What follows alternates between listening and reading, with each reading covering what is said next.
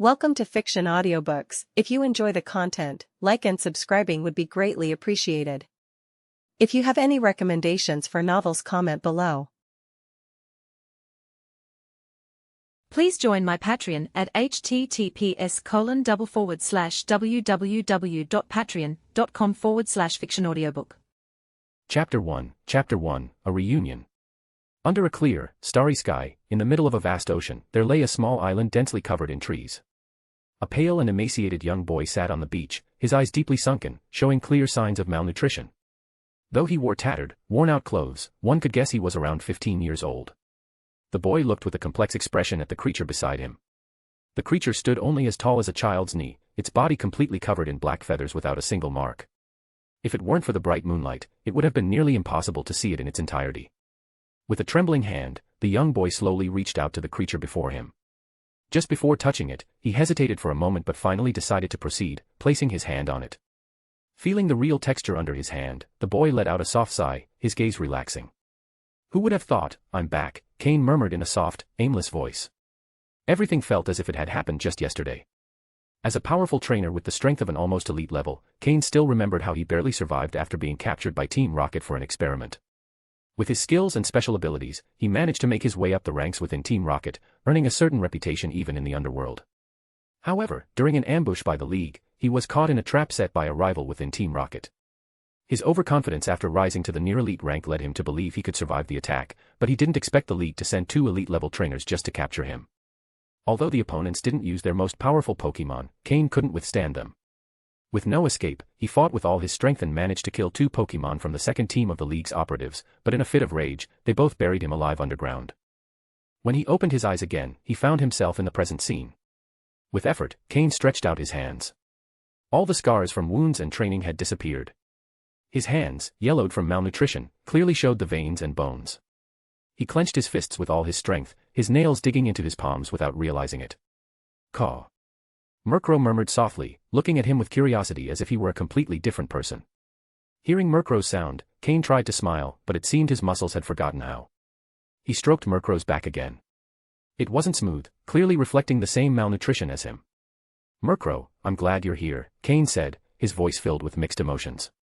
In his past life, Cain had always been inflexible in his ways.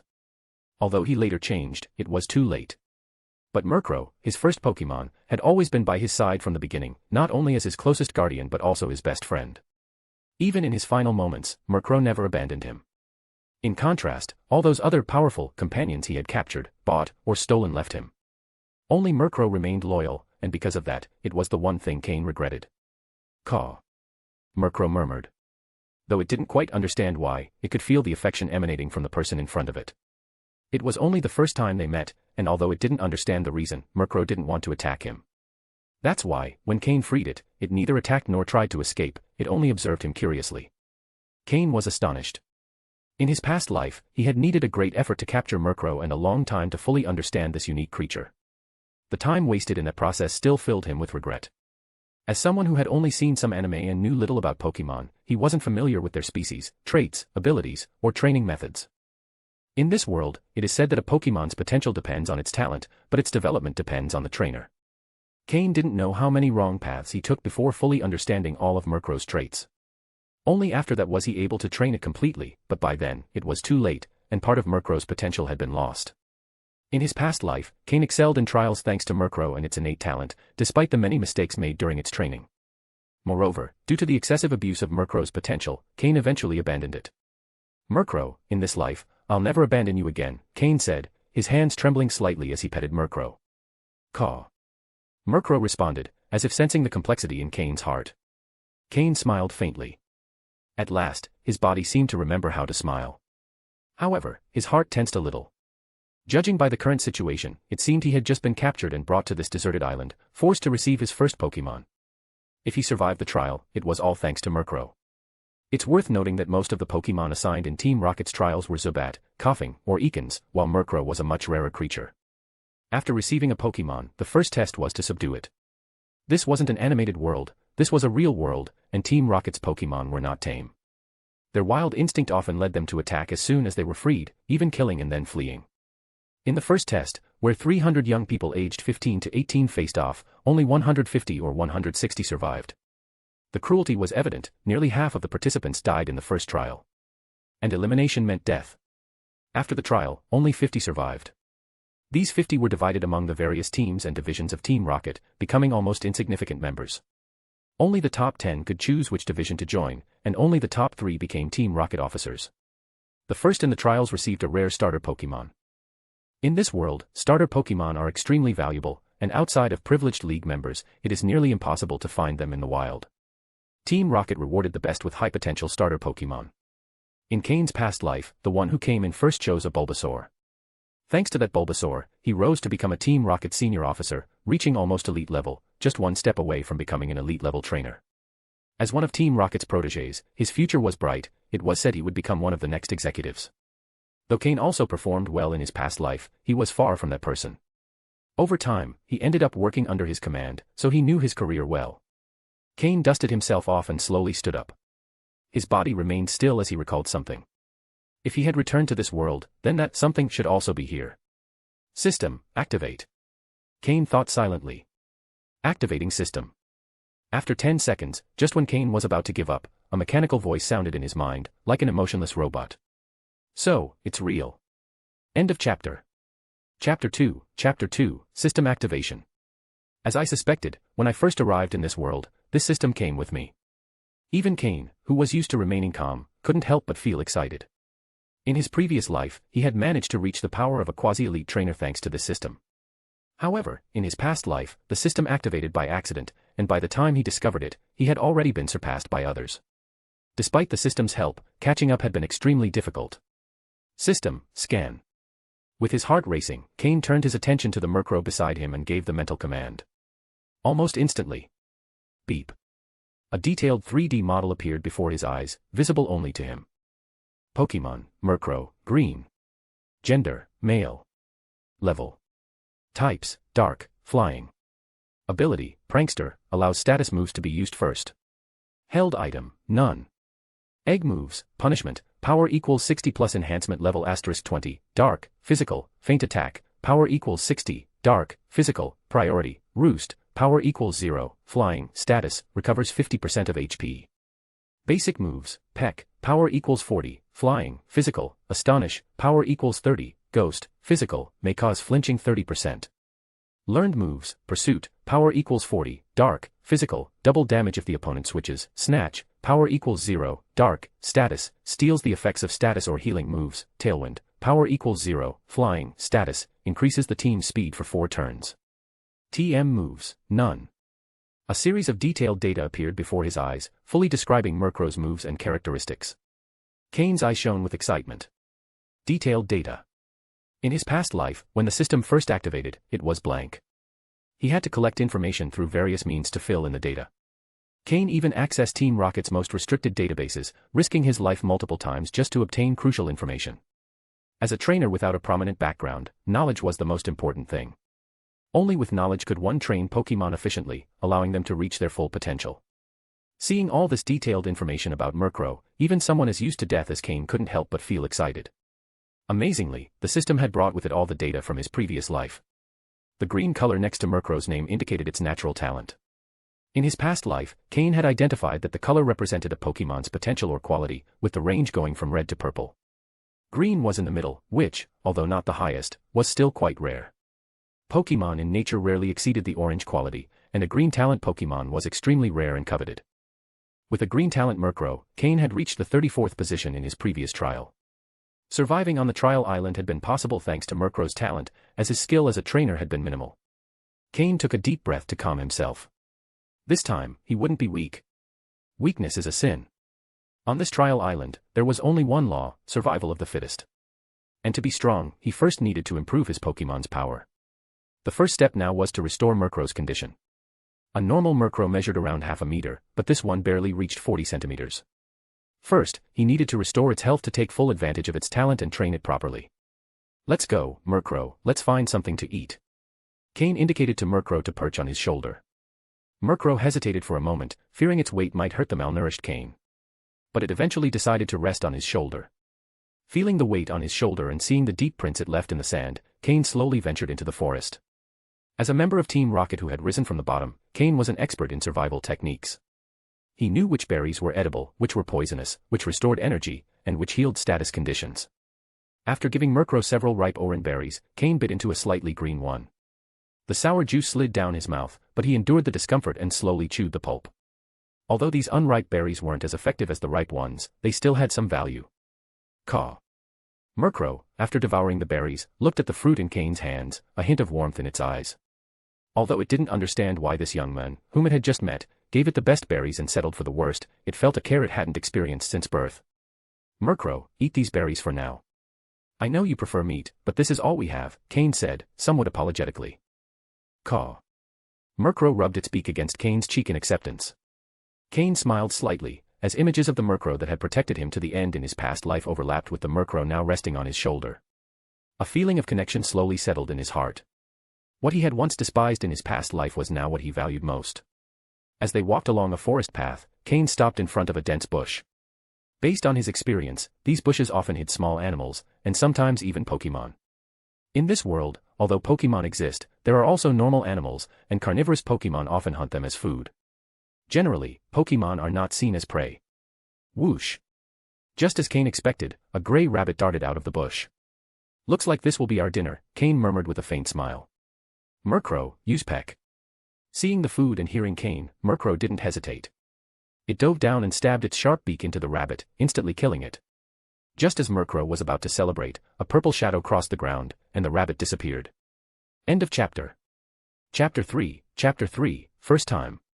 When Cain and Murkrow reacted, they saw a small light purple Pokémon standing in front of them, with the wild hare behind it. With an aggressive stance, the small Pokémon seemed to be proclaiming its dominance over the hare. You should know that the small Pokémon had spent a lot of effort driving the hare out of the bushes. However, just as it succeeded, it saw its prey killed by this individual. Fortunately, it was quick enough to snatch it away. Pokémon, Rattata, red. Gender, male. Level. Type, normal. Ability, run away. Held item, none. Egg moves, none. Basic moves, tackle, tail whip, quick attack, focus energy, bite. Learned moves, none. TM moves, none. The Pokémon that appeared before Cain and Murkrow was precisely this Rattata.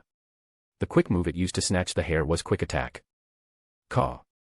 Seeing its freshly caught dinner stolen and being threatened, Murkrow naturally did not back down and let out a powerful cry towards Rattata. Its pale yellow beak gleamed with a cold shine. If Cain hadn't been by its side, it probably would have launched an attack right away. A red-quality Rattata is one of the most common Pokémon on the island. Although it's 2 levels higher than Murkrow, strength can't be measured solely by level. Since you decided to come out, you'll be Murkrow's first opponent, Cain said with an impassive expression. In reality, when the hare appeared, Cain had already suspected as much.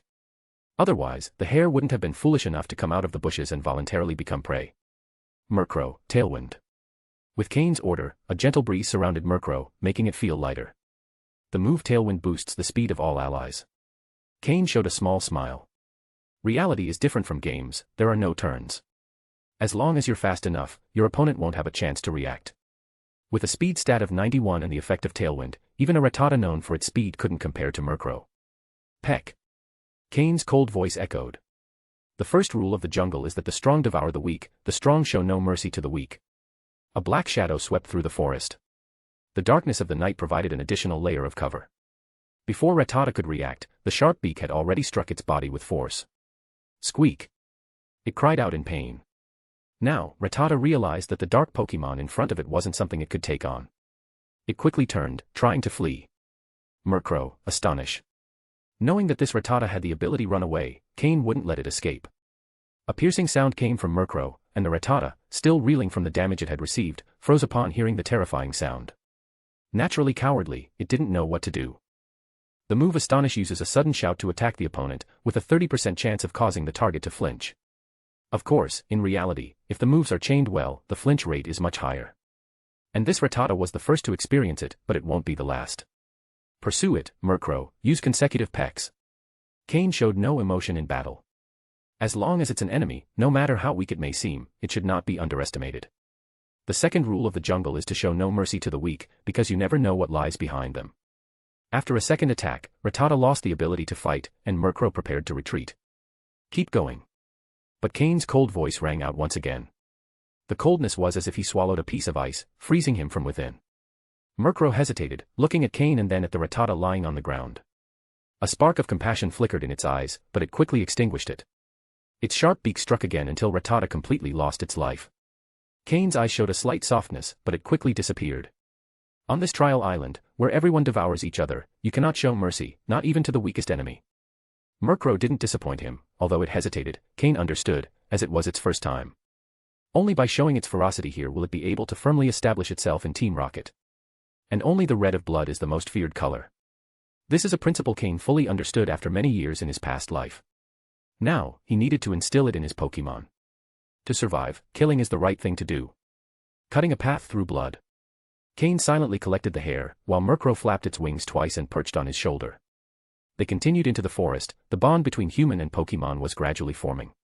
Kais. Drops of golden fat dripped from the roasted hare, sizzling in the fire. Although there were no seasonings, the hare's meat was so juicy that even without seasoning, the aroma of the roast slowly spread.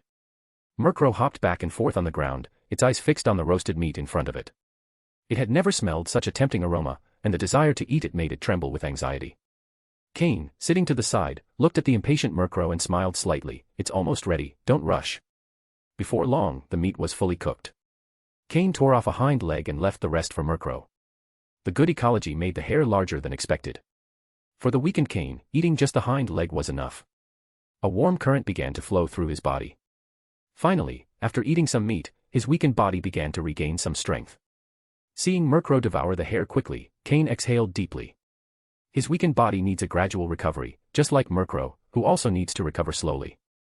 If he wants to speed up this process, he'll have to use different herbs and medicinal berries for treatment. System, search for Pokeblocks that can quickly restore a weakened body and improve a Pokemon's talent, Cain secretly ordered. That's right, Pokeblocks. One of the Pokemon breeder's skills. As the system's owner, Cain wouldn't miss out on taking advantage of it. In his past life, he was an excellent Pokemon breeder, although he was never officially evaluated by the League. Creating Pokeblocks was what he was best at. Making Pokeblocks requires millimeter precision in the ingredients and timing. For an ordinary person, this could only be achieved through experience, and the quality of the Pokeblocks would vary. However, for Cain, this was a piece of cake.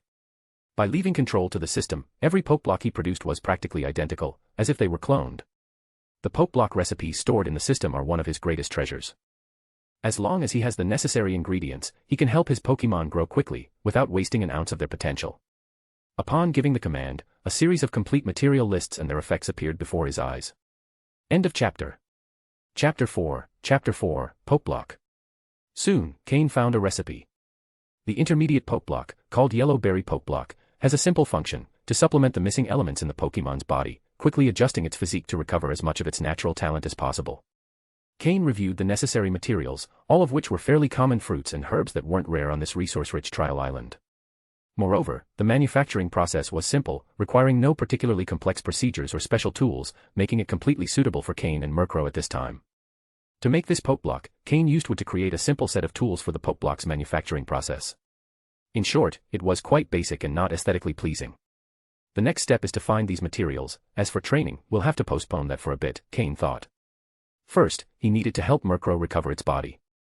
Although Cain didn't want to waste Murkrow's talent, training and battles would have to be put on hold. However, Cain believed that even without training during this period, he and Murkrow would be able to catch up quickly. 3 days passed quickly. During these 3 days, Cain and Murkrow wandered around the forest looking for fruits and herbs. The time it took slightly exceeded Cain's expectations, but it wasn't too late. Holding the freshly made Yellow Berry Pokeblock in his hand, a slight coolness spread from his palm. Under the sunlight, he could clearly see a substance resembling fruit pulp, with a pale yellow surface that was extremely smooth, and a faint aroma emanated from it. For Cain, making the Pokeblock wasn't difficult, and the process went smoothly. The finished Pokeblock was just as he had imagined. This recipe was one he had stumbled upon in his previous life, and he had never used it before. All he could do was hope the effect would be good. With a slight flick of his fingers, he tossed the Pokeblock into the air. Murkrow, who had been intently eyeing the Pokeblock, shot off Cain's shoulder like a bullet and caught it in its beak. Murkrow, unable to hold back its desire to eat, was captivated by the aroma of the Pokeblock. Cain watched Murkrow excitedly and nodded with a smile. After receiving Cain's approval, Murkrow devoured the Pokeblock. Caw. A flavor it had never experienced before filled Murkrow's mouth. It opened its beak, squinted its eyes in pleasure, and let out a sound of satisfaction. Murkrow's expression of enjoyment indicated that the Pokeblock tasted delicious. Seems like it tastes good, Cain smiled slightly. The intermediate yellow berry Pokeblock can only be consumed 10 times a day. After 10, the effect will fade. The recipe says that if consumed for 7 days, it should restore the damaged body of the Pokemon. Looking at the nearly 100 Pokeblocks he had, Cain kept 9 and carefully wrapped the rest in a cloth bag he had prepared in advance, which he hung from his waist. He tossed the Pokeblocks in his hand one by one, and all were swiftly caught and eaten by Murkrow. Although the effects wouldn't be immediate, Cain could see the difference in Murkrow before and after through the system. Even the green of its name had become slightly more intense. For better absorption, Murkrow, we'll start training. Are you ready to get stronger? Cain said as he tossed the last Pokeblock. Caw. Murkrow responded with an enthusiastic cry. Cain was well versed in training and forming Murkrow. Murkrow was very fast, and if he didn't use its highest speed stat, he wouldn't even forgive himself. Moreover, Murkrow had a hidden ability, Prankster. Prankster allows status moves to be used first. It's an artifact for gaining the upper hand. Murkrow, use Tailwind. A gentle breeze appeared around Murkrow. Tailwind is a status move that can increase the speed of all allies. Murkrow felt as if it had unlimited energy inside. The freshly consumed Pokeblock turned into a stream of heat that flowed through its limbs, becoming a constant source of strength emerging from its body. Soon, the duration of Tailwind ended, and the breeze gradually disappeared. Keep the Tailwind around you. Try to prolong its duration, Cain ordered again. Tailwind can increase the speed of everyone, but if kept only around Murkrow, it will only increase its speed and reduce energy consumption, allowing for a longer duration, which could potentially allow Murkrow to increase its speed permanently. Although Murkrow didn't understand why Cain was organizing the training this way, it began to focus the airflow around itself, striving to maintain it as long as possible. Caw. After a minute, the airflow around Murkrow completely dissipated, as if it had used all its strength, and its cry had a hint of panting. Remember this state. Our goal is to keep Tailwind always around you. Alright, do it again. During training, Cain seemed to transform into a strict instructor, expressionless and very serious. Continue, Tailwind. Continue, Tailwind. Continue. Continue. After beginning the training, Cain became a severe instructor. With the system, he could clearly know Murkrow's training limits, avoiding overtraining that could damage its body and ensuring the training was effective. After another 3 days, Cain had trained Murkrow for a full 3 days, and finally, it managed to maintain the state of Tailwind from 1 minute to 10 minutes. Murkrow also managed to use Tailwind on his shoulder without affecting Cain, aiming to achieve their goal as soon as possible. By Cain's nature, he would have trained in the forest until the final trial began. But Team Rocket had a rule: every week, you had to report to the base, no matter the situation. Failure to do so would result in point deductions, and accumulating too few points would lead to direct elimination. In the plaza, which used to be filled with 300 people, there were now only a few scattered groups, their gazes filled with caution and hostility. Everyone present knew very well what failing the trial meant. Therefore, every person here was an enemy. Cain sneered at the small groups huddling together. Grouping up might be a good way to survive, but it depends on the situation. When life is on the line, who cares about others? So grouping up is just a way for the strong to gather some subordinates to do the dirty work for them. As for the trial's final outcome, if you're strong enough, who would dare oppose you? A common feature among everyone present was that each had a Pokemon by their side. Most were Zubat, with a few accompanied by Ekans and Coughing, and some, like Cain, had other Pokemon. Counting, there were about 3 Murkrow. Compared to the ferocity of Ekans and the danger of Coughing, Zubat was a relatively easy Pokemon to tame. For young people without strength, taming a wild Pokemon was already valuable, and those who could tame Ekans and Coughing were no weaklings. After a week of jungle life, the polarization between them became more apparent. The strong grew stronger, and the weak weaker. After 3 days of training, although there hadn't been many battles, Murkrow's level had reached level 10. Even so, Cain remained insignificant compared to the others. And due to the days of nourishment, Cain's face, which had been pale and thin, gradually started to show some color. He quietly approached a corner of the plaza, crossed his arms, leaned against a stone pillar, and closed his eyes to rest. End of chapter. Chapter 5, Instructor Viper. It wasn't long before the noisy plaza fell silent. A middle-aged man with a fierce expression, standing nearly 2 meters tall, entered the plaza wearing a military hat. On the most visible part of his left chest, a red R could be seen. Behind him followed 10 Team Rocket members, all dressed in soldier uniforms with cold expressions, accompanied by large wolf-like dogs. Walking beside the middle-aged man was a sinister dog, entirely black, with 2 white horns curving backward on its head and a tail resembling that of a demon. It was a Houndoom, a dark and fire-type Pokemon. Cain listened as the plaza grew quiet and slowly opened his eyes. Seeing the middle-aged men, his eyes narrowed slightly. It was him. He cast a glance at the Houndoom next to the men, and a glint passed through his eyes as the system activated. Pokémon, Houndoom, green. Gender, male. Level. Types, dark, fire. Ability, flash fire. Held item, none. Egg moves, fire fong, fire spin. Basic moves, will-o-wisp, foul play, thunder fong, leer, ember, howl, haze, roar, bite, odor sleuth, smog.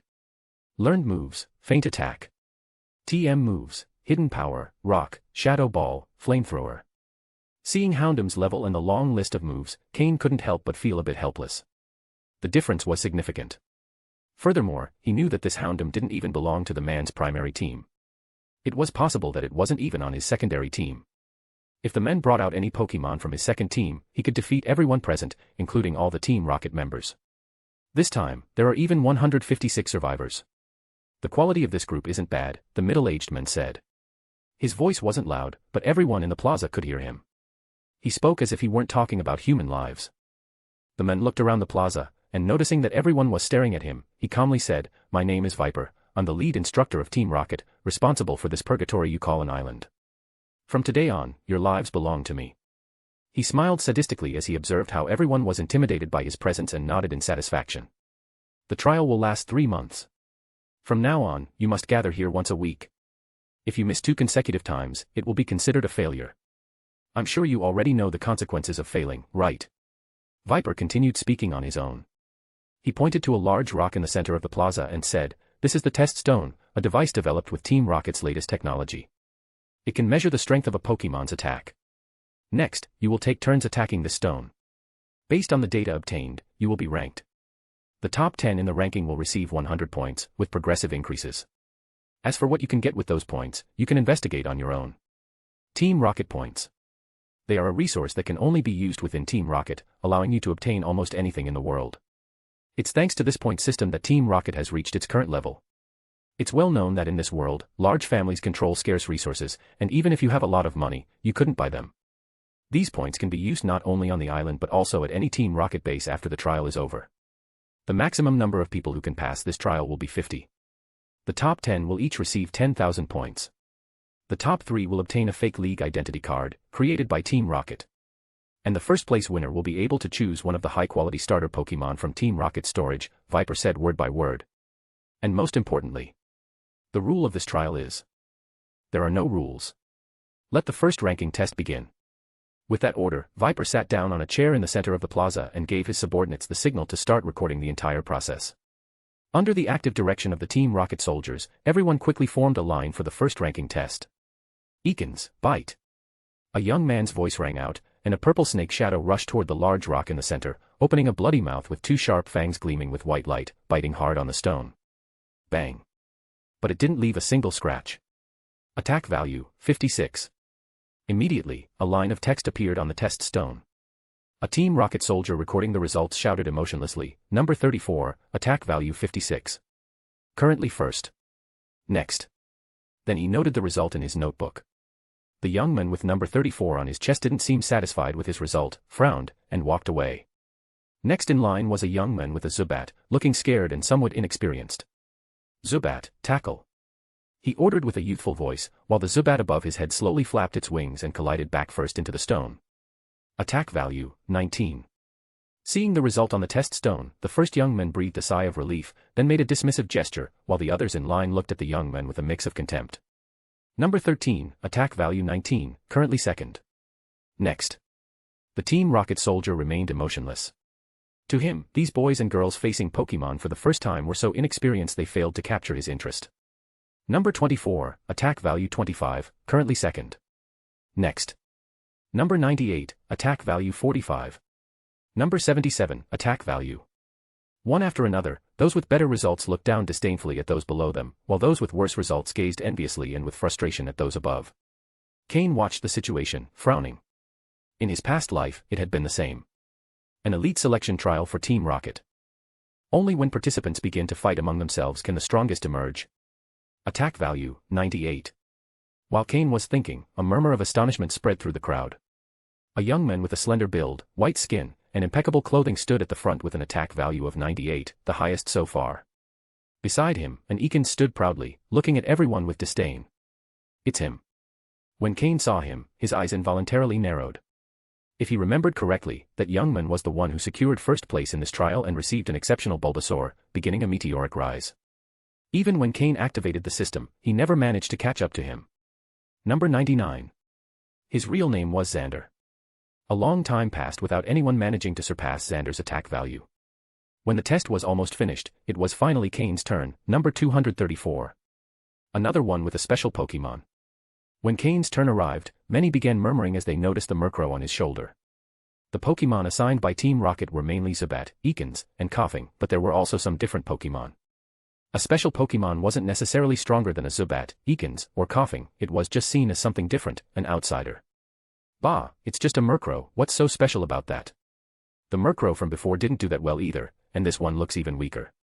I bet he won't accomplish much, someone said disdainfully. Cain showed no emotion, ignored the other's words, took a deep breath, and ordered, Tailwind and then Peck. His calmness silenced those who had ridiculed him, feeling slightly embarrassed. They had tried to throw him off with words, but only ended up looking foolish. Murkrow took flight, surrounded by a white airflow. After a few days of recovery, its body had returned to the normal size of a Murkrow. Murkrow circled in the air, gathering strength and, using the momentum of tailwind and gravity, struck the stone with a powerful hit. Then, with an elegant turn, it landed lightly on Cain's shoulder. Cain smiled slightly, opened his eyes a bit, raised his eyebrows, glanced at the stone, and walked away calmly. Attack value, 97. The words on the stone felt like a slap in the face to everyone who had ridiculed him. An attack value of 97, only 1 point below Xander's 98. Currently second, while the third had an attack value of only 90, a considerable difference. Number 234, attack value 97, currently second. Next. Even the soldier recording the results glanced at Cain, who was walking slowly through the crowd, and after a moment, finally announced the result. In reality, Cain's Murkrow didn't have the strength to deliver such a powerful attack, but Cain had used a trick for Murkrow to take advantage of Tailwind's momentum and gravity while descending, achieving that result. After Cain's test, several other participants, who were more astute, began reflecting. They understood that Cain had used a trick. A simple trick, but effective, right? As stated before, the rule is, there are no rules. Viper had watched the entire testing process, and when Cain finished, his eyes lingered on him for a few extra seconds. An interesting boy. End of chapter. Chapter 6, The Exchange Center. Since then, there hadn't been any higher scores than Cain's, but thanks to Cain's trick, many managed to improve their skills, resulting in an overall increase in scores. Throughout the whole process, the only one who showed disdain was Xander. He didn't use any tricks, his score was legitimate, and so he considered everyone there to be trash. Even Cain, who had only surpassed his score by 1 point, was nothing more than a lucky person who knew a few tricks. The final results were as follows. First place, number 99, attack value, 98. Second place, number 234, attack value, 97. Third place, number 67, attack value, 95. Fourth place, number 156, attack value, 93. Fifth place, number 279, attack value, 90. According to Viper, the top 10 would each receive 100 points, regardless of whether they came first or second. Once the rankings were announced, everyone received a belt with the Team Rocket R emblem. Inside, there was an ID card with each person's number, where their points would be stored. The belt also had a very useful function, 1 cubic meter of storage space. Ignoring those who tried to stop him, Cain headed straight to the exchange center with his Murkrow. Having been a member of Team Rocket once before, he knew how valuable the items that could be exchanged for points were. There were many things he needed, but they could only be obtained with points. However, since he didn't have many points, the things he needed most weren't that expensive. Cain had already planned out what he wanted to exchange. Looking at the points list in front of him, even though he knew the prices, he couldn't help but roll his eyes. A young Dratini, 1 million points. A young Larvitar, 1 million points. It was possible to exchange for even the rarest Pokémon, but those prices were unreachable for Cain. With only 100 points, Cain passed over the most desirable and unattainable items and moved on to what he could actually exchange for. He began browsing the list from the back to the front until he reached the section for tools and items. Ignoring the incredulous look of the shopkeeper, he exchanged for one of each available berry. These berries were very common, and most people wouldn't bother with them, but to Cain, they were incredibly valuable. They not only saved him a lot of time searching but could also be used to make Pokeblocks, which would improve his Murkrow's growth. He filled the entire cubic meter of space in his Team Rocket belt with all the available berries, which cost him only 80 points. He then spent 5 more points on some everyday items and outdoor supplies. After swiping his card to redeem his points, just as Cain was about to leave, he saw a familiar figure entering the exchange center, Xander and his Eakins. As he walked past, Cain silently activated the skin system. Pokémon, Eakins, green. Gender, male. Level. Type, poison. Ability, intimidate. Held item, none. Egg moves, pursuit, poison fang, scary face. Basic moves, wrap, leer, poison sting, bite, glare. Learned moves, snatch. TM moves, none. Cain was surprised to see that Xander's Eakins had a green rating. No wonder Xander had secured first place in his past life. During this classification test, Cain had also scanned quickly and noticed that there were no more than 5 Pokémon with green talent, and none with a higher talent. Although he hadn't been able to skin everyone due to the distance, no other green-rated Pokémon were as strong as that Eakins. It's known that Eakins is a difficult Pokémon to tame due to its wild nature. Moreover, this green talent Eakins with the Intimidate ability could only be tamed by someone extraordinary.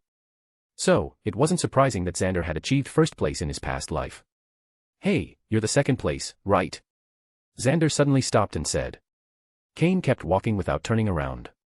Seeing that Cain ignored him, Xander's face darkened. He gave the order to attack. "Eakins, go." Poison sting. At that moment, Xander was still lacking in cunning.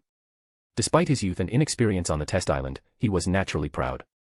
Upon hearing the order, Eakins opened its bloody mouth and launched several poisonous needles toward Cain's back. Though Cain didn't turn around, he had been paying attention to Xander's movements. Idiot. Murkrow, reinforce Tailwind and deflect the poison needles. As Eakins initiated the attack, Cain was already prepared and gave the order in time. Murkrow, having mastered the Tailwind move, instantly increased the wind's force, almost reaching the power of Whirlwind. With a strong flap of its wings, Murkrow formed 2 small whirlwinds with flying-type energy, deflecting the poison needles. Cain turned around and looked at Xander. His eyes gleamed with a dangerous glint, waiting for his opponent's next move. At that moment, Cain wasn't entirely sure he could win. To his surprise, Xander smiled and said, "Not bad, you're better than I thought." After saying that, he ignored Cain and headed toward the exchange counter. Cain frowned as he watched Xander's back, suppressing his desire to attack. After a moment, he signaled his Murkrow to lower its guard. Then, accompanied by his Murkrow, Cain left the exchange center and headed straight into the forest without looking back. In the center of the base, in the large office of Team Rocket's chief instructor, Viper was sitting at his desk. In front of him stood a figure draped in a black cloak. 2 cups of tea sat between them, with hot steam rising slowly, dissipating into the air. After a moment of silence, Viper was the first to speak. "What brings you here again? What do you need?" His tone was a mix of mockery and curiosity. Beneath the black cloak, a pair of eyes hardened by time peeked out. The figure adjusted slightly before speaking in a hoarse voice. "The mission failed. I need some people to reinforce my team." From the voice, it was impossible to determine the person's age. Viper smiled, taking a sip of tea before replying slowly, "The mission failed." The mockery in his voice and eyes was unmistakable. Who would have thought, the famous you, failing a mission? Have you now reached the point of asking me for people? Isn't there anyone in Team Rocket you find good enough? Ignoring Viper's sarcastic tone, the hoarse voice from the cloak spoke again. "I fell into an alliance trap. 2 elite-level trainers showed up. I was almost caught." His tone was as calm as if he were discussing anything. "Oh." Viper's expression turned serious as he straightened in his seat. "Were they acting openly? Or was it covert? How did you escape?" Viper fired off a series of questions. Elite-level trainers were powerful in Viper's eyes, and the fact that the Alliance had sent 2 of them at the same time meant something bigger was at play. It could be a move against Team Rocket in general, or perhaps just a targeted attack. In the dark room, the candlelight flickered, casting shadows that danced along with the flames. After a brief silence, the cloaked figure raised a hand. From beneath the black cloak, a shriveled, withered left hand emerged. When Viper saw the dried-up, wrinkled hand, his eyes narrowed. The 2 were clearly acquainted, and Viper was well aware of the man's condition under the cloak. Though he wasn't young, that withered hand didn't match his age, and the most striking feature was that 3 fingers were missing, leaving only the thumb and index finger. A poison-type elite trainer. Though Viper phrased it as a question, his tone was certain. Only a poison-type move could cause such damage, and the only one who could gravely injure someone of elite level was another at the same level. The head under the cloak gave an imperceptible nod. The raspy voice, which had been calm until now, turned slightly colder. A poison-type elite trainer, along with a psychic-type elite trainer. Neither of them is a public figure of the Alliance. If I hadn't reacted quickly and cut off 3 fingers, I would have lost my whole hand. The man under the cloak took a deep breath to calm himself before continuing. Thanks to 3 of my Pokémon distracting them, I was able to escape. Otherwise, I wouldn't be here now, although the mission has failed. End of chapter. Chapter 7, Leaving the base. Viper nodded seriously. The League had sent 2 powerful elite-level trainers, and one of them was an advanced elite, something rare. This indicated that the League had considerable knowledge about the mission in question, otherwise, they would not have deployed such an impressive force. Viper frowned even more as he pondered the situation, which now seemed more complicated than he had imagined. What about the leader? The leader is already aware. I'm not concerned about who leaked the information. What I need now is a couple of people to help me with some minor tasks. After all, I've lost a considerable amount of power and need time to recover, replied the mysterious hooded man as he withdrew his left hand, speaking indifferently. Viper relaxed his frown a little. If he only needed a few people, that wouldn't be a problem. Do you want to wait until the trial is over, or do you need them now? Asked Viper, although he couldn't help but smile. The youths undergoing the trial at that moment were of little use, they weren't even at the level of a rocket grunt. After the trial ends, I'll choose a few. For now, I just need you to prepare a room for me to recover, replied the hooded man, without offering further explanations. He hadn't directly chosen members of his former unit because, first, he didn't know who in Team Rocket could be trusted or who might be infiltrators from the League. And second, he preferred to work with inexperienced people and mold them as he saw fit. Once his subordinates escorted the hooded man out of the room, Viper stared at the candle flame on the table, clasping his hands together as he sank into thought. Meanwhile, Cain, accompanied by his Murkrow, was walking alone deeper into the forest. This time, he didn't plan to stay long near the forest's edge. Not only because the nearby Pokémon were of low level, which wouldn't help train Murkrow, but also because Cain wanted to find a quiet place to camp and focus on making Pokeblocks. As he advanced, the forest paths became increasingly blurred, surrounded by thicker undergrowth and dense bushes. Cain stored the Pokeblocks he had prepared with yellow berries in the storage space of his Team Rocket belt. He then tied a strip of cloth around his head to protect his face from thorns and branches. Murkrow, resting on Cain's shoulder, kept using the Tailwind move, keeping it activated at all times. At the same time, it controlled some air currents to clear away branches and undergrowth, making it easier for Cain to move forward. If they encountered thicker branches, Murkrow flapped its wings, using a rudimentary attempt at the whirlwind move to push them aside, which also served as an exercise for its flying-type energy. Murkrow, when you use flying-type energy, you need to be aware of how much you use. Since endurance is your weak point, if you can save energy, you shouldn't waste it, Cain said, giving instructions as they moved forward. Also, remember that you're a dark and flying-type Pokémon. Once we find a suitable place, we'll start training your dark-type moves, Cain added, smiling as he saw Murkrow growing more excited. Caw. Murkrow nodded vigorously, understanding Cain's words. Murkrow also wanted to become stronger and had a great desire to fight. With a flap of its wings, Murkrow generated 2 small gusts of wind. Cain felt satisfied seeing Murkrow's desire to become stronger. For a trainer, having a high-talent Pokémon isn't enough. If the Pokémon lacks the will to fight or improve, that talent isn't worth much. On the other hand, a Pokémon with the will to fight, even with lesser talent, can go much further. Murkrow not only had good talent, but it was also developing great synchronization with Cain. If it also had a strong desire to improve, there was no doubt that the two of them would have a bright future. Cain hadn't gone far when his thoughts were interrupted. A wild, robust Spearow flew directly from a nearby tree, with a fierce, murderous look. Its sharp beak and gleaming claws clearly showed its intent to kill. On this island, Pokémon had no sympathy for humans. Seeing Cain's thin figure, this Spearow saw him as easy prey. Additionally, Spearow is known to be an especially aggressive Pokémon. However, this surprise attack was just a routine encounter for Cain. With a slight movement, he dodged Spearow's attack by a narrow margin. In this world, Pokémon directly attack humans, and it's not unusual. Powerful Pokémon can cause sudden and lethal damage to humans. Moreover, in this world, some people control Pokémon to directly attack other humans. Team Rocket is one such group. For them, the mission is all that matters, with no concern for justice. Even within the League, there are those who follow that philosophy. Thus, having risen to become a Team Rocket officer and a quasi-elite expert, Cain had faced situations like this countless times. Spearow's attack was routine for him. After easily dodging Spearow's attack, Cain gave an order to Murkrow. Murkrow, use Tailwind and feint attack. Murkrow flew swiftly. It had no sympathy for the Spearow that had attacked and almost hurt Cain. In fact, it felt deeply humiliated. If not for Cain's quick reaction, it might have been injured, and that was a direct challenge to Murkrow as Cain's Pokémon. A black shadow flew past, and with the effect of the tailwind move, Murkrow's feint attack hit Spearow directly. Screech!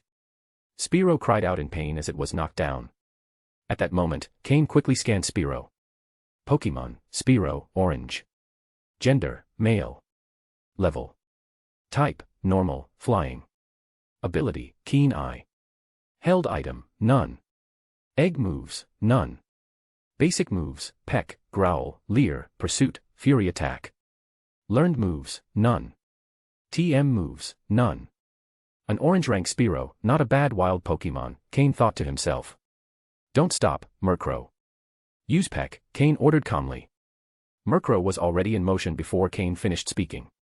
In fact, it didn't even need Cain to say it, it was ready to continue its attack. The Spearow, still dazed from the previous attack, had no time to react before Murkrow struck again. As a fragile Pokémon, Spearow couldn't withstand the continuous attacks and paid the price for having attacked Cain. Ignoring the fallen Spearow, Cain adjusted his posture and continued deeper into the forest. Spearow typically lived in groups, and Cain didn't want to face an entire flock at that moment. Besides, he knew the Pokémon he would encounter ahead would be stronger, and he didn't want to waste unnecessary energy on the way. His goal that day was to find a suitable place to camp. Thanks to his experience with forest life, Cain was able to avoid encounters with more powerful Pokémon and use animal trails to identify the species present. After quickly defeating several Pokémon that attacked him and moving away quickly from the scene, Cain and Murkrow finally found a satisfactory spot after about 3 hours of walking. It was a small lake, surrounded by dense trees. To the west of the lake, there was a small hill with a cave clearly dug out by a Pokémon. This is the place, Cain said with satisfaction. End of chapter. Chapter 8, The Zubat Cave.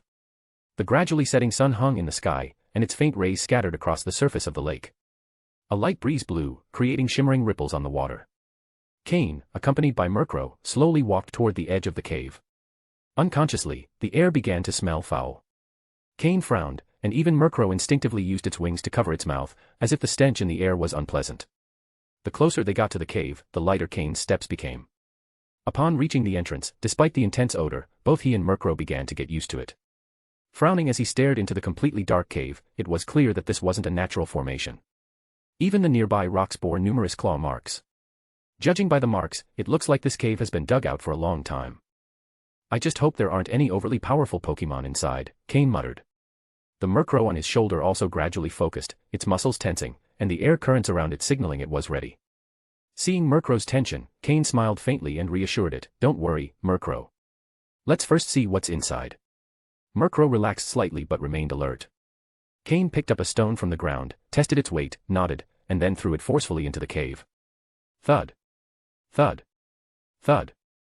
After a few noises, everything went silent. A few moments later, a hissing sound came from within the cave, followed by a flurry of wings. Hearing this, Cain relaxed a little. As long as it wasn't an Ursaring, he was confident Murkrow could handle it. A group of Zubat flew out of the cave, clearly furious about their sleep being disturbed. Like regular bats, wild Zubat sleep during the day and hunt at night. Being interrupted now was like waking someone from a deep sleep. Among the group of Zubat, one was noticeably larger than the rest, clearly the leader. The Zubat leader, upon seeing that the intruder was just a human with a small Pokémon, growled at a few nearby Zubat and then led the rest back into the cave to continue sleeping. Observing the Zubat's reaction, Cain was slightly surprised. Despite facing over 10 Zubat, which would normally force him to retreat, the leader's disdain significantly reduced the pressure. 4 Zubat opened their mouths, baring their fangs, and after a few flaps, lunged toward Cain and Murkrow.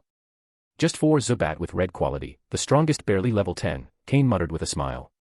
He had already scanned their data with the system as soon as they appeared. Murkrow instinctively took flight. After 2 days of training and unlocking its potential, it was beginning to enjoy battles, turning into a whirlwind that flew between its enemies, toying with them. Murkrow used Tailwind and then Astonish. Air currents quickly surrounded Murkrow, transforming it into a black shadow clearly visible in the setting sun. It opened its mouth and let out an ear-splitting shriek that created shock waves in the air. 2 of the Zubat, caught by the sound, froze in terror. Though not paralyzed, their speed slowed. The other 2 merely shook their heads, somewhat annoyed by the noise. Zubat usually have the ability Inner Focus, which prevents them from being flinched, but with their sensitive ears, the screech caused them significant discomfort. Additionally, since they use echolocation to navigate, the noise affected their movement. The 2 Zubat glanced at each other and then opened their mouths, releasing inaudible sound waves, the move supersonic. Murkrow, maintain speed and finish them off, Cain ordered, enduring the interference from the supersonic attack. The air currents around Murkrow intensified, and in an instant, it reached the two Zubat. Use peck. Before they could react, two strong pecks in quick succession knocked both Zubat down.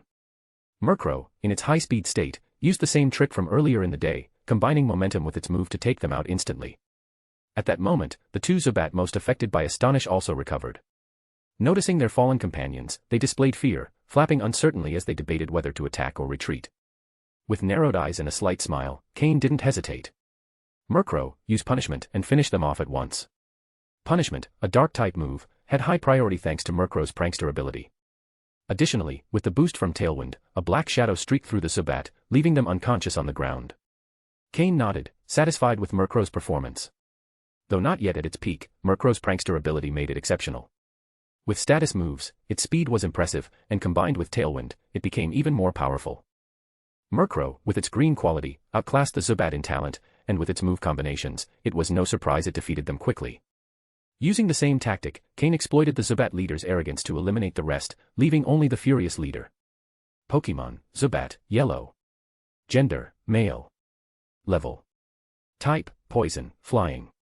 Ability, Keen Eye. Held item, None. Egg moves, Quick Attack. Basic moves, Absorb, Supersonic, Astonish, Bite. Learned moves, Wing Attack. TM moves, None. This wild Pokémon with yellow quality was the first Cain had seen. If he had spare Pokeballs, he'd capture it without hesitation, either to use or trade for resources. Murkrow, exhausted from battle, flapped its wings slower, and the tailwind currents weakened. Noticing Murkrow's condition, Cain frowned. It was too much to ask of it. But seeing the Zubat on the verge of fury, there was no other choice. Cain considered giving Murkrow a break, but seeing the sun about to set, he dismissed the idea. Zubat are more active at night, and although the darkness wouldn't affect Murkrow, it would hinder Cain's ability to give commands. So, the best course of action was to take down this yellow-quality Zubat before nightfall and claim the cave. In the forest, nightfall is dangerous, and the deeper one goes, the more dangers lurk around every corner. End of chapter. Chapter 9, Battle against the Zubat leader. Murkrow, hang in there a little longer. Keep the tailwind up. Cain watched his exhausted Murkrow and encouraged him. Caw. Murkrow screeched with determination in the air.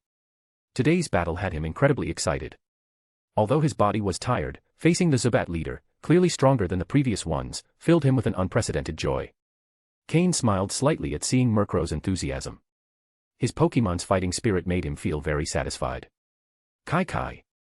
The Zubat leader screeched angrily. This Pokémon and his trainer in front of him had turned his band into a bunch of weak followers.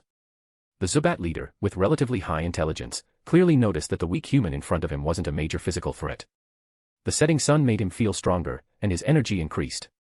With a sharp flap of his wings, the Zubat leader emitted a bloody stench from his mouth, as dark energy swirled around his sharp fangs.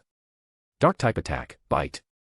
Seeing that the Zubat leader's target was Cain, Murkrow quickly reacted, using the last of his tailwind boost to intercept. The more dangerous the situation, the calmer Cain remained. He had faced death before, and now he could approach any situation with a cool mind.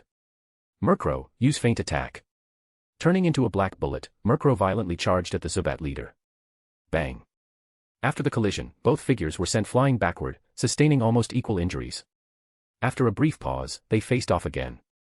Without the tailwind boost, Murkrow's speed was no longer as high, but he was still slightly faster than the Zubat leader. Although the Zubat leader tried to attack Cain, Murkrow kept him firmly at bay. However, as night fell, the Zubat leader grew more vigorous, while Murkrow's energy began to dwindle. Finally, after another clash, Murkrow couldn't get up right away. The Zubat leader's wings trembled slightly, while his invisible supersonic waves continued to scan the surroundings. As if he had sensed something delicious, the exhausted Zubat leader needed blood to replenish himself. He launched at Cain again, his fangs covered in a reddish glow. Absorb.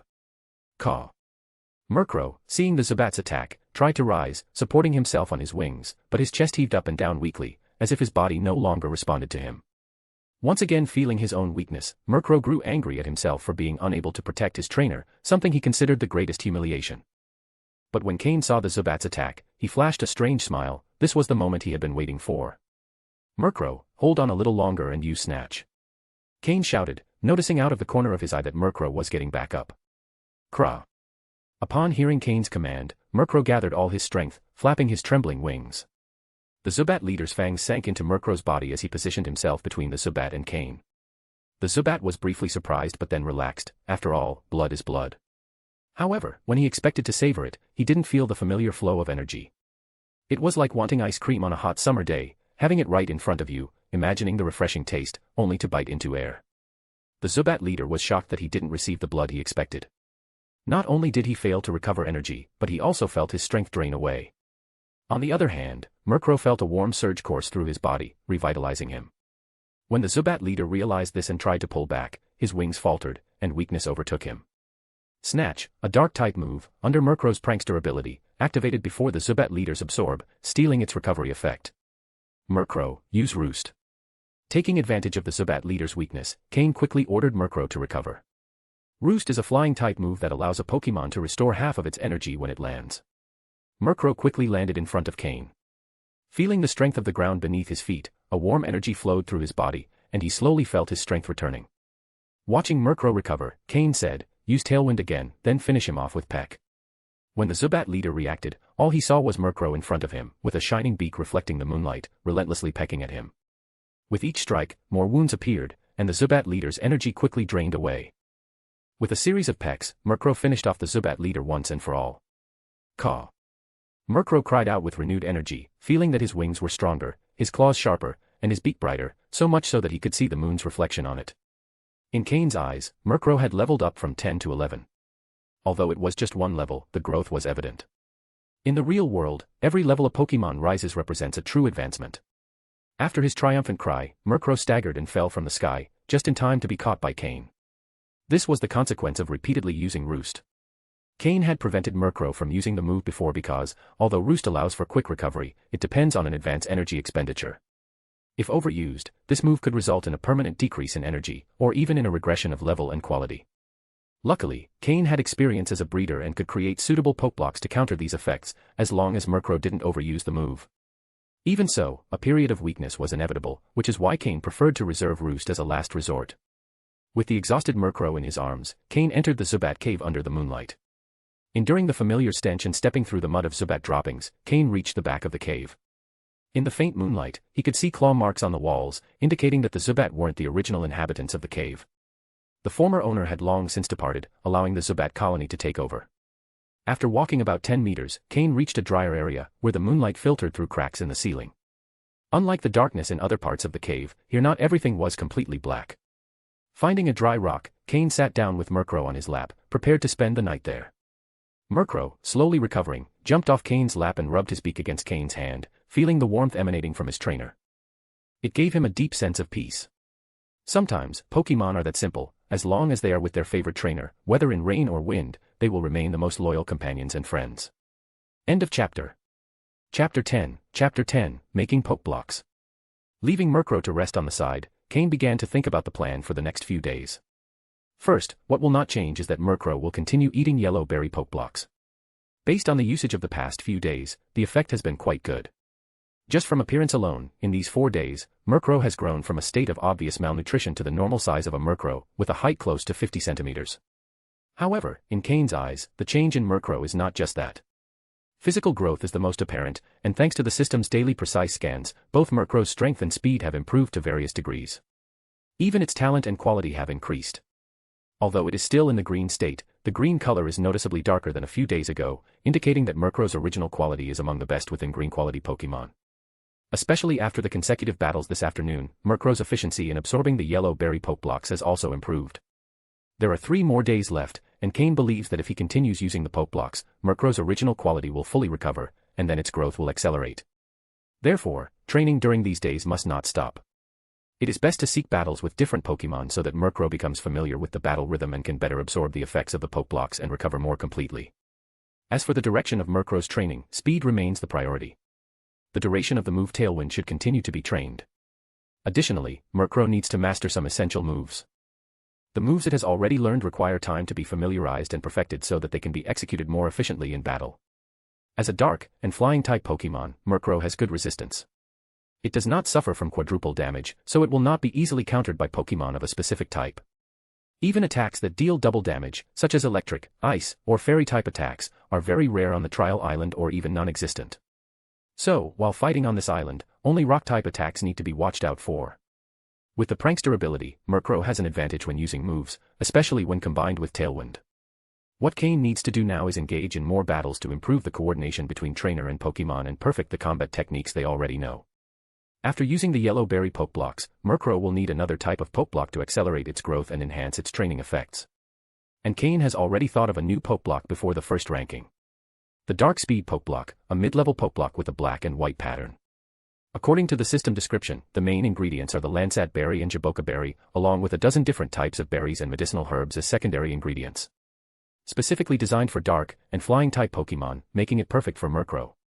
So, with the points obtained in the first ranking, Cain exchanged for as many berries as possible, and these two in particular were the ones he exchanged the most, almost depleting all of Team Rocket's stock on the island.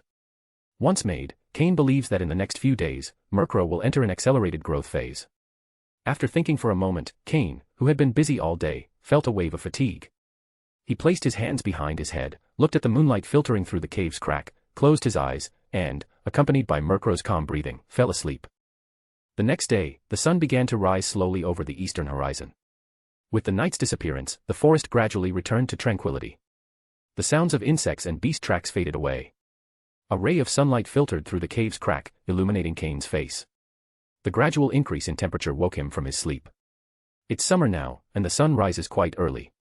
Moreover, after a day of battle yesterday, Cain, unusually, did not wake up before dawn. Maybe it's because things are going increasingly well, which has eased the pressure on his mind. Stretching lazily, Cain looked at Murkrow, who also woke up when he did, and smiled.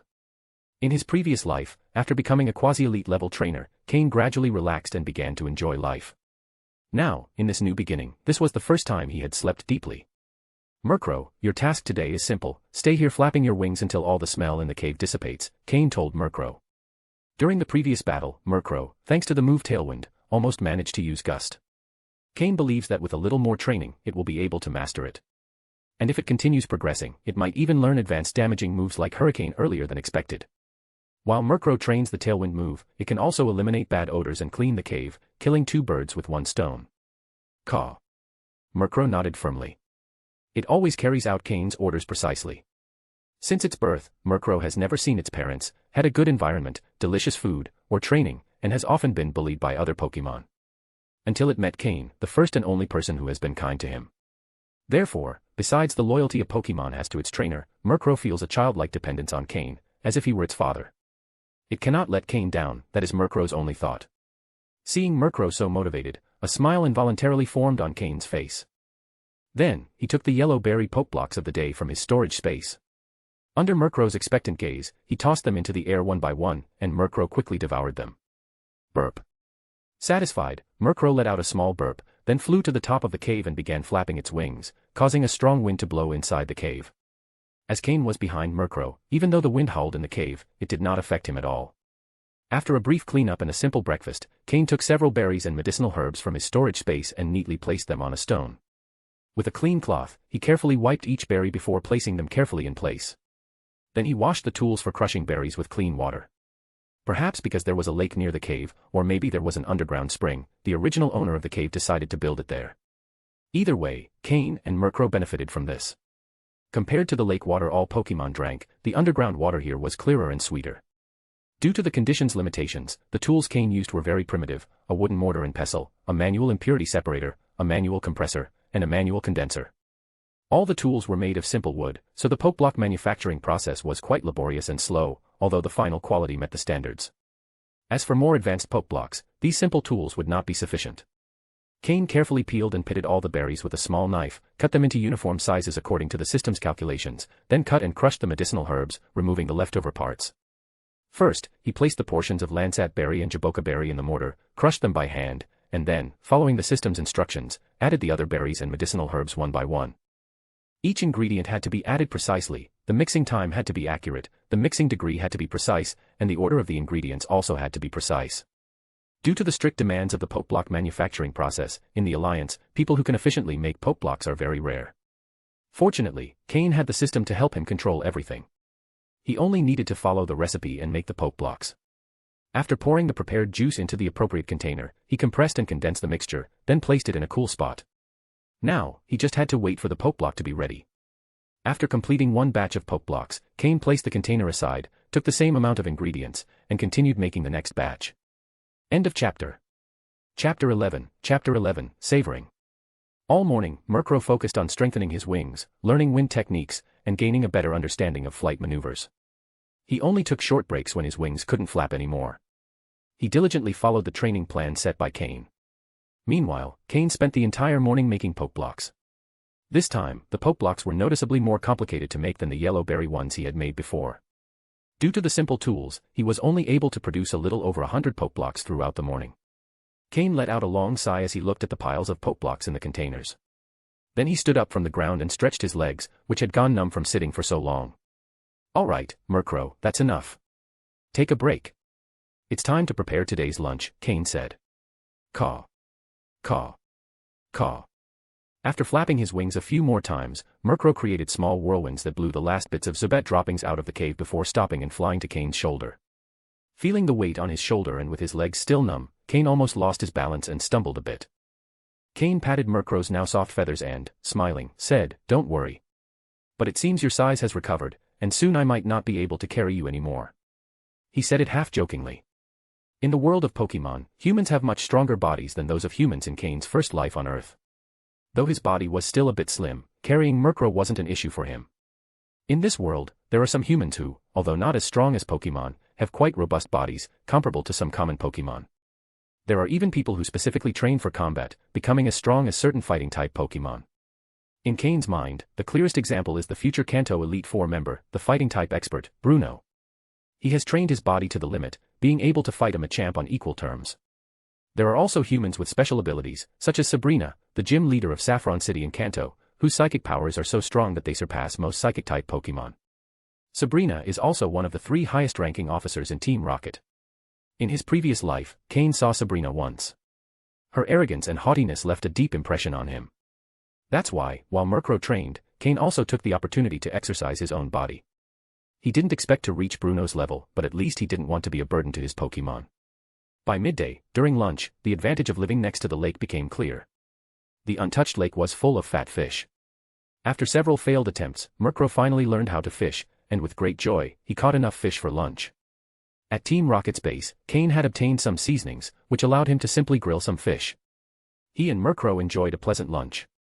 After resting for a while, Cain said, "All right, the break is over. This afternoon, it's time for some battle training. Murkrow, are you ready?" Caw. Caw. Murkrow enthusiastically spread his wings and nodded. Although the morning's training had made him feel stronger, what really excited him was the thought of battling. "Wow, you're quite the fighter, huh?" Cain smiled and patted Murkrow's head. In the forest, there's no shortage of wild Pokémon. By simply paying attention to the tracks in the forest, you could soon find one, and some ill-tempered Pokémon would even come out to provoke you themselves. Thanks to the system, Cain could scan his opponent's data at any time. If they encountered an opponent that was too strong, they would simply flee, and if they found a suitable Pokémon, Cain would let Murkrow battle. As long as they didn't venture into the territory of a too powerful Pokémon, there wasn't much danger for Cain and Murkrow. Soon, the evening arrived, and a tired Cain and Murkrow returned to the cave. While Murkrow fought, Cain also trained his own body. Recently, Cain's previously weakened body had received enough nutrition, and with conscious training, his once skinny frame had begun to fill out a bit, with muscle definition starting to show. Cain looked at the fully solidified poke blocks in the containers, took one out, and carefully examined it in his hand. The black and white poke block had a jelly-like texture, with a smooth surface and no impurities. Using a small knife, he cut a piece and brought it to his mouth. A bitter and dry taste suddenly exploded in his mouth, and though Cain was prepared, he couldn't help but frown at the flavor hitting his taste buds. The bitterness of the herbs and the dryness of the mixed berries was something only a very experienced breeder could completely break down, and that's without mentioning the complicated manufacturing process. Although the taste wasn't pleasant, this is precisely what Pokémon like. Even after tasting just a small amount of the poke block, Cain felt a slight relief in his tired body and muscles. If that's what he felt, the effects would be even more pronounced for a Pokémon. Cain fed Murkrow the poke block in his hand, and under Murkrow's expectant gaze, he carefully stored the rest of the poke blocks in the storage space of his Team Rocket belt.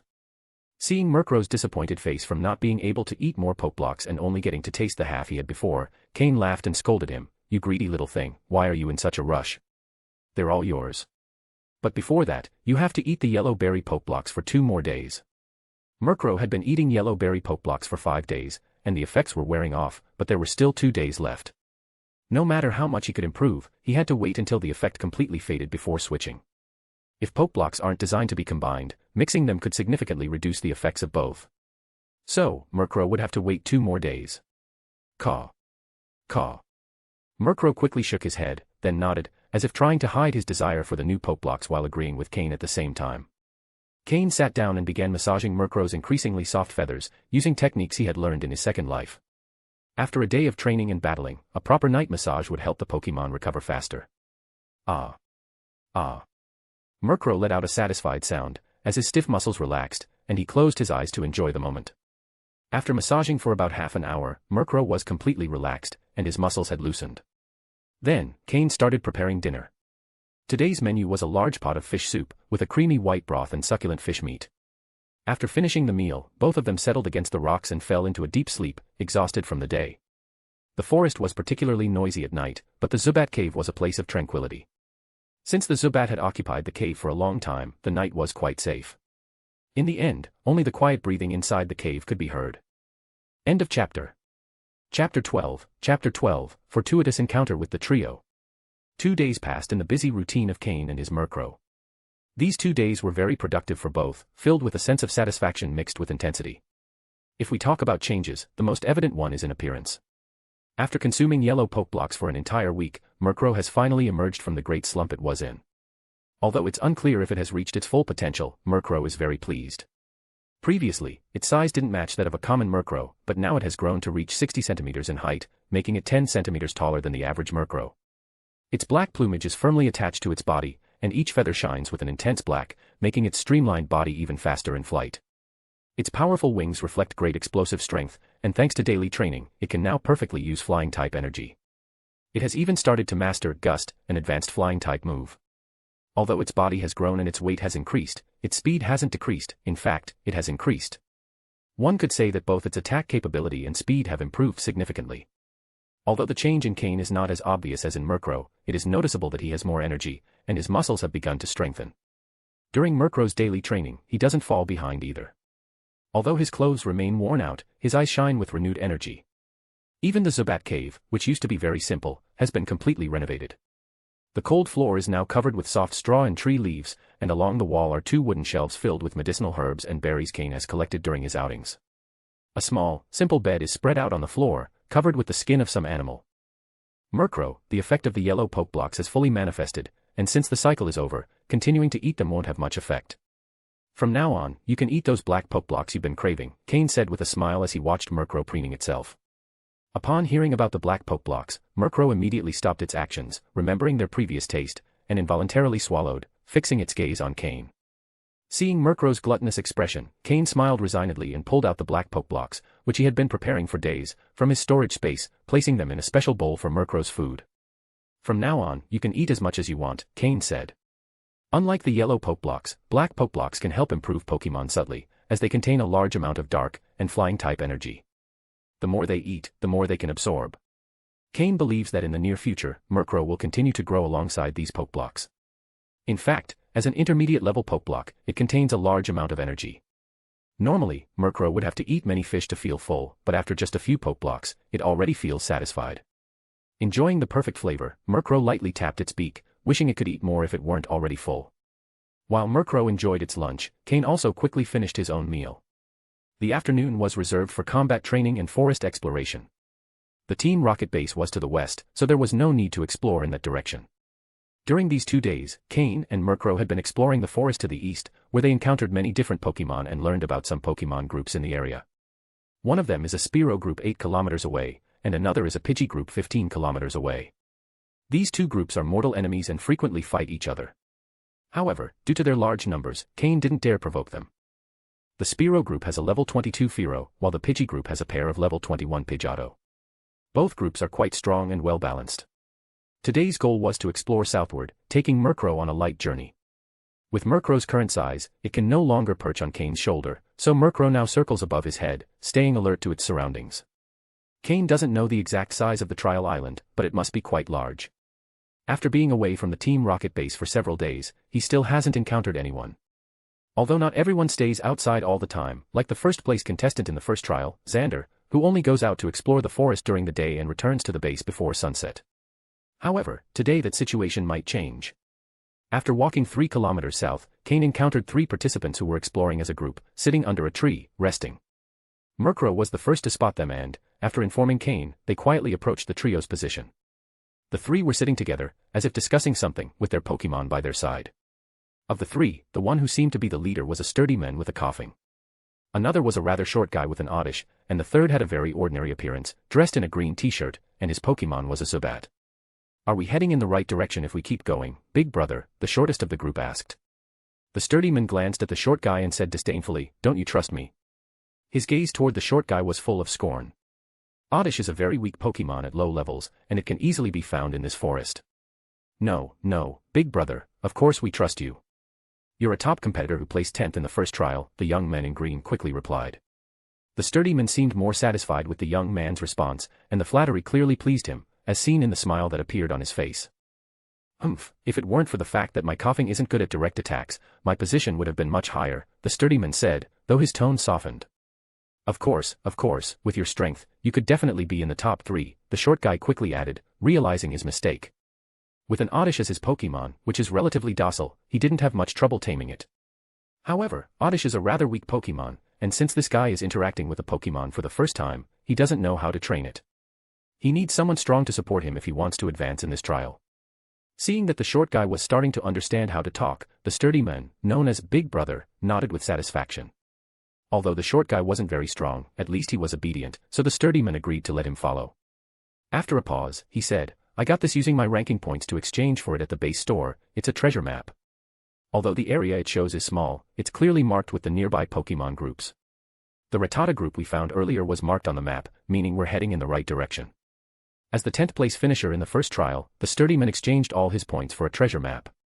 Not everyone has a clear plan like Cain, who knows what he and his Pokémon need. That's why Team Rocket made many treasure maps available in the store, some real and some fake, with different prices. Many people, like this sturdy man, choose to take a risk and buy a treasure map. Clearly, this sturdy man is one of those who decided to bet on a map. End of chapter. Chapter 13, Battling the Trio. Listening to the conversation of the 3 people not far away, Cain maintained a calm expression, but his eyes gleamed. He knew that Team Rocket had many treasure maps, and he also knew that some of them hid real treasures. However, due to his needs, he hadn't redeemed them immediately. He planned to do so later, but he didn't expect his first encounter with someone would be with the treasure hunting trio. Cain had some impression of the chubby boy. He used a yellow quality coughing. Although its level wasn't very high, its talent was notable. As for the other 2, he didn't have a strong impression.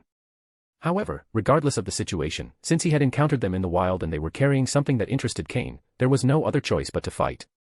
His mind began to work quickly. If he was going to attack, he had to be fully prepared. The chubby boy's coughing was a fairly strong opponent, but Cain wasn't sure if it had learned the move self-destruct. They were too far away now, and the system couldn't scan the data. The green-clad boy's Zubat seemed to have grown well, judging by its appearance. As for the little one's Oddish, it was doubly weak to Murkrow's flying type, so it wouldn't be much of a problem. Facing 3 trained Pokémon is different from facing wild ones. Fortunately, Murkrow had grown quite rapidly in recent days. With a quick glance, Murkrow's stats appeared before his eyes. Pokémon, Murkrow, green. Gender, male. Level. Type, dark, flying. Ability, prankster. Held item, none. Egg moves, punishment, faint attack, roost. Basic moves, peck, astonish, pursuit, haze. Learned moves, snatch, tailwind, gust. TMs, none. After 2 days of combat, Murkrow had leveled up once more and learned the moves haze and gust. Cain crawled along the ground, advancing cautiously. The dense forest undergrowth provided excellent cover, and Murkrow stuck to his back, not daring to make the slightest sound. When they were less than 5 meters from the trio, Cain stopped. This was the limit. Getting closer could get him discovered. This distance was enough for the system to perform a scan. A flash in his eyes, and the information of the 3 Pokémon appeared before him. As he had suspected, a yellow quality coughing at level 14, which hadn't learned self-destruct, an orange quality Zubat at level 13, and, to Cain's surprise, the little one's Oddish was also yellow quality, though only at level 11, indicating it probably hadn't been trained properly. Now that he knew their data, Cain's plan became clearer. Although Oddish's level was low and its combat power weak, it was still a Pokémon. Fighting 1 against 3 was much harder than fighting 1 against 2, and Oddish was doubly weak to Murkrow, so his first target had to be Oddish. Murkrow, activate Tailwind. Then, directly attack Oddish, use Gust for a long-range strike, and then close in with Peck to finish it off, Cain said softly, making sure only he and Murkrow could hear him. Murkrow nodded resolutely. After several days of fighting, he and Cain had developed a great sense of synchronization. With just a slight instruction, Murkrow knew what to do. Cain raised 3 fingers, signaling the countdown. As the fingers began to fold, a white stream of air appeared around Murkrow. Amidst the white and black colors, his eyes became sharper and sharper. 1. The last finger dropped. Whoosh! Murkrow's wings flapped powerfully, and a strong wind blew through the underbrush, flattening the vegetation and exposing Cain, who had been hiding. Cain shook his head in resignation and stood up slowly. In an instant, Murkrow rushed toward Oddish. Amid the surprised expressions of the trio, a wind as sharp as a blade surged from Murkrow's wings, heading straight for the terrified Oddish. Gust. A flying type move that, if it hit, would deal significant damage to Oddish. The 3 reacted quickly, moving away from Murkrow's attack zone. Surprisingly, the chubby boy was the most agile of them all. As they moved, Coughing and Zubat also reacted, dodging the attack. The strong wind reached Oddish in an instant, striking hard against its astonished expression. Bang! Bang! With 2 blows, Oddish fell to the ground, even leaving a slight dent in the earth, showing the great power of Murkrow's attacks. Taking advantage of everyone being occupied dodging, Murkrow, after launching Gust, quickly closed in and attacked Oddish with Peck. Coughing, tackle. Zubat, use Bite. The other 2 reacted quickly and gave orders. Murkrow, dodge. Cain, now that he had been discovered, didn't try to hide anymore. Seeing the 2 issue attack orders, he swiftly commanded Murkrow to evade. Murkrow lifted off, barely dodging the attacks from the 2 Pokémon. Although he didn't manage to finish off Oddish, it was already on the verge of defeat. Oddish, the little one cried, tears in his eyes, seeing his Oddish fall to the ground, unable to get up. Although worried, he didn't dare approach, his small, thin body couldn't withstand even a single attack from Murkrow. The chubby boy shot a glance at his companion, who was sobbing on the ground, and spat 2 words with a rigid expression, useless. Finally, both recognized who had attacked them. The chubby boy and the green-clad boy frowned, clearly also recognizing Cain. After all, he had come in second in the first trial. It's you, the lucky one who got second place, the chubby boy said coldly. Cain flashed a slight smile and looked at them without saying a word. Apparently, Cain's tactics in the trial had spread throughout the base, and most people thought it had just been a trick and that he was nothing special. Cain didn't bother to correct that perception. Don't think that just because you got second place through tricks, you're something special. Those are just cheap tricks. Instead of hiding well, you dare to attack us by surprise, you're asking for your death. The chubby boy said this while performing a series of movements, signaling the green-clad boy to start an attack. The green-clad boy understood the signal. Zubat, close in and use wing attack. Coughing, Smog. Murkrow, Gust. Disperse the smog, Cain calmly responded to the attack. Influenced by Cain, Murkrow also showed no signs of nervousness. Zubat, facing Murkrow's Gust, quickly approached while taking damage, with one of its wings glowing faintly as it aimed to attack Murkrow. The smog was dispersed by Gust, but at the same time, Coughing quickly moved closer. Struck by Zubat's wing attack, Murkrow was sent flying several meters back. Although he took damage, his current body wasn't affected enough to interfere in the battle. Coughing, Assurance. Seeing Murkrow had been hit, the chubby boy quickly issued the command. Assurance is a move that doubles its power if the opponent has taken damage beforehand. At this moment, Assurance's power was at 120, which would be devastating if it hit Murkrow. Murkrow, don't forget your speed. Use all of Tailwind to dodge. Cain remained calm in the face of such a powerful move as Assurance. No matter how strong the move's power was, only the moves that hit count. Feint attack and strike Zubat. With Tailwind at its maximum power, Murkrow moved faster, dodging Coughing's attack and quickly closing in on Zubat. Zubat, dodge quickly, the green-clad boy ordered, seeing Murkrow approach Zubat rapidly. But unfortunately, Feint attack is a move with a high hit rate. Bang. Murkrow's sharp beak struck Zubat with force, and then he quickly retreated, not staying to fight. End of chapter. Chapter 14, Weedle Territory. It didn't take long before Murkrow repeatedly dodged Coughing's attacks and then struck Zubat. After a series of blows, Zubat was also knocked out, lying on the ground. Cain flashed a cold smile. Once Zubat was dealt with, Coughing, which was slower, wouldn't pose much of a threat. The chubby boy gritted his teeth, desperately wanting to face Murkrow, but he couldn't even touch a feather of the Pokémon. The boy in green looked at Zubat lying on the ground, his face pale, not knowing what to do. Idiots, what are you standing there for? It's just one person. Why don't you attack him directly? Are you waiting for him to kill you? The chubby boy shouted, his neck reddened with rage. If Coughing lost the ability to fight as well, the fate of the three would be clear. Thinking about this, sweat started running down his forehead. Hearing the chubby boy's words, the boy in green gritted his teeth and pulled a knife from his belt, gripping it tightly in his hand. He too knew very well what would happen if Coughing fell. Even the small boy, who had been in shock, recovered, stood up trembling, and his eyes began to redden slightly. As if in agreement, both of them rushed toward Cain at the same time. Cain remained impassive. As a former member of Team Rocket in his past life, he had seen it all. These were just two inexperienced teenagers. Though his body was still somewhat weak, thanks to his training in combat techniques, he had nothing to fear from these two boys. But, since it had come to this, the three of them no longer posed a threat to him. Murkrow, finish off the chubby one first, Cain said as he knocked the two boys to the ground and addressed Murkrow. Caw. Murkrow screeched while flapping its wings. Under the terrified gaze of the chubby boy, Murkrow's sharp claws slashed his throat. The chubby boy tried to say something as he grasped his throat with both hands, but he couldn't utter a word and slowly fell to the ground. Without anyone to guide it, Coughing became an easy target, and under Murkrow's consecutive attacks, it too lost its life. In the end, the three boys and their Pokémon fell under the attacks of Cain and Murkrow. Cain ignored the desperate looks of the three. He was used to death and knew very well that this wasn't a kind world. This was a cruel world, a real world where only those prepared for death could survive. Showing mercy to the enemy was being cruel to oneself. In this trial, those who survived would be the winners. With skill, Cain removed the storage belts from the three and, together with Murkrow, quickly left the scene. The smell of blood would soon attract wild Pokémon from the forest, and their bodies would satisfy the appetites of those Pokémon. He didn't know how long they had walked when Cain and Murkrow sat under a tree. Cain took out some black Pokeblocks for Murkrow to recover energy, and then emptied the contents of the three belts, leaving a pile of miscellaneous items scattered on the ground. There wasn't anything particularly useful among the items, so Cain kept a knife, some food, and a few survival tools. What surprised him the most was finding a healing spray bottle among the green-clothed boy's belongings. He had no idea where he had gotten it from, probably stolen from someone else. Looking at the crumpled treasure map in his hand, Cain felt speechless. Though he knew these treasure maps had been placed by Team Rocket as rewards for newcomers, the quality of the drawing left much to be desired. Even the letters were crooked, which wasn't surprising considering they could be redeemed for just 100 points.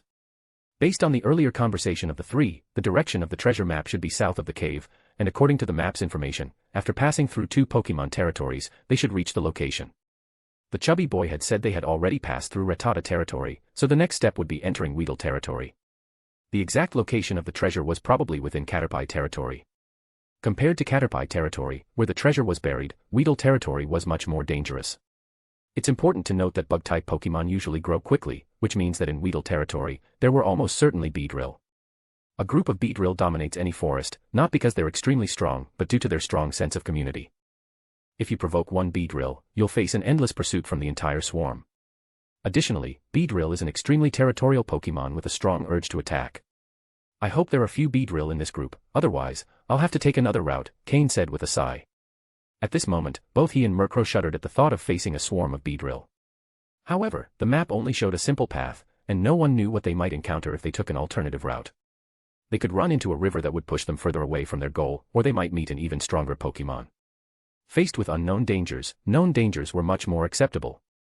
Since he already had the treasure map, not seeing what was there wouldn't be in Cain's character. He stored the treasure map in his storage space, stood up, and dusted off his clothes. He had Murkrow dig a small hole in the ground and buried the 3 belts along with all the useless items, covering them with a layer of dirt and stomping it down a bit. Shortly after, in a dense forest, Cain held a knife in his right hand, cutting through the thorns and branches blocking his path as he crouched. Murkrow flapped its wings softly in the air, not making much noise, a scene that looked a bit comical. Cain and Murkrow had entered the Weedle territory shown on the map. After their battle with the 3, they had traveled about 7 or 8 kilometers, entering Weedle territory. Once inside this zone, both Cain and Murkrow moved cautiously, hoping to cross without drawing the attention of the Beedrill. After carefully advancing for a kilometer, Cain let out a small sigh of relief. Up until that point, he hadn't seen any trace of Weedle, Kakuna, or Beedrill. However, just as he was beginning to relax, he spotted an area of the forest where trees large enough to be surrounded by a person were covered in golden cocoons. Almost every tree had 3 or 4 cocoons hanging from them, and from a distance, the green of the forest was speckled with golden spots. Cain took a deep breath and stopped to observe for a moment. Fortunately, he didn't see any Beedrill. However, he couldn't afford to let his guard down. If Kakuna was startled while in its cocoon, it would immediately evolve into Beedrill. Given the current situation, if one appeared, an entire swarm would soon follow. Although the newly evolved Beedrill wouldn't pose much of a challenge for Murkrow, the sheer number would be enough to make Murkrow feel intimidated. Moving even more cautiously, after 2 hours they finally managed to cross Weedle territory. However, it wouldn't be long before this area became Beedrill territory. Given the nature of Beedrill, if no unexpected events occurred, they would soon become one of the most powerful groups in this forest. End of chapter. Chapter 15, Pinsir. Cain wiped the small drops of sweat that had appeared on his forehead. Despite everything he had seen in his life, he couldn't help but feel a little nervous. If, in the middle of his path, a Kakuna suddenly turned into a Beedrill, even if he could escape, he would likely end up seriously injured. It's important to remember that Beedrill is a bug and poison-type Pokémon. If he were to get poisoned and didn't have an antidote, surviving would be a stroke of luck. Finally, Cain left the terrifying forest of Kakuna behind. The sense of relief was immediate, and even the air felt much fresher. Murkrow, who had been restrained for a long time, flew energetically in the sky. The tension of the previous situation had weighed heavily on him. Despite being a flying-type Pokémon, facing a swarm of almost 100 Beedrill, his only option was to flee in terror. The next place they headed was Caterpie's territory. If it followed the same logic as Weedle's territory, it had probably also become a forest of Metapod. However, unlike Kakuna, Metapod is a docile Pokémon. As long as they weren't attacked first, passing through their territory shouldn't pose any danger. Even if the forest contained Butterfree, which are also peaceful by nature, there wouldn't be any major problems. After checking the map again to make sure he was going in the right direction, Cain was finally able to straighten up and walk with more confidence. Murkrow flew in circles in the air, like a bird newly freed from a cage, with no intention of stopping anytime soon. According to the landmarks, after walking a few more kilometers, when he found a small hill, the treasure would be there. The sun was beginning to set, and the shadows of the trees and Cain intertwined on the ground.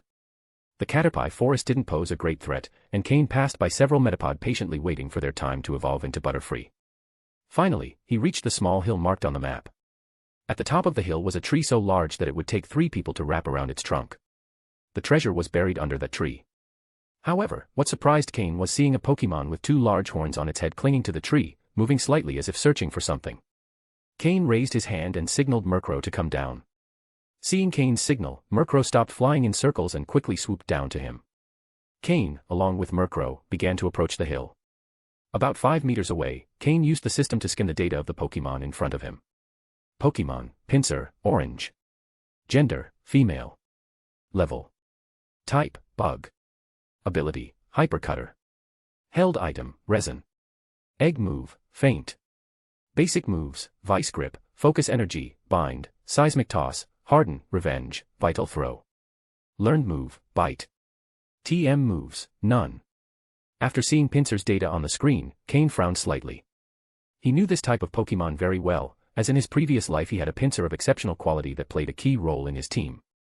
With a base attack stat of 125 and 100 in defense, plus a speed of 85, Pinsir could have been an extremely sought-after Pokémon if it weren't for its low health and inability to evolve. Even in its current state, Pinsir was known as a trainer killer for beginners.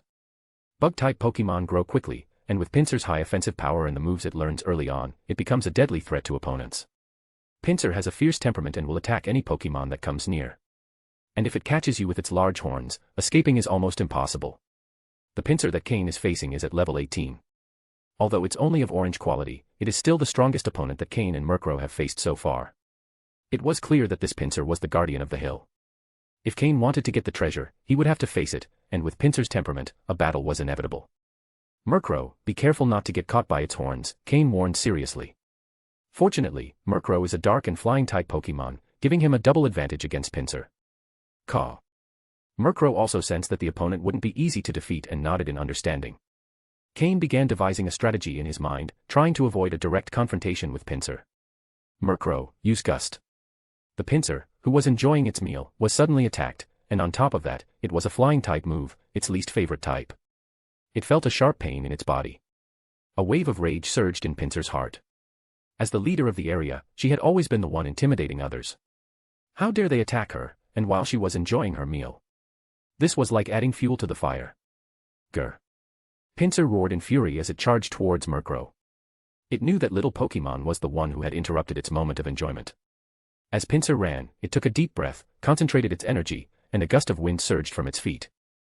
It was using Focus Energy, a move that increases the chance of landing a critical hit. With its high attack power combined with the possibility of a critical hit, a single blow from Pinsir could be deadly. Murkrow, use Snatch, Cain ordered quickly upon noticing Pinsir's shift.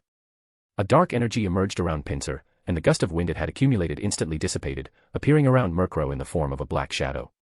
Feeling the power contained in that shadow, Murkrow's eyes sharpened. Snatch is a dark-type move that, with Murkrow's prankster ability, allowed it to steal the effect of focus energy before Pinsir could benefit from it. Enjoying the effect of focus energy, Murkrow kept a close eye on Pinsir, observing every movement of its body, noting small inconsistencies that could be weak points to exploit. Murkrow, use Gust again. With the prankster ability, any attempt by its opponent to power up became useless and could even be turned against them. Upon hearing the command, Murkrow flapped its wings, generating an even sharper gust of wind than before, aimed at the inconsistencies it had noticed in Pinsir's body. Bang! Bang! 2 blasts of wind hit Pinsir. Grr! Pinsir cried out in pain. Not only was it confused by the ineffectiveness of its usual move, but now it felt an even sharper pain than before. Its eyes filled with rage. Without the ability to fly, Pinsir found itself powerless against Murkrow's cunning tactics, like a child facing an adult, unable to do anything. It was being attacked but couldn't strike back, and that powerlessness only fueled its frustration. Resigned, Pinsir decided to use one of its least favorite moves. Concentrating all its strength, its body tensed. It was using Harden, a move that increases its defense. End of chapter. Chapter 16, TM. Watching Pinsir's actions, Cain almost laughed out loud. This was one of the differences between wild Pokémon and those with a trainer. Without someone to guide them, they rely on their own intelligence and instincts to fight. How could he not take advantage of that? Keep using Snatch. Pinsir was tensing its body tightly, but what it didn't know was that its opponent was waiting for it to use that move. The familiar dark aura surrounded it once again, and the effect of Murkrow's Snatch move manifested once more. Pinsir was puzzled after trying to use the move Harden. Although it didn't use it often, it shouldn't have any effect, right? Unwilling to give up, it used Harden again. This time, it finally saw the dark aura flying from its side toward Murkrow. Although it didn't know what it was, it realized it was all the work of that annoying dark bird in the sky, which it had never seen before. And at that moment, Murkrow was feeling incredible. With the double boost from Harden, it felt like it was covered in armor, and its feathers had become so tough that they made a metallic sound when they rubbed together. Pinsir could only roar in frustration, powerless to do anything else. After enduring another gust of wind, Pinsir gave up, turned around, and fled. Against such a shameless opponent, all it could do was run away.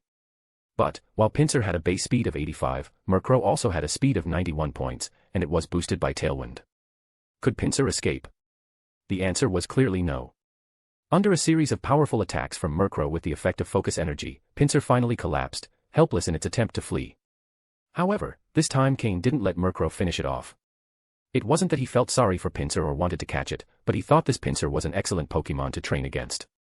Defeating Pinsir caused Murkrow to level up, reaching level 13, which showed that defeating such a high-level opponent gave it a great amount of experience. Craw! Murkrow cried out energetically after defeating Pinsir. It had never had such a satisfying battle, or rather, such a satisfying attack. Who wouldn't want to attack without having to worry about being attacked back? Paying no more attention to the fallen Pinsir, Cain ignored it. Since he had already decided that Pinsir would be the perfect target to train and level up Murkrow, whether Pinsir should feel grateful or sorry for its luck remained unknown. Slowly walking toward the large tree, Cain looked up and realized the tree was much bigger up close than it had seemed from a distance. Its dense branches and leaves stretched out like a green cloud, blocking the sun and casting a refreshing shadow on the ground. Cain grabbed a nearby dry branch and began digging into the soft soil beneath the tree. Without tools, he could only do it in a rudimentary way. Fortunately, the earth was soft, and with a bit of effort, he could drive the branch into the ground. As Cain concentrated on digging, Murkrow had already made a complete circle around the tree and was now perched on one of the larger branches, nodding repeatedly as if admiring the tree. As a flying-type Pokémon, it had a natural affinity with trees. Bang! As he dug hard, Cain hit a solid object. He put the branch aside and used his hands to clear the dirt from the object, revealing a metal box that glimmered in the sunlight. He had only dug about 10 centimeters deep. Cain realized why it had been so easy to dig. They probably hadn't tried to bury it very deep, just enough to hide it. Carefully, Cain pulled the metal box out of the ground, shook it slightly. It wasn't heavy. After brushing the dirt off the surface, it revealed a completely silver box. Murkrow flew down quickly and stood beside him, curiously eyeing the box. Cain sat cross-legged, placing the silver box on his lap. There was a small lock securing the lid. Murkrow, gently open this lock, Cain instructed Murkrow. With a clink, the lock was easily destroyed by Murkrow, with no effort. Slowly opening the box, Cain found a palm-sized disc emitting a white glow. Apart from this disc, there was nothing else inside the box. Seeing the contents of the box, Cain couldn't help but feel his facial muscles twitch. First, a treasure map valued at just 100 points, then a rudimentary map drawn with questionable accuracy, a barely hidden burial site, and finally, a big box with just one disc inside. The whole rocket team's operation seemed so careless that Cain didn't know what to think. Although he knew these treasures were just to entertain the trial participants, this was the first time he had encountered something so random. He shook his head to clear the disorganized thoughts. Although this 100-point treasure box didn't contain much, Cain was satisfied with its contents. If he wasn't mistaken, that disc was a technical machine, also known as a TM. As for what move it contained, it could only be known by using a special machine, unless there was some special indication. However, since the disc emitted a white glow, it was likely a normal type move. Regardless of the move, it was definitely worth more than 100 points. After closing the box, he stored it in the storage system. Since he didn't need it now, he would check it the next time he returned to the base to see if Murkrow could learn the move. If not, he could sell the disc to Team Rocket and exchange it for some points. Team Rocket had a points system that allowed participants to earn points not only through the trials but also by trading items or completing missions. Both outside and on this trial island, Team Rocket maintained this system. However, earning points wasn't easy. On the island, Cain had taken a look at the available missions at Team Rocket's base. Most of them were simple tasks like cleaning or collecting berries and herbs. Even though Cain had spent only 80 points to trade for berries, gathering berries would only give a few points. Tasks like cleaning awarded only 1 point per completed task. However, Cain guessed this was because the new recruits had just arrived on the island, and the more difficult missions weren't available to them yet. Although Team Rocket had no qualms about the participants' deaths, they didn't want to waste this resource without reason. After all, the participants were trainers with Pokémon, and even if they weren't very strong, they were more useful than ordinary people. Additionally, Team Rocket offered 70% of the exchange value for items sold to them. That is, an item worth 100 points would only give you 70 points if sold, ensuring that Team Rocket never lost out in a deal. Despite this, many still traded valuable items for points due to the rare things Team Rocket offered. Thus, the only person likely willing to spend 100 points on a treasure map was that fat guy who wanted to try his luck. But in the end, Cain and Murkrow benefited. Though Cain found Team Rocket's careless attitude ridiculous, he was satisfied with this treasure. If he was lucky and the disc contained a rare move, it could be worth thousands of points. After storing the box with the disc in the storage system, Cain didn't rush to leave. Instead, he rested his head on his hand and began to ponder. The plan he had set for Murkrow over the week was now complete, and it seemed that Murkrow had regained much of its strength. Whether it had reached its optimal state, Cain didn't know. Since the plan was complete, and with more than 2 months left on the island, it was necessary to design a detailed plan for the future. First, due to limited resources and time, Cain didn't plan to capture more Pokémon on the island. After all, only one Pokémon could be used in the trial. Focusing on training Murkrow was the priority. Second, leveling up Murkrow was crucial. Since it hadn't dared to battle much in the past, Murkrow's level was relatively low compared to the other participants. During the treasure hunt, Cain developed a plan. And after defeating that level 18 Pinsir, he was confident in its viability. Murkrow, being a dark and flying type Pokémon, was strong against psychic and ghost types, although those types were rare on the island. But Murkrow also had an advantage over grass, bug, and fighting types, and these Pokémon were abundant on the island. Additionally, the 2 areas Cain had passed earlier, the Weedle and Caterpie territories, were practically perfect training grounds for flying type Pokémon. Although Weedle would evolve into Kakuna and Caterpie into Metapod, that wouldn't be a significant problem. Even if swarms of Beedrill or Butterfree appeared, Murkrow, with Tailwind and the Prankster ability, could employ guerrilla tactics without much risk. End of chapter. Chapter 17, The Appearance of Beedrill. However, today's time is not enough. The sun is about to set, and fighting a swarm of Beedrill at night is not ideal for guerrilla tactics. Although Beedrill has poor vision at night and may not see Murkrow, who blends into the darkness, Cain wouldn't be able to orient himself well in the dark either, and there are too many unknowns at night. No one can guarantee that a powerful Pokémon won't suddenly appear. All they could do at that moment was wander around the hill, investigating which Pokémon groups lived nearby, to help plan an escape route later. Before the sun fully set, Cain and Murkrow returned under the large tree at the top of the hill. Even now, Cain and Murkrow couldn't fully handle the dangers of the forest at night. The area around this tree probably originally belonged to Pinsir, but now that Murkrow had defeated him, they legitimately claimed this territory, so they weren't afraid of other Pokémon coming to bother them during the night. As for that Pinsir defeated by Murkrow, when Cain and Murkrow returned from their exploration, it was nowhere to be found. Whether it had left on its own or been taken by another Pokémon was unknown. Around the small hill, the central territory belonged to Caterpie and Metapod. To the north was the Kakuna territory. To the east, a group of Oddish, among which there were some fairly strong bloom. To the south, some Pinsir lived scattered around, with a similar level to the one Murkrow defeated today. To the west, there was no particular group of Pokémon, only some weaker ones. Setting irrelevant matters aside for now, Cain lit a campfire under the tree with dry branches and leaves, placed the poke blocks in a wooden bowl, and, under Murkrow's eager gaze, indicated it could start eating. After a day of battling, Murkrow's appetite had noticeably increased. With the current poke blocks, the more it ate, the more it could absorb. Watching Murkrow devour its food, Cain smiled, pulled out some strips of dried meat from his storage space, lightly roasted them over the campfire, then drank some warm water and solved his dinner simply. Though the meal was modest, it still allowed him to replenish the energy spent during the day. As night fell, the forest, which had been quiet, began to fill with noise, with the sounds of insects and frogs echoing everywhere. Cain and Murkrow didn't seek trouble, they climbed the tree, chose the largest branch as a bed, and soon fell asleep. The night passed without incident. Time went by peacefully, and when the sun rose in the east, Cain and Murkrow were already awake. After living in the forest for so long, Cain had left behind all the bad habits he'd acquired in his previous life when he reached the level of a quasi-elite trainer and began to enjoy life. Just like the previous night, they quickly dealt with breakfast, and under the morning sunlight, they headed to the Kakuna territory, their target for the day. Today, the place to conquer was Kakuna territory. Just like before, Cain safely crossed the Caterpie and Metapod territory and headed straight for the forest where he had previously seen Kakuna hanging everywhere. Seeing the forest full of Kakuna, Cain was speechless. If someone with entomophobia saw this, they would surely run away immediately. Weedle, Kakuna, and Beedrill are a classic example of the rapid evolution of bug-type Pokémon.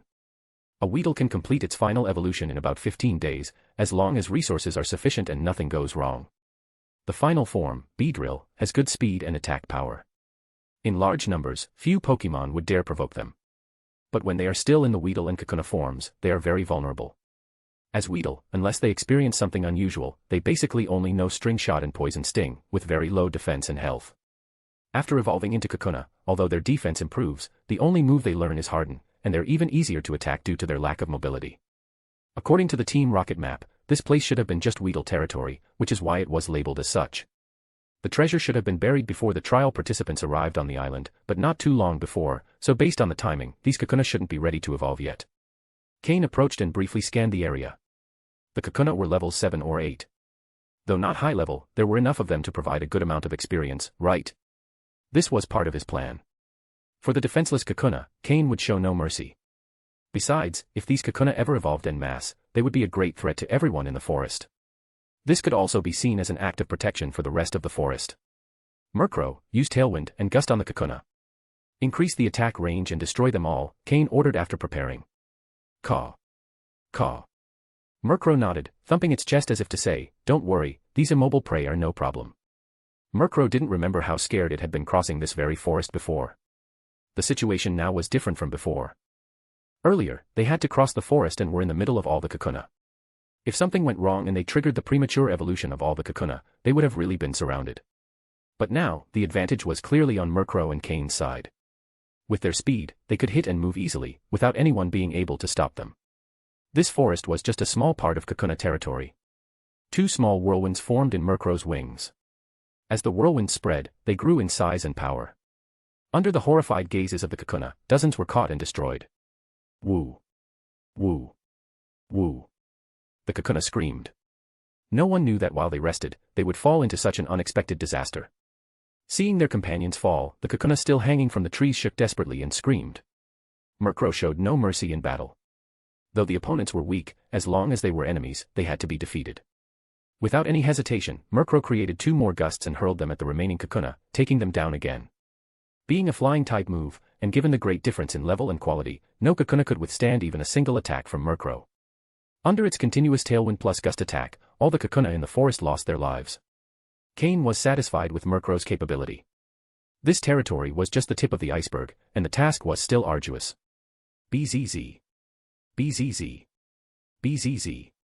Suddenly, Cain heard a sound approaching quickly, like the buzzing of bees. Cain frowned. Had he miscalculated, and the Beedrill had already formed? If so, his plan could not be carried out. He didn't have to wait long. In a moment, 5 red-eyed Beedrill appeared before him. Seeing that there were only 5, Cain relaxed a little. If there had been more, he would have had to retreat. Cain was familiar with Beedrill, either from his previous experiences or from the shows and games of his past life. Initially, when Cain saw Beedrill in the animated series, he thought their power was mediocre but that they appeared in large numbers. Until later, when Giovanni's Beedrill, the Team Rocket leader, appeared, Cain completely changed his opinion of this Pokémon. Suddenly, Beedrill was no longer an ordinary Pokémon but one with great speed and attack power. If enough resources were invested in its training, the results would be worthwhile. Though it wouldn't be possible to raise a Beedrill to the level of a champion-level Pokémon like Giovanni did, with proper training, it could reach the level of an Elite Trainer or even an Elite Four. Giovanni's initial Pokémon was a Beedrill, and being the only son of the previous Team Rocket leader, and the current leader, the resources he had at his disposal were unimaginable. Giovanni surely invested more resources than he got in return, but he had the money to do so. It's important to remember that in the manga, Giovanni's Beedrill defeated Lance's Dragonite, the Johto League champion. On one side, there was the Team Rocket leader, and on the other, the League champion, both in a similar position but with Pokémon of different levels.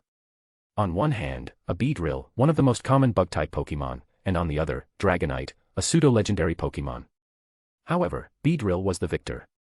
Though much of the credit went to Giovanni, this shows that Beedrill's potential is not low. Most importantly, with the appearance of Mega Evolution, Beedrill became a highly sought-after Pokémon.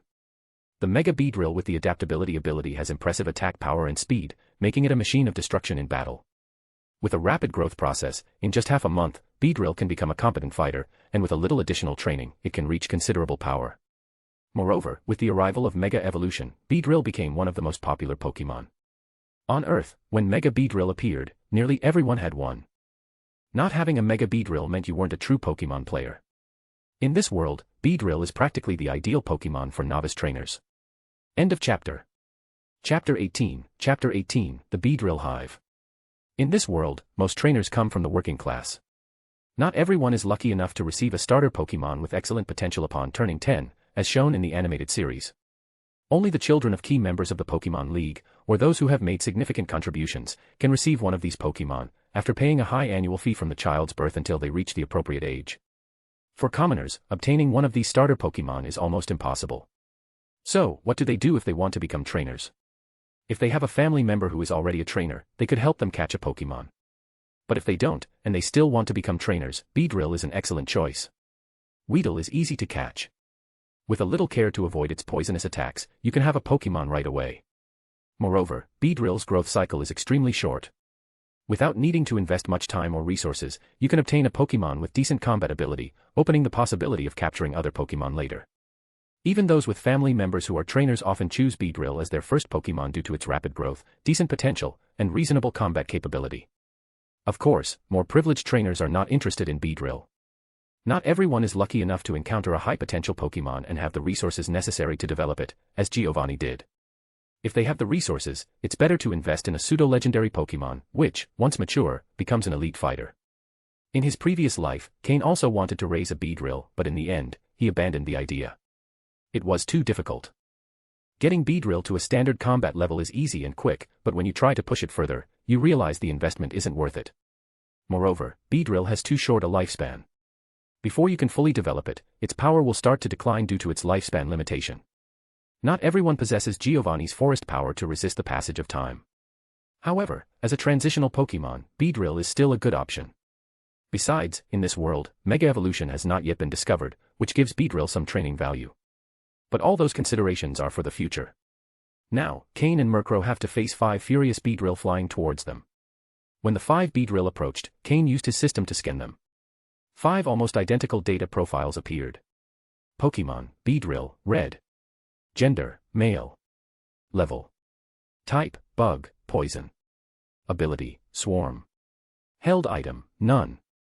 Egg moves, none. Basic moves, Twin Needle, Fury Attack, Rage. Learned moves, none. TM moves, none. The 5 Beedrill had identical data, as if they had been cut from the same mold. Cain sighed in relief. Luckily, there were only 5, and their level and quality weren't high. Murkrow, use Astonish. Cain gave the most suitable order to deal with the 5 enraged Beedrill. Astonish could cause Pokémon to flinch, which would reduce the number of Beedrill Murkrow would have to face directly, thus easing the pressure. Even if no Beedrill flinched, the group attack from Astonish would deal considerable damage. Caw. Murkrow let out a sharp, piercing cry directed straight at the 5 unsuspecting Beedrill. The sharp sound penetrated the brains of several Beedrill, and 2 of them froze in place, trembling with fear. The other 3 continued flying toward Murkrow, their stingers glowing with a purple light, ready to use Twin Needle. Murkrow, use Gust on the 3 Beedrill in front. Finish them first. Cain continued giving orders. In an instant, Murkrow flapped its wings, gathering flying-type energy with impressive speed. A white tornado appeared in front of the 3 Beedrill, enveloping them completely. Due to the type advantage, the 3 Beedrill were swept up by the tornado and began spinning in the air. When the tornado dissipated, 2 of the Beedrill fell to the ground, losing their ability to fight, while the third barely remained standing. With a single move, Murkrow had defeated 2 Beedrill and left the third barely hanging on. Only 2 Beedrill remained, who had just recovered from their paralysis.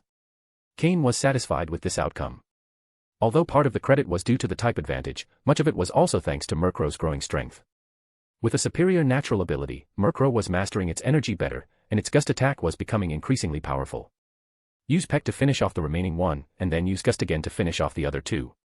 Murkrow responded instantly, flying at high speed, its wings leaving a dark trail. Maintaining the tailwind state, Murkrow struck the remaining Beedrill with a peck, knocking it out. Without wasting any time, Murkrow rushed toward the last 2 Beedrill, who had just recovered. The Beedrill, who initially had a clear numerical advantage, suddenly realized they were the weaker ones. Although they were frightened, Murkrow gave them no respite. With a swift movement, another white tornado appeared and enveloped them. The cutting wind hit them mercilessly, leaving them gravely wounded. When the tornado disappeared, both Beedrill lay on the ground, incapacitated. With Murkrow landing in front of Cain, all the Kakuna and Beedrill in this area of the forest had been eliminated. A buzzing sound echoed through the forest again. Beedrill is truly a terrifying Pokémon, always acting in swarms. If one of them is attacked, the entire swarm mobilizes to defend it. Perhaps Beedrill is the most united Pokémon in the Pokémon world. This time, the buzzing was even louder than before, with at least dozens of Beedrill approaching. Cain called Murkrow and turned to retreat. There was no need to face the entire swarm. A good strategist knows when to retreat. When the Beedrill swarm arrived at the scene, they found only chaos and the bodies of Kakuna and Beedrill. Filled with fury, they began to search for the culprit. Just when the swarm was about to panic, an even louder buzzing was heard. A Beedrill, clearly larger than the rest, appeared at the center, its face fierce and stern. With a roar, the large Beedrill ordered the entire swarm to calm down and organized them into a disciplined formation before disappearing into the forest. If Cain had been there, he would have known that this Beedrill was the leader of the swarm. Its larger size was due to its leadership position. But Cain had already returned to the Metapod territory. As he walked, he took out some Poke Blocks from his storage and gave them to Murkrow to recover its strength. Although Murkrow hadn't taken any damage, it was important for it to always be in top shape for any eventuality. Murkrow, grateful for the Poke Blocks, devoured them eagerly. The energy began to flow within its body, mixing the dark and flying types. With each battle, Murkrow absorbed the energy from the Poke Blocks more effectively, growing stronger. The use of Poke Blocks was proving to be a great advantage. While other Pokémon might need time to recover after a battle, Murkrow, thanks to the Poke Blocks, recovered much faster and more effectively. Are you ready, Murkrow? Today's work won't be easy. Cain gently stroked Murkrow's shiny black feathers, asking softly. Craw. Murkrow nodded eagerly, its wings flapping with determination. Cain smiled. Everything was set to execute the day's plan. End of chapter. Chapter 19, Retreat. For almost the entire afternoon, Cain and Murkrow employed guerrilla tactics to the fullest, attacking one area and immediately retreating, resting briefly, and then attacking another part of the forest. Thanks to this strategy, they managed to wipe out 4 groups of Kakuna throughout the afternoon. Although each Kakuna provided minimal growth for Murkrow, little by little, it accumulated experience and managed to level up, reaching level 14. However, every time they wiped out a group of Kakuna, a few, in their extreme rage, evolved prematurely into Beedrill. But for Murkrow, even a level 13 or 14 Beedrill was as easy to defeat as a Kakuna, not to mention those that had just evolved. Moreover, Murkrow was becoming increasingly familiar with Beedrill, and hardly wasted any energy in defeating all its enemies. With the help of his system, Cain scanned each Beedrill that appeared, recording all the data into his system. Of the dozens of Beedrill they encountered, most had red potential, with only a few having orange potential. This fact showed how rare it was to find Pokémon with high potential. Murkrow, with its green potential, was practically 1 in a million. The difference between red and orange potential Beedrill was clear.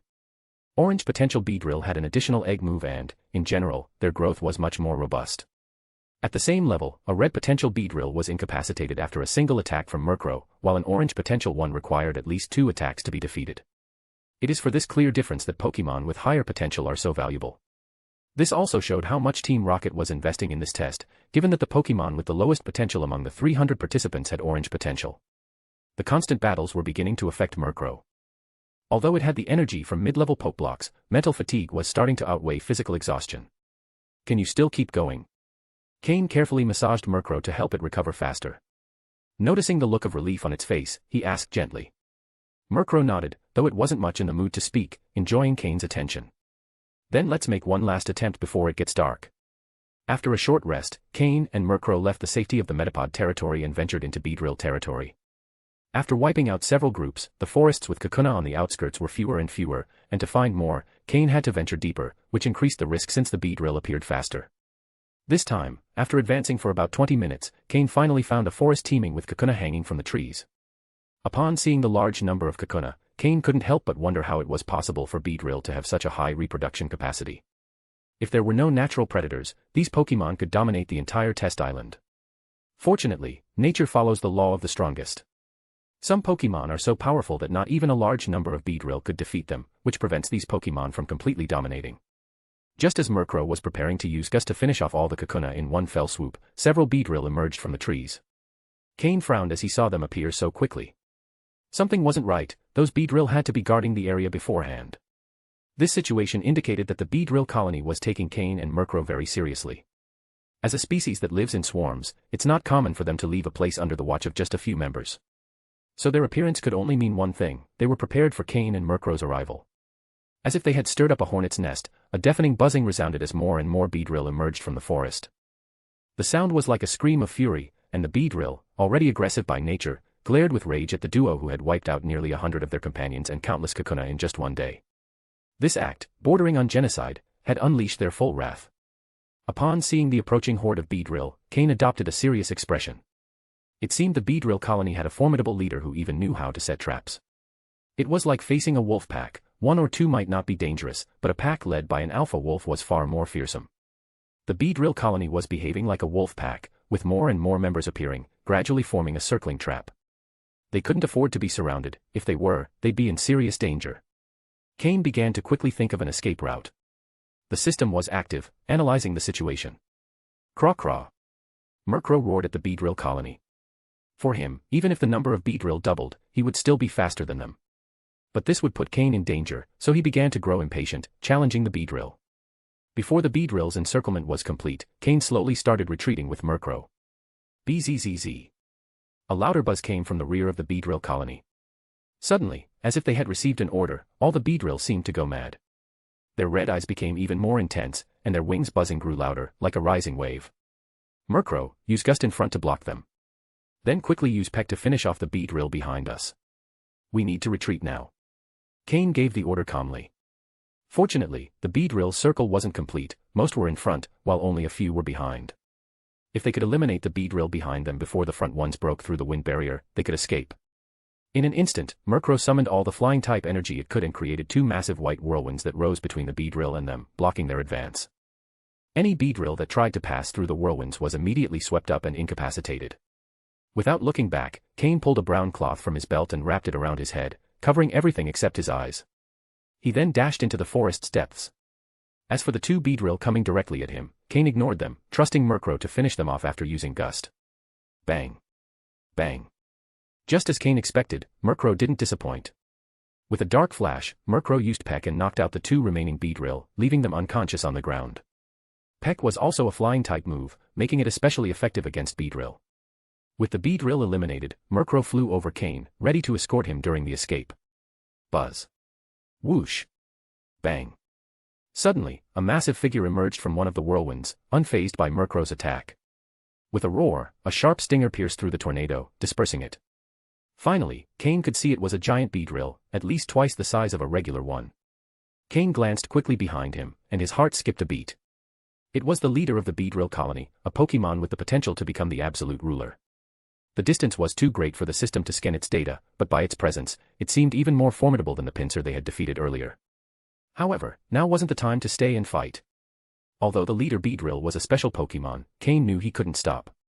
He picked up speed, and together with Murkrow, swiftly retreated. Murkrow launched several more gust attacks to block the way as they fled until they finally managed to leave the Beedrill colony behind. After about half an hour, Cain and Murkrow successfully evaded the Beedrill colony entirely. Deep within the Metapod territory, Cain collapsed, exhausted, against a tree, breathing heavily as he finally took a break. Fortunately, the nutrition he had been receiving had given him the necessary energy, and along with the breathing techniques he had learned in his previous life, he was able to endure the run. While catching his breath, Cain reflected on the number of Beedrill he had seen during the escape, feeling a growing headache. Initially, he had thought the Beedrill colony wasn't fully formed yet, and that even if there were many of them, with the right strategy, they could be eliminated little by little, turning it into the perfect place for Murkrow to train. But he hadn't expected the colony to quickly develop a leader capable of leading them so skillfully, which now posed a major challenge for Cain. In a colony, the difference between having a leader or not is immense. A competent leader can unite the group and turn it into a cohesive and lethal force. The appearance of the leader Beedrill had almost brought Cain and Murkrow's days to an end. Although the situation was complicated, it would be a shame for Cain and Murkrow to give up now. During their escape, Cain barely managed to catch a quick glimpse of the leader Beedrill, with no time to scan its data. But it was clear that, to have taken control of the colony so quickly and without dispute, it must have considerable potential and strength. End of chapter.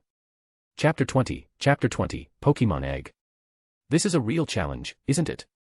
If all opponents lacked resistance, Murkrow would get bored too. In eliminating the Beedrill, Murkrow found no pleasure in the battle, only following Cain's orders strictly. Cain had noticed this, but he had no other choice until the leader Beedrill appeared. Cain could clearly feel the excitement emanating from Murkrow. While gently stroking Murkrow's sleek feathers, Cain shook his head and smiled resignedly, saying, "You're really a warrior, huh? As soon as a decent opponent shows up, you get all excited like this. Caw, caw. To defeat a strong opponent with our own hands is the highest form of respect." Murkrow, excited, hopped back and forth, unable to contain his joy. Cain rubbed his head, feeling a bit of a headache. The Beedrill colony was now like a hedgehog curled up, difficult to attack. He decided to put that issue aside for now. Looking at the sun hanging in the sky, he jumped down from the tree. Night was approaching, and if they were to face the Beedrill, it would have to wait until the next day. He returned to the small hill he knew, lit a campfire, and, as usual, gave Murkrow a full massage. "Murkrow, if you want to face the Beedrill leader, you still lack a bit of strength. Prepare for a tough battle," Cain said while roasting some dried meat on a stick. Caw. Hearing this, Murkrow nodded seriously. If he could become stronger, enduring a bit of hardship was nothing. Cain smiled slightly. "Then let's start now, with some exercise after dinner," he said, while looking for 2 logs, each weighing about 5 kilograms. He tied them to Murkrow's wings with ropes he had prepared beforehand. As Murkrow flapped his wings lightly with the logs attached, he felt a noticeable weight. What was once as easy as flying like drinking water now became much more difficult. After a while, Murkrow finally adapted to the new pressure, needing more effort with each wing beat. Seeing that Murkrow had already adjusted to the weight, Cain nodded. "It looks like you've gotten used to it. Now fly around this tree 100 times. The tree was so large that 3 people together could barely wrap their arms around it. Its branches extended wide, and flying around it was about 20 meters per lap. Without hesitation, Murkrow began flying around the tree, lap after lap, not stopping. Night fell. Cain and Murkrow, having finished their training, gradually fell asleep. Another day had passed, 4 days since the last trial. Today was the 5th day, and in 2 days there would be another test. So regardless of whether or not they could resolve the Beedrill problem, in 1 more day, they would have to return. Cain lay alone, hidden in a bush, his body flat against the ground, covered with leaves and grass, with a scarf made from pieces of cloth wrapped around his head and camouflage paint on his face. Only his eyes were visible. His body emitted a strong scent of tree sap. If someone didn't get close, it was impossible to realize that there was a person there. Some small yellow Pokémon with red eyes flew over the bush where he was hiding, not noticing him at all, until the last of them flew by. That's right, the person hiding was Cain. In his previous life, as a member of Team Rocket, he had carried out all kinds of missions. This simple camouflage technique was no problem for him. Why was he in this situation? Because, at this moment, Cain's presence interfered with Murkrow's performance. If it weren't for protecting him, with Murkrow's speed, the Beedrill wouldn't have been able to catch him. So Cain decided to hide, waiting for all the Beedrill to chase Murkrow, so he could then calmly escape. The Pokémon that had flown over him were, of course, the enraged Beedrill. He waited for another 10 minutes until a black Pokémon landed softly next to the bush and let out a gentle caw. The Pokémon that had returned was Murkrow, who had just lured away the Beedrill. Following Cain's orders, Murkrow maintained a steady speed, slow enough for the Beedrill to follow but not so slow that they could catch him. When the distance was sufficient, Murkrow used Tailwind to fly at full speed, leaving the Beedrill behind and then returning to Cain's hiding spot. Finally, Cain, who had remained completely still, slowly stood up, dusted off his clothes, and stretched his stiff legs. His untrained body was not used to staying hidden for so long. Cain took out a black Pokeblock from his storage space and gave it to Murkrow to replenish his energy, nodding in satisfaction as a smile appeared on his face. Now that the Beedrill colony had been lured away, he could calmly explore the center of their territory. Walking through a forest where it seemed no human or Pokemon had stepped, Cain noticed that the ground was covered in weeds and bushes, with no clear path. There were nibbled leaves on the trees and ground, and some branches were wrapped in silk, probably left by the Weedle in their earlier stages. The air was filled with the smell of fresh leaves. Cain, along with Murkrow, headed straight to the center. After walking for about 10 minutes, they reached the heart of the territory. There they found an ancient tree, almost 3 times the size of the tree Cain usually stayed at, with a structure similar to a bird's nest but made of mud. With Murkrow's help, Cain climbed to the edge of the nest, and when he saw what was inside, his eyes widened in astonishment. Inside the huge nest, there were a large number of Beedrill eggs, all nearly identical. If all these eggs hatched, they would turn into a large number of Weedle, which would eventually evolve into an army of Beedrill. Bug-type Pokemon, although they have the disadvantage of a short lifespan, reproduce so quickly that other Pokemon can't match them. Still surprised, Cain activated the system to scan all the data of the Pokemon eggs. A series of data flashed quickly before his eyes. Most of the eggs had a red quality, with a few orange ones occasionally standing out. Given the huge number, there were even 1 or 2 with yellow quality. After a while, all the data had been scanned. Out of a total of over 500 Beedrill eggs, only 3 had yellow quality, and 25 had orange quality. Cain took a deep breath, feeling a headache. What should he do with all these Pokemon eggs? Destroying them held no value or purpose, and while Cain could be ruthless, it was only towards his enemies. As Cain pondered, Murkrow, who was nearby, patted his leg. Caw, caw. Murkrow tapped his leg, raising his head and pointing toward the upper branches. Following Murkrow's direction, Cain saw a smaller, more elaborate nest at the top of the tree. With Murkrow's help, Cain approached the upper nest. This must have been the leader Beedrill's nest. Inside the nest were 3 Pokemon eggs. He activated the system again, and the data that appeared left him speechless. Of the 3 eggs, 2 had yellow quality, and 1 even had green quality. Pokemon, Weedle, egg form, green. Gender, female. Level. Type, bug, poison. Ability, unknown. Held item, none. Egg moves, bug bite, focus energy. Basic moves, none. Learned moves, none. TM moves, none. Cain swallowed unconsciously. This was the first time he had seen a green quality Pokemon before it was born. Although it was just a Weedle, when a Pokemon had green quality, the limitations of its species were much smaller. This egg must be the child of the leader Beedrill. Seeing the quality of these 3 eggs, the leader Beedrill's quality must be yellow, or even green. In quality inheritance, unless something unusual happens, a Pokemon's quality is usually within a similar range to its parents. This means that if the parents have yellow quality, their offspring will be at least orange, and generally yellow. If they are especially talented, they could even be green. If the parents have different qualities, there will be various combinations, but the lowest quality will be no more than 1 level below the lowest parent, and the highest will not exceed the highest parent by more than 1 level. So, the parents of the green quality Weedle egg likely had yellow quality and might even be green. Cain took a random piece of cloth and wrapped the green quality Weedle egg in it.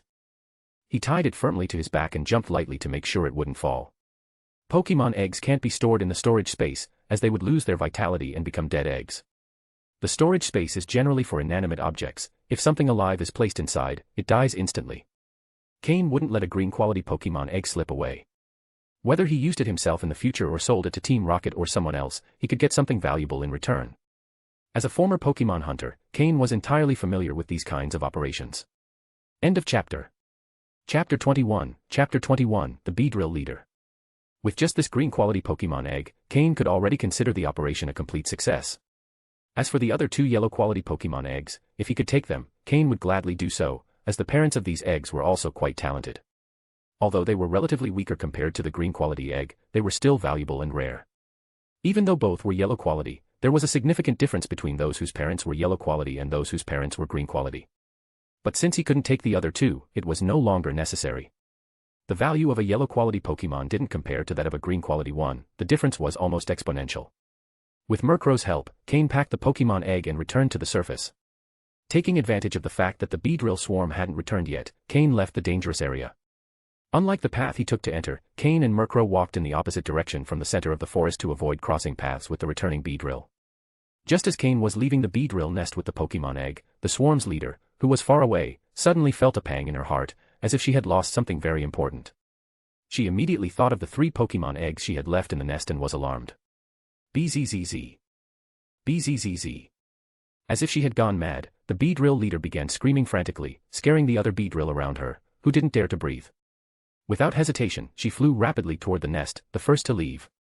By that time, Cain had already fully exited Beedrill territory and had successfully avoided the frantic group of Beedrill flying back to the nest. He now found himself back in Metapod territory. The original plan was to avoid all the Beedrill and then destroy their nest. That way, the Beedrill, suddenly homeless, would surely search for the enemy frantically and be preoccupied with rebuilding their nest, allowing Cain and Murkrow to seize the opportunity without falling into another Beedrill ambush.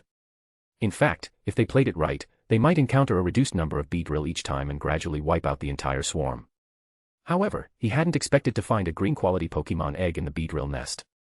Changing the plan for this was perfectly acceptable. But what Cain didn't know was that stealing that Pokémon egg would have far more severe consequences than merely destroying the Beedrill nest. The Beedrill leader flew back to the nest at top speed, leaving behind the other Beedrill who couldn't keep up. When she saw that only 2 of the 3 Pokémon eggs remained, a wave of fury overtook her, and madness reflected in her eyes, which were already red by nature. Her murderous intent enveloped her entire body. The Beedrill that arrived after her, upon seeing that one of their leader's eggs had been stolen, also went insane. To the entire colony, the leader was everything. Her high quality elevated the whole colony. But now, someone had stolen the leader's highest quality offspring, which meant the hope of the entire colony had been taken away. Bzzz. Bzzz. The entire forest was filled with enraged, out-of-control Beedrill. Suddenly, an image appeared in the Beedrill leader's mind, that small black Pokémon and the human who accompanied it. Perhaps due to the connection between parent and child, the Beedrill leader sensed that her child had been taken by the human and his Pokémon. Full of rage, the Beedrill leader let out a loud cry. Upon hearing it, all the Beedrill raised their heads and looked at her, like soldiers awaiting orders from their supreme king. The 2 pairs of wings on her back vibrated frantically, making her figure blur. The Beedrill leader flew out of the nest, following the scent of the Pokémon egg in the air. All the Beedrill followed her. With the entire Beedrill colony mobilized, the whole forest began to stir. All the Pokémon that saw the Beedrill pass by quickly moved aside. Any Pokémon with even a little awareness could feel the tension in the air, and upon seeing them, immediately backed away. Following Cain's escape route, the Beedrill approached the Metapod territory, finally stopping at its edge. In the entire forest, the Pokémon the Beedrill hated the most were Butterfree, and their biggest rivals were also Butterfree. However, since Butterfree were peaceful and didn't usually initiate conflicts, and the Beedrill didn't want to provoke an enemy with the same reproductive capacity, both groups had lived in relative peace. But as the furious Beedrill flew into Butterfree territory, the Butterfree, sensing the threat, quickly gathered as well. On the border between the 2 territories, the 2 colonies finally faced each other for the first time. Bzzz. Bzzz. Sensing the scent of her child's egg in the air, the Beedrill leader completely ignored the presence of the Butterfree. The smell of the egg clearly came from enemy territory. Fwee fwee, fwee fwee. The Butterfree leader flew out to confront the Beedrill, issuing warnings. Paying no attention to the Butterfree leader's words, the Beedrill leader let out a cry and charged into Butterfree territory. The Butterfree leader tried to stop her, but 2 Beedrill blocked him. Without proper preparation, the Butterfree colony wasn't fully assembled, and their numbers were much smaller than the Beedrills. Moreover, the Beedrill were full of fury, fighting with all their might. Though the Butterfree tried their best to stop them, about 10 Beedrill managed to break through the defenses. Of course, the first to break through was the Beedrill leader. Fwee fwee.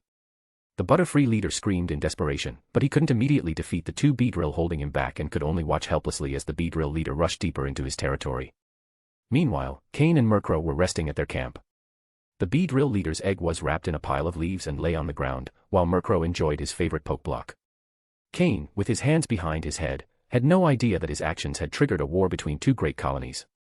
Having reached the level of a quasi-elite trainer in his past life and gained some status in Team Rocket, he no longer needed to capture Pokémon personally to trade for resources, which had led him to forget that Pokémon eggs shared a special connection with their parents. By not blocking the egg scent in time, he had only wrapped it in leaves to hide its trail. Caw. Murkrow, having stopped eating, raised his head, sensing danger approaching with his sharp instincts. Cain slowly sat up, looking curiously at Murkrow and asked, "What is it, Murkrow?" Just after asking, Cain faintly heard the buzzing of bees in the distance. His face changed, and he stared toward the north. A yellow figure gradually appeared on the horizon, followed by smaller but similar ones. "Beedrill," Cain said, recognizing the familiar silhouettes of the Pokémon he'd been dealing with in recent days. "I can't believe they followed us here. It seems we really hit a nerve." Cain couldn't help but smile when he saw the Beedrill leader. Murkrow, on the other hand, was excited, having always wanted to fight him but never getting the chance. He completely ignored the other Beedrill accompanying their leader. Cain suddenly grinned. It seemed the Beedrill colony had paid a heavy price to reach them. However, if it was only a few Beedrill, Cain and Murkrow had nothing to worry about. The Beedrill leader, suddenly losing the egg's trail, immediately spotted the two familiar figures. At that moment, all her suspicions were confirmed, and enraged, she charged toward them without hesitation. "Murkrow, get ready to fight," Cain said softly, watching the approaching figures. Caw. Murkrow, having just finished eating, let out a cry and soared rapidly into the sky. Use Tailwind right away, and when you reach them, use Whirlwind to stop the Beedrill leader while taking out the wounded Beedrill with Astonish and Peck. After that, you'll finally get your long-awaited fight with the Beedrill leader. In the next instant, a gust of wind surrounded Murkrow, transforming him into a black shadow as the flying-type moves increased his speed. Without hesitation, he unleashed a whirlwind, forming a wall of wind that blocked the Beedrill leader's advance. The black shadow of Murkrow flickered repeatedly, his speed enhanced by training his wings. With a series of pecking attacks, he took down several wounded Beedrill, leaving them out of commission. The Beedrill leader broke through the whirlwind barrier, but 6 Beedrill in good condition remained, attacking Murkrow with fury attack. Though Murkrow dodged skillfully, he was hit by 2 Beedrill in a moment of weakness. The battle began to intensify, and Cain finally had a chance to skin the Beedrill leader. Pokémon, Beedrill, leader, light green. Gender, female. Level. Type, bug/poison. Ability, swarm. Held item, leadership, can improve a Pokémon's talent by 1 rank lower. Egg moves, bug bite, pin missile. Basic moves, fury attack, rage, fury, pursuit. Learned moves, drill run, agility. TM moves, none. Leadership is an ability possessed only by leader Pokémon. It can improve the talent of a Pokémon and gain the loyalty of others of its species. End of chapter. Chapter 22, Defeating the Beedrill leader. Upon observing the data on the Beedrill leader, Cain couldn't help but feel surprised. He had his own assumptions about the Beedrill leader's situation, but he hadn't expected something like the leadership ability. In his previous life, as a Pokémon hunter for many years, and having reached the level of a quasi-elite trainer, Cain had only encountered the leadership ability twice. This phenomenon is incredibly rare, as it can elevate a Pokémon's quality by 1 minor rank, which is extremely valuable. Moreover, as the leader of the entire colony, all the resource support is focused on this Pokémon, meaning that those with the leadership ability usually don't have insignificant achievements. In terms of Pokémon quality, there are 7 levels: red, orange, yellow, green, blue, purple, and black. However, upon closer inspection, each color can be subdivided into 3 sub-levels based on the intensity of the color.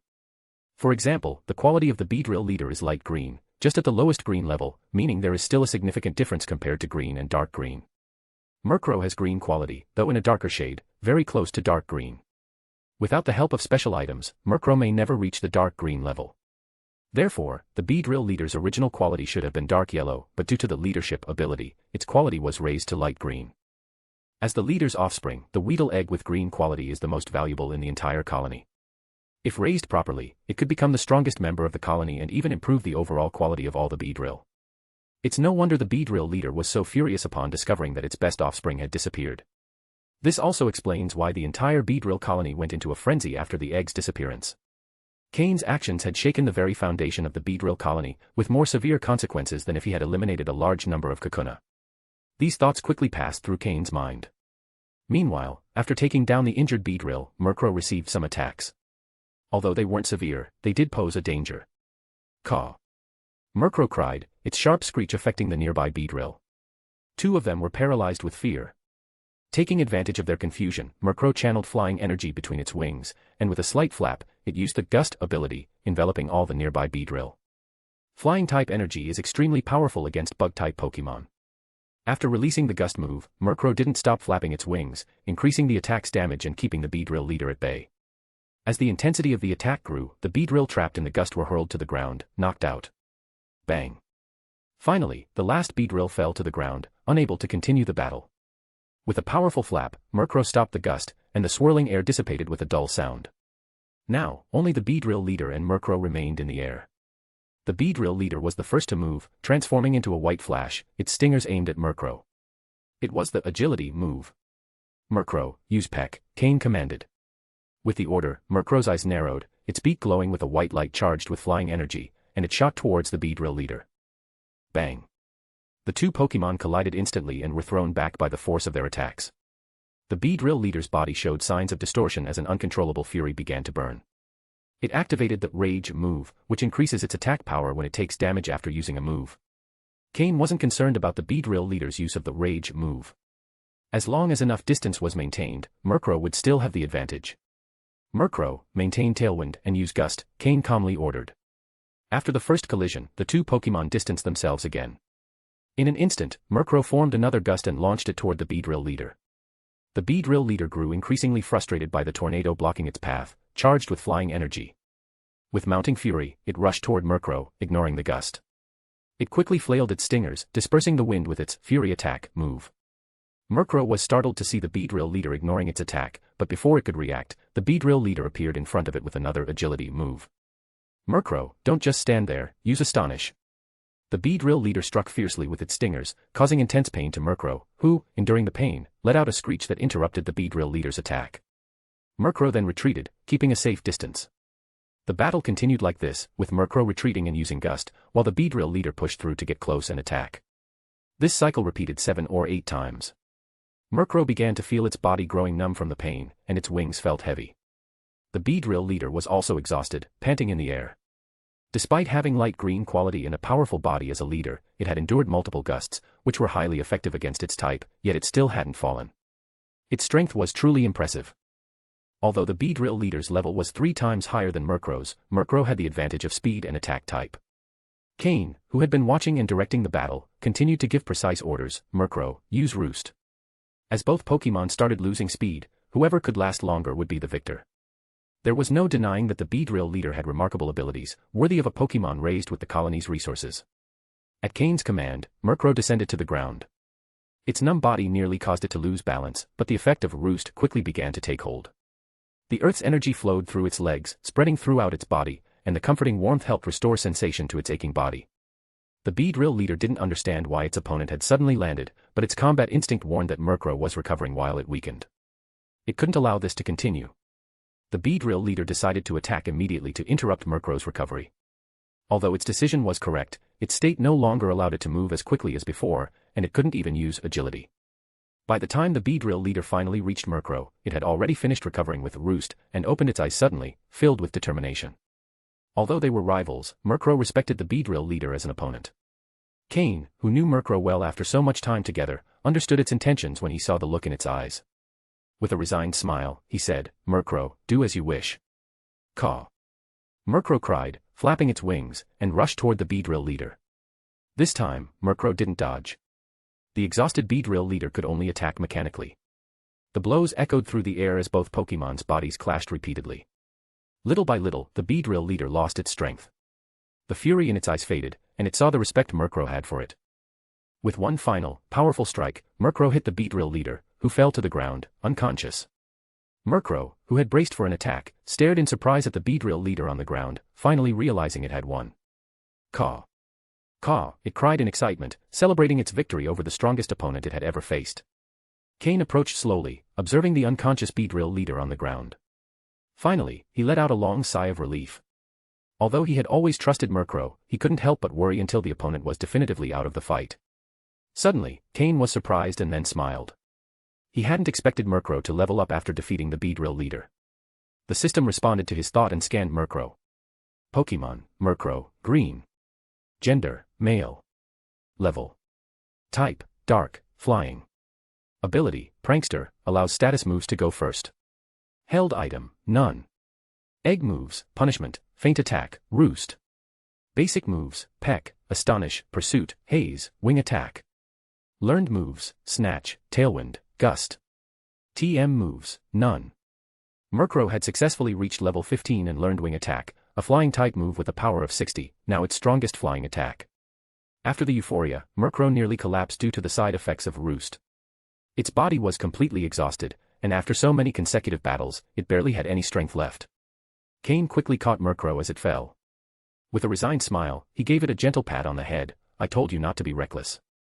See what happened." His tone was full of affection and exasperation. Although Murkrow had lost its strength, Cain was satisfied, knowing it had defeated a formidable opponent. End of chapter. Chapter 23, Return. Cain gently placed Murkrow on the ground and took out the emergency healing spray, carefully spraying each of the Pokémon's wounds. Immediately, Murkrow felt a cool sensation on the wounds, and the pain began to subside. After a moment, the wound, which had regained sensitivity, started to hurt again. It was the disinfectant taking effect. While Murkrow made a sound that was uncertain whether it was of relief or irritation, Cain finished using the entire spray. After eating some poke blocks, Murkrow slowly regained control of his body and managed to stand up. Cain stopped Murkrow when he tried to fly and lifted him in his arms. With Murkrow's current weight, Cain had to exert some effort to carry him. Meanwhile, at the border between the Butterfree and Beedrill territories, the air was filled with the scent of death. On the ground, the trees, the bushes, and the fallen leaves, there were corpses of Beedrill and Butterfree everywhere. The Beedrill swarm, which initially had the advantage, lost their numerical superiority when more Butterfree arrived at the battlefield from different places. Moreover, the Butterfree leader was still in the fight, while the Beedrill leader had disappeared into the forest, leading to heavier losses for the Beedrill. As more of their members died, even the usually peaceful Butterfree became enraged and started attacking the Beedrill with all their might, resulting in even more Beedrill deaths. At the moment when Murkrow defeated the Beedrill leader, all the Beedrill seemed to sense something. The energy surrounding them suddenly vanished. For an instant, all the Beedrill froze, forgetting they were in the middle of a battle. After taking some attacks from the Butterfree, several Beedrill permanently lost their ability to fight.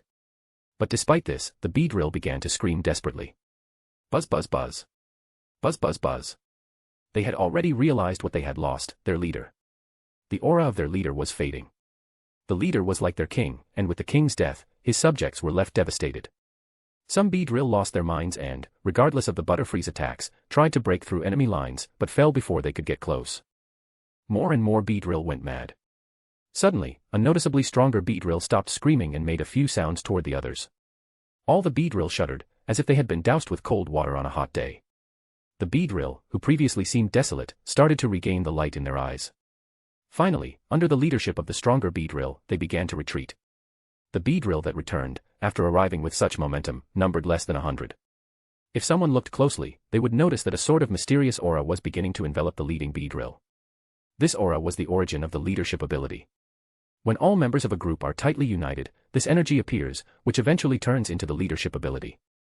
The Beedrill swarm retreated, and the Butterfree also returned to the forest with the bodies of their fallen comrades.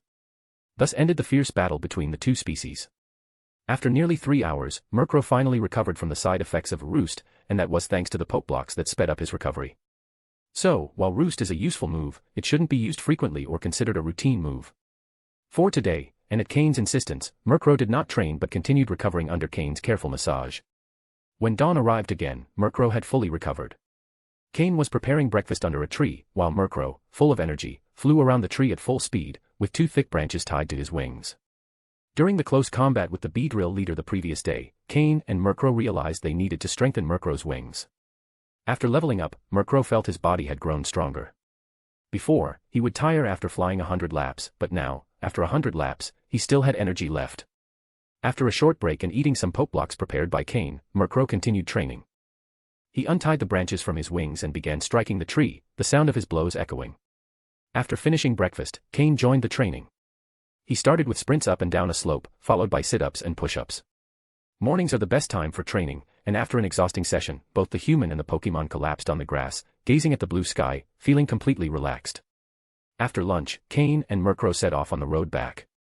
Today was already the 6th day, and tomorrow was the day when Team Rocket would regroup.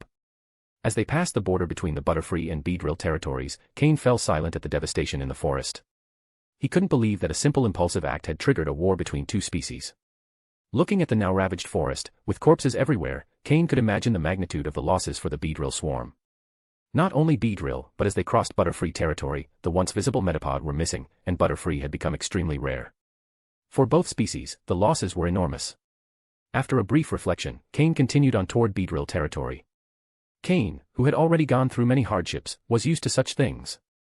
This had always been a cruel world. If you don't have enough strength, death is inevitable. That kind of useless compassion was something Cain had abandoned a long time ago. Apart from the people closest to him and his Pokémon, Cain trusted no one and showed no mercy. Compassion is for the weak, the strong are used to facing death. Cain had been a Pokémon hunter in his previous life and had witnessed far worse massacres than this. Weakness is the original sin. Upon re-entering the forest in Beedrill territory, Cain felt a sense of familiarity. However, the forest, once teeming with life, now seemed desolate. Kakuna were no longer seen in the trees. I hope they're smart enough not to seek trouble, Cain murmured. Given the current state of the Beedrill swarm, Cain wasn't afraid of them at all. Without their leader, the Beedrill were a disorganized gang that Murkrow could easily defeat. Cain and Murkrow crossed the forest, which had once taken them nearly 2 hours to traverse, in just 1 hour. Throughout the journey, they didn't encounter a single Beedrill. It seemed they had all retreated. Cain was satisfied with the Beedrill's attitude. They could no longer offer Murkrow much in terms of experience. If they didn't cause more problems, Cain and Murkrow wouldn't pursue them. After crossing Beedrill territory, signs of other Pokémon began to appear. The return trip was almost identical to the way in. Passing the place where they had fought the trio, the signs of the battle had vanished, except for a few bloodstains on the ground. Arriving at the Zubat cave, Cain retrieved the items he had stored there and packed them into his storage belt. Originally, Cain had only planned to explore a little, but he ended up staying out for several days, though the rewards were great. Moreover, this place was still the border between the forest's peripheral and central zones, and the Pokémon here were no longer strong enough for Murkrow's training needs. Even if it wasn't for treasure hunting, Cain probably would have left this place within a day or two. Inside the cave, there were no signs of Pokémon activity, but outside the cave, footprints of various Pokémon could be seen passing through. Perhaps the accumulated fear of the Zubat had been enough to keep other Pokémon away, but sooner or later, they would enter the cave. In fact, in a few days, the cave would likely become home to other Pokémon. Cain didn't look back as he walked away from the cave. This cave was just a small stop in the lives of Cain and Murkrow, one that wouldn't leave a lasting mark. Just like this trial island, which was only another station in their lives. It may be important, but it definitely wasn't the most important. Team Rocket had managed to bring so many children to this island without anyone noticing and conduct what they called trials. So, this island wasn't just a simple island. Although the Pokémon on the island weren't high level, their quality was significantly better than those elsewhere. In the outside world, one might encounter thousands of Pokémon before finding one of excellent quality, but on this island, Cain had already found 2 outstanding Pokémon just in the Beedrill swarm. Additionally, Pokémon of decent quality were much more common here. It's likely that this was just one of many secret islands controlled by Team Rocket, and its secrets were something that Cain, even in his past life as a quasi-elite level trainer, had never had the right to know.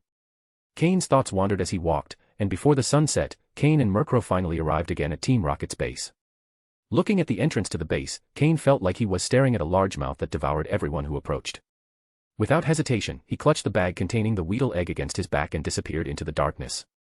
End of chapter. Chapter 24, Chapter 24, Return to the Exchange Center. Through the long entrance, as Cain entered the base, his view gradually widened. Compared to when he left, there were almost no significant changes to the entire base. The only difference was that the crowd seemed a bit thinner, and the empty base gave off a sense of desolation. It was possible that some people who had left had not yet returned. After all, tomorrow was when the real test would take place. If it weren't for the need to get rid of the valuable Pokémon egg he carried on his back, Cain wouldn't have returned so early. Compared to life in the wild, the base seemed more comfortable and safe. A person who was training their Pokémon in a corner saw Cain enter and showed an expression of joy. He quickly stopped his training and disappeared from the plaza with his small Pokémon.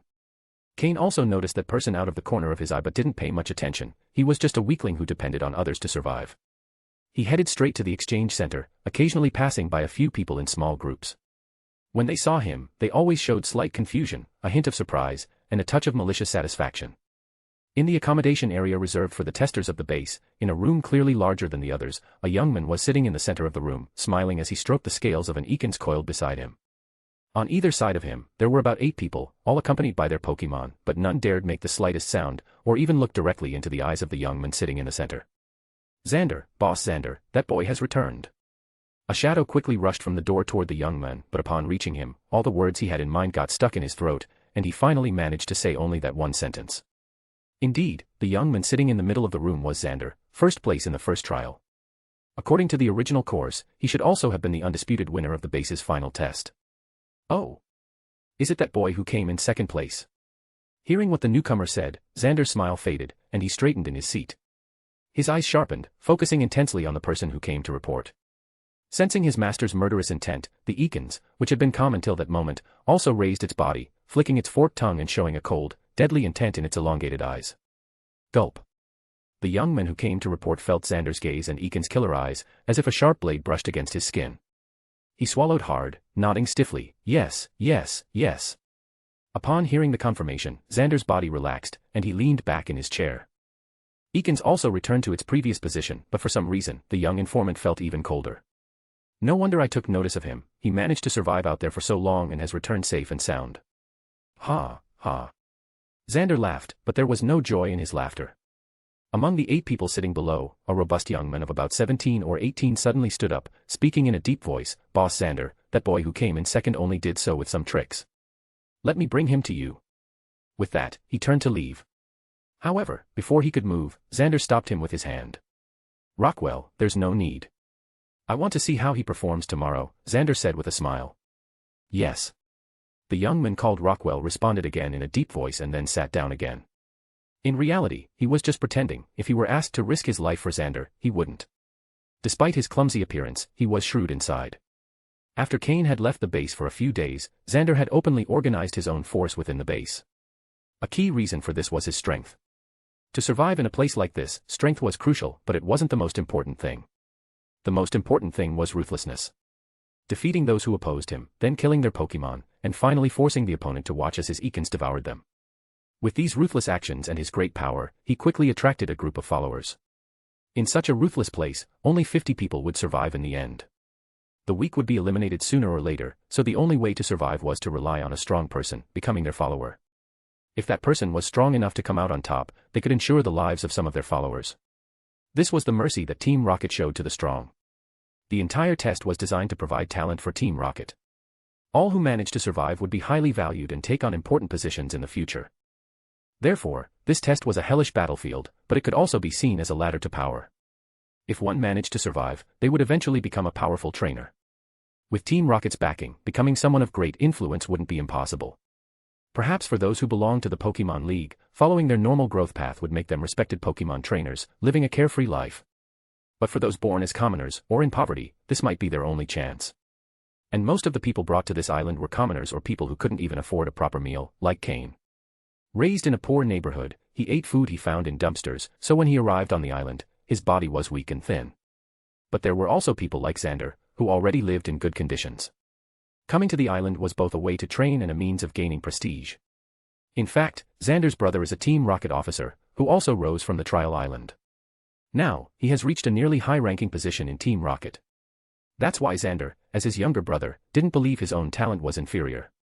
Upon hearing about this trial from his brother, he used his influence to join the testers and be sent to the island. Also, through secret dealings, he obtained an Eakins of excellent quality. As the unevolved version of Arbok, which his brother uses as his emblem, Xander knew perfectly well how to train an Eakins. And he believed that his current Eakins had already reached the best state possible for its level. Everything had gone smoothly so far, leading him to his current position. Perhaps influenced by his brother's personality, Xander was also an unpredictable man. After showing his cruel side, he gathered a group of followers to gain more resources and better train his Pokémon. As for who would stay or go after the final test, that would depend entirely on his mood. Xander, filled with ambition, had no intention of being just a decorative figure in Team Rocket. If he was going to do it, he was going to do it to the best of his ability. His minimum goal was to surpass his brother, and the first step to achieving that was to become an executive of Team Rocket. By becoming an executive of Team Rocket, he would have truly entered the upper ranks. Then, relying on his talent, it wouldn't be impossible to go even further. Whenever he thought about his future, Xander would get excited, licking his lips with a dark smile. Cain, who had gone straight to the exchange center, had no idea about any of this, but even if he did, he wouldn't care. In his second chance, he had only one goal, to become strong. Anyone who stood in his way would be destroyed. Xander was someone Cain had been subordinate to in his past life, someone he could never investigate or confront. But in this life, even if he knew about him, he wouldn't flinch. With his system activated ahead of time, Cain was confident he wouldn't lose to anyone. He untied the straps that secured the Pokémon egg to his back, and under the astonished gaze of the exchange clerk, he gently placed the Weedle egg on the counter. Cain decided to use this Pokémon egg to get points. Although this Pokémon might not be of poor quality when born, and as a bug type, it would grow quickly, making it useful in combat in a short amount of time, Cain decided to abandon it. This is because it was only a Pokémon egg, and there was no way to know how long it would take to hatch. If it hatched just as the trial was ending, what use would it be to Cain? Even if it hatched in a few days and Cain managed to train it, in the final battle, only one Pokémon could be used. For Cain, it would not only be of no help but would also cost him resources to train, becoming a burden. And most importantly, the lifespan of Beedrill's final evolution is too short. If Cain invested effort in training it and it became a key member of his team, due to its short lifespan, its performance would decline, eventually becoming almost useless. As for Beedrill's Mega Evolution, it's worth remembering that not even the Pokémon League knows about Mega Evolution at this time, and Mega Stones are extremely rare. Even if one were to be found by chance, what are the odds that it would be a stone specifically for Beedrill's Mega Evolution? For all these reasons, Cain decided to trade it for points, to obtain more valuable resources now, and focus on training Murkrow. Ignoring the astonished gaze of the clerk, Cain calmly said, "I want to trade this for points." End of chapter. Chapter 25, Pokémon Egg Exchange. Are you sure? The exchange clerk asked symbolically, looking at Cain as if he were seeing a fool. Cain nodded without responding. Although Pokémon eggs are not common in the wild, they are not impossible to find either. So why do many people choose to ignore them rather than bring them into exchange for points? You must know that if a Pokémon is born and raised with its trainer from the beginning, the bond and trust between them become very strong. This makes Pokémon eggs, with the same quality as a hatched Pokémon, often more valuable. However, since Pokémon eggs found in the wild cannot be assessed for their quality until the Pokémon hatches, people generally don't risk bringing them back. The Pokémon League scientists have already developed portable instruments that can measure Pokémon quality. Although they are extremely expensive, rich and demanding trainers do not hesitate to use them. However, to assess the quality of a Pokémon, you not only need to catch it, but you also must use costly materials, something most people can't afford. As for instruments to assess Pokémon egg quality, technology hasn't advanced enough to make them portable yet. Moreover, they also require significant resources. Unless it is known for sure that the egg's parents have good potential, usually, no one bothers to evaluate the quality of an egg. Even if, against all odds, an egg has yellow-level quality, those who can afford these instruments wouldn't be interested in a yellow-quality Pokémon. And green-quality eggs are even rarer. That's why, when Cain said he wanted to exchange the Pokémon egg for points, the exchange clerk looked at him like a fool. But Cain didn't want to give more explanations. Should he say that he could evaluate that the Pokémon inside the egg had green-level quality? That would likely alert even Instructor Viper at the base. Have you thought this through? Just assessing the quality of a Pokémon egg costs 100 points. Even if the egg turns out to have basic quality, it will only be worth 100 points. If you don't have enough points. The clerk trailed off, not finishing the sentence. If you don't have enough points, well, you'll have to pay with your life. In Team Rocket, there's no such thing as credit. Cain nodded again, somewhat resigned. If he didn't evaluate it, the egg would only be worth 1 point, as if it had red-level quality. Seeing Cain was determined, the exchange clerk said no more. Although he didn't know why the boy was so sure, if the Pokémon inside the egg didn't reach basic quality, unless Cain could pay the 100 points, he'd have to say goodbye to it forever. Basic quality is one of the categories Team Rocket, and indeed the entire Pokémon world, uses to classify Pokémon quality. The categories are no quality, basic quality, medium quality, high quality, and superior quality. These categories correspond to red, orange, yellow, green, and higher qualities. Cain placed the Weedle egg in the evaluation machine's compartment, closing the transparent lid. He took a test tube from the shelf and poured the liquid into the machine's inlet. This liquid, known as analysis fluid, is expensive to produce, making each evaluation costly. After pressing the start button, the machine began humming to life. Ding! The first light, representing no quality, lit up immediately. All Pokémon eggs activate this light since the minimum quality of any Pokémon is red. In the blink of an eye, the second light turned on, indicating the Pokémon inside the egg had basic quality, equivalent to the orange quality detected by Cain's system. Not bad, at least it has basic quality, so you won't have to worry about covering the cost of the evaluation, the exchange clerk smiled. Cain shrugged indifferently. After all, it was just orange quality. The evaluation didn't stop there.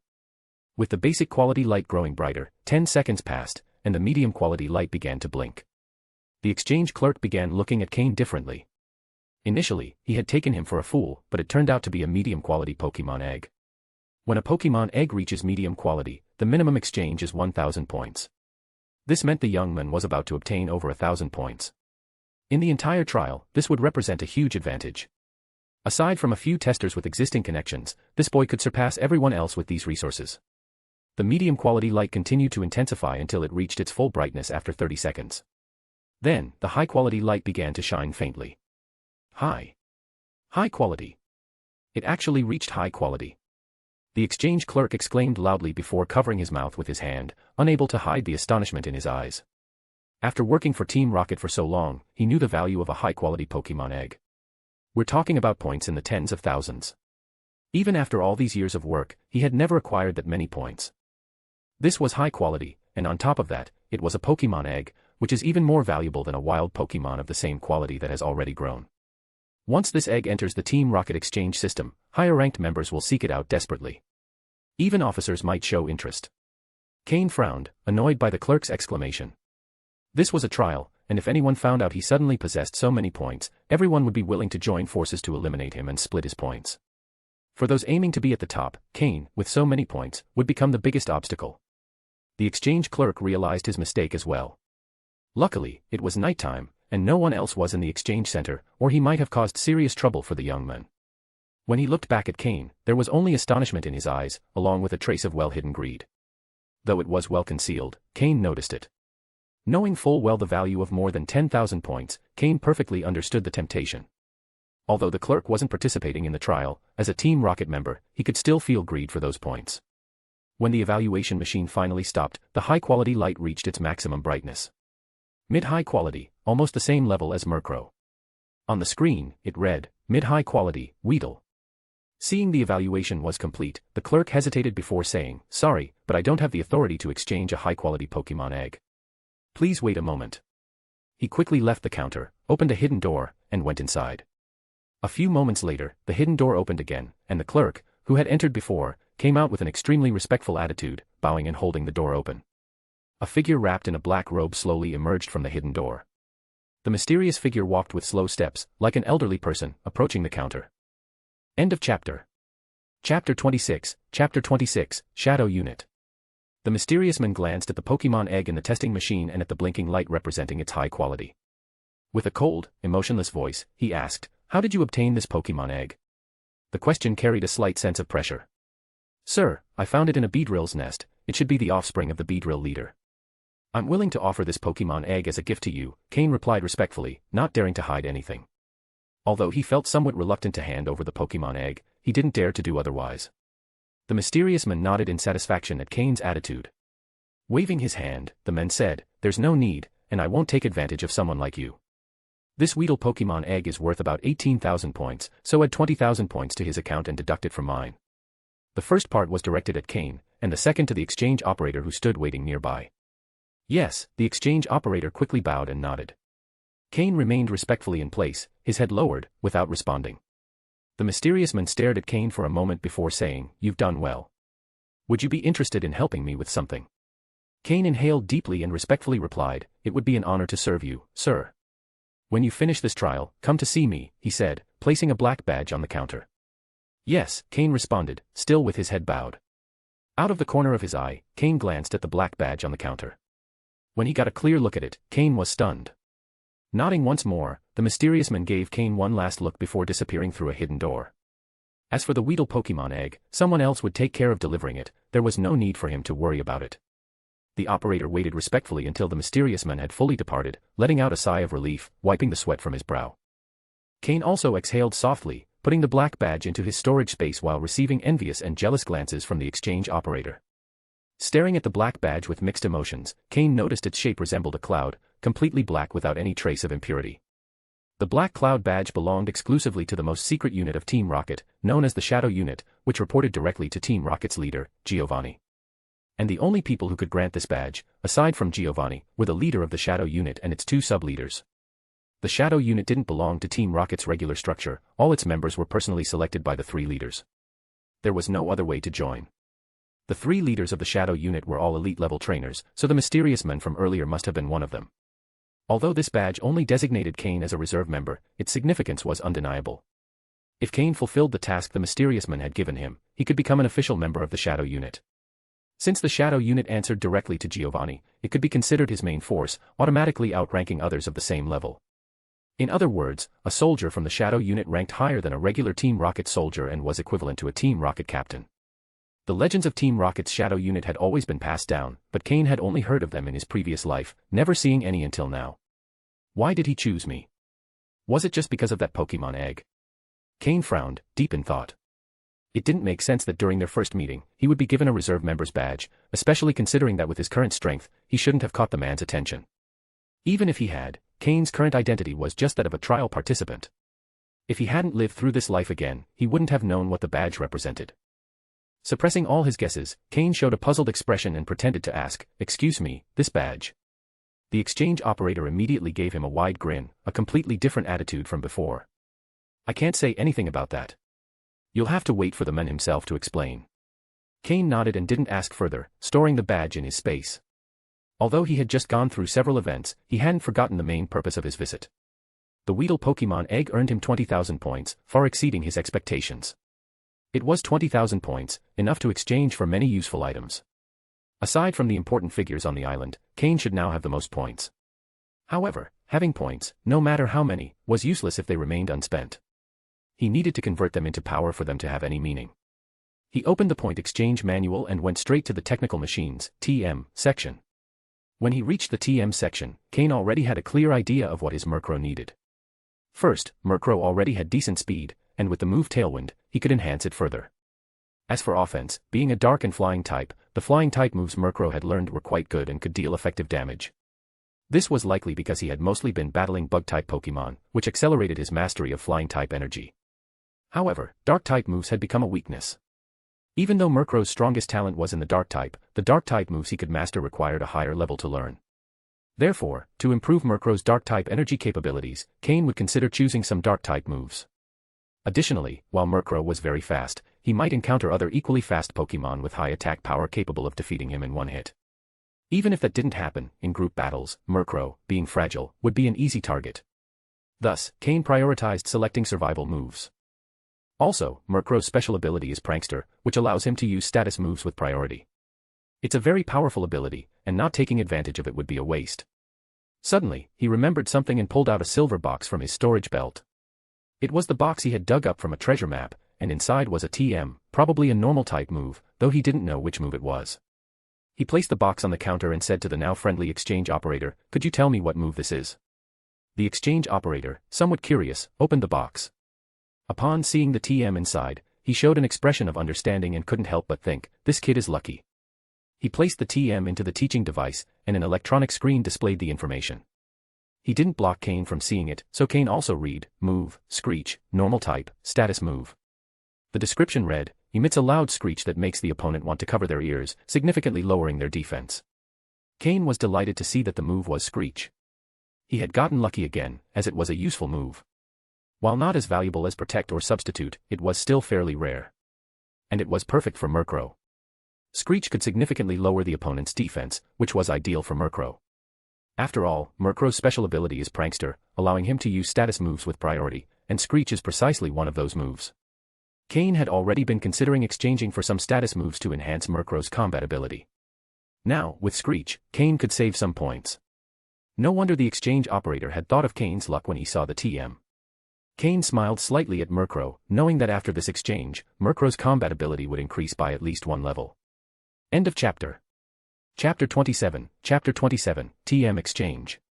Cain refocused on the exchange manual, searching for the moves he needed. "I want to exchange for these two moves," Cain said, pointing at the moves in the manual. The manual described the following. Move, Protect. Type, Normal. Category, Status. Power. Description, forms a protective shield around the body, completely blocking the opponent's attacks for a limited time. Cannot be used consecutively, the cooldown time is 10 minutes. Price, 5,000 points. Move, Substitute. Type, Normal. Category, Status. Power.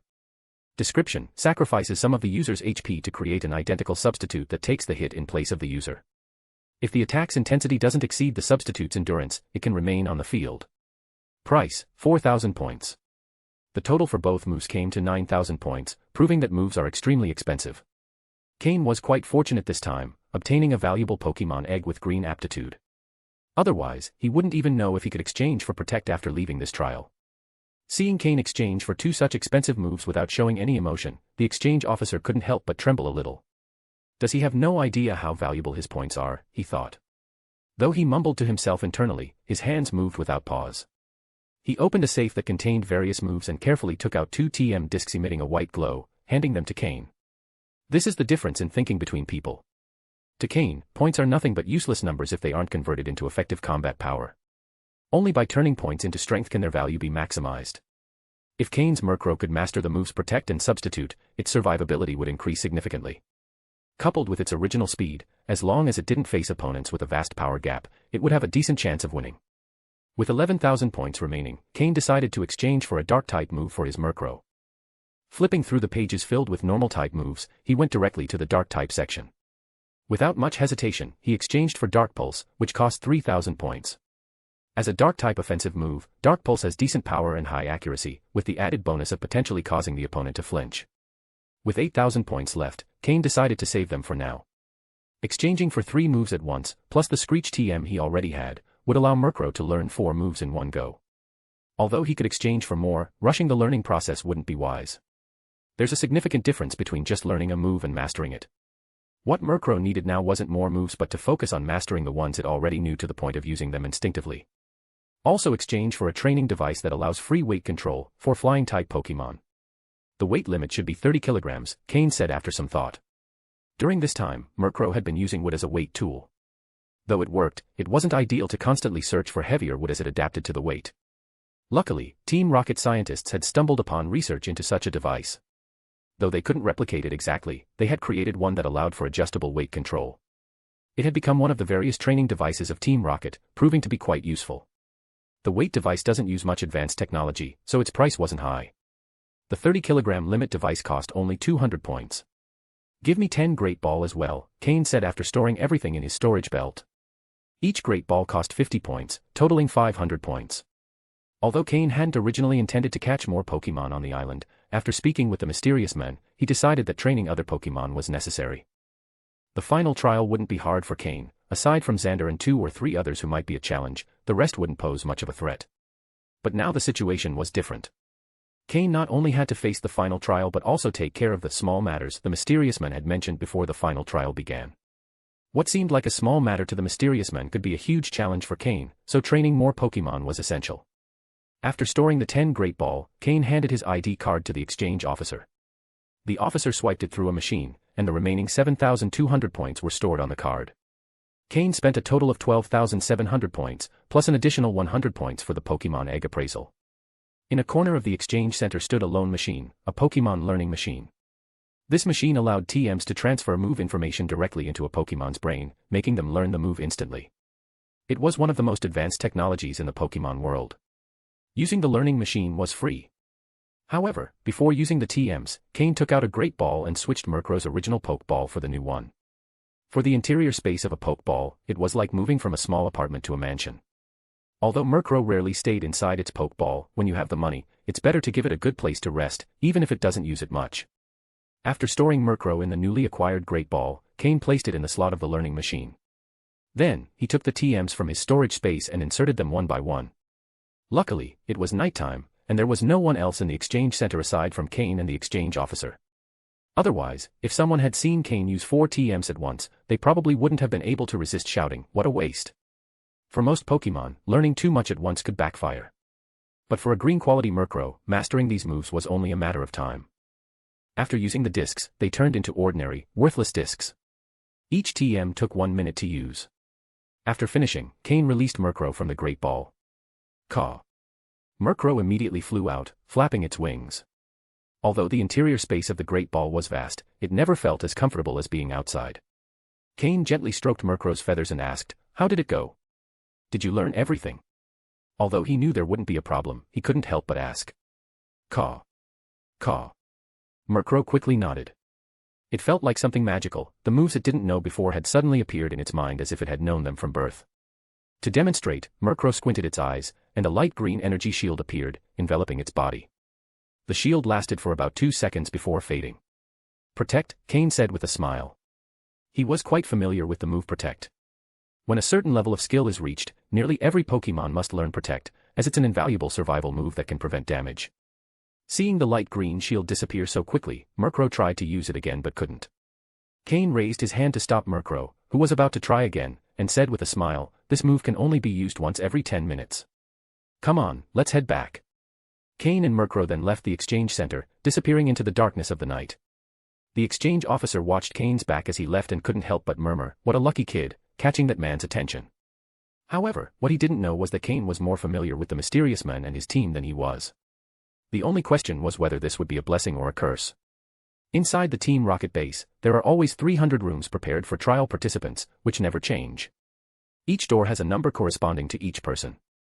Walking through the base at night, barely any shadows could be seen. Only the outlines of Cain and Murkrow stretched under the moonlight. The dormitory rooms were arranged neatly, and Cain quickly found his own.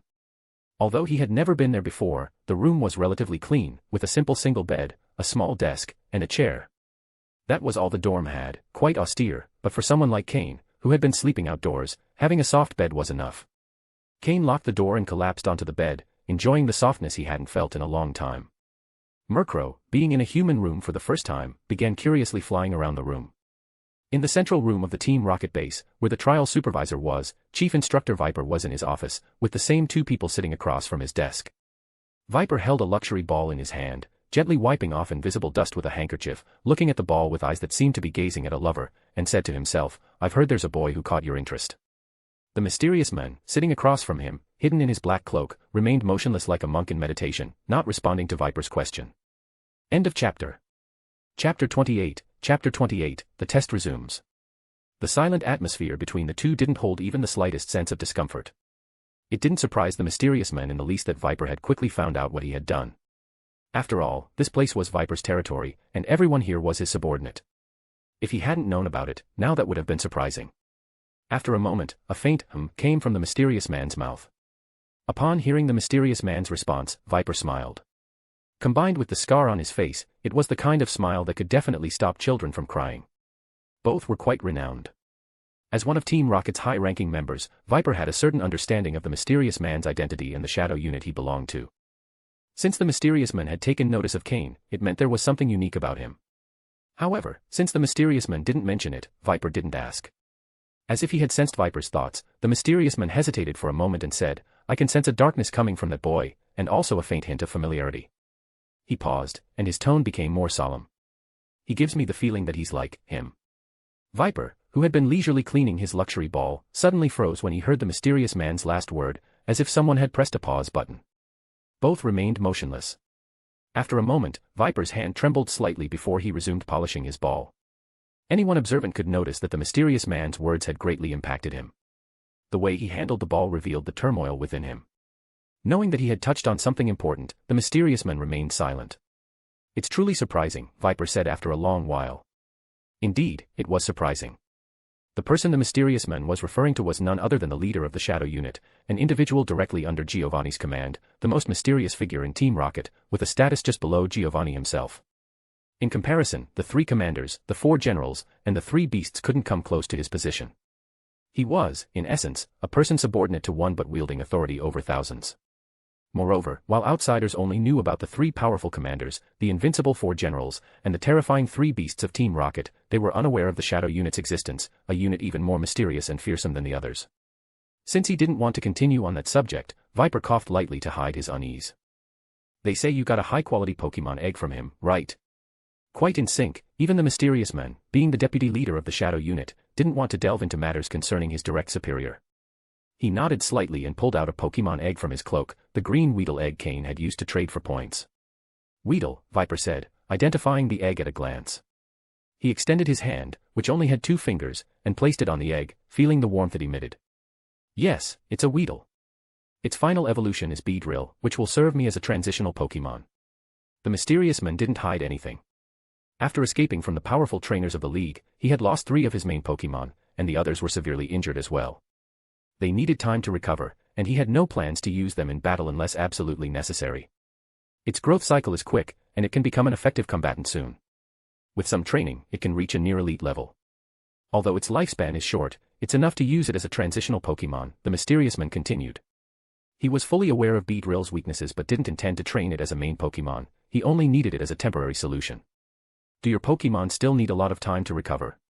Viper asked curiously. Although he knew they were severely injured, he hadn't expected him to need to train a new one to replace them. The mysterious man remained silent for a moment before sighing softly. That's to be expected when you face an elite-level poison-type trainer. I don't know when they'll fully recover, so I'll treat this beat drill as a backup plan. Upon hearing this, Viper understood the situation and didn't ask further, continuing to polish his luxury ball. Once again, the two fell into silence. The night passed in the blink of an eye. During the night, Cain and Murkrow didn't stop their training, only this time it took place in their small cabin rather than the expansive forest. Cain personally equipped the weight gear he had acquired onto Murkrow. When inactive, the device was very light, like the weight of clothing. The weight device resembled a small backpack that could be freely adjusted to fit perfectly. Cain tested it to ensure it wouldn't fall off. The device was small and fit snugly to Murkrow's body, hidden well beneath his feathers. Unless someone got up close and looked closely, it was almost impossible to notice. Cain adjusted the weight of the device using a remote, setting it to around 5 kilograms, which was the weight Murkrow was used to during his training. When the device was activated, Murkrow felt his body grow heavier and had to exert more effort to flap his wings and fly as before. However, compared to the wooden weights he used to tie to his wings, this new device was much more comfortable, as the weight was evenly distributed across his body, allowing for more balanced training. After a few adjustments, Murkrow adapted to the new gear, which was far better than the wood. We'll keep it at this weight for now. Increasing it too quickly isn't good. Once you get used to it, we'll gradually raise it, Cain said, smiling as he watched Murkrow adapt to the new device. From today on, unless necessary, you'll keep this weight on all the time. You need to get used to it gradually. Cain appreciated Murkrow's attitude, always striving to grow stronger. Though he himself was eager to constantly improve, he also cared about the desires of his Pokémon. If Murkrow had been a Pokémon that didn't enjoy battling, Cain wouldn't have forced him, but he would likely have looked for a Pokémon more suited to his needs. Caw. Caw. Murkrow cawed enthusiastically, feeling stronger already with the device on. After a simple morning training session, Cain prepared some poke blocks for Murkrow and settled his own breakfast with some dried rations. When he left his room, the sun had already risen, and the doors of the surrounding cabins were starting to open one by one. People came out, all heading toward the central plaza of the base. Today was the 7th day again, the day of the second test. Almost everyone had returned, and the crowd was gathering in the plaza. Team Rocket staff also began to appear, and the low-ranking soldiers responsible for maintaining order were trying their best to fulfill their duties. After a week, out of the original 150 people, approximately 120 remained. The other 30 either hadn't made it back from the forest, or they never would. Those who remained showed faces that had once been naive but were now cold and hardened. Their eyes reflected a certain coldness and madness. The cruel test had devoured their kindness, beauty, and innocence. The crowd in the plaza was clearly divided into 4 areas. Most were in the section where Cain stood. Most of these people were alone, though some were in pairs, keeping a wary eye on each other. This group made up almost half of the remaining participants. The second largest group was to the south of the plaza, led by Xander, whom Cain recognized. Several strong individuals were gathered around him. When Cain looked in that direction, his eyes met Xander's, who had been watching him for a while. Xander flashed him a malicious smile before turning his gaze away. Cain didn't pay him much attention. The third largest group was to the west, led by a woman whose Pokémon was a Zubat, noticeably larger than average. Cain remembered her specifically because of that oversized Zubat. The smallest group was in the eastern corner, composed of only 9 people, led by a young man with a bright smile. Although his appearance seemed harmless, Cain couldn't help but notice the coldness in his eyes. He was a smiling tiger. The 8 surrounding him were deceived by his appearance. If they had been in the Pokémon League, they might have been pillars of the organization. But this was Team Rocket, and this was the test island, where the mortality rate was extremely high. As time passed, the crowd in the plaza began to quiet down. Instructor Viper, accompanied by his subordinates, moved to the center of the raised platform. Unlike before, there were now 2 chairs on the platform. Viper sat in one, while a mysterious hooded man, who was at the end of the group, took the other. The mysterious man. Cain narrowed his eyes. It was the same person who had given Cain the member badge in preparation for the Shadow Unit. I didn't expect him to be here as well, Cain thought as he saw the mysterious man. As if sensing Cain's gaze, the mysterious man turned his attention toward him. Although his face was hidden under the cloak, Cain felt that he was being watched. After a few seconds, Cain felt the mysterious man look away and let out a sigh of relief. Facing a trainer of this caliber with his current power level still put some pressure on him. End of chapter. Chapter 29, Chapter 29, easily first. When the mysterious man sat down, Viper began observing the situation in the plaza. After seeing the expressions on everyone's faces, he nodded with satisfaction. Now, the expressions and behaviors of the participants had more of the look of true competitors in a test. A week earlier, they all seemed like children playing. Viper completely ignored the reduction in numbers. Compared to previous years, the number of participants was still high. In fact, this was one of the highest quality intakes. In the end, only 50 people could pass, and that was the maximum limit. In all previous trials, that number was rarely reached. In the edition with the fewest participants, only around 20 people made it through. Now, after passing the initial phase, which was also the hardest part, more than 120 people remained, leaving Viper quite satisfied. With a glance at his assistant, he indicated that they could begin the second trial. The content and method of the second test were almost identical to the first. It was a test of attack power. Although this type of test couldn't fully reflect a participant's skill, if they couldn't even achieve an acceptable level of attack, how could they speak of true strength? During the staff's explanation, Cain learned that although the trial was exactly the same as before, a new rule had been added. From now on, whoever came in last would be immediately eliminated. The plaza immediately filled with commotion. Eliminated directly for finishing last. Cain frowned slightly. This rule directly targeted those attempting to exploit the system. While only 50 people would pass the final test, not everyone who failed would lose their life. Obviously, Team Rocket wouldn't conduct business at a loss. As long as they survived to the end and achieved an acceptable level of skill, they could still start as low-level servants. Although they wouldn't receive any additional resources, at least they'd keep their lives, wouldn't they? Plus, if they managed to catch the attention of an important figure, they might even rise further. But now, with this new rule, those who wanted to rely on the strong and stay in the base until the end were bound by an unyielding chain. If they weren't careful and finished last, they'd be eliminated immediately. It was like a herd of sheep in the savannah. When chased by lions, the slowest one was always the first to die, so the herd ran faster and faster. No one wanted to be last. The survival of the fittest in nature. Now, Team Rocket had become the lion of the savannah, and the participants were the sheep. Whoever lagged behind would become food. The noise in the plaza grew louder, and the most anxious were the weakest. Silence. Viper frowned and roared angrily. As a powerful figure who had climbed over countless corpses, what he hated most were the senseless complaints of the weak. If you don't want to take the test, don't. You'll all be treated as if you came in last. With Viper's fury, those who had been frantically discussing immediately fell silent. No one wanted to anger this man who held their lives in his hands. Under the organization of the Team Rocket soldiers, they nervously began lining up, though no one wanted to be first, as that meant facing the unknown. What if those who came after had higher scores? The test wasn't starting, and Viper's face grew darker. Noticing Viper's expression, the Team Rocket soldiers present grew sterner, glaring at the participants with more ferocity. They understood better than these still naive participants just how terrifying Viper could be. TCH, how slow. I'll go first. The one who spoke was Xander, showing disdain as he walked to the front of the line with his Eakins. With someone taking the lead, the others began lining up gradually, following the established direction. For the strong, the order in the line didn't matter at all.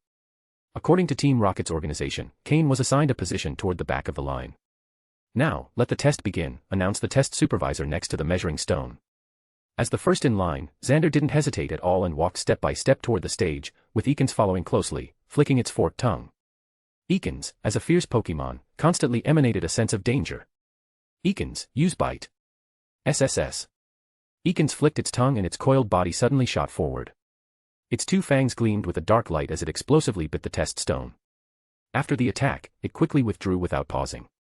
Eakins' execution efficiency was flawless. After an attack, it always returned to its initial position. Though Xander was arrogant, his training of the Pokémon was commendable. Attack value, 258, announced the presenter with surprise in his eyes upon seeing Xander and Eakins' data. Immediately, the plaza was filled with exclamations. No wonder Xander is the leader. His attack value reached 258 points, almost triple the 98 from the first time, exclaimed one of Xander's underlings from below the stage. Wow, starting off with such a high score, another person shouted in surprise. This is troublesome, commented someone feeling the pressure. Amid the murmurs of the crowd, Xander smiled and calmly stepped off the stage. Then, according to the line order, participants stepped up one by one to take the test. After completing the test, some showed joy and excitement, while others looked sad and worried. Each time someone finished the test and found themselves in last place, their face turned pale, clenching their hands tightly, sweat beading on their forehead as they stared intently at the next participants, praying internally for someone with a lower score to appear. And when finally someone did score lower, that person would breathe a sigh of relief, almost collapsing to the ground. The one taking their place at the bottom would repeat the same actions, anxiously awaiting someone with a worse result. As the tests progressed, most participants had already been evaluated. So far, first place remained Xander with 258 points. Second place was a girl named Jasmine, who had been in the west corner of the plaza and owned an unusually large Zubat. Her score was 227. Third place was a lone participant with a common face, his Pokémon was a Poochyena, and he scored 225 points. As a solo participant, being only 2 points below Jasmine surprised many. Fourth place was the young man Cain had earlier labeled a smiling tiger. This young man kept a bright smile at all times, deceiving everyone around him. His name was Soros, and his Pokémon was a coughing, scoring 215 points. Thanks to his friendly appearance, Soros attracted several solo participants to join his team, forming a sizable group of followers. With no more surprising results, it was finally Cain's turn for the test. Xander, who was waiting on the side, upon seeing it was Cain's turn, put aside his scornful smile, and his face grew more serious. Even Viper and the mysterious man seated on the platform directed their attention toward him. This young man, who had surprised many before, what score would he achieve this time? As Cain stepped onto the stage, some also recognized him. It's him. Last time he got second place using some tricks, someone exclaimed, recognizing Cain. So that's him. I wonder what his score will be today. Uffed, what score could he possibly get? This time, those tricks won't work, someone said bitterly, recalling how Cain had taken second place in the first test, bumping him from 10th to 11th and costing him 100 points. But that Murkrow doesn't look weak, someone with a good eye commented, noting that just by its size, one could sense the Pokémon's strength. Ignoring all the comments, Cain calmly said, Murkrow, use wing attack with all your might. Caw. Murkrow flapped its wings upon hearing the command, let out a cry, and soared quickly. The powerful flying-type energy concentrated under its control in its wings. Boom. Without any pause or tricks, Murkrow's wing attack firmly struck the test stone. After a moment, a line appeared on the stone, attack value, 265.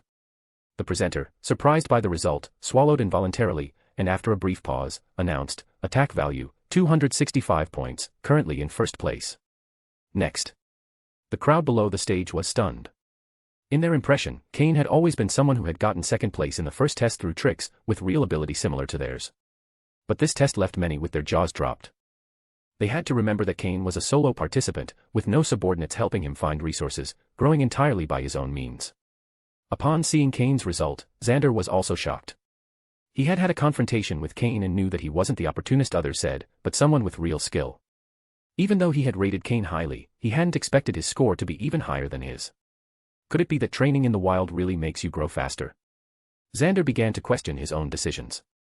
Was it better to gather a group of people to help him grow, or to head out into the wild for training? End of chapter. Chapter 30, Killing a Chicken to Scare the Monkeys. In truth, Xander's subordinates were the most terrified, especially those who had been clamoring to capture Cain the day before. They were sweating cold, thankful that Xander had stopped them before they did anything extreme. Due to Cain's performance, Xander probably wouldn't dare to send anyone to trouble him in the future. Although the results of an exam don't fully reflect a person's strength, they do reveal part of it. Besides, who could withstand such a high attack power? Cain had no knowledge of or interest in others' opinions or reactions. From the moment he activated the system, it meant that none of the other participants could keep up with him. This was part of his confidence. Cain descended from the stage with his Murkrow and headed to a corner, leaning against the wall and closing his eyes to rest. He wasn't interested in knowing the results of the others. In the stands, Viper frowned. He wasn't surprised by Cain's result, for if someone caught the attention of the person next to him, wasn't such a result normal? In fact, he thought it was even a bit low. However, he had a suspicion. That Murkrow, seems like. Viper voiced his doubts to the mysterious man beside him. The mysterious man understood Viper's suspicion. After a brief surprise, he nodded and, with a hoarse voice from under his black cloak, said, "You're not mistaken, it's still carrying weight." Viper had been almost certain of his assumption but was amazed at how much Cain had improved that Murkrow, which originally had deficiencies. Adjusting his posture, Viper said, "Oh. Well, this kid's not bad. If your shadow unit doesn't choose him, why not give him to me?" The mysterious man smiled slightly under his hood and replied, "What do you think?" Viper pouted, disappointed. "You're so boring. You people from the shadow unit always take things so seriously." Viper understood the rules of the shadow unit. As long as a mission from the shadow unit wasn't completed, no member of Team Rocket could intervene, unless the mission failed or the chosen candidate died. Since Cain accepted the reserve member badge of the shadow unit, he was already considered partially part of the team. Members of the shadow unit were usually very reserved, even with others from Team Rocket. However, the mysterious man and Viper were an exception. They had been good friends before joining Team Rocket.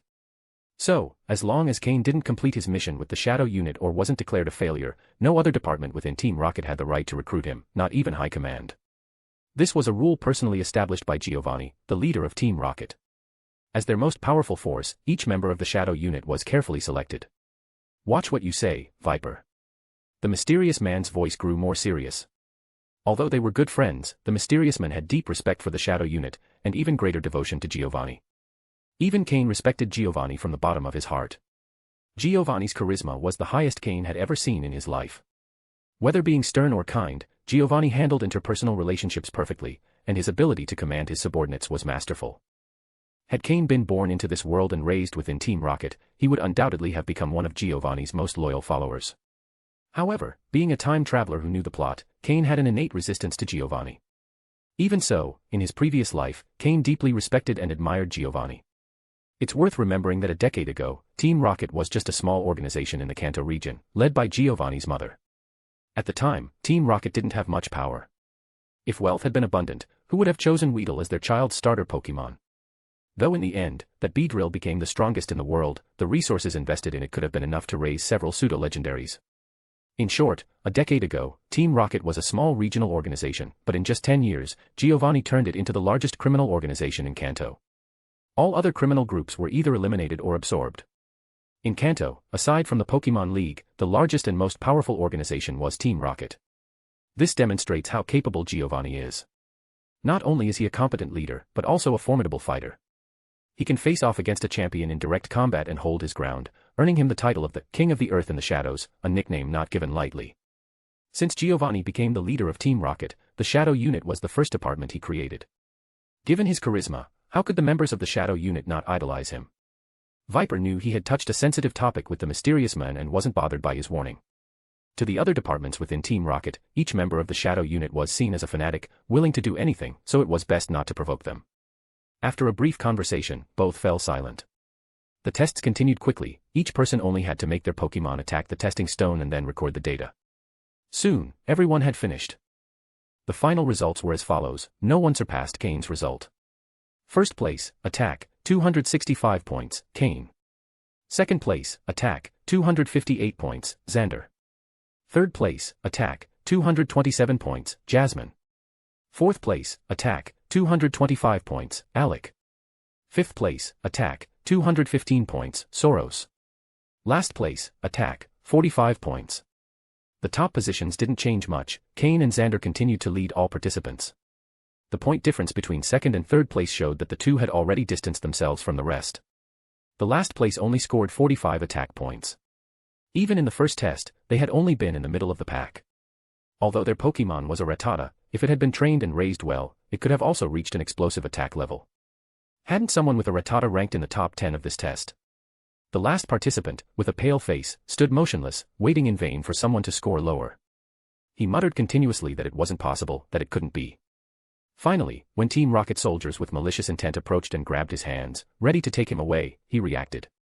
He struggled violently, but his untrained body couldn't do anything against the two experienced soldiers, whose iron hands gripped him tightly. No. No. No. Give me another chance. Give me another chance, he cried, begging, but it had no effect. With snot and tears running down his face, and a yellow stain appearing between his legs, the unpleasant smell spread.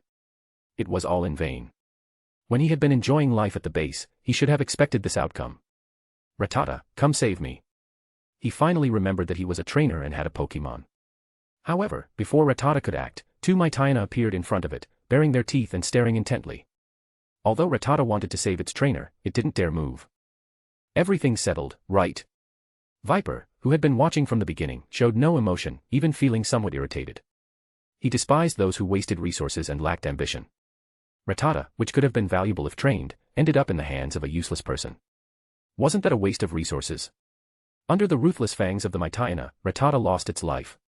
Seeing his last hope die, the last ranked participant stopped resisting as well. Team Rocket soldiers dragged him out of everyone's sight, and no one doubted what his fate would be. In front of everyone, Team Rocket once again displayed its brutality, treating human lives as worthless. Cain, leaning against the wall, watched without the slightest disturbance. After all, it was just a life. He had killed dozens of people, any member of Team Rocket had several kills under their belt. If anyone thought Team Rocket was like in the cartoon, where they were defeated with one hit, they were truly just watching a cartoon. Killing a chicken to scare the monkeys, a good tactic, Cain thought. Cain understood the reason behind Viper's action. It was nothing more than a way to put a chain on those who merely ate and waited to die.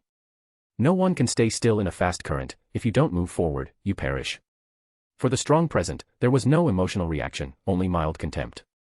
After all, this had nothing to do with them. It's like the catfish effect. If you put sardines in a net, they will all die quickly. But if you introduce a catfish, the sardines, threatened by the catfish, will swim frantically, allowing them to reach the market alive, where they will be sold at a high price. Now, they were like the sardines, and Team Rocket was the catfish. Only under the pressure of the catfish could they survive and reach a high value. Only with this pressure could the participants grow stronger, and Team Rocket reap more talents with potential. End of chapter. Chapter 31, Rejection. The test's conclusion was quite uneventful. The top 10 participants stepped onto the stage and swiped their identification cards through the magnetic strip, each receiving a reward of 200 points. For others, 200 points might be considered a significant amount of resources, but for Cain, who still had over 7,000 points, it was merely an additional resource. However small it might be, it still had value. In reality, Team Rocket tightly controls the distribution of points.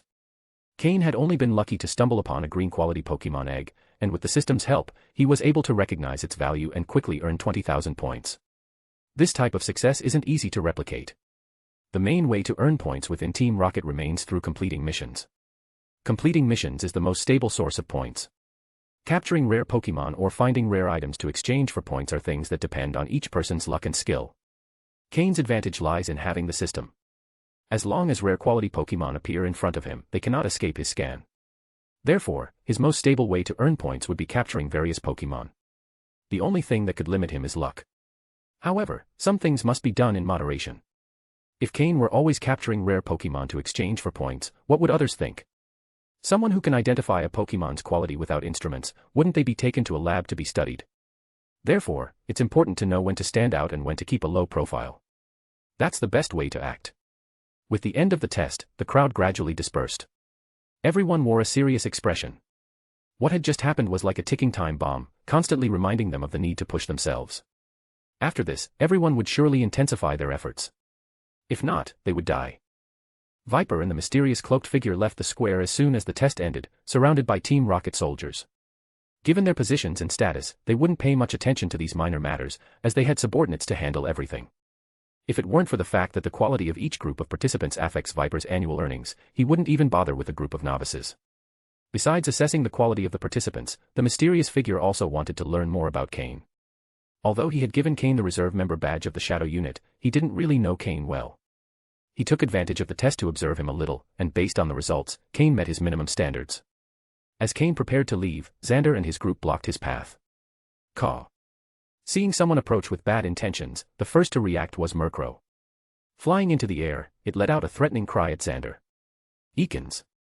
Xander's snake didn't fall behind, coiling its body in a threatening posture, ready to attack at any moment. Cain gently stroked Murkrow's feathers, signaling it not to worry too much. Seeing Cain's gesture, Xander raised an eyebrow and calmed his Eakins as well. With a slight glint in his eyes, Cain used the system to scan Eakins. Pokémon, Eakins, green. Gender, male. Level. Type, poison. Ability, intimidate. Held item, none. Egg moves, pursuit, poison fang, scary face. Basic moves, wrap, leer, poison sting, bite, glare. Learned moves, snatch. TM moves, double team. Actually, Xander's Eakins wasn't weak and had been trained very well. The reason its performance was slightly inferior to Murkrow's was that Eakins had a green quality, slightly lower than Murkrow's, and Eakins' base stats weren't as high. Although base stats are only a theoretical concept and good training can compensate for this difference, it can't be denied that the distinction exists. That's why there's a difference between pseudo-legendary Pokémon and regular ones. Is there really no difference between a Dragonite and an Arbok? Of course, there is. Cain was surprised to see that Eakins had learned Double Team. He remembered that the exchange price for it was 1,000 points. He hadn't expected Xander to gather that many points in a week, probably with the help of his subordinates. Both fell into an awkward silence, waiting for the other to speak first. With the two strongest leaders silent, Xander's subordinates didn't dare say a word either. Those who had wanted to teach Cain a lesson the previous day were now quiet, staring at the ground, not daring to provoke him. I didn't expect to underestimate you in the end, Xander said seriously, unable to hold back anymore. Xander had thought that no one in the entire test could compare to him, and his absolute confidence reflected in his performance. Without Cain's interference, Xander would have smoothly risen to the top. Even a high-ranking position within Team Rocket wouldn't have been impossible. In Cain's previous life, Xander had only missed that by one step. Cain understood Xander's thoughts. Someone who believed they were the protagonist but had now been surpassed would surely feel greater frustration than they showed. However, while Cain understood Xander's thoughts, he wouldn't change his attitude. Now, Xander barely had the right to be considered his rival. So what? Cain replied indifferently, his expression unchanged. Xander's face gradually darkened. Cain's carefree attitude made him feel belittled. As Xander's expression changed, his subordinates lowered their heads, avoiding the situation. Normally, in such a situation, Xander's cronies would have immediately jumped in to reprimand Cain. But facing someone who had surpassed Xander stopped them. They didn't want to get into trouble.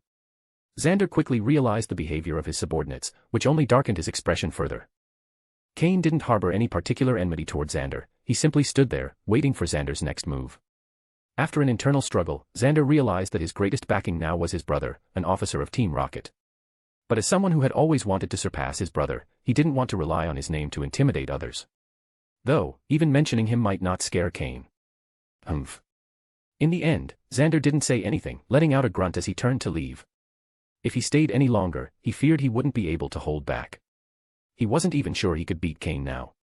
As Xander left, his subordinates quickly followed, as if they feared Cain would devour them if they stayed. After Xander departed, another group of people approached Cain. The leader was Soros, who had placed 5th in the test, the same young man with a bright smile. Cain frowned when he saw Soros approaching. Compared to hypocrites like him, Cain preferred people like Xander who were openly hostile. Soros approached with a big smile. Ha, ha. Cain, you're amazing. You took first place and surprised everyone. As he spoke, Soros tried to give Cain a pat on the shoulder. Cain took a step back, avoiding the contact. Soros was momentarily surprised but quickly recovered his composure, smiling again, though his eyes couldn't hide a flash of coldness. Cain, with an ironic smile in his mind, asked, "What do you want?" Ha, ha. Soros laughed, masking his discomfort. It's nothing important, I just wanted to ask if you'd be interested in joining a mission I just accepted.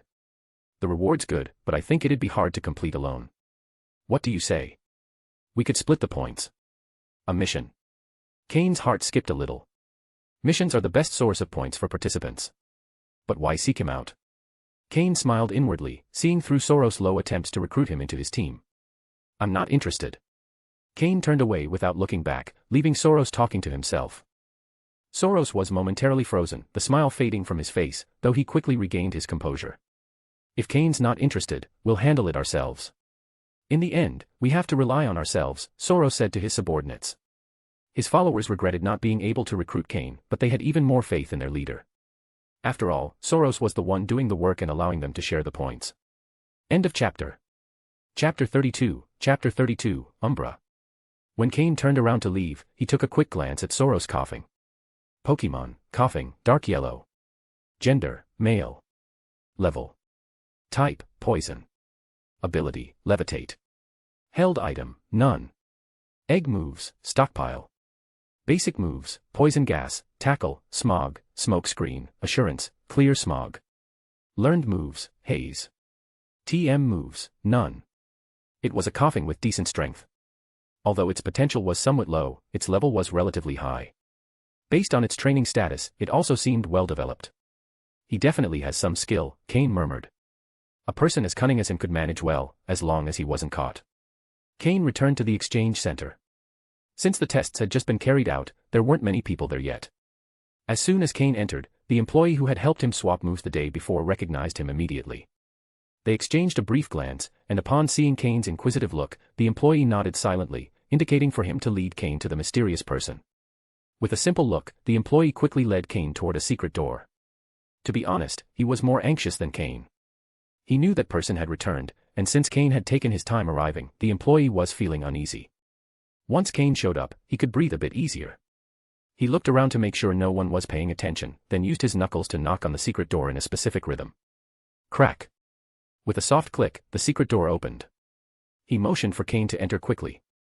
When Cain stepped through the door, he saw a long hallway. The dim candlelight provided a faint glow, barely enough to see the way ahead.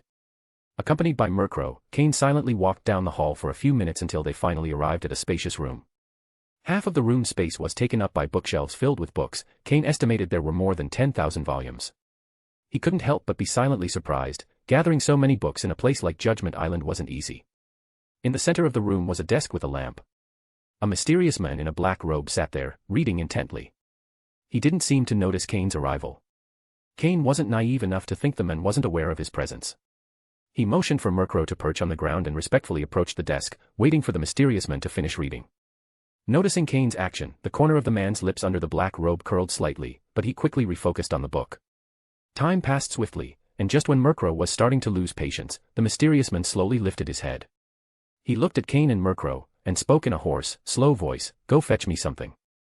When you return, I'll reward you with 10,000 points." As he spoke, he pulled a map from his robe, placed it on the table, and slowly pushed it toward Cain without asking if he accepted the mission. When Cain saw the man's hand, with only 2 fingers left, his pupils contracted abruptly. Cain recognized that wound immediately. It was the result of poison damage. The fact that someone as strong as this mysterious man, who must have been at least an elite-level trainer, had suffered such damage and been forced to amputate his poisoned fingers, was proof of how powerful his opponent must have been. Cain quickly hid his surprise and took the map the man handed him, examining it closely. He couldn't deny that, compared to the crude treasure maps made by Team Rocket, this map was of extreme precision. Every feature of the path, every detail, was drawn meticulously. Without making the man wait long, Cain nodded, stowed the map in his storage belt, and said, "Yes, sir."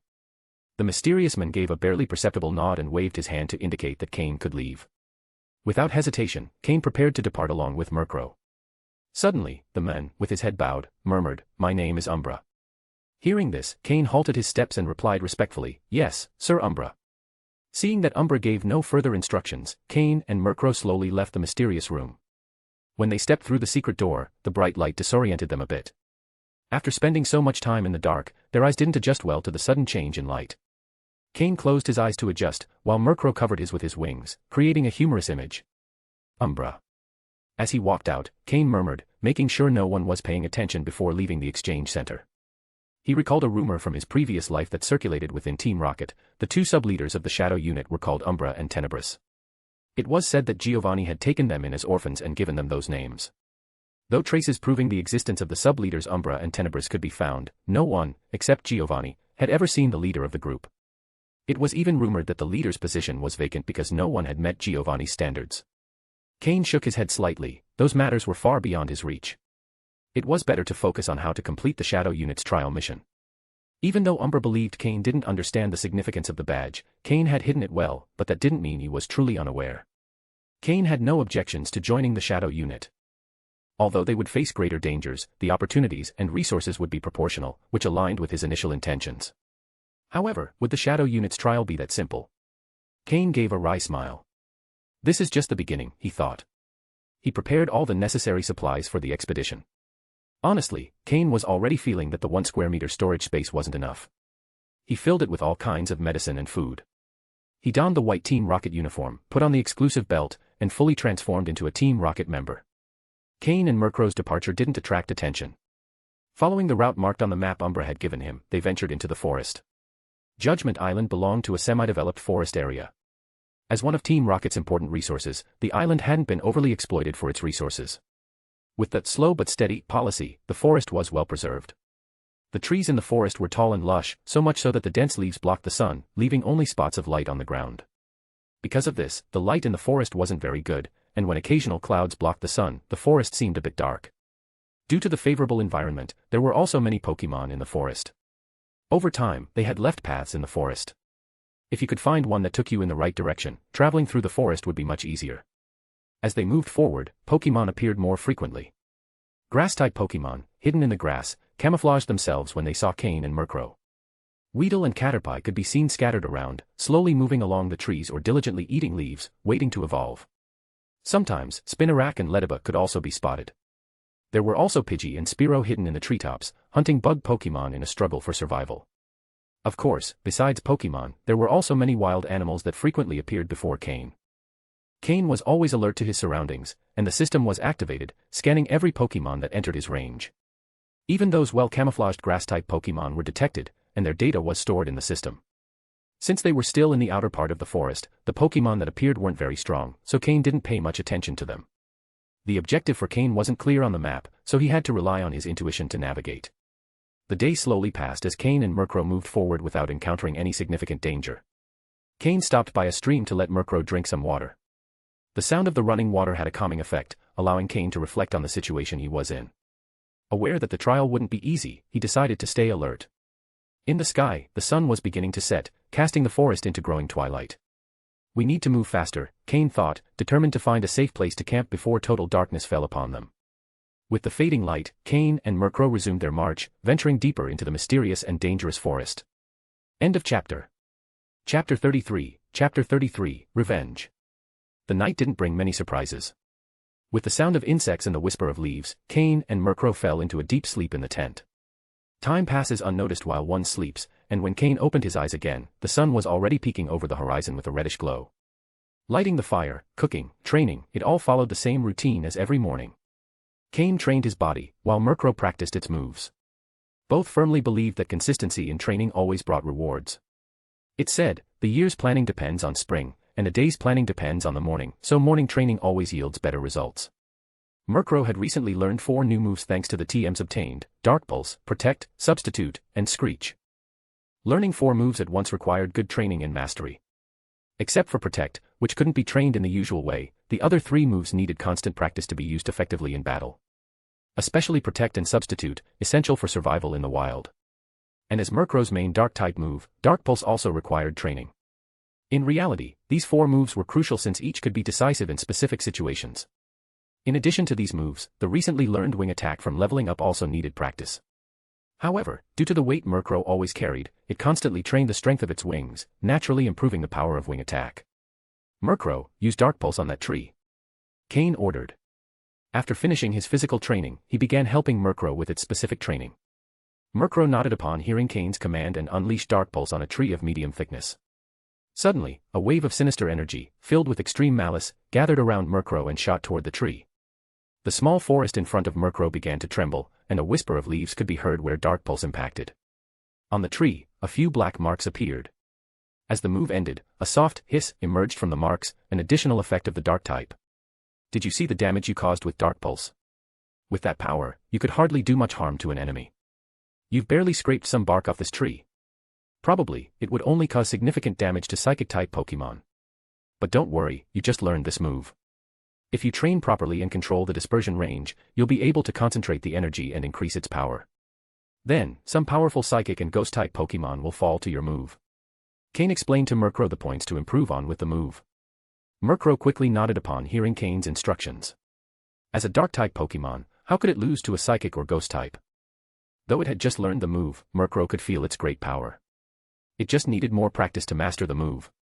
With the prospect of mastering a powerful attack, Murkrow became filled with determination. The malice continued to manifest around Murkrow, and Dark-type energy surged again. But this time, Murkrow didn't release the move right away. It began controlling the energy, reducing its dispersion, trying to focus it to maximize damage. After a moment, when Murkrow felt the energy was sufficiently concentrated, it launched Dark Pulse at the tree again. Boom. The surrounding trees didn't shake as before, there was only a slight tremor. However, the tree hit directly by the attack now had a black hole the size of a finger, with black smoke rising from it, clearly more powerful than the first attempt. Seeing Murkrow's improvement in using Dark Pulse, Cain nodded in satisfaction. There was no doubt Murkrow had an exceptional talent for controlling energy. This kind of talent wasn't reflected in a Pokémon's stats but discovered through consistent training. As long as you control the energy concentration well and avoid unnecessary losses, you'll be able to increase the power of your moves. This time was much stronger than before.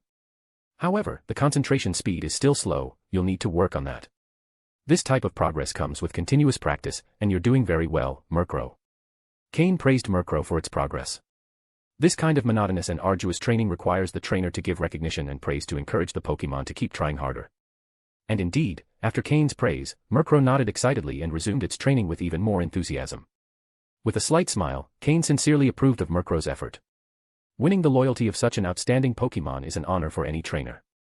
After about an hour, Cain and Murkrow resumed their journey. Although their main goal was to find what Umbra had indicated, they couldn't neglect basic training, otherwise, it would be a waste of time and life. Murkrow's somewhat fatigued body quickly regained its energy after consuming some poke blocks, and even its aura seemed to strengthen a little. This is the subtle effect of poke blocks. Energy that would normally take 2 or 3 hours to recover was restored in just a few minutes with the help of Pokeblocks. Additionally, a fatigued body acts like a dry sponge, quickly absorbing the enormous amount of energy from the Pokeblocks, more than it would normally absorb during recovery. With a steady supply of Pokeblocks, the difference between Murkrow and other Pokemon will become increasingly apparent. Yesterday, in their search for water, they strayed slightly from the original route, so the task now was to return to the path. As the sun rose higher, the temperature in the forest increased, and the daytime Pokemon began to appear. Under the sun's rays, the forest radiated vibrant energy. As they ventured deeper into the forest, the strength of the Pokemon they encountered also increased. However, the number of Pokemon decreased compared to before, as higher-level Pokemon began establishing their own territories. Occasionally, injured Pokemon were seen along the path or in the trees, or even the bodies of Pokemon. Cain and Murkrow ignored these signs. But as they ventured further, their alertness grew. Murkrow carefully watched its surroundings, ready to act at any moment. Fortunately, thanks to the system's ever-active skin feature, no Pokemon could approach Cain undetected. That's how Cain noticed several Pokemon approaching them with intent, having followed them for quite a while. As they neared, just as Cain suddenly stopped, a Pinsir burst from the bushes, quickly aiming for the weak Cain. Squawk. Murkrow, who had been on alert, reacted instantly when Pinsir appeared, and with the help of Tailwind, used Feint Attack to knock down the Pinsir attempting to strike Cain. Seeing the Pinsir's failed attack, Cain couldn't help but laugh. This Pinsir was the same one Murkrow had defeated before. But this time, Pinsir had learned and decided to attack Cain first. Unfortunately, it underestimated the situation. Even without Murkrow's presence, the system had already detected the danger, and the moment Cain stopped, his body was ready to dodge. Squawk. However, this time Pinsir wasn't alone. Hearing its cry, 3 more Pinsir jumped from the bushes, and according to the system's data, they were as strong as the first. Cain smiled and said, "They have no idea the danger they're in. They came together just to be taken down together." A few days ago, Murkrow could already easily take on Pinsir, and now, with its improved strength, facing 4 Pinsir was nothing more than a simple exercise. Squawk. Squawk. Squawk. Squawk. The 4 Pinsir exchanged glances, and with considerable coordination, rushed toward Cain, aware that the seemingly defenseless being was now their greatest threat. Murkrow, use Screech. Cain, unperturbed, calmly ordered. End of chapter. Chapter 34, Chapter 34, Wounds. Craw. A sharp sound came from Murkrow's mouth, so piercing that anyone would want to cover their ears, especially the 4 Pinsir standing in front of him. They had never heard such a horrible sound, and the dreadful vibration seemed to pierce their minds through their ears. Their bodies trembled involuntarily, and they even felt their tough armor loosen. Murkrow, try to show the results of your training. Cain smiled, pulling a remote control from his belt and pressing a button. It was Murkrow's weight controller. As soon as Cain deactivated the weight, Murkrow felt his body lighten completely. With the advantage of the tailwind movement, in the blink of an eye, he closed the distance between him and the Pinsir. Craw. Craw. Murkrow had never felt so fast. Without the weight restricting him, his body moved like the wind, and he let out a cry of excitement. He hadn't imagined that in just a few days, his speed could improve so much. Seeing Murkrow's unleashed speed, Cain's smile became more evident, his eyes gleaming with satisfaction. For a Murkrow this fast, the Pinsir in front of him were nothing more than a group of insignificant opponents. Murkrow, stop playing. Use Gust to block the 2 Pinsir in front, then take out the other 2 with Wing Attack. Cain gave a series of instructions, and Murkrow nodded before flapping his wings forcefully. Without the weight, the Gust movement was unleashed even faster and with greater power. In an instant, 2 white tornadoes of flying energy formed, blocking the 2 Pinsir charging toward him. Without hesitation, Murkrow turned and charged at the other 2 Pinsir. As he flew, flying-type energy accumulated in his wings.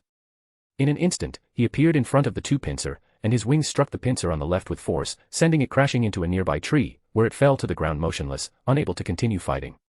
A total defeat in a single blow. After the defense reduction caused by the Screech move, and with Murkrow's full strength unleashed after removing the weight, plus the double damage flying-type moves inflict on bug-type Pokemon, the Pinsir was instantly defeated. Seeing his companion fall, the remaining Pinsir roared in anger and launched a direct attack at Murkrow with his large horn, using the takedown move.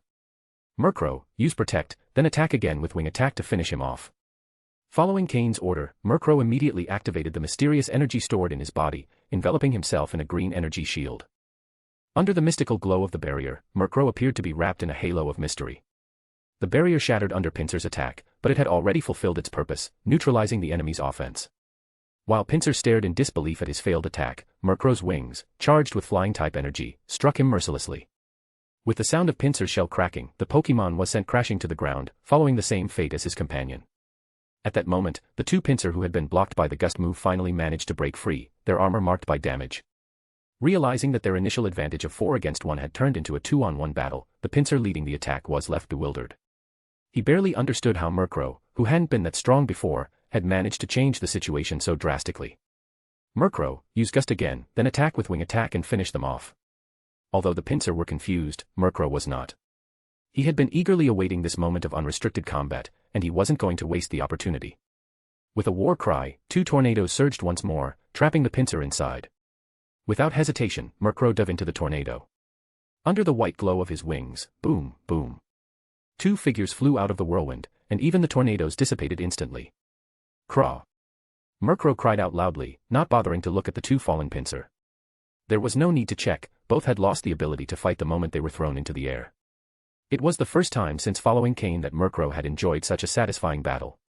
Cain gently stroked Murkrow's proud head and jokingly said, "This is just the result of short-term training, don't get too confident. Keep working hard." Although Cain was quite pleased with Murkrow's strength, he didn't want him to become arrogant, so he gave a small warning. Craw, craw. Murkrow quickly protested, assuring that he wasn't being arrogant, just a little excited. Hee hee, you did very well this time. Cain smiled and shook his head. He didn't mean it seriously, he was just teasing. Now do you see the results of your training? Cain continued, but his tone was full of humor that he wasn't trying to hide. Murkrow nodded quickly, his small eyes shining with admiration. He was becoming a devoted little follower of Cain. You. Cain gave him a gentle tap on the head with his finger and raised the remote control, waving it in front of Murkrow. I'm going to reactivate the weight, are you ready? Murkrow was a little surprised. He had just started enjoying the feeling of freedom, and now he was about to be restricted again. But he understood the reasoning behind Cain's actions and, though reluctantly, nodded to show his agreement. Cain noticed Murkrow's disappointment, but he knew it still wasn't the time to leave him unrestricted. Murkrow still needed to improve his strength. With Murkrow's eyes filled with expectation, Cain reactivated the weight, keeping it at the previous 5 kg. Murkrow immediately felt the weight on his body, causing his flying height to drop a bit, but he quickly adapted and returned to the same altitude as before, looking at Cain at eye level. He was already used to that weight, and with a small adjustment, he could move normally. While Cain performed an automatic scan with his system, he was surprised to discover that Murkrow's level had risen again after the recent battle. This level increase was so natural that even Murkrow probably didn't realize it, attributing it instead to the relief of the weight. Cain didn't mention it and let Murkrow think that the advancement was due to the weight training, so he would continue to train enthusiastically. One of the advantages of fighting in the wild is that, after a battle, there's no need to clean up the field. Due to the sounds of the recent fight, the forest was completely silent. Taking advantage of the absence of other Pokémon, Cain and Murkrow left the area and returned to their marked path on the map. The earlier fight had been just a small distraction for them, but the only significant outcome was that Murkrow leveled up again. Following the map's route and constantly comparing the surroundings with landmarks, Cain made sure not to stray too far from the path. Almost 4 hours had passed since the battle with the pincer, and Cain had ventured nearly 30 kilometers deeper into the forest. They were now completely outside the forest periphery, beginning to head toward the center. The trees in the forest were becoming increasingly larger, their trunks thicker, the leaves denser, and the spaces allowing light to pass through were getting smaller. Consequently, the temperature dropped, and a chill began to spread through the forest. Although they still saw traces of Pokémon, Weedle and Caterpie were no longer visible, and there were no signs of battles between Pidgey and Spearow. The strength of the Pokémon was increasing, and Murkrow's aura could no longer completely intimidate other Pokémon. As they entered territory after territory, the number of Pokémon daring to follow them increased. Just a moment ago, when Cain was picking berries from a tree, he accidentally entered the territory of a group of powerful Pokémon. A Raticate emerged from the ground and launched a fierce attack. Since the system couldn't scan underground, Cain wasn't prepared for the Raticate's attack. However, his reflexes, honed over the years, allowed him to dodge the attack, but even so, he received a scratch on his arm. It was a level 20 Raticate, and its claws, used to digging, left a deep wound on Cain's arm. Had he not dodged in time, his entire arm could have been rendered useless.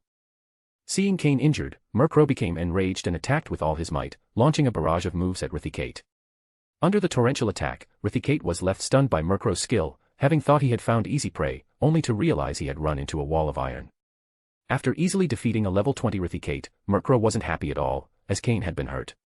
Fortunately, Cain had brought enough medical supplies. Enduring the pain, he washed the wound with water, disinfected it with a spray, and then covered it with a bandage. The entire process was smooth, and he didn't make a sound during the disinfection. From his past life, Cain had developed excellent wound treatment skills, and he was already accustomed to this type of injury. Humans are too vulnerable against Pokémon, any mistake can be fatal. Additionally, one cannot rely too much on the system, as its skin range is limited and cannot provide timely feedback for long-range or fast-moving Pokémon, let alone those underground. Thinking that by defeating Rithicate the problem was solved, Cain soon realized he had stirred up a hornet's nest. One Rithicate after another began emerging from the ground, baring their teeth and attacking Murkrow, determined to avenge their companion. While it seemed Murkrow was strong, there were many of them, and they were determined not to let him go. End of chapter.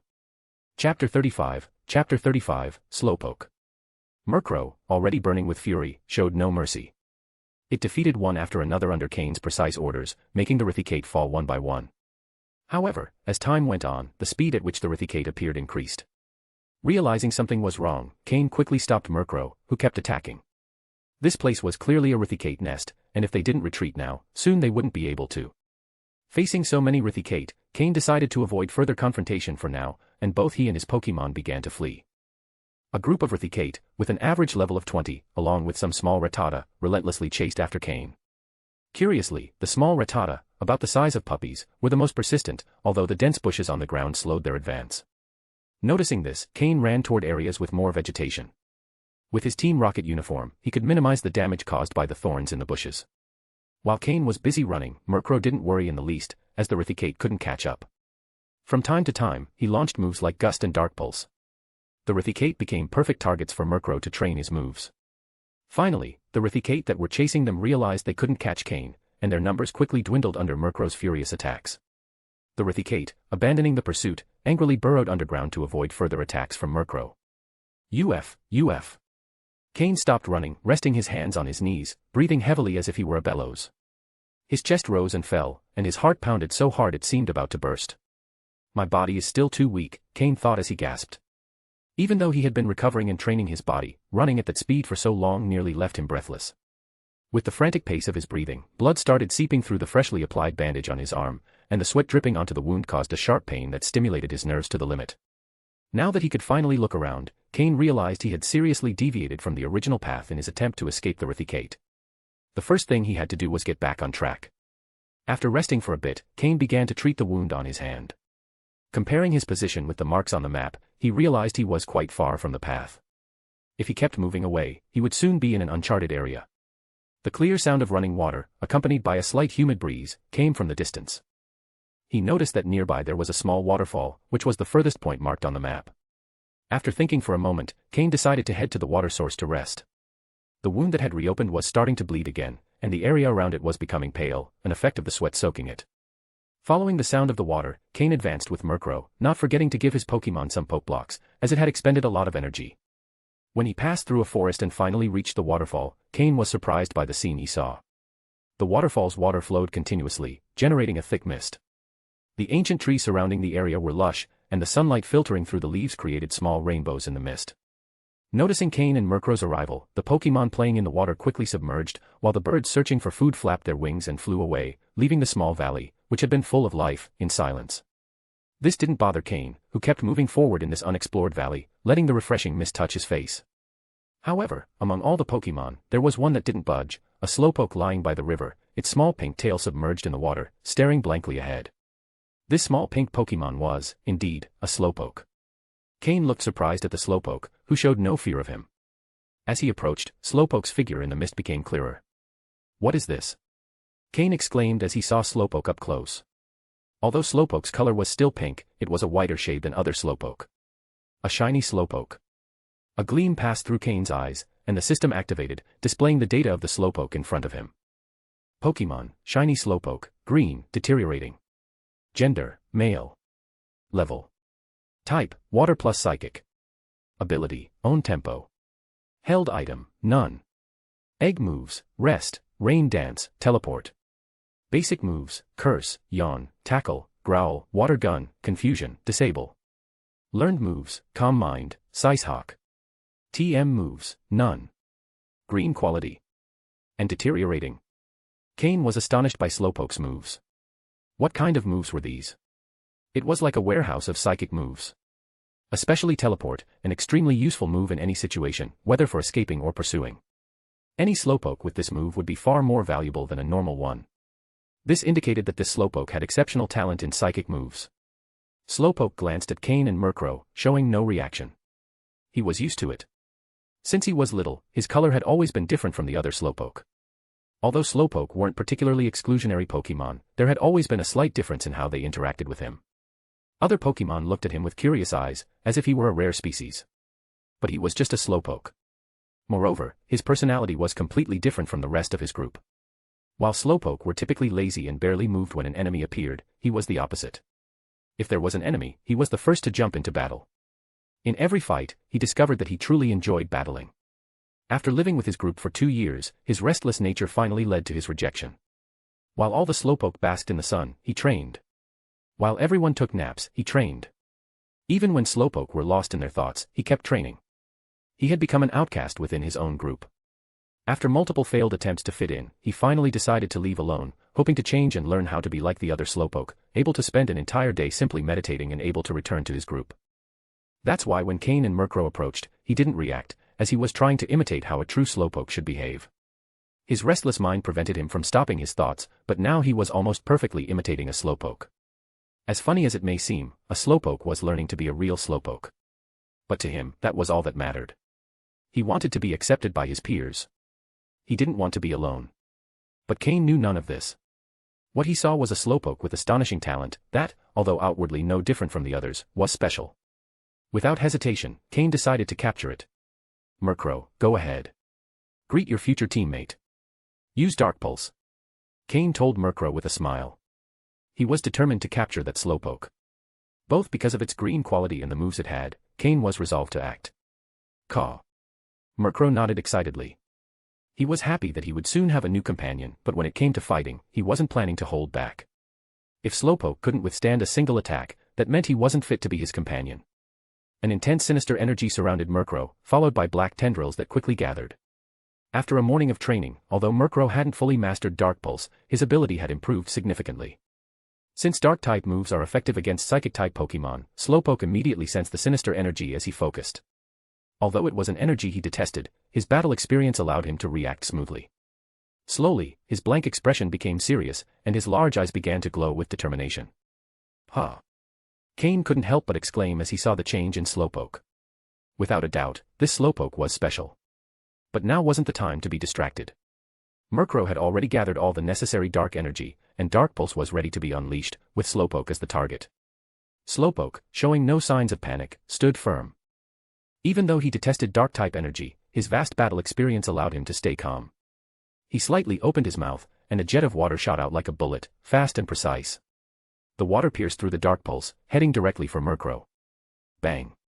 The Dark Pulse hit Slowpoke hard, and the Dark-type damage caused him to cry out in pain. But in his eyes, a fighting spirit and ferocity began to emerge. He had repressed his true nature for a long time, trying to imitate the other Slowpoke, but Murkrow's attack had awakened it. Bang! The water gun also struck Murkrow, who had been too focused on launching the Dark Pulse and hadn't expected Slowpoke to counterattack without trying to dodge. Slowpoke had chosen a direct exchange of blows. End of chapter. Chapter 36, Capture. Cain once again removed the remote control of Murkrow's additional weight. Facing a level 20 Slowpoke with the same green quality, Murkrow couldn't afford to be restricted in the slightest. Freed again, Murkrow wasn't as excited as at the beginning. Against this Slowpoke, it felt the pressure. However, despite Slowpoke's strength, its specialty was Psychic-type moves. But for a Dark-type Pokémon like Murkrow, what were Psychic moves? They had no effect. Therefore, Slowpoke was at a disadvantage from the start. Even so, Slowpoke showed no intention of giving up. On the contrary, it became braver and more excited as the battle progressed. Even with the simple water gun move, it executed it masterfully. Thanks to its level advantage and excellent physical condition, it held its ground firmly in the battle against Murkrow. After another confrontation, Murkrow was panting, and Slowpoke lay on the ground, not as active as before. However, its eyes shone brightly, reflecting emotions of excitement, satisfaction, and happiness. During the battle, although Cain constantly directed Murkrow, he also paid attention to the changes in Slowpoke. He gradually learned about this Slowpoke. The reason this Slowpoke was alone here was likely not just because of its color but also due to its personality. If it weren't for its Slowpoke appearance, Cain might have mistaken it for another water-type Pokémon full of fighting spirit. Murkrow, use Dark Pulse one more time. Let's give this future companion a little rest, Cain said, observing Slowpoke's exhausted state. A dark pulse with double damage would be enough to knock it out. Although Murkrow was very tired, it still had the strength to launch a few more moves. With one breath, the dark pulse formed and launched the final attack on Slowpoke. Slowpoke, already exhausted, had lost the ability to resist. Although it had a higher level than Murkrow, being a Pokemon specializing in psychic moves it couldn't use, its disadvantage was evident from the beginning. Defeat was only a matter of time. It would be great to keep fighting like this. Slowpoke didn't feel much about its defeat, but its obsession with battle made it remember this thought as it lost consciousness. At the moment it fell, a super ball hit it, capturing it inside. The super ball shook on the ground, its red light flashing, indicating Slowpoke's internal struggle. Cain approached the super ball and, watching it shake, couldn't help but say, "Slowpoke, if you join me, there will be endless battles." As if it had heard Cain's words, the super ball stopped shaking after a few seconds, the red light stopped flashing, and it finally stayed still. Seeing that he had finally captured Slowpoke, Cain quickly picked up the super ball from the ground and, under Murkrow's eager gaze, released it. When the Pokeball opened, a red flash appeared, and a small pale pink Pokemon appeared on the ground. The Slowpoke, previously unconscious, had now regained consciousness. Although its body was still injured and it couldn't move, its eyes were open. Cain gently lifted Slowpoke and sat on the damp ground, placing it on his lap. Seeing Slowpoke's hesitant and frightened gaze, Cain softly said, "Don't be afraid, Slowpoke, from now on, we are companions. This is Murkrow, and although you fought earlier, you must get along from now on." Caw. Caw. Murkrow nodded quickly, it didn't want a newly joined companion to hold a grudge against it. Surprisingly, Slowpoke didn't hold any resentment towards Murkrow. In fact, it somewhat liked it for having provided such an enjoyable fight, as could be read in its big eyes. "Yatten," it said weakly, indicating that it didn't mind. Hearing Slowpoke's sound, Murkrow visibly sighed in relief and began flying around Slowpoke, curiously observing it, trying to understand this new and powerful companion better. Cain also understood their interaction and, smiling, took out a healing spray from his belt. Under Slowpoke's faint groans, he sprayed it over all its wounds. The scars caused by the dark energy faded a little. "Yatten," Slowpoke murmured after all the spray had been used, looking at Cain with a mix of curiosity and longing in its eyes, which, along with its shy expression, contrasted with the stubbornness and madness it showed during the battle. "Slowpoke, we are companions now.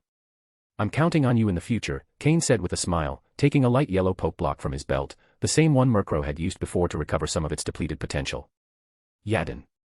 Slowpoke immediately swallowed the Pokeblock Cain gave it, its wide eyes growing even larger, showing an expression of great satisfaction as it made a delighted sound. After a few seconds, Slowpoke came to its senses, but it noticed a different feeling in its body. Since it left its group, it had been trying to imitate a normal Slowpoke, but it always felt that something wasn't right, as if it could only use 80% of its strength. But after eating this Pokeblock, it felt that now it could use 90% of its strength. Although it wasn't at its best yet, it was surprised by the improvement. "I see you like Pokeblocks, Slowpoke. You don't have to imitate other Slowpoke, just be yourself." Cain had guessed that Slowpoke's loss of potential was due to it no longer being itself, trying to mimic others.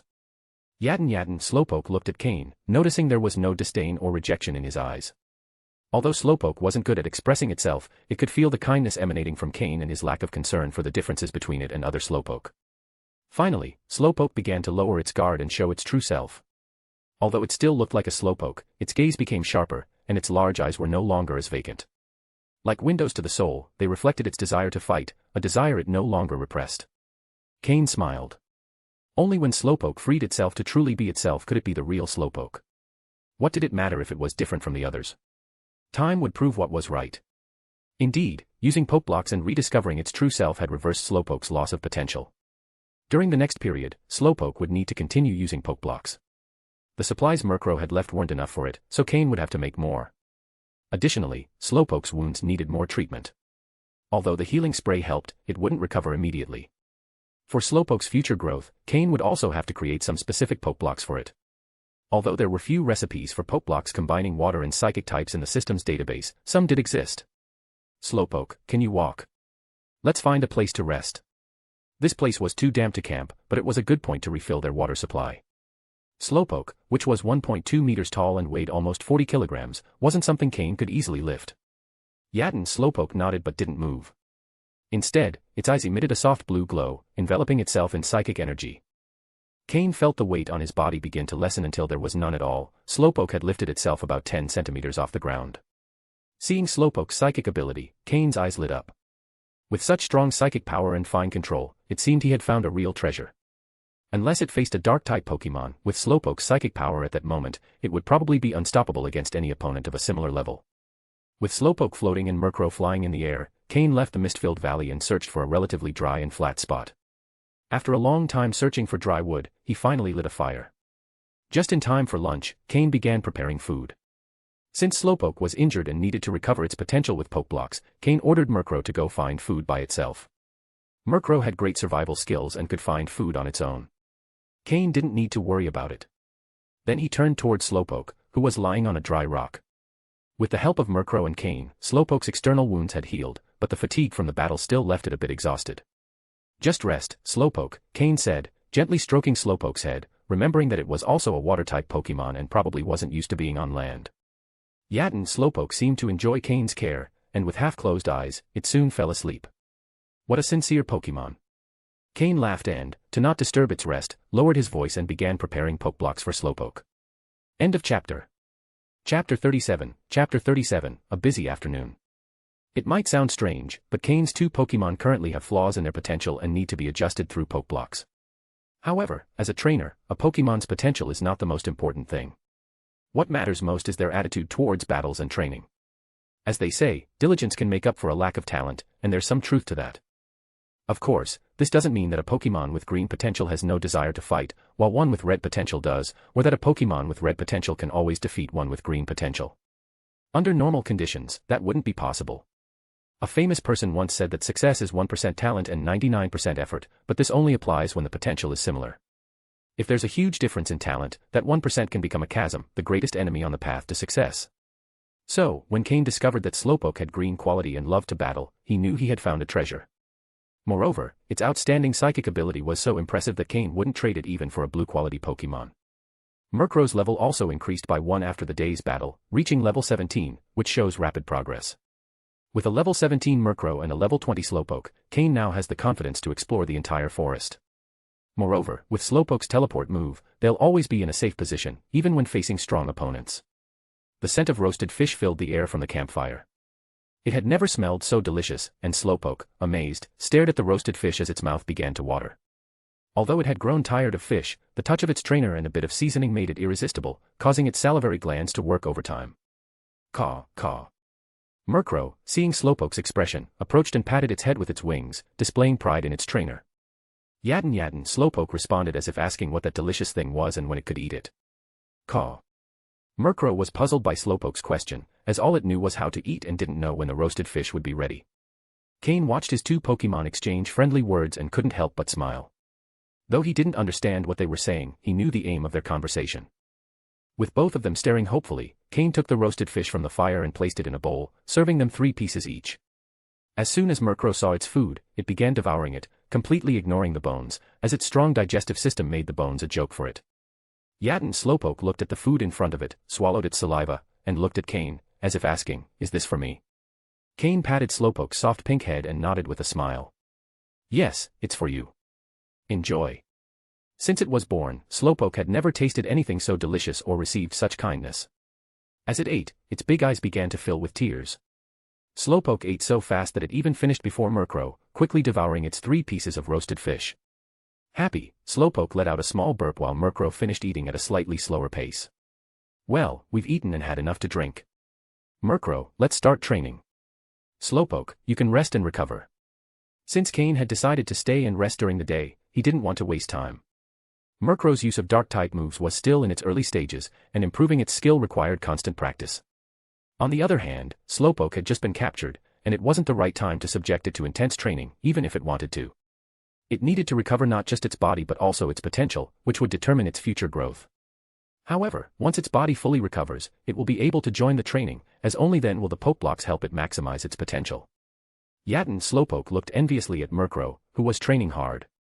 Although it didn't care much about losing today, it knew it had been defeated. It attributed the loss to Murkrow's effort, as it had been neglecting its training. But even though it wanted to join, Cain wouldn't allow it, and Slowpoke knew its body wasn't in the right condition. Training would only make things worse. Cain noticed Slowpoke's expression and patted its head with a smile, saying, "Don't rush. First, recover. If you have nothing else to do, use your psychic power to lift that rock." He pointed to a human-sized rock. In the previous battle, when Slowpoke discovered that its psychic moves didn't work against Murkrow, it stopped using them. Therefore, although it was injured, its psychic energy was still abundant, and training its telekinesis wouldn't affect it. Hearing Cain, Slowpoke realized that even though it hadn't often trained its psychic abilities, this was still a form of training. Its big eyes began to glow blue, and the distant rock seemed to be wrapped in magical energy, slowly rising. If Cain knew that a Slowpoke with such strong psychic abilities had never trained its powers, he would have been surprised. While Murkrow and Slowpoke entered their training state, Cain was able to enjoy his lunch in peace. A peaceful, yet busy afternoon for Cain and his Pokémon. Murkrow and Slowpoke were absorbed in their training while Cain began preparing a new type of Pokeblock for Slowpoke, which it would use in the future. Once the yellow berry Pokeblocks are finished, it will be time to start with water and psychic-type specialized Pokeblocks. The illusory blue Pokeblock is the ideal option Cain has chosen for Slowpoke, as it effectively enhances the absorption of psychic and water energy. It has a sweet taste and is a transparent, light blue Pokeblock. One can't help but mention the crafting of Pokeblocks. Why, if everything has advanced, are Pokeblock making tools still made of wood? Is it because Team Rocket's base lacks specialized tools? Of course not. It's because those tools are too obvious and have no other purpose besides making Pokeblocks. If Cain bought those specialized tools, it would raise suspicion. Even if no one asked him directly, it would cause unnecessary trouble. How would an orphan who had never had contact with Pokémon explain that they knew how to make Pokeblocks? So, even though the process is slower, as long as the quality is satisfactory, it's not that important. Moreover, in the Team Rocket base on this test island, there are no tools for making advanced Pokeblocks. With the help of the system, Cain cut, crushed, ground, mixed, and separated all the materials for the Pokeblocks with precision. Every step was smooth, with no pauses. After completing each step, the system indicated what to do next, so within just 2 hours, Cain finished making the Pokeblocks that Slowpoke would need for the next few weeks. Looking at the containers filled with pure energy, all that was left was to wait for them to solidify and become valuable intermediate-level Pokeblocks. During those 2 hours, Murkrow and Slowpoke didn't stop training. Although Cain was busy making Pokeblocks, he dedicated part of his attention to his Pokémon, offering them guidance in their training so they wouldn't stray from the right path. In his past life, Cain had reached the level of a quasi-elite trainer, and although he had never trained a Slowpoke, he had enough experience to identify weaknesses in Pokémon at that level, especially in Murkrow, his starter Pokémon in his past life. Although he eventually decided not to continue with Murkrow, the effort he put into it cannot be denied. As for Slowpoke, being a water and psychic-type Pokémon, Cain also had knowledge of how to train its underdeveloped psychic abilities. With its outstanding psychic talent, Slowpoke wouldn't find it difficult to follow Cain's directions. Once its body fully recovers, Cain will feel more confident in his mission. As they delve deeper into the forest, the level of the Pokémon will surely increase. Aside from necessary battles, Cain will avoid encounters with high-level Pokémon as much as possible. And if they come across one, Slowpoke's teleport move will allow them to escape quickly. After 2 hours, Slowpoke had also gradually regained its energy. After training its psychic abilities for an extended period, and with Cain's guidance, Slowpoke also began training its body and water-type moves. End of chapter. Chapter 38, Revealing Storm. Boom. Boom. Suddenly, the sky roared with a rumble, and lightning tore through the firmament in an instant, quickly disappearing into the increasingly dark clouds. The sky, which had originally been a clear blue, began to fill with black clouds that covered the sun. These clouds, accompanied by lightning and thunder, expanded rapidly, eventually dominating the entire sky. Sensing the change in the sky and being especially sensitive to moisture, Slowpoke approached Cain, tugging at his pants with his small pink hand, saying, "Yadin, Yadin," while pointing toward the sky. He was telling Cain that rain was coming, and it wasn't going to be just a drizzle, but a torrential downpour. "I know, we need to find a place to take shelter from the rain," Cain said, also noticing the change in the sky. After all, the thunder wasn't for nothing. However, this sudden storm took Cain by surprise. Hearing that Cain wanted to find shelter, Slowpoke rolled his eyes, suddenly remembering a place. He tugged at Cain's pants again, saying, "Yadin, Yadin." "Oh. You're saying you know where we can take shelter?" Cain, observing Slowpoke's actions, quickly understood his intent. Looking into Slowpoke's eyes, Cain could always understand what he wanted to convey. Perhaps this was one of the peculiarities of psychic-type Pokémon. "Murkrow, let's go, we'll follow Slowpoke to find shelter," Cain signaled for Murkrow to stop training. The wounds on Slowpoke's body had mostly healed. With a blue glow in his eyes, he used his telekinesis to lift himself slightly into the air. Although he normally never used his psychic powers to levitate, inspired by Cain, Slowpoke began to lift his body to move more quickly. Leading Cain and Murkrow, Slowpoke returned to the waterfall. Due to the impending rain, the air became denser, and the Pokémon in the water, suffering from a lack of oxygen, began to surface. Magikarp, Poliwag, Poliwhirl, Goldeen, Seeking, Wooper, Marill, and other common Pokémon from the Kanto region surfaced one by one. Although Cain was used to seeing them, his eyes gleamed as the system in his mind quickly analyzed each Pokémon, displaying their data in front of him. Most of the Pokémon had red quality, and a few were orange. Cain looked at them but wasn't interested in capturing or training them. Yadin, Yadin. Upon reaching the edge of the lake beneath the waterfall, the atmosphere became even more humid. Just by staying for a while, their bodies became noticeably damp. For Murkrow, the humid air was very uncomfortable. His black, shiny feathers became heavy with moisture, making each flap of his wings harder.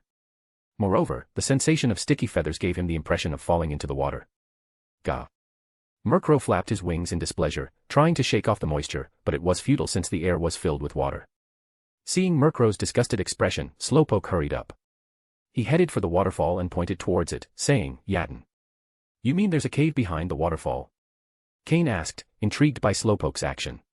He had originally thought it was just a regular waterfall, but it turned out there was a cave behind the water curtain.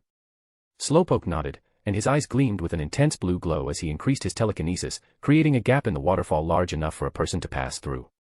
Normally, Slowpoke would have just crawled through, but knowing Cain and Murkrow didn't enjoy getting soaked, he used his psychic power to create a passage for them. Seeing Slowpoke was slightly fatigued, Cain and Murkrow wasted no time and quickly entered the cave behind the waterfall. After they went in, Slowpoke stopped controlling the waterfall and crawled inside under the water pressure, which only slightly pressed down on his body. "You're amazing, Slowpoke, thanks for the effort." Cain praised Slowpoke before continuing deeper into the cave with Murkrow. For Cain, it was customary to explore any unknown cave first. However, considering Slowpoke's situation, it seemed likely this was where he had been living lately. It wasn't unusual for him to crawl out of the water frequently, allowing him to discover this place. Unlike the outside, full of humidity, the inside of the cave became drier the further they went. This could be because the waterfall blocked contact with the outside, preventing moisture from entering. Finally free from the humid environment, Murkrow flew quickly around the cave, drying himself off as he moved. Not long after they entered the cave, it began to pour outside. The roar of the water, combined with the sound of the waterfall, created a symphony of nature in the jungle. As the rain began, the air ceased to be so dense, and the Pokémon in the water became immediately more active, appearing in the lake and on the shores. Cain approached the waterfall and, through the clear water, could see a bit of what was happening outside, though not clearly. Finally, Slowpoke used his telekinesis to form a small hole in the waterfall, allowing Cain to see fully what was happening outside. Cain watched as several Pokémon, usually hidden under the water, surfaced. In addition to the common Magikarp and Goldeen, a few relatively rare Pokémon appeared. "What's that?" Cain couldn't help but exclaim as he saw the figure of a Pokémon quickly pass by. "It can't be. Besides those common Pokémon, she's here too." Before Cain's eyes passed a figure adorned with shining multicolored scales. Her elongated, elegant body had 2 long antennas, and her tail moved like a fan, glimmering under the rain. Milotic. I can't believe the water quality here is so good that there's even a wild Milotic. Milotic, being the evolved form of Phoebus, only evolves when it carries a prism scale. Given how extremely rare the prism scale is, it's very unlikely for a wild Phoebus to obtain one, so finding a wild Milotic is almost impossible. In Cain's mind, at this point, no one in the Pokémon League knew that Phoebus could evolve, much less that its evolution resulted in a beautiful Milotic. To them, Milotic had no pre-evolved form, and they considered Phoebus, which didn't have a known evolution, as a Pokémon even inferior to Magikarp. For a moment, Cain felt a strong temptation to rush out and capture that Milotic, regardless of its quality. After all, a Pokémon that managed to evolve in the wild couldn't be an ordinary Pokémon. However, that temptation was quickly dismissed. It would be madness to go out during a storm to capture a Milotic that was being admired by all the other Pokémon.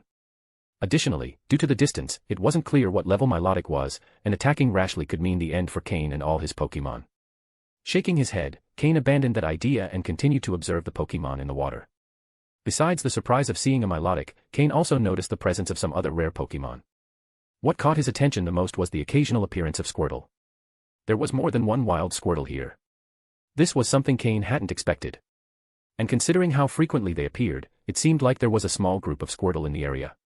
As one of the water-type starter Pokémon from the Kanto region, Squirtle had always been controlled by the Pokémon League. If the League found out about the existence of a wild Squirtle group, they would quickly take action to ensure they were captured and prevent starter Pokémon from spreading beyond their control. Although there were always some starter Pokémon left in the wild, it was becoming increasingly difficult to find them due to the efforts of the Pokémon League. This place, being controlled by Team Rocket, was outside the League's reach. That's why Cain wasn't surprised to find wild Squirtle here. However, he was excited by the idea of capturing one, as obtaining a water-type starter would be extremely useful in the future. Nevertheless, after thinking for a moment, Cain decided to wait until the storm passed.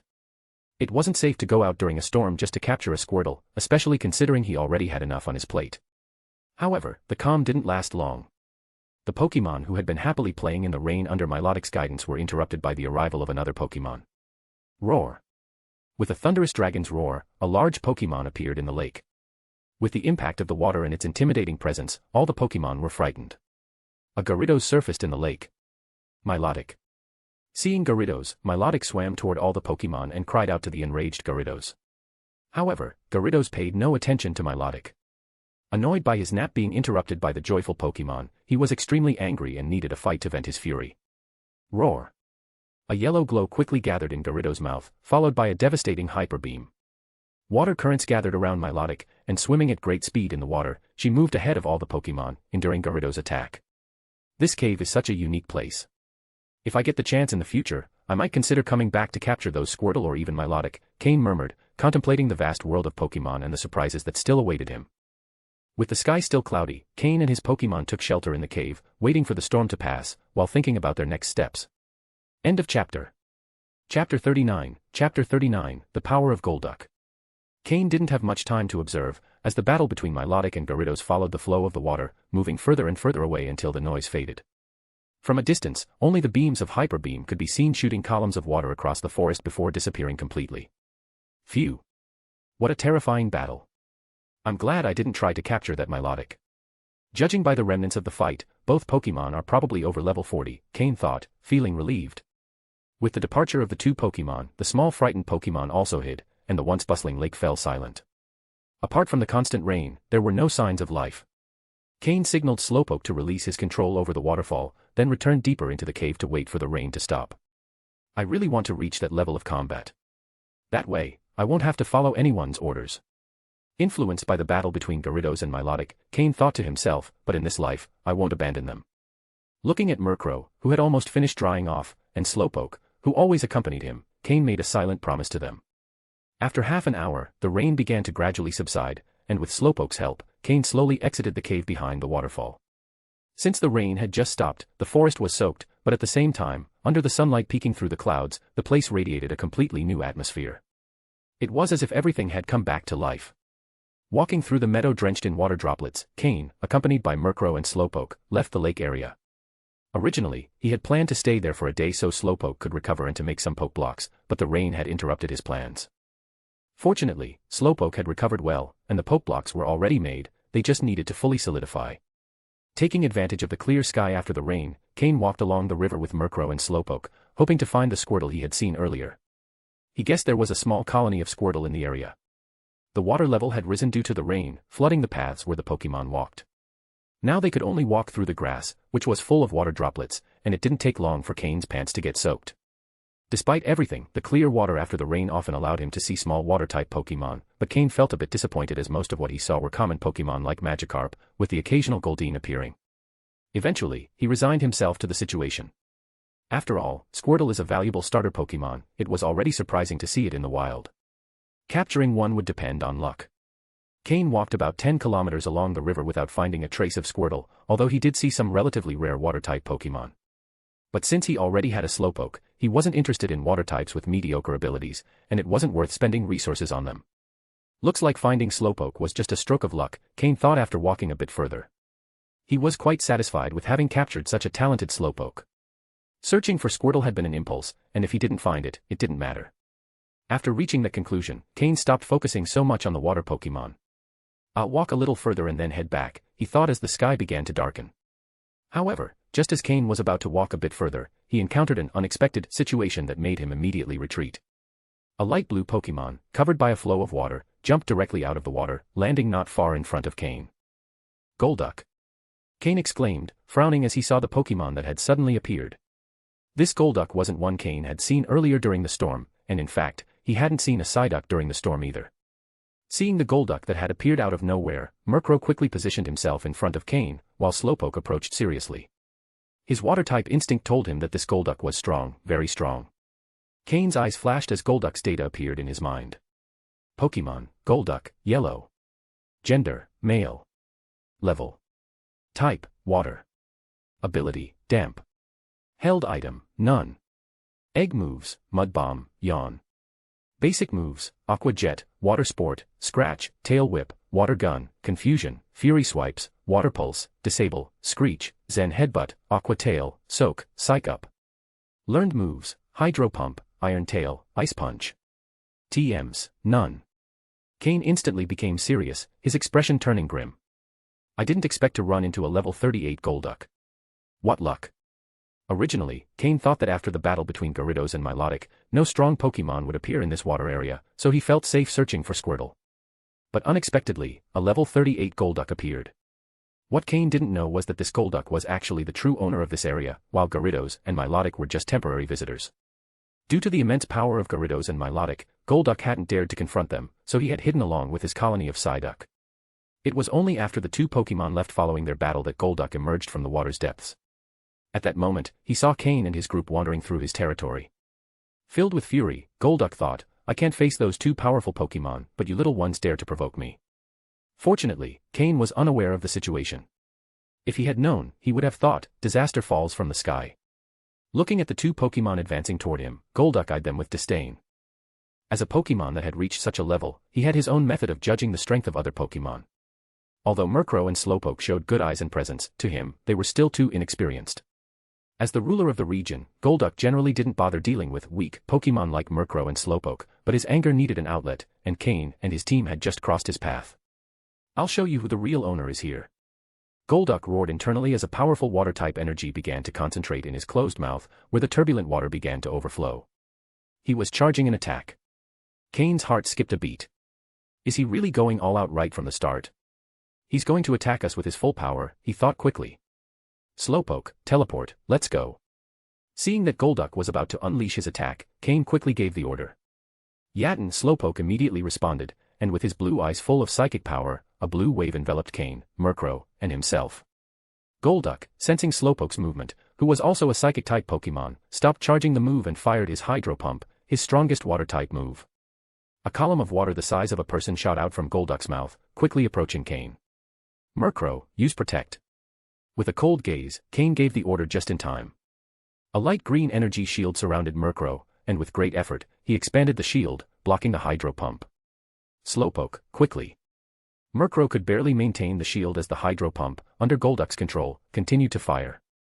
Yatin Slowpoke, realizing the situation, ignored the limit of his psychic power and, with a flash of blue light, enveloped Cain and his team in an increasingly powerful wave of energy.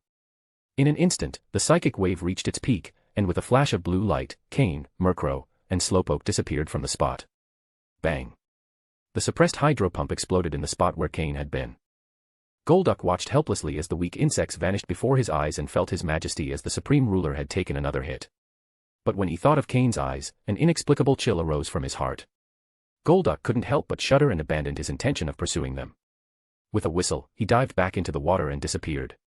With a fluctuation of psychic energy, the trio reappeared in the cave behind the waterfall. Murkrow stumbled and fell to the ground, exhausted after barely holding on. Slowpoke also collapsed to one side, his spirit drained. Cain's expression was unusually solemn as he said, there really are many powerful Pokémon in this forest. He helped Murkrow up, gave him a few poke blocks, and then let him rest for a while. Slowpoke, use Calm Mind to restore your psychic energy, Cain said apologetically after looking at the slow Slowpoke. If Slowpoke hadn't explosively used his psychic energy at the last moment, things wouldn't have gone so smoothly. Yatin Slowpoke let out a faint cry, then closed his eyes and began using Calm Mind. A slight wave of psychic energy appeared around him. This move not only increased the user's special attack and special defense in battle, but it also enhanced the effects of psychic energy during regular training. End of chapter. Chapter 40, Heart of Vengeance. After organizing Murkrow and Slowpoke, Cain sat beside the cave. This time, it truly was an unexpected disaster. He was merely walking near the river when he encountered a powerful ruler of the area. Both Pokémon took a significant hit. However, for Cain, who had explored wild areas in his past life, encountering powerful Pokémon in their territory and being driven off like this was nothing new. Don't look so down, it's just about living a few more years. As long as we train hard, sooner or later, we'll regain what we lost today, Cain said to console them. With Cain's words, they began to relax as well, transforming their frustration into an inexhaustible source of motivation. We must become stronger and reclaim what's ours. Although they wanted to start training right away, both Murkrow and Slowpoke were injured to varying degrees, so Cain ordered them to train only after they had fully healed. Thus, in the cave at night, only the sounds of the waterfall and the crackling firewood could be heard. There were no other sounds.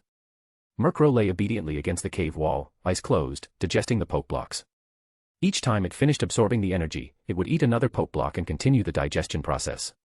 Although poke blocks are automatically absorbed after being consumed, the process can be sped up by mobilizing the body's internal energy, increasing the flow to digest the poke blocks faster. On the other hand, Slowpoke also closed its eyes, lying on the ground. Its mysterious psychic energy enveloped its body, and even the surrounding space showed slight waves of distortion. Cain watched his Pokémon's efforts with keen attention. Since his Pokémon were working so hard and wanted to grow, as their trainer, he could only support them and think about the most suitable training methods and growth directions for them. If I could make advanced poke blocks, it would definitely accelerate their growth, Cain thought silently. As for how to obtain the tools to make advanced poke blocks, that was something he had to solve. After all, it was his responsibility as a trainer. Murkrow's growth path was very suitable for him, a nimble assassin with low endurance and defense. If he continued daily weight training, his speed would surely reach extraordinary levels. But regarding Slowpoke's growth direction, that was something Cain needed to consider. Slowpoke has two types of evolutions, Slowbro and Slowking. Slowbro specializes in physical defense, while Slowking excels in special defense. Cain hadn't yet decided which type he wanted Slowpoke to evolve into, and besides, this was a decision he needed to discuss with Slowpoke.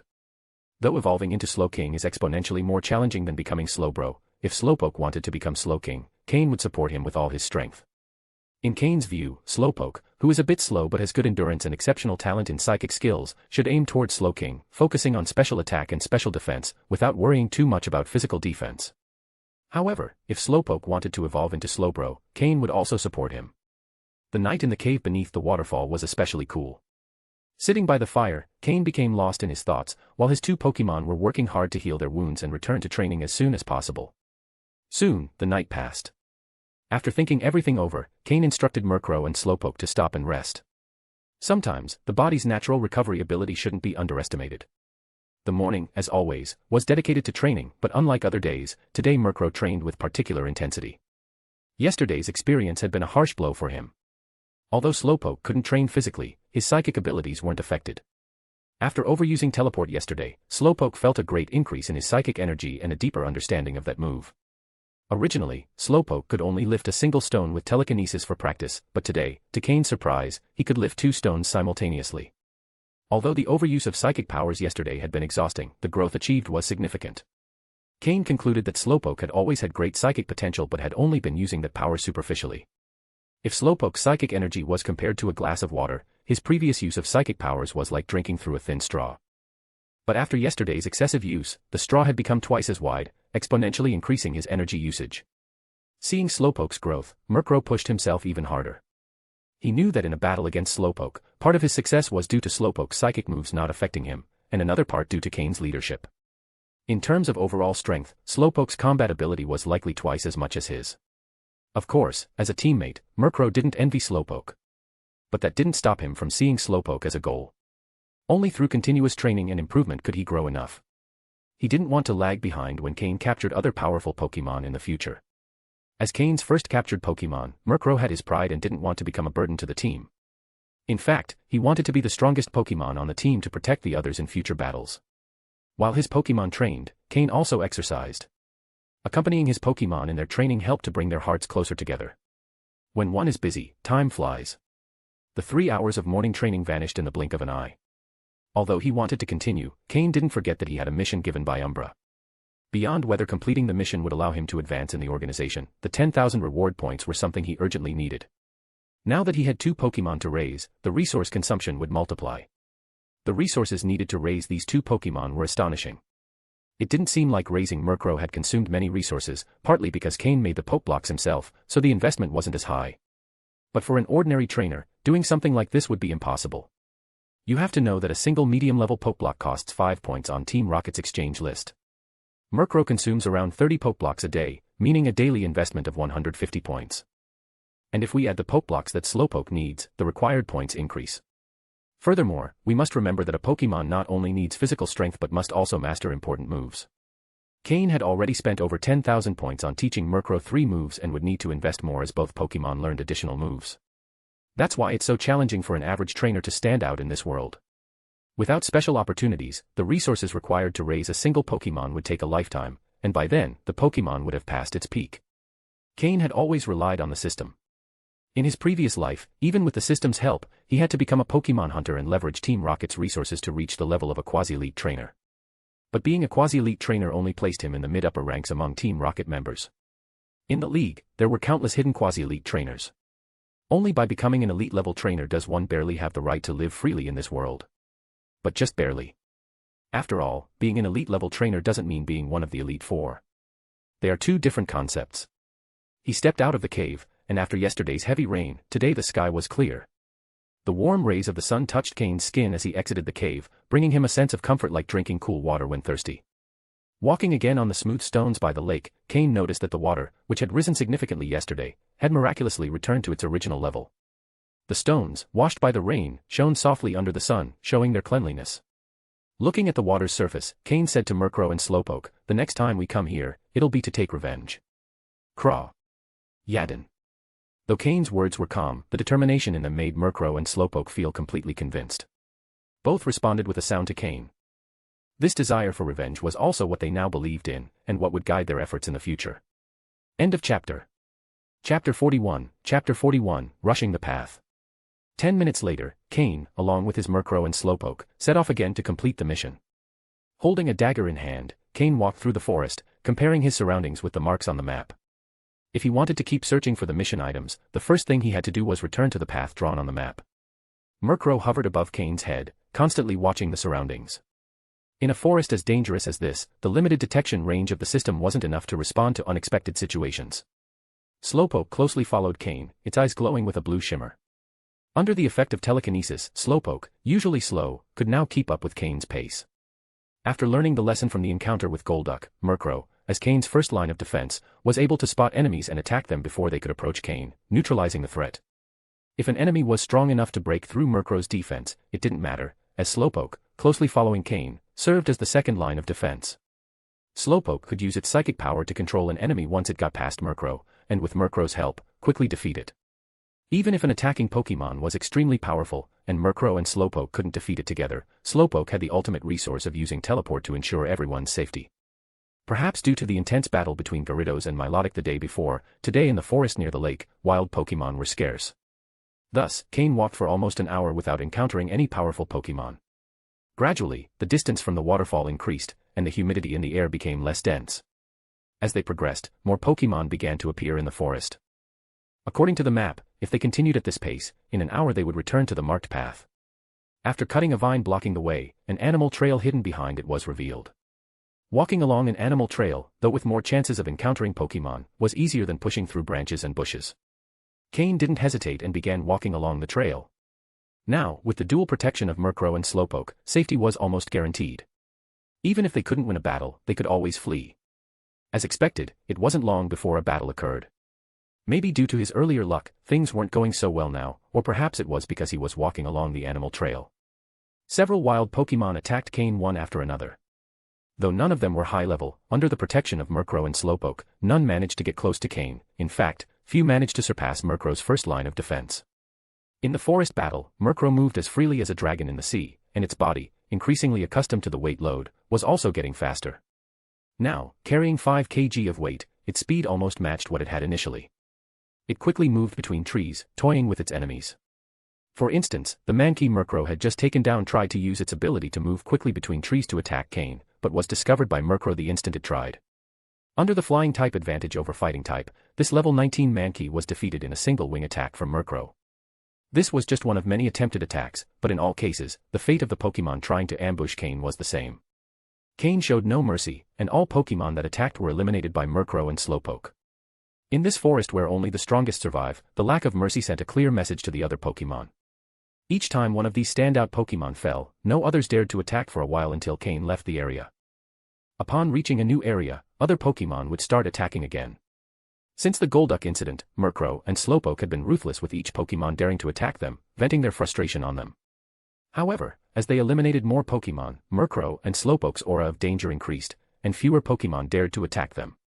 Many who initially intended to attack were intimidated by the bloodlust they emanated. The 1-hour stretch of road took them almost 2 hours due to the number of attacks they faced. Though annoying, the progress was evident. Murkrow leveled up once more, reaching level 18, and though Slowpoke didn't level up, its mastery over its moves improved significantly.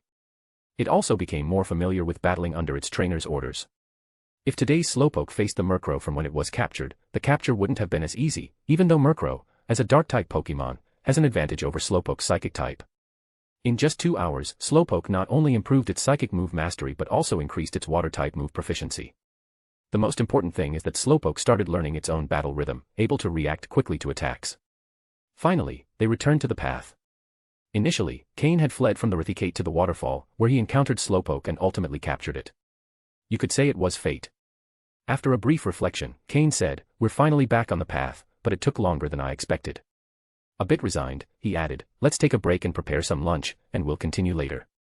He chose a relatively flat spot under a tree, gathered some dry branches and leaves, and lit a small fire. Finally, Cain took out 2 of the 4 rabbits he had caught on the way from his Team Rocket belt, along with salt, pepper, and other spices he had specially bought. Skillfully, Cain skinned the rabbits with his dagger, removed their guts, and with Slowpoke's help, cleaned them with water. Soon, the rabbits, previously covered in fur, were transformed into juicy pieces of meat. Before long, Cain, after carefully roasting them, had before him 4 golden, crispy pieces of rabbit meat, and Murkrow and Slowpoke, tired from the morning battles, were already beside him, eagerly watching the golden, juicy meat. Though it was better for Murkrow to feed on Pokeblocks, which also tasted great, it couldn't resist Cain's excellent roasting skills, so it always ate roasted meat before supplementing with Pokeblocks. Slowpoke, after tasting Cain's roasted fish for the first time, couldn't forget that flavor, and now, seeing what seemed like even more delicious rabbit meat, waited eagerly. Cain smiled, using the dagger to cut one of the pieces of meat and eat it, leaving another on Murkrow's plate, and giving the other 2.5 to Slowpoke. Slowpoke's appetite was much larger than Murkrow's, and only with 2.5 pieces of rabbit meat could it feel barely satisfied. Cain saved the rest for later, gathering berries from the trees as they walked and eating them along the way. Well, time to eat. After serving the food, neither Murkrow nor Slowpoke moved until Cain gave the order, and only then did they start eating quickly. Murkrow was the first to finish and glanced at Slowpoke's plate, where some meat remained, before returning to its Pokeblocks. Slowpoke wanted to share a bit with Murkrow, but seeing its refusal, decided to finish it alone. Soon, lunchtime ended. Some wild Pokémon were attracted by the smell, but seeing Murkrow and Slowpoke and sensing the bloodthirsty aura surrounding them, they decided to move away. After the meal, Cain took out the map. Now that they were back on the original path, though the distance seemed like a day, considering the encounters with Pokémon and the fact that as they progressed, the Pokémon would be stronger and the path more difficult, he calculated it would take 2 days. But with Murkrow and Slowpoke once again in full form after a midday rest and lunch, the trio set off once more, into the depths of the forest. Shortly after they left, a group of people appeared at the spot where Cain had just roasted his meal. The group's leader, a man with a slender, white hand and a malicious smile, approached the ashes left behind, extending his hand and touching the warm ashes, then bringing them to his nose and sniffing. Turning his back to his companions, he wore a grim smile and murmured, "What a coincidence, Cain." He spoke the last 2 words through gritted teeth. One of the men behind him, noticing his actions, stepped forward and touched his shoulder. "Have you found something, Soros?" End of chapter. Chapter 42, Discovery. His expression shifted from grim to cheerful in an instant, showing a very friendly smile. He turned to that person and said, "Oh, it's nothing, I just discovered someone quite dangerous." Upon hearing this, the person's expression changed slightly. "Someone? Do you know him?" It's worth noting that finding someone on this vast trial island is no easy task. Even if participants enter the forest, most return the same day. Being this far from the base means it's not a one-day round trip. Therefore, if someone can survive alone in the wild, they're definitely not to be underestimated. Additionally, according to what Soros said, this person is dangerous, which means he likely knows him. Soros gradually stopped smiling and nodded seriously. Yes, he's the first place in the trial, who wouldn't know him? The person he was speaking to also became serious. Although his impression of Cain was based solely on that calm expression after taking first place, he felt a slight apprehension towards someone who could surpass Xander. Soros's expression turned solemn, very different from the smile he showed others. With the person in front of him, there was no reason to hide anything. As someone who had grown up with Soros, this person knew him well. Even back at the base, Soros managed to create a small yet influential force thanks to his help. Thus, as the one who knew him best, upon seeing Soros's expression, his face changed drastically. "Don't tell me you plan to attack him, right?" And how can you be sure it's him? After all, everyone knew this guy wasn't afraid to challenge Xander, someone clearly different from the rest, probably with connections in Team Rocket. And yet, this same guy was beaten by Cain, coming in second, and all he did was throw a few empty threats. There was no reason to hide it.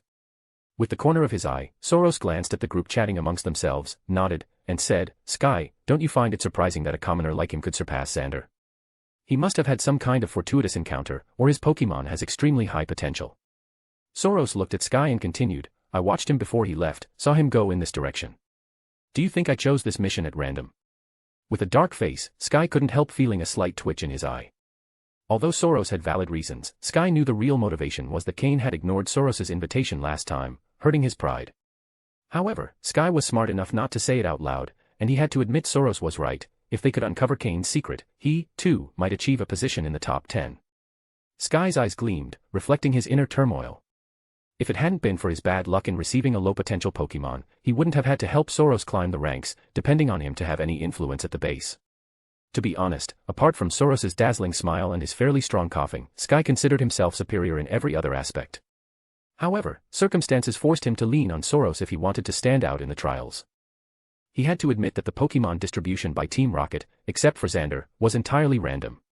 Whether one received a high-potential Pokémon or not depended solely on luck. Soros didn't notice Sky's hidden thoughts, busy fantasizing that if he discovered Cain's secret, he could become first in the trials and secure a prominent position in Team Rocket, standing above everyone else. "But we're not sure we can beat him," Sky commented with respect for the first place. After all, he himself was only in the 20s in the ranking, a big difference. "Don't worry, we won't know how strong he is until we try. And if we can't beat him, we'll still have others covering our backs," Soros replied, glancing toward the group of 5 people accompanying them. Shortly after, the two exchanged looks and made the decision to test Cain's abilities. He quickly changed expressions, putting on his characteristic smile, and turned to the 5 behind him. Those discussing Pokémon stopped talking and looked at Soros when he turned toward them. There was no denying Soros knew how to present himself effectively. Pleased to have everyone's attention, Soros smiled and said, "I just discovered a great opportunity. If we seize it, we can all pass the trial without any issues." Upon hearing this, the eyes of the 5 lit up immediately. Although they were relatively strong, securing their place in the trial was a bit uncertain. If there was a chance to guarantee it, they had to seize it. Although they didn't doubt Soros's words, someone still wanted to be sure. "Really, Brother Soros?" Soros looked at the one who asked, smiling and nodding. "That's right. I just confirmed it with his brother, Sky." Everyone turned their gaze to Sky, who looked at them one by one and nodded to confirm. With confirmation from both leaders, the 5 were encouraged. The 50 spots in the Team Rocket final trial had always weighed on their minds. If they could pass with their own ability, they wouldn't need to rely on anyone else. After all, living in someone's shadow wasn't easy. Seeing the confidence in the other's eyes, Soros and Sky smiled internally. "When the time comes, follow my orders without any hesitation or delay. If I see anything, we won't include you again, and you'll have to fend for yourselves," Sky warned, taking on the role of the bad cop in the group. The others felt a slight fear in their hearts. No one wanted to lose an ally, as it would make life much harder at the base. They quickly nodded, indicating they understood. "If you have any doubts, wait until everything is over to ask. Don't make everyone suffer," Sky continued warning. If they knew their opponent was the first place, Cain, they might desert at the last minute, so Sky made sure to prepare them. Everyone nodded again. At that moment, Soros stepped forward and smiled. "Don't worry, I'll handle everything. If we face danger, I'll stay behind to cover the retreat." His smile and confidence reassured the 5 a bit. After all, they trusted Soros's actions thus far. However, when they weren't looking, a cold expression crossed Sky's eyes. He knew Soros's true intentions well. "All right, let's go as soon as possible. The warmth of the ashes suggests he's not far. If we hurry, we'll catch up to him," Sky said, hiding his displeasure behind a smile. Soros didn't suspect a thing, nodded, and raised his hand for everyone to quickly move in the indicated direction. Elsewhere, Cain walked at a steady pace through the forest, unaware that someone had ill intentions toward him, nor that the ashes he'd left behind had revealed his location. In reality, even if Cain knew, he wouldn't worry. Had this happened before capturing Slowpoke, he might have avoided confrontation due to the number of opponents. But now that he had Slowpoke, he could challenge any participant from the base. "Slowpoke, use Confusion to control Meowth.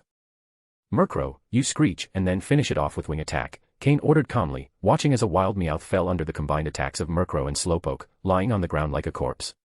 That level 20 orange quality Meowth had tried to take advantage of its speed to attack Cain, who appeared vulnerable. But before it could approach within 3 meters, it was stopped by Slowpoke's confusion move. When it tried to escape, it was caught by confusion again, and Murkrow used Screech to lower its defense before finishing it with a wing attack.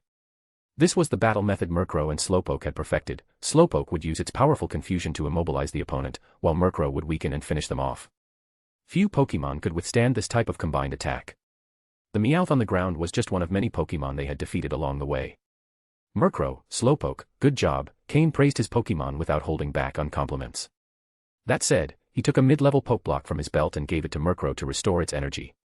Slowpoke, on the other hand, still only 8 yellow berry poke blocks, so it didn't receive one. Luckily, Slowpoke mainly consumed psychic energy, so with a little use of the Calm Mind move, it could quickly recover. The training goal Cain set for Slowpoke was to be able to restore its psychic energy through Calm Mind while walking, just as Murkrow maintained its tailwind state at all times. Yatten, suddenly, Slowpoke tugged on Cain's pant leg and made a sound. Craw, Murkrow also flew toward Cain and cawed softly. Seeing his two Pokémon's reaction, Cain felt slight concern. With the help of Slowpoke and Murkrow, Cain finally understood what they meant. Are you saying someone is following us? Cain narrowed his eyes, his gaze sharpening. Through Murkrow and Slowpoke's gestures, Cain realized it wasn't just one person following him. In this forest, apart from participants, there shouldn't be any other humans. End of chapter. Chapter 43, The Hunt Begins. It seems I haven't asserted my authority, everyone wants to test my limits, huh? Cain's face grew dark, a fierce killing intent flashing in his eyes. Since they want to measure my strength, I'll make them see just how great the gap truly is.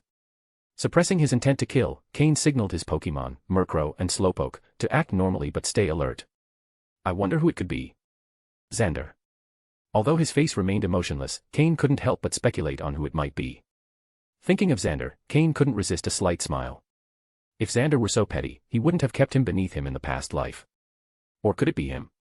A certain figure flashed in Cain's mind. At the base, besides Xander, whom he had clashed with, there was only one other person, Soros. Moreover, Soros was someone who, despite his sunny facade, had a petty heart. Confirming his suspicion, Cain was now 90% sure. Following his original route, Cain avoided drawing Soros and his group's attention, who trailed closely behind. To follow him undetected, they kept a significant distance. Deliberately, Cain led Murkrow and Slowpoke down an overgrown path, gradually moving off the main trail. The followers suspected nothing, with some impatiently suggesting to Soros that they strike immediately, taking advantage of Cain's supposed unawareness. What they didn't know was that the person they planned to attack was the top rank in the trials. If they knew, they'd probably reconsider their aggressive stance. Once Cain reached an ideal location, he stopped abruptly and told Slowpoke, "Slowpoke, teleport us back to where we were before." As soon as Cain finished speaking, Slowpoke's eyes, already prepared, glowed with a blue light. Using its psychic power, it surrounded Cain and Murkrow, and in the blink of an eye, they vanished. Soros and his group, who had been following from afar, lost sight of Cain. To avoid detection, they had only been tracking his footprints. However, when they cautiously reached the spot where Cain had disappeared, the footprints stopped. Soros and Sky paled simultaneously. "Damn it, he vanished," said Sky, staring at the last of Cain's tracks. Since Slowpoke always floated using its psychic power, it left no tracks on the ground. Moreover, they had no idea Cain had captured a new Pokémon. To them, the best strategy in the trial was to focus on training a single Pokémon. Spreading resources to train others would be a recipe for disaster. "He found out we were following him," Soros said, his expression turning serious. Vanishing abruptly could only mean one thing: Cain had realized he was being followed. Thinking of the devastating power of Cain's Murkrow, Soros's expression darkened further. He motioned for his coughing to stay close, ensuring his own safety. "What's going on, Brother Soros?" one of the 5 trailing them asked, noticing the change in the situation. Soros looked at him without answering. Sky, with a somewhat alarmed expression, explained, "We've lost him." The men seemed somewhat relieved, though. Losing track wasn't a big deal, with careful searching, they could find him again. Soros and Sky didn't want to go into more detail. If Cain had only discovered he was being followed and decided to flee, there'd be no problem. But they feared Cain wasn't someone who'd accept provocation without a fight. They could only hope Cain would see their numbers and wouldn't dare to confront them. Meanwhile, Cain reappeared where he had first detected his followers. Imagining the frustration on their faces upon reaching the spot where he'd vanished, a cold smile crossed his lips. From now on, the roles of hunter and prey will be reversed. Using numerical superiority is usually effective, but Cain wasn't an ordinary person. In his past life, he'd learned an important lesson: in the presence of overwhelming force, the number of combatants doesn't determine victory, especially when one holds the advantage and the initiative. Aside from Soros, the others were merely people who had never seen real bloodshed. Over the past few weeks on the trial island, not only had his Pokémon improved tremendously, but Cain had also reaped many benefits. While his Pokémon trained, Cain also strengthened himself. Now, his physical condition was far better than when he arrived on the island. In this Pokémon world, human constitutions are far more robust than those on Earth, and growth is faster. After weeks of intense training and a proper diet, Cain had drastically improved his physical condition. Although he didn't have a muscular build, compared to Soros and his group, who lived comfortably at the Team Rocket base, Cain surpassed them not only in Pokémon strength but also in physical condition. Now that the hunt had begun, he would show no mercy. With his knowledge of the forest, something Soros and his group couldn't even imagine, Cain moved like a leopard, gliding swiftly between trees and underbrush. What would be an obstacle for others was merely a fence for him. He quickly closed in on Soros's group. If he moved fast enough, they'd still be in the dense foliage where the grass grew tall. If he hid well, he could attack and seize the upper hand. Soros and his group's Pokémon were mainly Team Rocket classics: Soros's Coughing, Sky's Ekans, and Pokémon like Rattata, Zubat, and Oddish for the other 5. Though their Pokémon weren't strong individually, together they could form a considerable force. Cain knew their capabilities well, but they only had a shallow understanding of Cain's power. Blindly seeking trouble with confidence, it's undeniable that greed can cloud judgment. To track Cain's whereabouts, the group dispersed slightly through the foliage. Sky reminded them that they could spread out a bit but had to keep communication at all times. However, in doing so, their numerical advantage disappeared, giving Cain the chance to take them down one by one. Cain's field skills far exceeded theirs. As he neared the foliage, none of them noticed. He drew the dagger kept at his Team Rocket belt, holding it in a reverse grip. Glancing at Murkrow and Slowpoke, who had hidden nearby, he said, "Get ready, we're starting the hunt." End of chapter. Chapter 44. Chapter 44, Weakness is the original sin. The two Pokémon had been with Cain long enough to understand his intentions. They nodded to indicate their understanding. In an instant, their bodies moved like arrows, swiftly cutting through the person-high grass. Their feet emitted a faint glow, touching the ground soundlessly, all thanks to Slowpoke's psychic control as it followed closely beside him. Murkrow stayed flying low, just above the height of the grass, allowing it to avoid detection while searching for nearby people. Slowpoke also extended its psychic energy to search for silhouettes in the grass. The first person Cain encountered was one of the 5 following Soros. This person, too focused on tracking Cain to seize the opportunity Soros had promised, had slowly drifted away from the group. He thought that, given their numbers, even if they lost sight of their target, the target wouldn't dare counterattack. Although he wasn't wrong, if an ordinary person knew these 7 were after him, he would have already fled. But this wasn't just anyone, this was Cain. However, the person wasn't entirely defenseless, as his Rattata was close by in case a wild Pokémon suddenly appeared. Upon detecting his trace, Cain didn't hesitate and quickly approached, ordering Slowpoke to use its psychic power to immobilize both the man and his Pokémon. Murkrow acted swiftly, transforming into a dark shadow that slid through the grass, its wings glowing with a white light as it launched an attack infused with flying-type energy. The startled Rattata was attacked and eliminated immediately. It was merely a poorly raised, low-level Rattata, even weaker than some wild Pokémon, and was instantly defeated by Murkrow's move. The man, his eyes wide open, witnessed his Pokémon's death, but due to Slowpoke's psychic control, he couldn't make a sound. Only upon seeing Cain's figure did he realize that the person they had sought to confront was this ruthless rival who had placed Xander in second place. His eyes filled with pleading as he let out a strangled sound. Cain ignored him, sliding his dagger across his throat. The man died without understanding how Cain had approached or how he had been paralyzed on the spot. Cain wiped the dagger on the man's clothes, took his belt, and stored it in his storage space, then disappeared back into the grass. It was all swift and clean, like a professional assassin.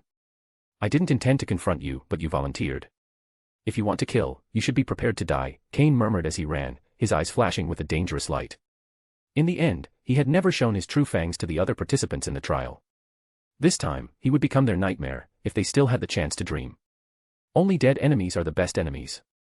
If you decide to attack, show no mercy. Cain, who had always held to this principle, would not show mercy due to weakness. Weakness is the original sin. In just 5 minutes, Cain silently eliminated 2 more people. Although Cain acted with precision and speed, Soros and the others soon regrouped. Cain wasn't thrilled about the situation, but he had expected there might be some noise after acting, and there were some alert individuals among Soros's group. But it didn't matter. Even if they detected him, Cain wasn't worried about his abilities, it would only make things a bit more complicated. Before they could fully regroup, Cain began moving again. He headed straight for the nearest person, and this time Cain didn't hide. As he ran swiftly, the grass rustled noticeably. Soros and the others detected the movement and quickly began approaching. Before they could come together, Cain intercepted another individual. His Pokémon was an Oddish. When Cain appeared before him, the man was already prepared. Oddish stood in front of him with a serious expression, waiting for the enemy. But upon seeing Cain, he exclaimed, "I didn't expect it to be you, Cain, number 1. His pupils dilated sharply, and his expression of surprise left no doubt. Only then did he understand that the opportunity Soros and Sky had mentioned was actually to confront Cain, the first place in the trial. But it was too late to regret it. The air was thick with the smell of blood, evidence of Cain's ferocity. "He's here," he shouted calmly, assuming a defensive stance. "The best defense is offense. Oddish, use poison powder." Preparing for defense, he ordered Oddish to attack. He knew that if Oddish also defended, against the power of Cain's Murkrow's initial strike, and with the dual type advantage, it probably wouldn't withstand even a single move. Cain smiled slightly. "Why didn't I eliminate him immediately? Because I wanted him to shout that." Now that he had achieved his goal, he had no further use for him. "Murkrow, don't hold back, use Gust and send the poison powder back. Slowpoke, use Confusion." Cain ordered the attack. With Cain's command, Murkrow, already prepared, flapped its wings rapidly. The flying-type energy condensed into 2 small tornadoes, swirling around the poisonous powder emitted by Oddish and returning it to the man and his Pokémon. Hearing Cain's order, the man, who was in a defensive position, attempted to roll to evade, but just as he moved, he felt an explosion in his head and then lost all sensation.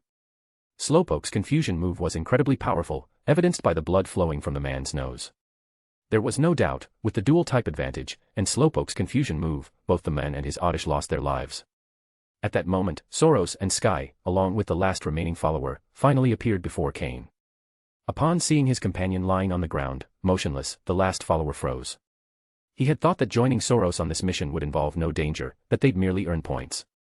Even when they decided to face someone, he believed that, with their numerical advantage, they would have no problem defending themselves, no matter how strong the opponent was. But in the end, the situation hadn't turned out as he expected. Seeing that their opponent was Cain, besides the surprise on his face, he instantly understood why. He never would have guessed that Soros planned to face Cain, the number 1. As Soros appeared, Cain smirked slightly, flashing a malicious grin, and said, "We meet again, Soros." End of chapter. Chapter 45, The First Subordinate. Upon hearing Cain's words, Soros's face turned pale. He hadn't expected things to reach this point. Observing the Murkrow flying above Cain's head and the pink Slowpoke by his side, Soros understood everything. He realized that he had underestimated Cain. While everyone else struggled to train their first Pokémon, Cain had already captured a second, and both were incredibly powerful. Comparing the forces in the field, Soros realized that his team was at a disadvantage. Glaring at Cain, if looks could kill, Cain would have died 1,000 times. Finally, gritting his teeth, Soros spat out a few words, "This time, we lost. Let's go." With that, he grabbed the dazed men and tried to retreat.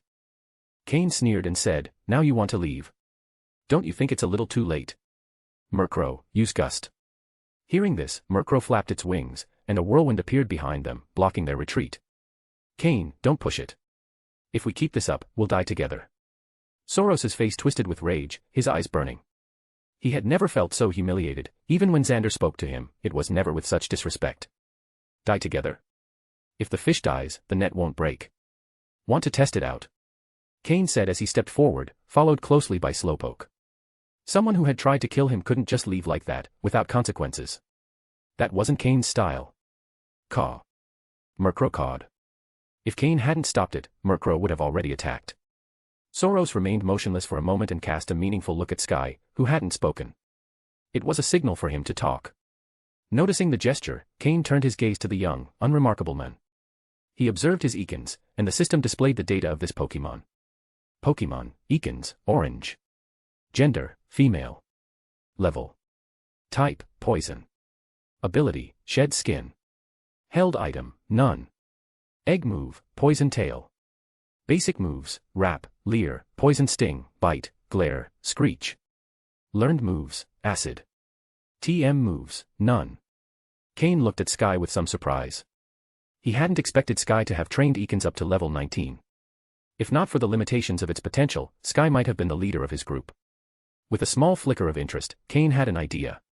What's your name? Cain asked Sky indifferently.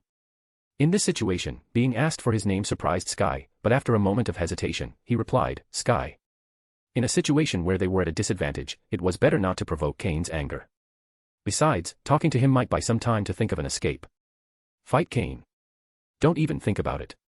Couldn't he see the corpse on the ground? Initially, Sky had only thought Cain had a powerful Murkrow, and even then, they only decided to attack after careful consideration.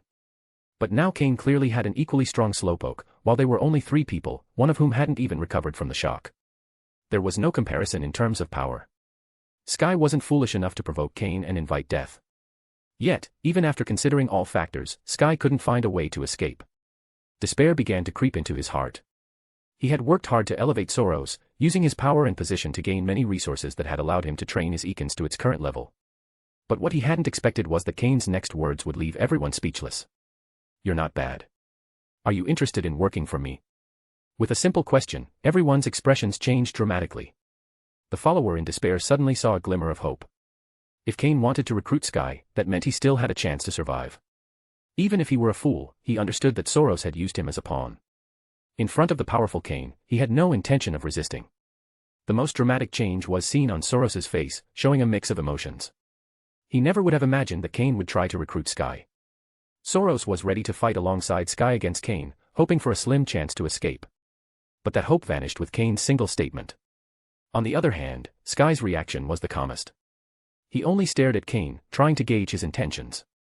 Did Cain truly want to recruit him, or was he merely trying to divide their forces and then defeat them one by one? But after observing for a moment, he couldn't read anything from Cain's face. Cain said nothing more, merely watching him in silence, awaiting his response. In fact, Cain hadn't made this offer on a whim. With his experience in Team Rocket, Cain knew very well that in an organization where power groups dominated, a lone person would never get far. There were 2 options, join a group or become a leader. Though the first option was far easier than the second, Cain chose the second without hesitation. If he wanted to obtain more resources, he needed to be in control. Although he might not be able to form his own group immediately, nothing stopped him from planting the seeds of his future influence now. And the best time to start was while everyone was still trainees. In his past life, Xander had quickly risen through the ranks in Team Rocket. Part of his success was because he had built his base of followers on the trial island, paving the way for his future development. Thus, Cain had always planned to form his own group. Even if he didn't need it in the future, it would be a safety net. Sky had caught Cain's attention partly due to luck but also because he had some potential. Cain believed that if he provided Sky with a good Pokémon, Sky could perform much better. It didn't take long for Sky to grit his teeth and nod. Alright. What other choice did he have in this situation? If he said no, he would die. Cain was satisfied with Sky's response. Though it was partly a forced answer, Sky proved to be aware of the situation, which was useful. With a good Pokémon, his power wouldn't be inferior to Soros's. End of chapter. Chapter 46, Handing Over Coughing. When Soros heard Sky's response, his eyes filled with rage, and he shot a look of hatred at him. Now, his resentment towards Sky surpassed even that he felt for Cain. However, Soros was quick to react. In that moment, he turned and began to run. Before, when he and Sky joined forces, they might still not have been a match for Cain. Now that he was alone, staying meant suicide. If he didn't flee now, what else could he do? Wait for his death. Cain watched Soros's movements and laughed disdainfully. If Soros had chosen to attack, Cain might have found him more worthy of respect. Slowpoke, confusion, Cain ordered. In such an uneven situation of power, Soros was nothing more than a sheep waiting to be sacrificed. Slowpoke's eyes shone with a red glow, and a wave of psychic energy spread from its body, directed at the fleeing Soros. Coughing, stop him. Soros cried, his eyes wide and his face twisted in despair, prepared to abandon Coughing if necessary. Cough. Coughing hesitated briefly, but it obeyed its trainer's command and positioned itself to intercept Slowpoke's confusion move. The psychic type has a double advantage over the poison type.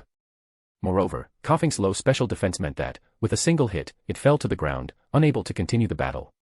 Sky narrowed his eyes, maintaining a calm appearance, though inside his mind was in turmoil. When Cain had recruited him, Sky had simply thought of accepting to buy time and see how things unfolded.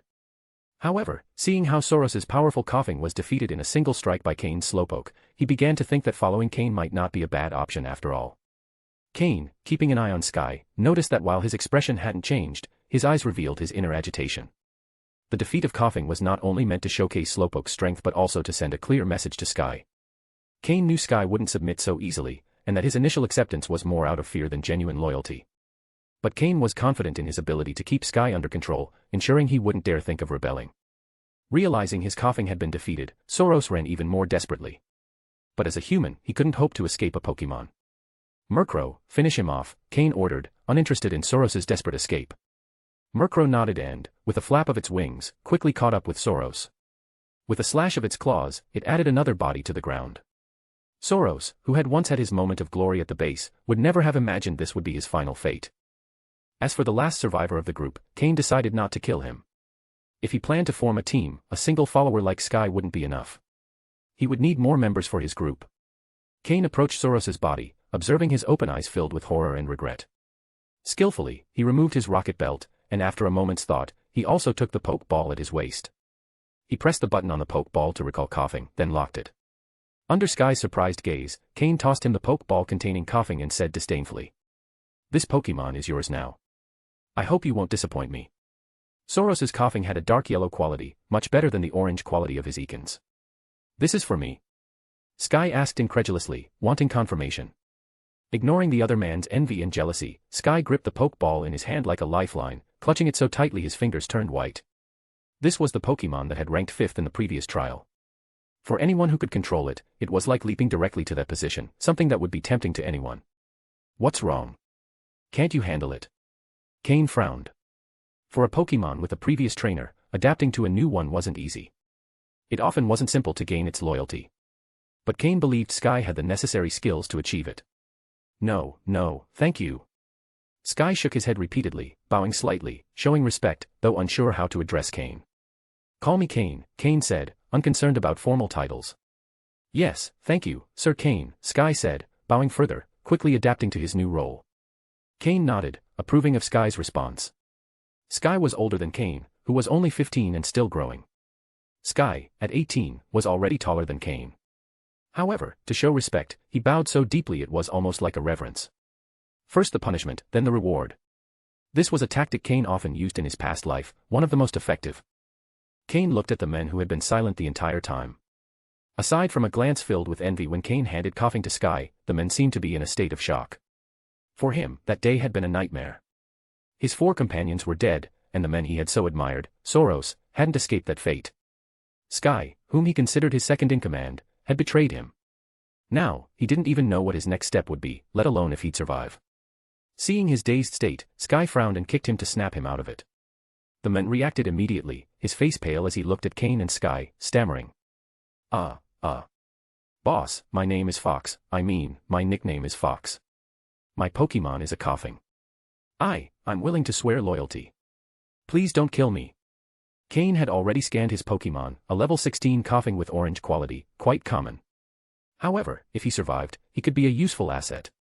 "From now on, follow Sky," Cain said indifferently. Yes. Fox responded, bowing deeply. He secretly breathed a sigh of relief. At least, for now, his life was safe. Moreover, working for Cain seemed far safer than following Soros. Cain was the first in the rankings, and Soros hadn't been able to withstand even a single attack from him. End of chapter. Chapter 47, continuing the path. Sky, when you return, start recruiting people. You can use my name, but we don't need those who act one way and then do something else behind our backs. Cain had only this requirement for the people they would recruit in the future. As for people with a good nature, forget it. Once they become trial trainers, people with that kind of personality don't survive long, much less when they enter Team Rocket. Cain isn't a saint, his subordinates may have their flaws, but the only ones he can't stand are hypocrites, like that miserable worm Soros. Understood, Sir Cain. Sky gladly accepted Cain's demand. Now that he had Soros's Pokemon, he just needed to tame it a bit to gain considerable strength. Plus, with Cain's power, he could confidently recruit those loners. He felt slightly excited. He hadn't expected that, after this disaster, he wouldn't lose his life and would also obtain a high-quality Pokemon. Over time, he was sure he could surpass Soros. He gripped Coughing's Pokeball tightly in his hand, controlling his trembling. Cain seemed to be a leader who didn't fuss over details, so the task of building the organization would fall to him. This would be far more powerful than being Soros's assistant. However, for now, he didn't dare to entertain any traitorous thoughts. Cain not only had outstanding strength but also immense potential. If he stayed close to him, his position in Team Rocket would rise significantly. Cain thought for a moment, then tossed Soros's team rocket belt to Sky. Here are all the resources that originally belonged to you. You'll be in charge of keeping them. Cain wasn't particularly interested in Soros's points, but even small amounts add up. He gave them to Sky as initial funding, to be used efficiently. Sky looked at Soros's team rocket belt with a complicated gaze. He and Soros had played together since childhood, in a relationship of both friends and rivals. However, luck had always favored Soros, and he had always been one step ahead. Perhaps due to so much good luck, it only took one stroke of bad luck for him to fall into an abyss from which he couldn't escape. Now he would no longer have anyone to compete against, and his heart was filled with conflicting emotions. Well, if you can't complete the mission this time, leave it for now. Your main task now is to tame coughing. Try to achieve good results in the next trial, Cain said calmly as he looked at Sky. I'm going to continue with my mission. With that, Cain headed into the depths of the forest. He wasn't interested in worrying about how Sky and Fox would return, or whether they would do so safely. If they didn't even have the ability to survive in the wild, then Cain would have misjudged them. As Cain walked away, Murkrow and Slowpoke followed closely. They didn't question why he hadn't eliminated the two people who had originally planned to attack him. That was Cain's decision, and as his Pokémon, they didn't question such things. Fox, seeing Cain's figure disappear into the forest, exhaled a long sigh of relief and collapsed to the ground, not caring that there was a corpse nearby. Although Cain seemed easy to deal with, he generated immense pressure. Especially with the two corpses still on the ground, reminding him of what had just happened. Cain didn't have high expectations for Sky and Fox. This act was merely an experiment. If it worked, it would be a gain, and if it failed, it didn't matter much, as it was only a dark yellow quality Pokémon. After all, this was only on the trial island. It's really annoying, we veered off the path again, Cain murmured with a wry smile. Earlier, to confront Soros and the others, he had strayed from his original route, leading them through this grassy field and using the terrain to defeat them one by one, as well as recruiting two new subordinates. I have no other choice. Slowpoke, use teleport to get back on the path, Cain said, realizing the situation. Fortunately, he had Slowpoke, which meant that even if he veered off, he could use teleport to return to the correct path. Slowpoke didn't react much. After all, it was just another use of the teleport move. Its eyes shone with a blue light, enveloping Cain and Murkrow, and in an instant, they vanished from the spot. Upon opening his eyes again, they were back on the original path. It's a really useful move. Well done, Slowpoke. Slowpoke's teleport was an invaluable move for survival in the wild, useful for both advancing and escaping. However, the teleport move has its limitations. The first is that it can't cover too long a distance, the range depends on the Pokémon's psychic strength. The stronger the Pokémon, the further it can travel. The second limitation is that it can't teleport to unknown places. It can only move to locations it has visited and has a clear memory of. The third limitation is that during the use of teleport, there should be no psychic interference, otherwise, it could cause spatial distortion, making it end up in an unexpected place. In fact, there's a fourth limitation: the greater the distance, the longer it takes to prepare the move. This makes sense, as selecting the correct point among various coordinates containing psychic energy takes time. Observing the familiar path and known surroundings, Cain couldn't help but laugh. It seemed he would have to walk it again. Fortunately, he hadn't gone back to the place where he first met Slowpoke, but to the point he had just left. Since he had traveled this path before and knew what awaited him, Cain quickened his pace. According to the map, there was still a long way to the mission's destination. According to the map's directions, Cain had to pass through several Pokémon territories before reaching the mission site. Continuing on his path, the first territory he would reach was that of the Scyther. Cain had always had a certain fascination with Scyther. If he had the chance and found one of good quality, he'd consider capturing it. Although Scyther doesn't have a direct evolution but only a branching evolution into Scizor, which gains metal armor, it doesn't improve in terms of overall stats. It simply transforms its speed into physical defense, shifting from an assassin to an excellent warrior. However, according to Cain's memories, Scizor can Mega Evolve, which would mean a big boost in its power. As he neared the Scyther territory, Cain couldn't help but feel a slight anticipation. End of chapter. Chapter 48, Scyther.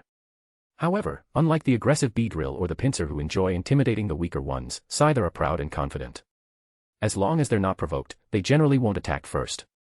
Facing these wild Pokémon in a one-on-one duel didn't worry Cain, but these Pokémon that live in groups tend to work as a team. If you upset one, the whole group will quickly appear. If they all attacked at once, they would easily overwhelm Cain by sheer numbers. Additionally, as Cain ventured further into the forest, the level of the Pokémon also increased. Cain had no idea what level the Scyther he would encounter might be. Thinking about it now wouldn't be of much help, so Cain quickened his pace while Slowpoke and Murkrow constantly guarded him. Cain's endurance had also improved recently. After walking for an hour, he didn't feel especially tired, just a bit short of breath. For Murkrow and Slowpoke, this was like breathing, something very easy. If it weren't for the wild Pokémon that attempted to ambush them along the way, this would have been easier than training for them. Finally, Cain arrived at the Scyther territory marked on the map and proceeded with more caution. Although capturing Slowpoke had greatly increased his power, one should never lower their guard in the wild. The journey had been fairly smooth, aside from a few overly confident wild Pokémon who tried to attack them and were easily defeated by Murkrow and Slowpoke. There were no major incidents. Most Pokémon, sensing the threatening presence and the scent of blood from his team, preferred to keep their distance. Finally, upon entering Scyther territory, in the center of the area, Cain found a group of the Pokémon he had so longed to see, about 10 of them. Proud as they are, Scyther prefer to fight opponents of similar level. In this forest, there weren't many Pokémon worth their while, so they mostly spent their time training with each other. When Cain saw them, they were in the middle of a fierce battle. Upon spotting Cain, they also noticed him. Two of the Scyther, who were in the midst of an intense fight, stopped. One of them, more robust, stepped forward and took the lead, looking at the three newcomers with a serious expression. Cain's eyes sparkled a bit, and the system displayed the leader Scyther's data. Pokémon, Scyther, Dark Yellow. Gender, Male. Level. Type, Bug plus Flying. Ability, Technician. Held item, None. Egg move, Endure. Basic moves, Vacuum Wave, Quick Attack, Leer, Focus Energy, Pursuit, False Swipe, Agility, Wing Attack.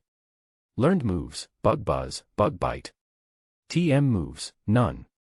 It was a powerful Pokémon. Cain glanced at the other Scyther, all were above level 20. In addition to the dark yellow quality leader, there were two others of yellow quality. However, Cain decided not to attempt capturing any of them. Not only would it be difficult to capture one of these powerful Scyther in the middle of a group, but the leader Scyther itself was quite troublesome. As a speed-based Pokémon, although Murkrow had a type advantage, his main advantage, speed, wouldn't be as significant, and Scyther, with its high physical power, could deal considerable damage if it struck. Additionally, the numerical advantage was considerable. Even if he managed to defeat the leader, he wasn't certain Slowpoke could protect him from all the attacking Scyther. It's important to remember that, being so fast, they could prevent Slowpoke from using teleport to escape. Moreover, none of the Scyther in the group met Cain's standards for potential, so capturing them wasn't worth much.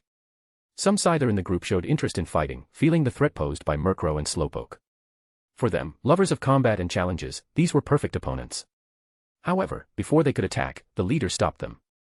It could see beyond what its companions perceived. Not only did it feel the threat of the Pokémon, but it also sensed an aura of gravity from the human, as if he didn't fear its group.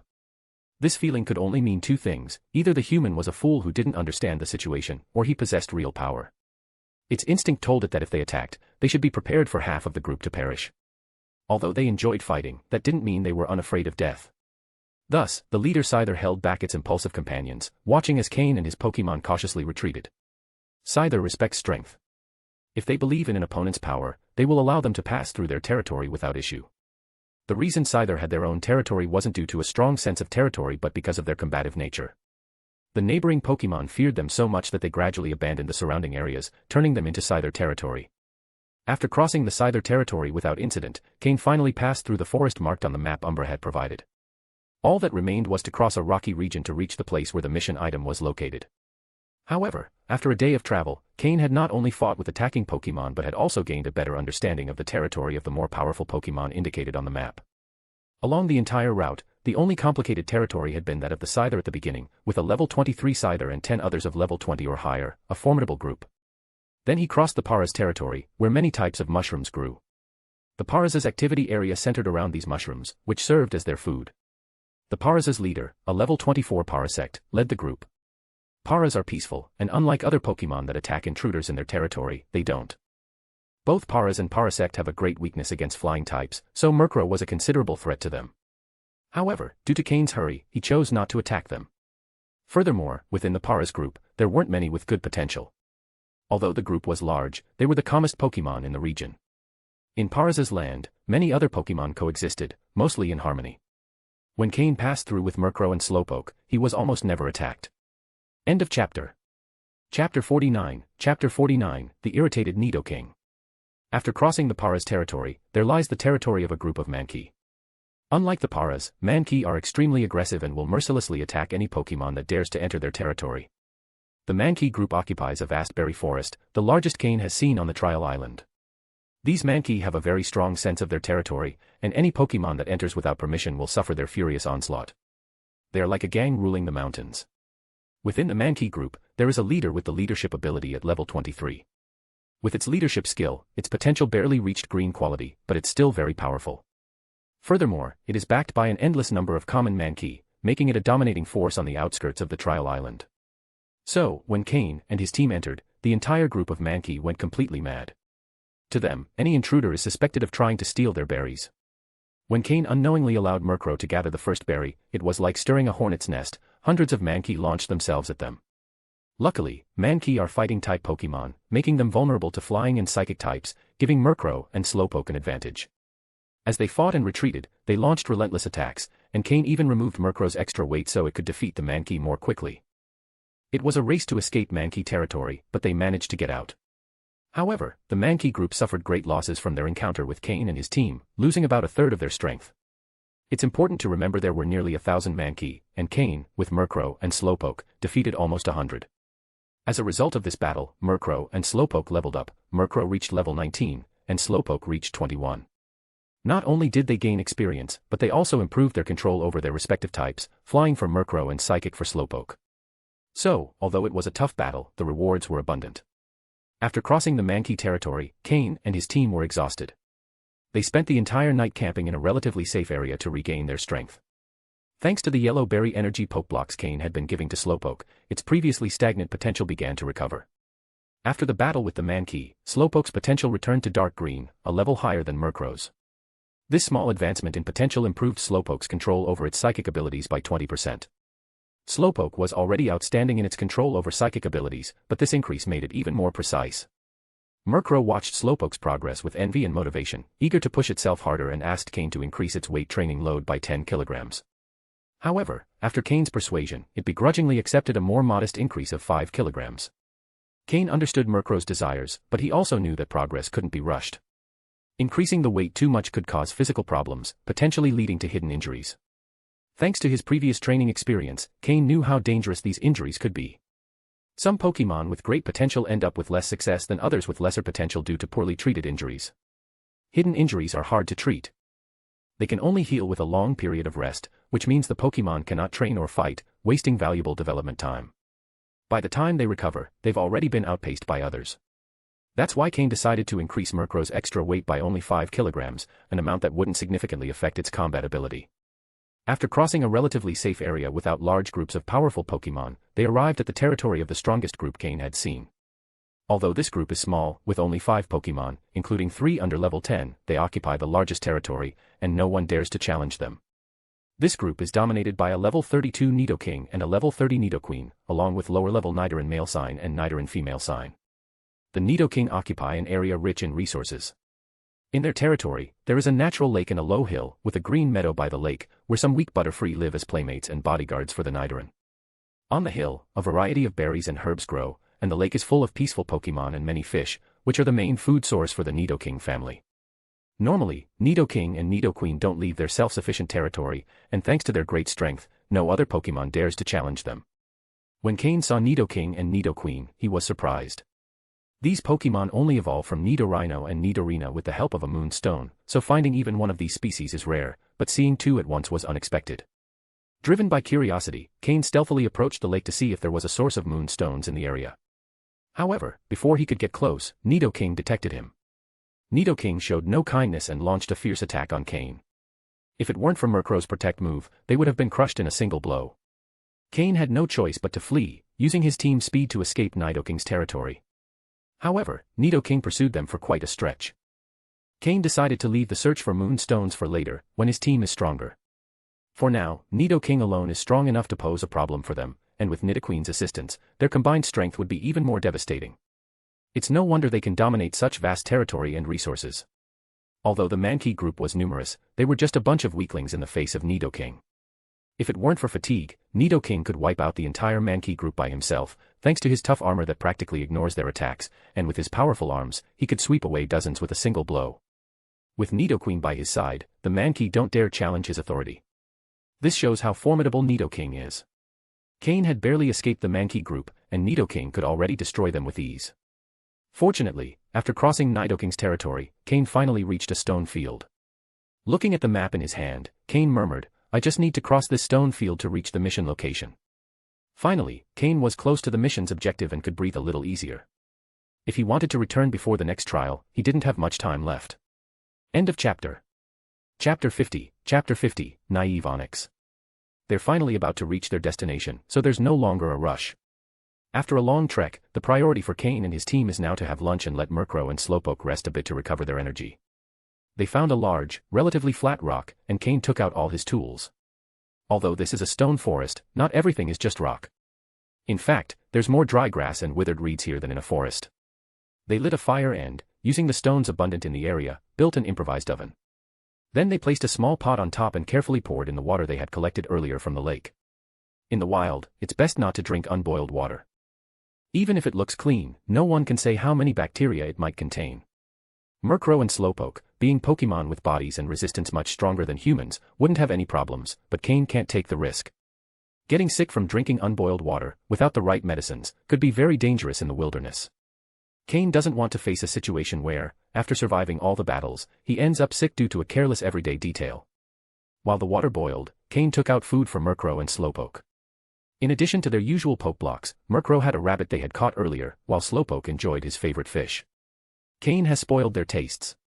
Slowpoke used to enjoy eating raw fish, but ever since he tried Cain's grilled fish and meats, he's lost interest in raw fish. Murkrow has also developed certain preferences. Although he always has enough poke blocks to stay nourished, he needs a bit of meat in every meal to feel satisfied. With Slowpoke's help, they cleaned the rabbit and 5 fish as thick as an arm, covering the organs and blood with dirt. In the wild, Cain doesn't want to attract a bunch of Pokémon with the smell of blood while eating. Once the water boiled, he poured it into a bottle to have enough drinking water for the afternoon. Then, like an expert, Cain started grilling the food, applying oil, turning it over, and adding seasonings. The delicious aroma filled the air as he prepared the meal. For Cain, a rabbit leg and half a fish are enough to satisfy him, leaving the rest for Murkrow and Slowpoke. Murkrow and Slowpoke quickly devoured their lunch. After a brief rest, they continued on their way. Traveling through the stone forest was much more comfortable than crossing a regular forest, though the terrain was uneven with raised stones everywhere. But compared to the dense foliage of a forest, where every step can hide an obstacle, the terrain in the stone forest is visible, so there's no risk of tripping unexpectedly. The best part is that the Pokémon inhabiting this stone forest are mostly Geodude, who, although numerous, are calm and peaceful. As long as they aren't stepped on, they won't cause trouble. Geodude prefer tranquility and can spend the whole afternoon motionless in a pile of rocks. The Geodude in this area are relatively low level. Cain hasn't encountered any above level 20, and he hasn't even seen a Graveler, their evolved form. The path was easy to traverse, and without the hassle of occasional Pokémon attacks, Cain made good progress. In just half an hour, he had crossed half of the stone forest. At this rate, he would soon reach his destination. However, as often happens, something unexpected occurred. A Pokémon blocked his path, though unintentionally, its massive size simply obstructed the way. The Pokémon blocking the path was an imposing Onyx. Pokémon, Onyx, dark yellow. Gender, male. Level. Type, rock/ground. Ability, sturdy. Held item, none. Egg moves, defense curl, rock climb. Basic moves, mud sport, tackle, harden, bind, curse, rock throw, rock tomb, rage, stealth rock polish, Euro ball, smackdown, dragon breath, slam. Learned moves, Iron Head. TM moves, none. This Onyx rested on a huge rock, blocking the way. If they wanted to pass, they would have to climb over its body. Although Onyx isn't an aggressive Pokémon, letting Cain and his team climb over him would probably make him furious. Taking an alternative route wasn't a viable option, as the stone walls on both sides stretched as far as the eye could see. Cain sighed and murmured to himself, a level 30 Onyx, this is tricky. The stone forest lacks resources, so there aren't powerful groups of Pokémon claiming this vast area. Only Geodude and Onyx, who don't require large resources, thrive here, as the rocks rich in minerals are their favorite food. The stone forest abounds with rocks, their greatest treasure. However, since the Geodude here are low level, the stones in this place probably don't contain rich minerals. Otherwise, the Geodude would be at higher levels. But then, how did this Onyx reach level 30? Cain observed the Onyx again, resting comfortably in the sun, and suddenly an idea came to him. Slowpoke, use Rain Dance on Onyx, Cain ordered, using one of Slowpoke's egg moves. Slowpoke nodded, slightly opened his mouth, and began to emit a soft sound, almost like a chant with a peculiar melody. As Slowpoke sang, small black clouds began to appear in the sky, gathering right over Onyx. Onyx. The Onyx, who was happily enjoying the sun, suddenly felt the temperature drop. Its half-closed eyes noticed the light disappear. Bewildered, it opened its eyes and saw that the sun had vanished, and a black cloud had appeared above its head. Seeing the cloud about to release rain, Onyx looked around, searching for anything suspicious, but found nothing. However, it noticed that a few meters away, the sun was still shining brightly. Despite its massive size, Onyx had a rather naive nature. With its limited mental capacity, it didn't think much about what was happening. Finding nothing suspicious, Onyx had no choice but to give in. When the first raindrop fell on its body, Onyx, reluctantly, began to move. Although the area where it was lying was its favorite sunbathing spot, and it had been lying there for years, for Onyx, who is extremely vulnerable to water, the rain was much more annoying than losing his favorite spot. From their hiding place behind a stone pillar, Cain and Slowpoke watched as Onyx quickly moved away once the rain began to fall. The rumble of rocks being dragged by Onyx's massive body gradually faded until finally, the path was clear. As soon as Onyx was out of sight, Cain ordered Slowpoke to stop the rain dance. The clouds quickly dispersed, allowing the sun to shine again, with only a few puddles on the rocks as evidence of what had just happened. After waiting a few minutes to make sure Onyx wouldn't return, Cain moved forward with Murkrow and Slowpoke. They saw that between the tall cliffs, there was a path wide enough for 3 people to walk side by side. The path rose toward the sky, forming a landscape known as a line in the sky. Onyx had been resting right at the entrance of this passage. Entering this narrow passage made the temperature drop immediately, with a cold, enveloping feeling, as if they were standing in front of a refrigerator in the middle of summer. The air inside the passage was also very dry, creating a cold and dry atmosphere. As they moved forward, life around them dwindled until it disappeared entirely, not even a single blade of grass grew there. It's understandable, as the sun never reaches this place, the air is cold and dry, and it rarely rains. Even moss, which is incredibly resilient, needs at least some water to survive. Suddenly, about a third of the way through this narrow passage, they noticed a huge cave in the rock wall. The cave entrance was over 2 meters high and wide enough for 3 people to pass through at the same time. From the outside, the cave looked like an abyss of darkness. End of chapter. Chapter 51, Larvitar Egg. Cain looked at the hole, momentarily stunned. How can there be a cave in a place like this? And it looks like it's been here a long time. The cave showed signs of having been dug, yet parts appeared natural. Clearly, it had originally been a natural cave that some Pokémon had expanded. The claw marks on the dugout sections were already somewhat faded. Based on Cain's knowledge, it was clear that these marks could not have been made by a Geodude or a Graveler. Slowpoke, sense if there's any Pokémon inside, Cain instructed his Slowpoke. Slowpoke slightly closed its eyes, and a subtle psychic wave began to spread from its body. A few moments later, Slowpoke shook its head toward Cain, indicating it didn't sense any Pokémon presence. Seeing Slowpoke's confirmation, Cain relaxed a bit. He took a flashlight from his rocket belt and turned it on, illuminating the cave. The end of it was out of sight. After a brief hesitation, he decided to move forward. The space was relatively tight, so Murkrow perched on top of Slowpoke, who used its psychic power to stay close to Cain. After walking for several minutes, Cain noticed the cave expanding. He quickened his pace slightly, and finally, after 5 minutes, he reached the end. The end of the cave was a spacious area, but aside from rocks, there was nothing else. How strange, could it just be an empty cave? Cain murmured to himself while examining the area. Yadin. At that moment, Slowpoke gently tugged on Cain's leg, indicating a direction within the cave with a soft grunt. Cain's heart quickened as he followed the direction Slowpoke was pointing to. On the dark cave wall, there was a stalagmite as thick as a person, stretching from top to bottom. At the tip of the stalagmite, a drop of thick, milky liquid hung, full and rounded, yet not falling, clinging to the tip of the rock. A soft, comforting aroma emanated from that drop of milky liquid, spreading less than a meter before dispersing into the air. It was no wonder Cain hadn't detected it initially. This is geocentric cleansing milk. Cain exclaimed in surprise. Geocentric cleansing milk is one of the natural wonders of the Pokémon world, formed by an accumulation of minerals in nature. It's filled with energy and minerals. Consuming it can strengthen a Pokémon's body and increase its physical defense.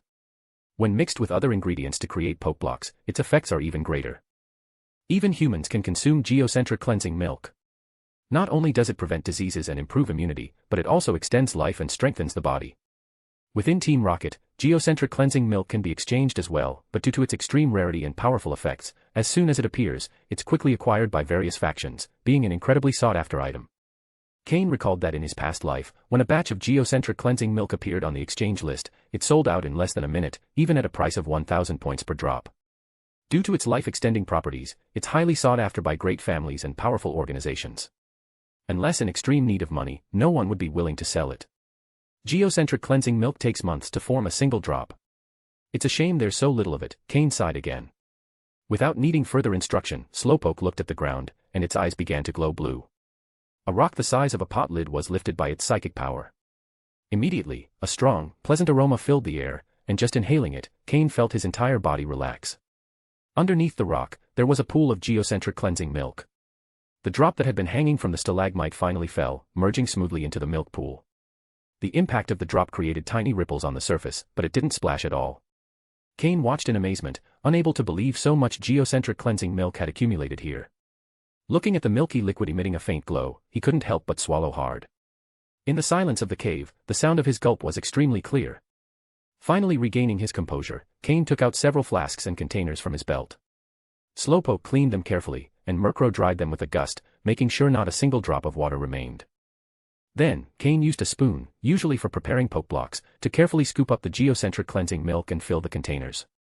However, to Cain's surprise, as he filled one of the flasks, he discovered a Pokémon egg inside the pool of geocentric cleansing milk. A Pokémon egg had been kept in this geocentric cleansing milk, which had likely accumulated over many years. Immediately, Cain remembered the claw marks at the cave's entrance and in various parts of the interior. Could it be that a Pokémon placed this egg here? Cain thought to himself. With how much time has passed, this egg is probably already dead. Even seeing the egg's shell, not even the system could scan its status. Without rushing, Cain continued filling the flasks with geocentric cleansing milk. As the containers filled, the milk pool's level dropped, finally revealing the entire egg. The system activated in Cain's mind, and the complete data on this egg, which had been here for an indeterminate time, appeared before him. Pokémon, Larvitar, egg form, cannot be incubated, blue. Gender, male. Level. Type, rock/ground. Ability, guts. Held item, essence of geocentric cleansing milk. Egg moves, dragon dance, outrage, ancient power, stealth rock. Basic moves, bite, leer. Learned moves, none. TM moves, none.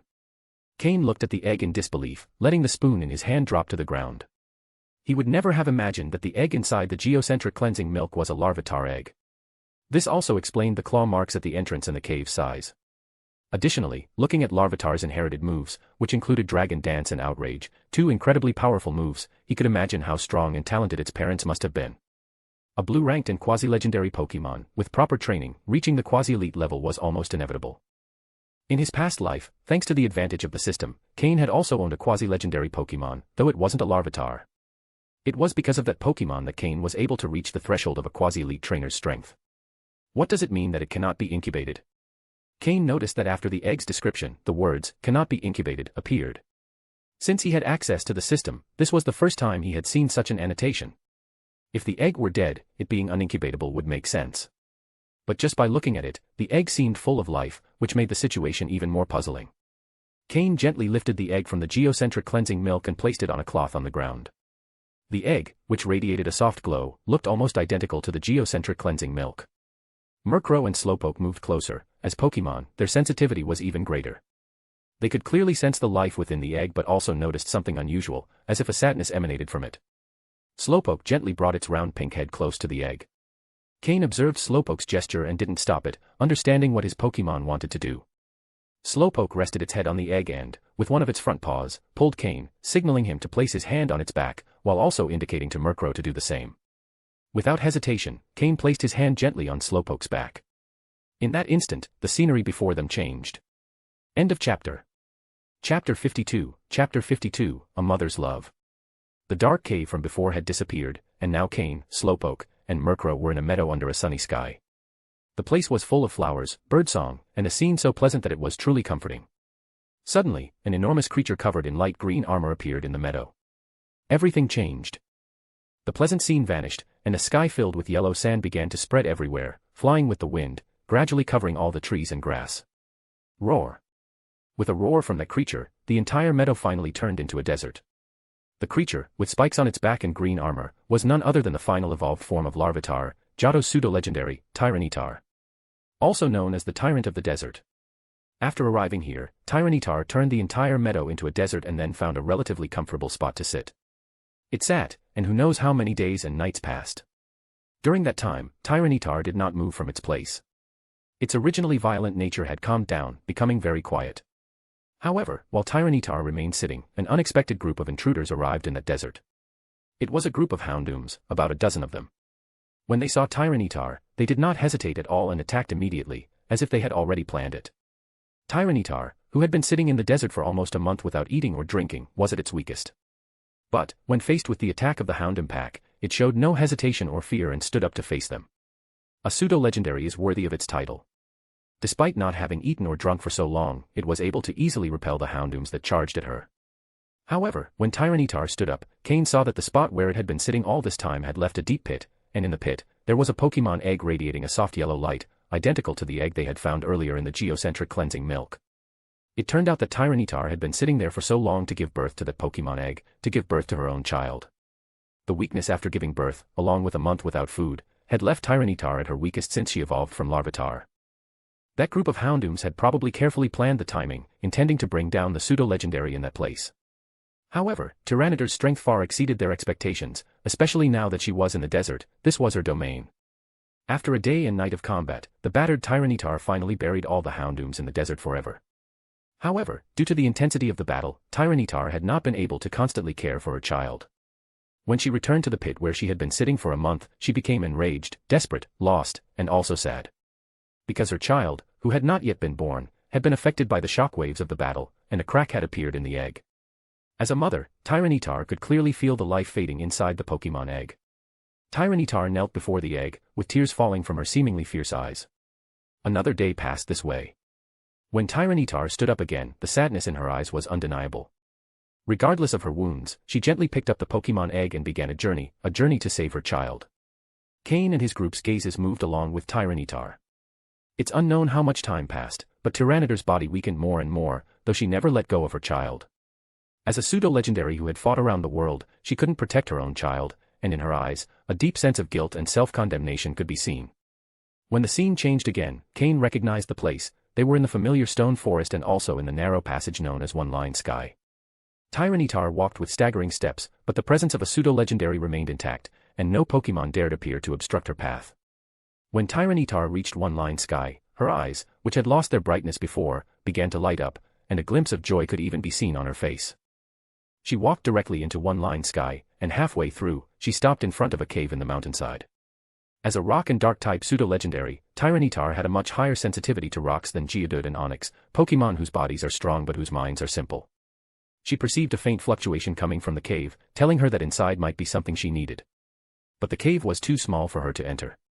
So, with one hand protecting the Pokémon egg and the other frantically starting to dig into the rock wall, the hard rock wall crumbled under Tyranitar's sharp claws as if it were tofu, easily creating a space large enough for her to pass through. The interior of the cave was the same as the place where Cain stood now, practically unchanged. Tyranitar, with her sharp perception, walked directly toward the geocentric cleansing milk well. At that time, the geocentric cleansing milk had not yet been covered by the rock. Seeing the geocentric cleansing milk, Tyranitar became excited.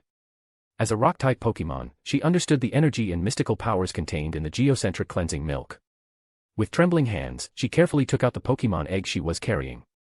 After so much time, the appearance of the Larvitar egg had worsened considerably. The shell that had once been crystalline and translucent was now very opaque, and the smooth surface had become quite rough. Tyranitar looked at the Pokémon egg deeply, with a gaze full of emotions that Cain, who had never had children, could not fully understand, but he grasped one thing: a mother's love. Tyranitar carefully placed the Pokémon egg into the well. Perhaps it was fate, as the geocentric cleansing milk completely covered the Pokémon egg, leaving not a single space. Seeing her child's fading life finally stop flowing away, Tyranitar could finally relax.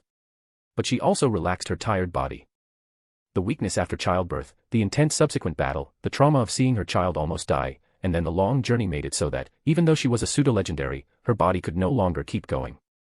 Clenching her teeth, with her last strength, she covered the geocentric cleansing milk well with rocks and then collapsed heavily to the ground. With an expression of relief, the light in her eyes began to fade.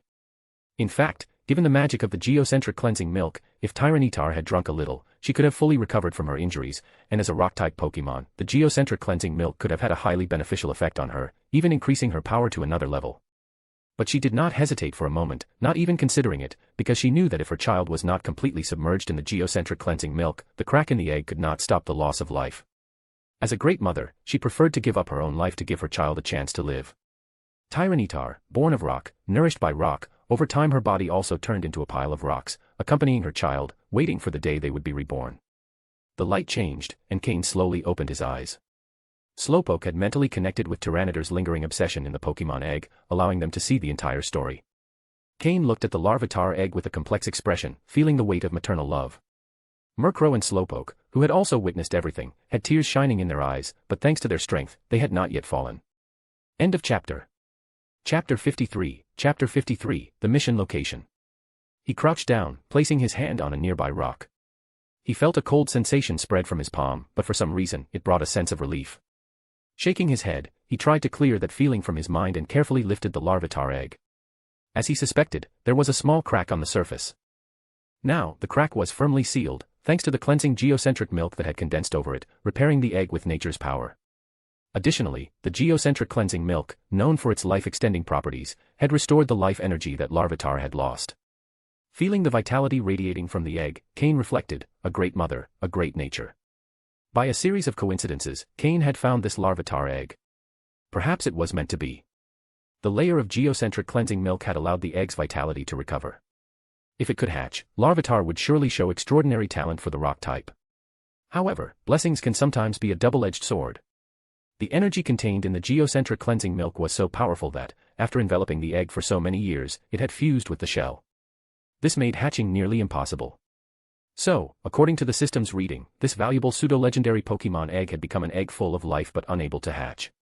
With mixed feelings, Cain handed the egg to Slowpoke, asking it to carefully hold it with its psychic power. Though it was a shame the egg couldn't hatch, Cain would still try to find an alternative method to make it happen. He gathered all the geocentric cleansing milk. Whether he sold it at the Team Rocket Exchange Center or traded it with other organizations or individuals, Cain could obtain a large amount of materials. With these resources, training his Pokémon would be much easier. It was a beneficial cycle. As the most important resource he had found so far, he couldn't afford to waste even a drop. He gathered all the geocentric cleansing milk from the small pool, filling 10 glass bottles. He even used bottles originally intended for water to hold the geocentric cleansing milk. If Cain decided to turn these 10 bottles of geocentric cleansing milk into points, he could earn nearly 1,000,000 points. However, he couldn't do that. Sometimes, having too many resources can be dangerous if others find out. In this situation, he needed to be discreet. Of course, exchanging a small amount for resources wouldn't be a problem. This would solve Cain's major concern about how to train his future Pokémon. From now on, any Pokémon that met his criteria could be captured. He would first gather his main 6 for the team. However, that didn't mean he would catch just any Pokémon. Only those with good natures and that met his requirements would be considered. He stored the 10 bottles of geocentric cleansing milk in his belt and sighed in relief. The journey to complete this mission had been worth it, if only for the cleansing milk. Geocentric cleansing milk is not just a medicine. If a ground or rock-type Pokémon uses it as a catalyst, its power could increase tremendously, Cain thought. He was considering capturing a ground or rock-type Pokémon. Better to finish the mission first. If I find one, I'll consider it, but it's not a priority. He restrained himself from immediately searching for a rock-type Pokémon with excellent potential. In this area, the dominant rock-type Pokémon were Geodude and Onix, but neither was on Cain's list of preferred Pokémon. Therefore, unless he found one with great potential, he wouldn't consider them. In fact, deep down, Cain harbored a small hope. If Larvitar could hatch, nothing would be better to take advantage of the geocentric cleansing milk than a pseudo-legendary Pokémon. Cain pulled a small egg incubator from his belt. It was something he had prepared in advance for cases like when he found the Beedrill egg. It turned out to be perfect for this Larvitar egg.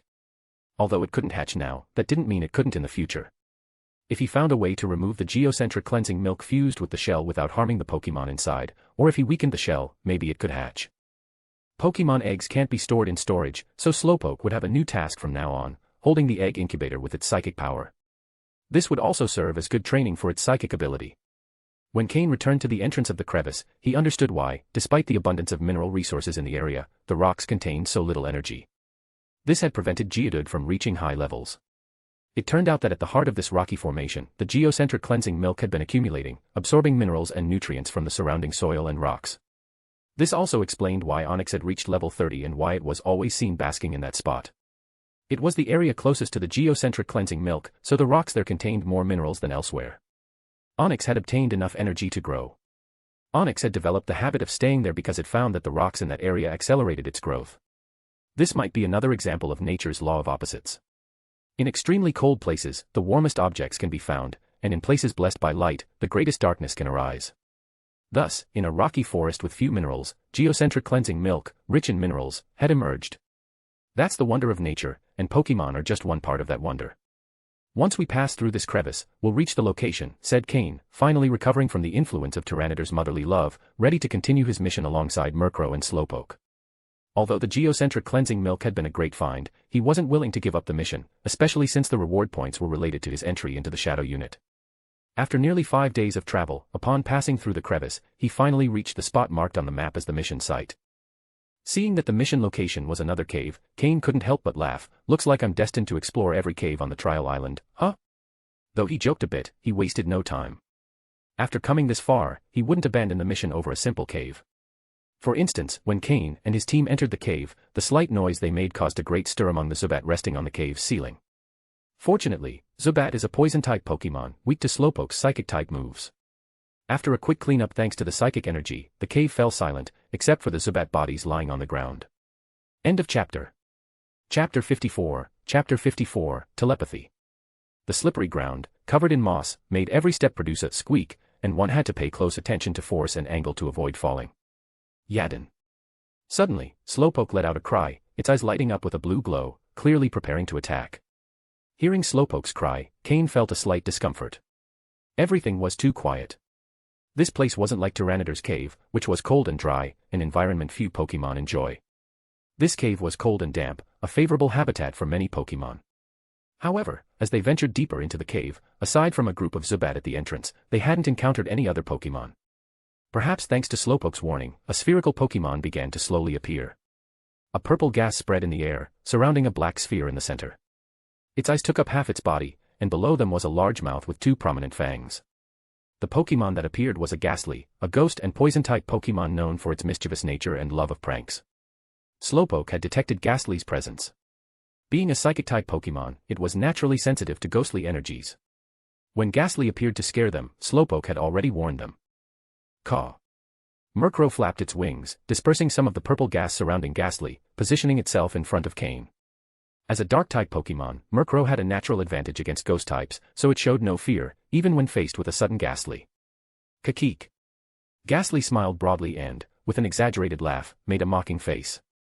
Wow, this Ghastly is quite cheeky, Cain remarked with a slight smile. Slowpoke, catch it. It was only a level 16 Ghastly, and its potential wasn't high. It wouldn't be a challenge for Slowpoke.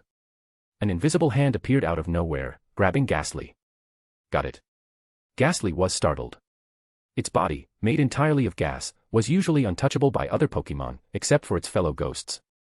However, this invisible force made it feel very uncomfortable, like water meeting fire, causing a sharp pain. Kakeek. Ghastly let out a sharp cry. Kakeek, kakeek, kakeek. As Ghastly's cry intensified, more and more Ghastly began to appear around it, their large eyes glaring at them with hostility. However, the energy emanating from Slowpoke and Murkrow stopped them from attacking. As the number of Ghastly increased, Cain's smile widened. Amazing, it seems we've walked into a ghost nest. Cain wasn't worried about the number of Ghastly. With Psychic-type Slowpoke and Dark-type Murkrow protecting him, plus the move Teleport, his safety was guaranteed. Caw. Yadin. Faced with so many Ghastly, Murkrow and Slowpoke showed no fear, and with a cry, they released their energy. Despite its cute appearance, Slowpoke had an imposing presence when angered, especially in front of ghost-type Pokémon, against whom it had a natural advantage. The front rows of Ghastly immediately halted, sensing a deadly threat emanating from Murkrow and Slowpoke. Just as both sides were about to clash, an opening appeared in the midst of the Ghastly crowd, and a Ghastly that looked different from the others slowly floated forward. With its arrival, the cries of the other Ghastly began to calm down. Young human, greetings. Suddenly, an old voice echoed in Cain's mind. Hearing the voice in his mind, Cain was slightly surprised. Looking at the Ghastly in front of him, he saw its eyes emitting a soft black glow. Telepathy. Is it you who's speaking? Cain asked, though he already suspected it. The Ghastly nodded, and the old voice echoed again in Cain's mind. Human, your companions are very strong. If we fight, it won't benefit either of us. The old Ghastly spoke fluently, with no difficulties communicating with Cain. Cain nodded, discreetly activating his system to scan this Ghastly's data.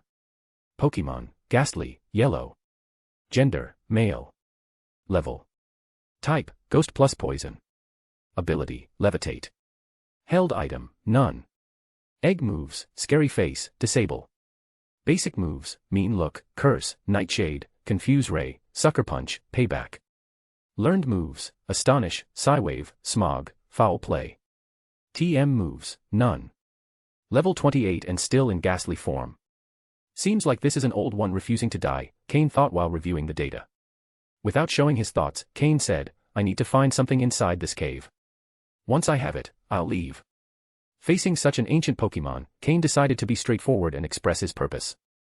If you agree to help us with a task, we can let you pass and even help you find what you're looking for. Don't worry, it's a simple task, said the old Ghastly bluntly, proposing his condition. Cain felt tempted. In such a dark place, he didn't know how large the cave was. If he searched on his own, it could take a long time. Without showing any emotion, Cain coldly replied, I'm going in regardless. You can't stop me. The old Ghastly was taken aback, calculating the consequences of a battle with Cain. After a moment of silence, the old voice echoed once more in Cain's mind. We can offer you a substantial reward. As a Ghastly who had lived for nearly 1,000 years, it had dealt with humans before. It knew humans were greedy, but with the right reward, they would do anything. That's not enough. But Cain wasn't playing by the rules. Just when Ghastly was about to reveal his offer, Cain interrupted him, saying it wasn't enough. The old Ghastly felt a tinge of frustration. Noticing Ghastly's expression, Cain smiled and pointed at Slowpoke. Teach it how to use telepathy. Ghastly was surprised. He thought Cain would ask for something outrageous, but instead, he made such a simple request.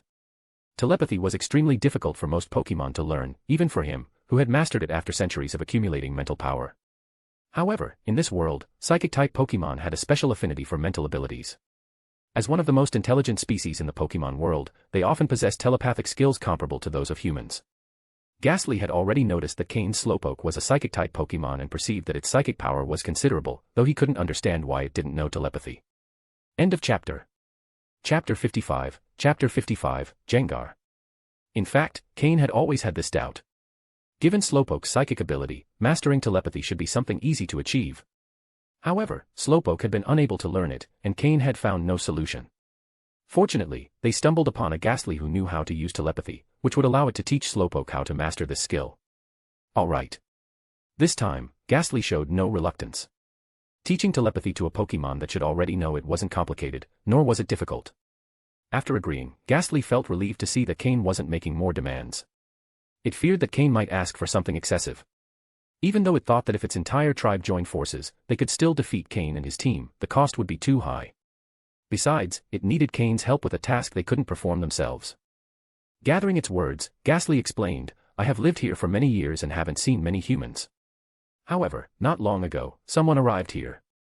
Recalling its vast memory, the old Ghastly continued, that human was very powerful, much stronger than you. Ghastly looked at Cain, who showed no reaction. At that time, I only dared to observe him from afar, not daring to get close. But I could feel that, in reality, he knew I was there. Speaking about that person's strength, Ghastly couldn't help but tremble. He left an object in the center of our old dwelling and then disappeared. At first, we thought everything was over, but it wasn't. That object began to absorb the ghost-type energy that was here. Taking a deep breath, Ghastly continued, the longer it stayed, the faster it absorbed the energy.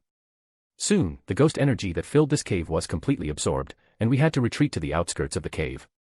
Although Ghastly couldn't express many facial emotions, Cain felt its helplessness and asked, why didn't you destroy that object or remove it from there? That's precisely what we want your help to do. We can't get close to that object, but you can, replied Ghastly in a resigned voice that Cain clearly heard. If all of you can't remove it, what makes you think I can? Cain responded. The old Ghastly showed an obviously frustrated expression and, after a moment of silence, said, come with me. When you see it, you'll understand. After saying this, it turned and motioned for Cain to follow. The Ghastly around them began to disperse, leaving enough space for Cain to pass. Although the Ghastly made faces and tried to scare them as they passed, they didn't dare touch Cain. With an impassive expression, Cain followed the old Ghastly, while Murkrow and Slowpoke stayed close, watching the surrounding Ghastly to prevent any suspicious moves. The old Ghastly didn't stop their behavior, as it knew that these gestures were part of the Ghastly's nature and couldn't be corrected. It continued guiding Cain deeper into the cave. The cave was truly complex. In comparison, Tyranidar's cave seemed like child's play. After passing through several forks, turning here and there, they finally arrived at a larger cavern. This cavern wasn't completely dark, some unknown objects emitted a faint glow on the walls and floor. As they got closer, Cain realized they were glowing mosses. The old ghastly stopped at the entrance to the cavern. With its voice in Cain's mind, the old ghastly said, "This is it. This was our home, but now, due to that object, we don't dare get close." Following the direction indicated by the old ghastly, Cain saw, under the dim light, that in the center of the cavern was an elevated stone with a pokeball resting on it. Cain was surprised to see it. He had already suspected the identity of the person who had been there, and if he wasn't mistaken, it had to be Umbra, the deputy head of the Team Rocket Shadow Unit. With his power and presence, it was no wonder the ghastly didn't dare approach. But why leave a pokeball here? Perhaps the mission's objective is this pokeball, Cain thought. Since the old ghastly didn't dare approach, Cain decided to move forward on his own. Murkrow and Slowpoke followed closely, always alert to the surroundings, ready to react to anything. Why did Cain trust the old ghastly's words so much? Part of the reason was that Pokémon tend to be simpler in their thoughts than humans. If they like something, they show it, if they don't, they show that too. They don't tend to hide or disguise their feelings. Although the old ghastly had learned some human customs due to its long life, it still had the natural habits of a Pokémon, especially when it didn't even realize those habits. Another reason was Cain's confidence in his own power. With Slowpoke and its teleport move, he could quickly escape if necessary. As for the reward promised by the old ghastly, Cain didn't give it much importance. He didn't expect to find anything valuable in such a desolate place. With this mindset, Cain approached the stone column. When the Pokeball entered the system's skin range, it activated. Inside the Pokeball, which bore the Team Rocket emblem, a Pokémon flickered. Pokémon, Gengar, light blue. Gender, male. Level. Type, Ghost plus Poison. Ability, Cursed Body. Held item, none. Egg moves, Scary Face, Fire Punch, Astonish, Taunt. Basic moves, Hypnosis, Lick, Spite, Mean Look, Curse, Nightshade, Confuse Ray, Sucker Punch, Payback, Shadow Ball, Dream Eater, Dark Pulse. Learned moves, Snatch, Foul Play, Giga Drain. TM moves, Rest, Protect, Sleep Talk, Toxic, Hidden Power, Water, Thunderbolt. Cain was surprised to see this Gengar's characteristics. Is this Umbra's Pokémon? Cain murmured. After seeing Gengar's wide range of moves, he couldn't help but think so. Just the learned and taught moves represented a huge investment of resources. Moreover, with Team Rocket's immense wealth, only Umbra could possess such a Pokémon on the entire island. Since this was a mission assigned by Umbra, Cain was almost certain that this was Umbra's Gengar. With this thought, Cain felt more at ease. As an elite-level trainer, this Gengar clearly wasn't part of Umbra's main team, probably just part of his second team. In Team Rocket's ranking, Light Blue is considered an elite quality. Among trainers, a Pokémon with elite qualities is already considered exceptional. End of chapter. Chapter 56, Chapter 56, The Mysterious Stone Pillar. A Pokémon's innate quality varies, and this translates into different talents. While it may not be evident at lower levels, as they level up, these differences become clearer. A Pokémon with high innate quality is superior in all aspects, learning, battling, and synchronization with its trainer, compared to a Pokémon of lower quality. In essence, a Pokémon's innate quality almost always determines its maximum potential.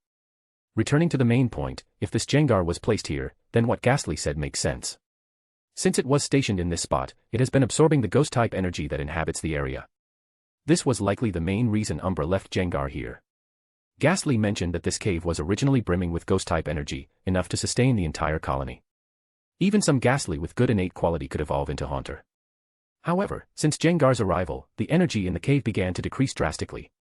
So much so that even those who had already evolved into Haunter reverted back to their former Ghastly form, which is extremely harmful to a Pokémon. Gengar, being the final evolutionary stage of Ghastly and Haunter, naturally exerts great pressure on them. And moreover, this isn't just any Gengar, with such high innate quality, the Ghastly, most of whom are of red quality, stand no chance of resisting its influence. To avoid being absorbed by Gengar, the Ghastly were forced to move to the outer areas of the cave. Even though the energy is much scarcer there, it's still something. Cain carefully picked up the Pokeball marked with the R from his belt. The Pokeball's switch was already locked, obviously to prevent Gengar from coming out on its own and absorbing the surrounding energy. As soon as he lifted the Pokeball, a thread of black mist began to float from the base of the pillar. Is this such dense ghost-type energy? Cain observed the mist with curiosity. As if confirming what Cain had said, the black mist was instantly absorbed by the Pokeball. Through the partially visible parts of the Pokeball, Jengar could be seen comfortably resting inside while absorbing the ghost-type energy. In Cain's system data, there was a small but noticeable improvement in Jengar's attributes, though it wasn't very significant. Did Umbra leave Jengar here to increase its level? Or perhaps to heal some injury? These were the only reasons Cain could imagine for Umbra leaving Jengar in this place.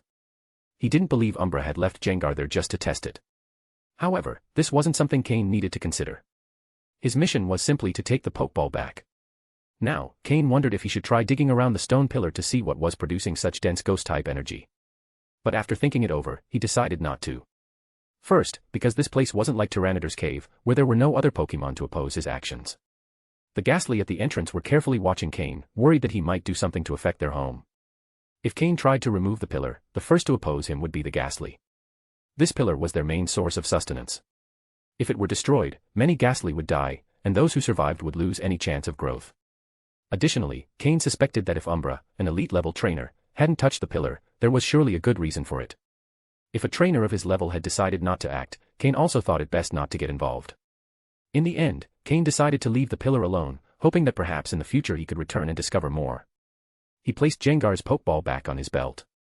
Seeing Cain put away the Pokeball, the Ghastly, who had been holding back, slowly approached, deeply inhaling the ghost-type energy that had begun to disperse into the air.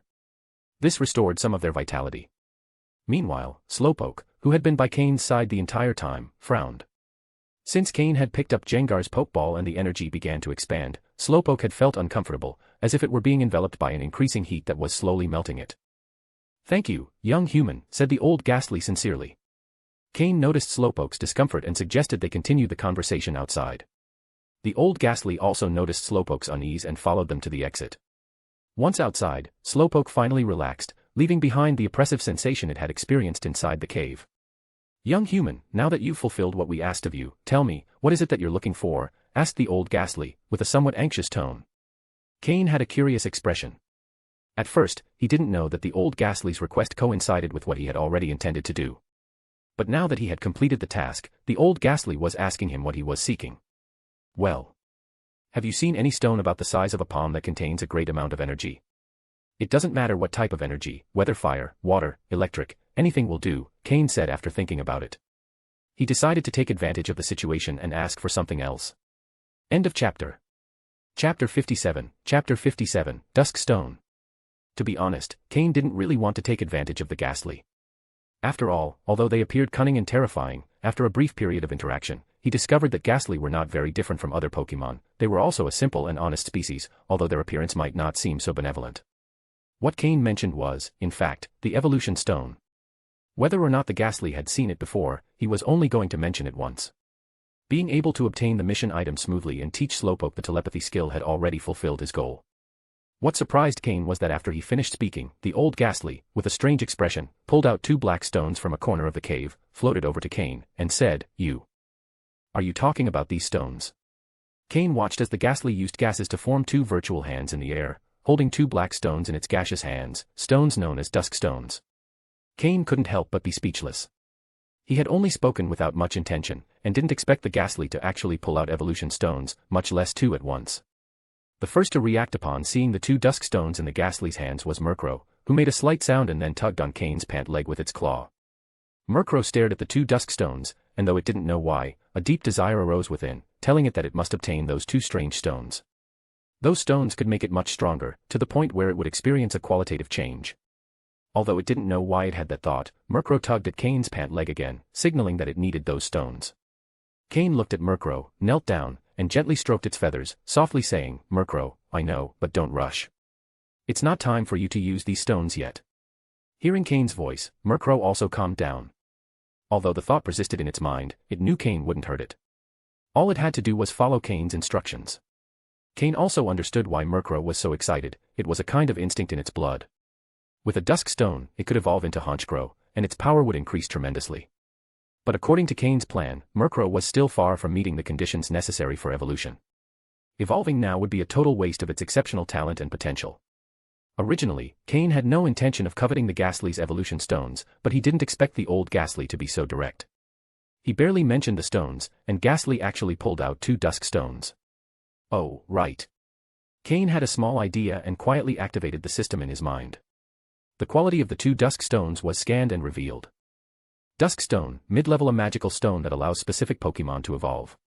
It is black as night and can slightly enhance the Pokémon's potential. Dusk stone, initial level, a magical stone that allows specific Pokémon to evolve. It is black as night. It enables the Pokémon to evolve, but does not optimize its potential. As I thought, just like in my past life, even evolution stones have different qualities that affect their effects. A mid-level evolution stone can slightly enhance a Pokémon's potential. If Murkrow uses a mid-level evolution stone, its potential might increase even more after evolving. Reaching dark green quality wouldn't be impossible. Cain reflected silently. So what if it were a higher-level evolution stone? Cain couldn't help but think of the possibility. Although the chances of finding a high-level evolution stone were very low, Murkrow wasn't at the point where it needed to evolve yet. It could wait, right? Without rejecting the offer, Cain silently stowed the 2 evolution stones into his Team Rocket belt and said, "Thank you. It's only fair. You help us, and we help you. Besides, these 2 stones are of no use to us. We only kept them because they contain too much power, otherwise, we wouldn't have found what you were looking for so quickly." The old Ghastly explained. Cain nodded slightly. In fact, dusk stones are only effective for Pokémon that need an evolution stone to evolve, and they serve no special purpose for the Ghastly. After finishing, the old Ghastly's eyes filled with dark energy. A visible gas began to spread from its body towards Slowpoke. Caw. Seeing what the old Ghastly was doing, Murkrow was alarmed and prepared to attack. After all, Slowpoke was its companion, and Murkrow wouldn't allow anyone to hurt it. Cain raised a hand to stop the tense Murkrow, who was ready to attack, and observed the old Ghastly, narrowing his eyes. Although he didn't know what Ghastly was doing, he suspected it had to do with telepathy, and besides, Slowpoke wasn't showing any signs of resistance. They didn't have to wait long. The dark gas disappeared from Slowpoke's body and slowly returned to Ghastly. "All done, I've taught him telepathy." The old Ghastly's voice echoed in Cain's mind again. Just as he had suspected, it was teaching Slowpoke how to use telepathy. His talent is very high, he just needed a guide. The old Ghastly continued, "I can sense great power within him, but he hasn't fully mastered it. You'll need to guide him well, human." Cain nodded. He knew Slowpoke had immense talent, but didn't expect it hadn't yet reached its limit. "Master." Suddenly, a voice like that of a child appeared in Cain's mind. Cain looked at Slowpoke in surprise, whose eyes emitted a faint blue glow. Evidently, that was its voice. "Is that you, Slowpoke?" Cain asked. Slowpoke nodded, but didn't use telepathy again. It seemed it wasn't yet used to the ability, and being naturally shy, wasn't very talkative. Cain patted Slowpoke's soft pale pink head and smiled encouragingly, saying, "Don't worry, we'll take it slow. You'll learn how to use it eventually." Slowpoke's voice echoed again. Judging by human standards, Slowpoke was probably like an adorable child. Murkrow also heard Slowpoke's voice in its mind. As Pokémon, they didn't need mental communication, but it found it quite interesting. Murkrow flew around Slowpoke a few times, curious that its companion had learned such a fun ability, making Slowpoke feel a little embarrassed. Telepathy is a very special ability. It doesn't mean you can learn another species' language, but rather it's a form of mental communication. The voice you hear is just a mental simulation, not actual verbal communication. With that, Cain's journey was nearly complete. He was very satisfied with the results, the most valuable being the acquisition of the Larvitar egg. Although it was said that it couldn't hatch, as long as the egg wasn't dead, there must be a way to hatch it, he just needed to find it. The second major achievement was obtaining the 10 bottles of geocentric cleansing milk, which were an enormous fortune. If elite trainers knew about it, they might be tempted to act. After that, the 2 dusk stones were an unexpected reward. End of chapter. Chapter 58, Reward, Ghastly. Following the old Ghastly, Cain and his team slowly walked out of the cave, which was as complex as a labyrinth. The Ghastly they encountered along the way no longer looked at them with hostility, on the contrary, there seemed to be a sense of familiarity. Even Slowpoke began to feel sympathy for them. Upon reaching the entrance of a new cave, the old Ghastly stopped. Inside, there were many Ghastly gathered together. Cain looked at the old Ghastly curiously. By now, they should be guiding them out of the cave, but instead, they had been led to another area. However, it didn't seem like the Ghastly were going to attack them, as there was no need to. If they did try, the Ghastly surely knew it would be a fight ending in losses for both sides. Before Cain could ask, the old Ghastly spoke. "I mentioned before that if you helped us with something, we would give you a reward." Saying this, it floated further inside, gesturing for Cain and his team to follow. As they entered, the Ghastly in the cave curiously watched them, gradually surrounding them. Seeing the Ghastly's behavior, Cain frowned. Although he didn't know what the old Ghastly was planning, being surrounded as if they were animals on display made him feel a bit uncomfortable. Here are all our companions willing to join you. You can choose one of them to become your Pokémon, the old Ghastly finally said, revealing what the reward was. Cain was left speechless. It turned out the reward the old Ghastly had mentioned for completing the task was letting Cain choose a Ghastly. For the old Ghastly, allowing Cain to take a Ghastly was beneficial for both parties. When the old Ghastly was young, it had ventured into the human world and had been a companion to a person. However, at that time, human living conditions were difficult, and due to many lurking crises, that person didn't survive long, dying in an accident. Afterward, the old Ghastly returned to the place where it was born. For the old Ghastly, who had visited the human world, humans were not a mystery. In those days, humans and Pokémon helped each other, and that's how they managed to survive under harsh living conditions. Typically, wild Pokémon that received help from humans grew at an astonishing rate, much faster than they would have on their own in the wild. The old Ghastly knew that while life here was carefree, it also meant there wouldn't be any special growth. It was difficult for any Ghastly to become particularly strong, and even evolving into Haunter was a challenge, let alone reaching Gengar. Allowing a Ghastly to follow a human was an idea the old Ghastly had since seeing the Gengar that ruled over the area where they lived. Then Cain arrived, and since Cain left a good impression on him, the old Ghastly decided to let Cain choose a Ghastly as his Pokémon. The Ghastly present had been curious when they saw Cain and his team, as it was the first time they had seen a human. These Ghastly were relatively young and had grown up hearing the old Ghastly stories, so upon hearing about the human world, they felt a certain fascination. Seeing a human for the first time, their curiosity was hard to contain. Cain's heart was filled with mixed feelings. He never imagined, nor did it even cross his mind, that the old Ghastly would allow him to choose a Ghastly as his Pokémon. Ghastly was a Pokémon that Cain had always liked, both when he played video games on Earth and in his previous life as a member of Team Rocket. Although it was a ghost and not particularly pretty, that didn't diminish Cain's enthusiasm for Ghastly, or more precisely, for its final evolved form, Gengar.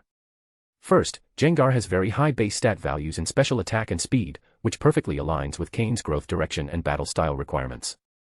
Additionally, Gengar is a ghost and poison-type Pokémon with a highly versatile battle style. Often, with the right strategy, it's possible to defeat stronger opponents. The most important thing is that Gengar is a Pokémon capable of Mega Evolving.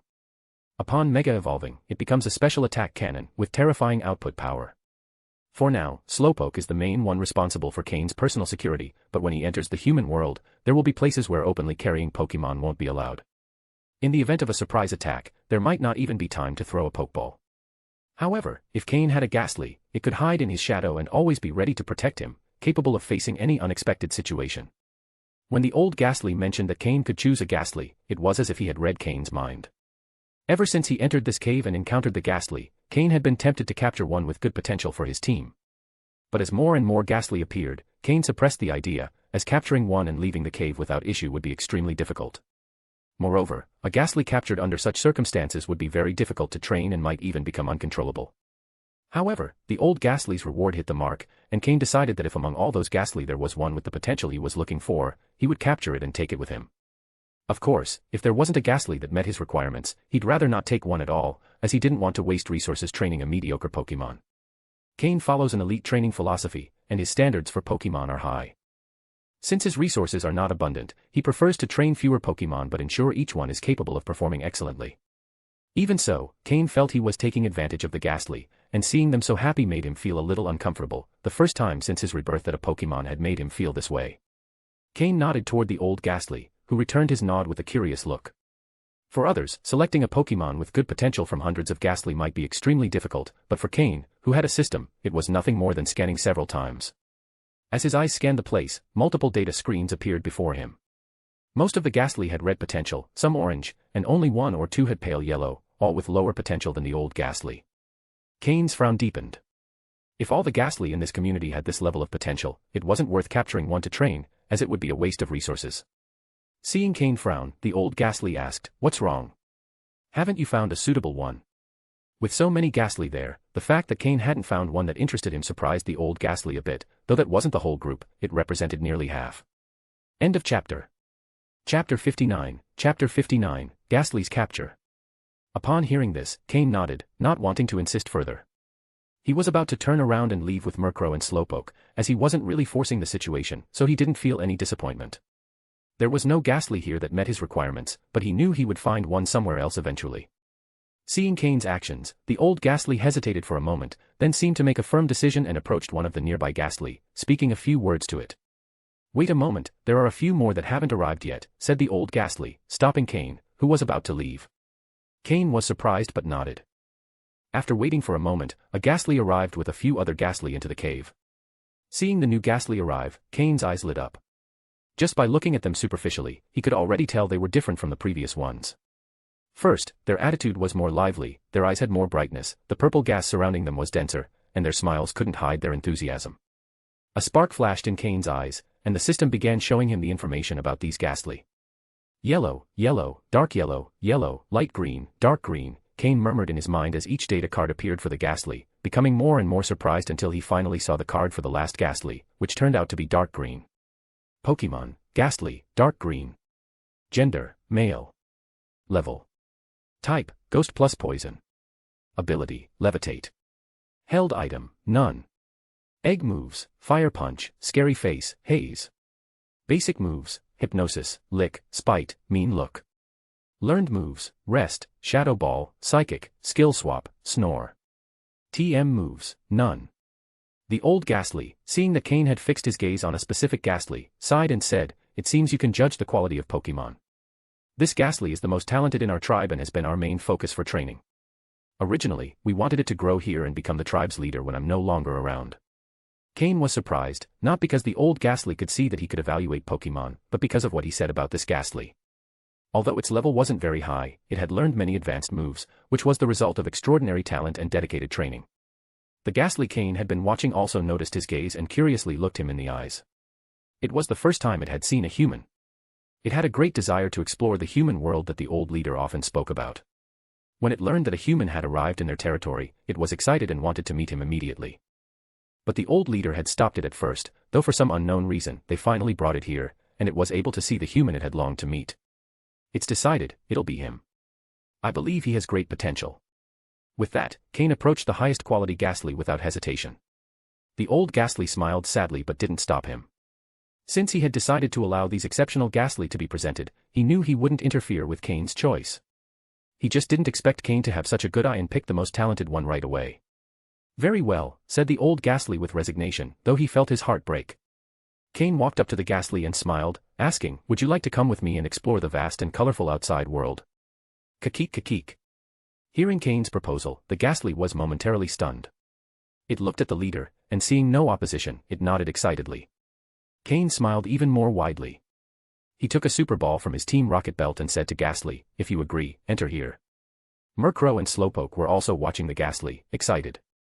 They knew they would soon have a new companion, which made them genuinely happy. Under everyone's watchful eyes, the Ghastly slowly approached the Super Ball Cain held, gently touched the button in the center, and was absorbed in a beam of red light. Click. With a crisp sound, Ghastly was captured without offering any resistance. Cain smiled with satisfaction.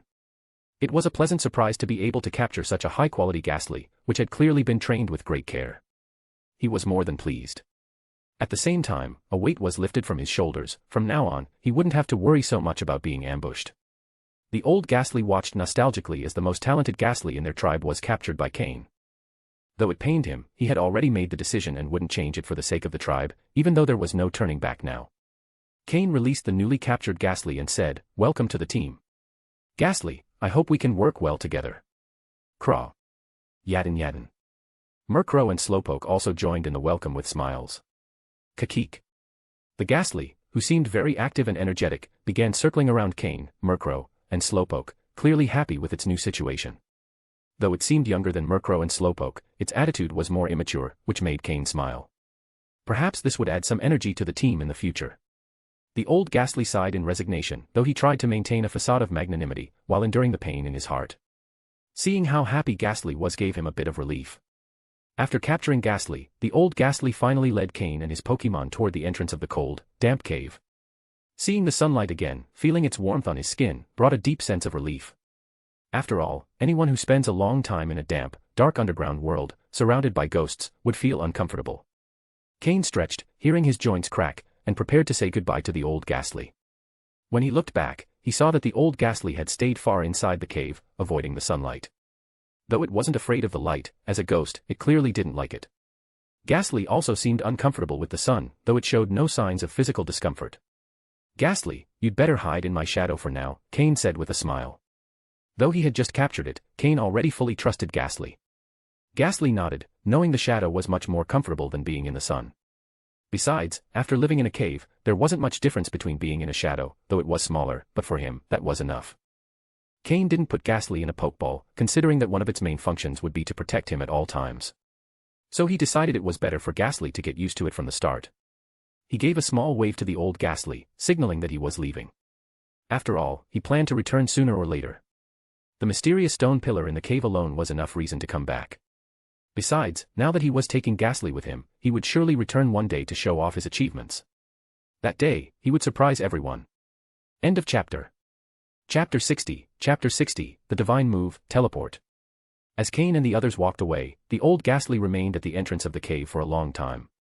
In the end, as if sighing, he returned to the cave alone, his silhouette reflecting an inexplicable melancholy. Shortly after, in a place where the old Ghastly couldn't see them, Cain and his team were standing under a tree, all looking at Slowpoke. Cain gently patted Slowpoke's back and, with a smile, said, "Slowpoke, use teleport to take us back. Don't push yourself too hard, go as far as you can and conserve your energy." That's right, Cain had no intention of retracing their steps.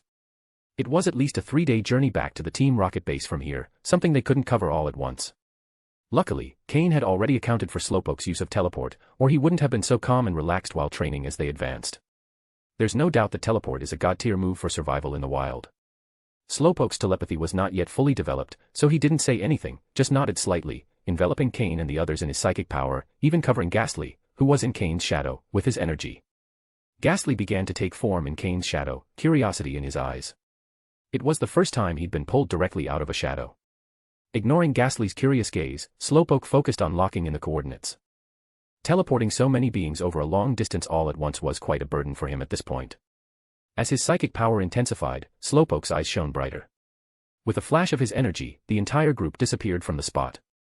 Apart from a single leaf that slowly fell, there was no trace left of Cain and his companions. Boom. In a part of the forest on Test Island, Cain and his team suddenly appeared, having just arrived via teleport. Ugh. Cain shook his head slightly, the sudden shift in space left him a little dizzy, though his resilience had greatly improved. However, for Pokémon like Murkrow and Ghastly, it had no effect at all. Plop. With a light thud, Slowpoke, a bit exhausted, couldn't maintain his floating position and fell to the ground, showing signs of fatigue. Luckily, Cain had warned him at the start, so it wasn't severe, just mental exhaustion. Slowpoke, start meditating, meaning, use calm mind. Recover since you've pushed yourself quite a bit. Cain was serious. Although he wasn't entirely sure where they were, seeing how tired Slowpoke was, they must be very far from the Ghastly cave. Slowpoke nodded, using the last of his psychic power to return the egg incubator to Cain before lying down on the ground. A mysterious psychic wave enveloped him as he began to meditate. Without worrying about their location or potential dangers, Slowpoke started meditating, trusting his trainer.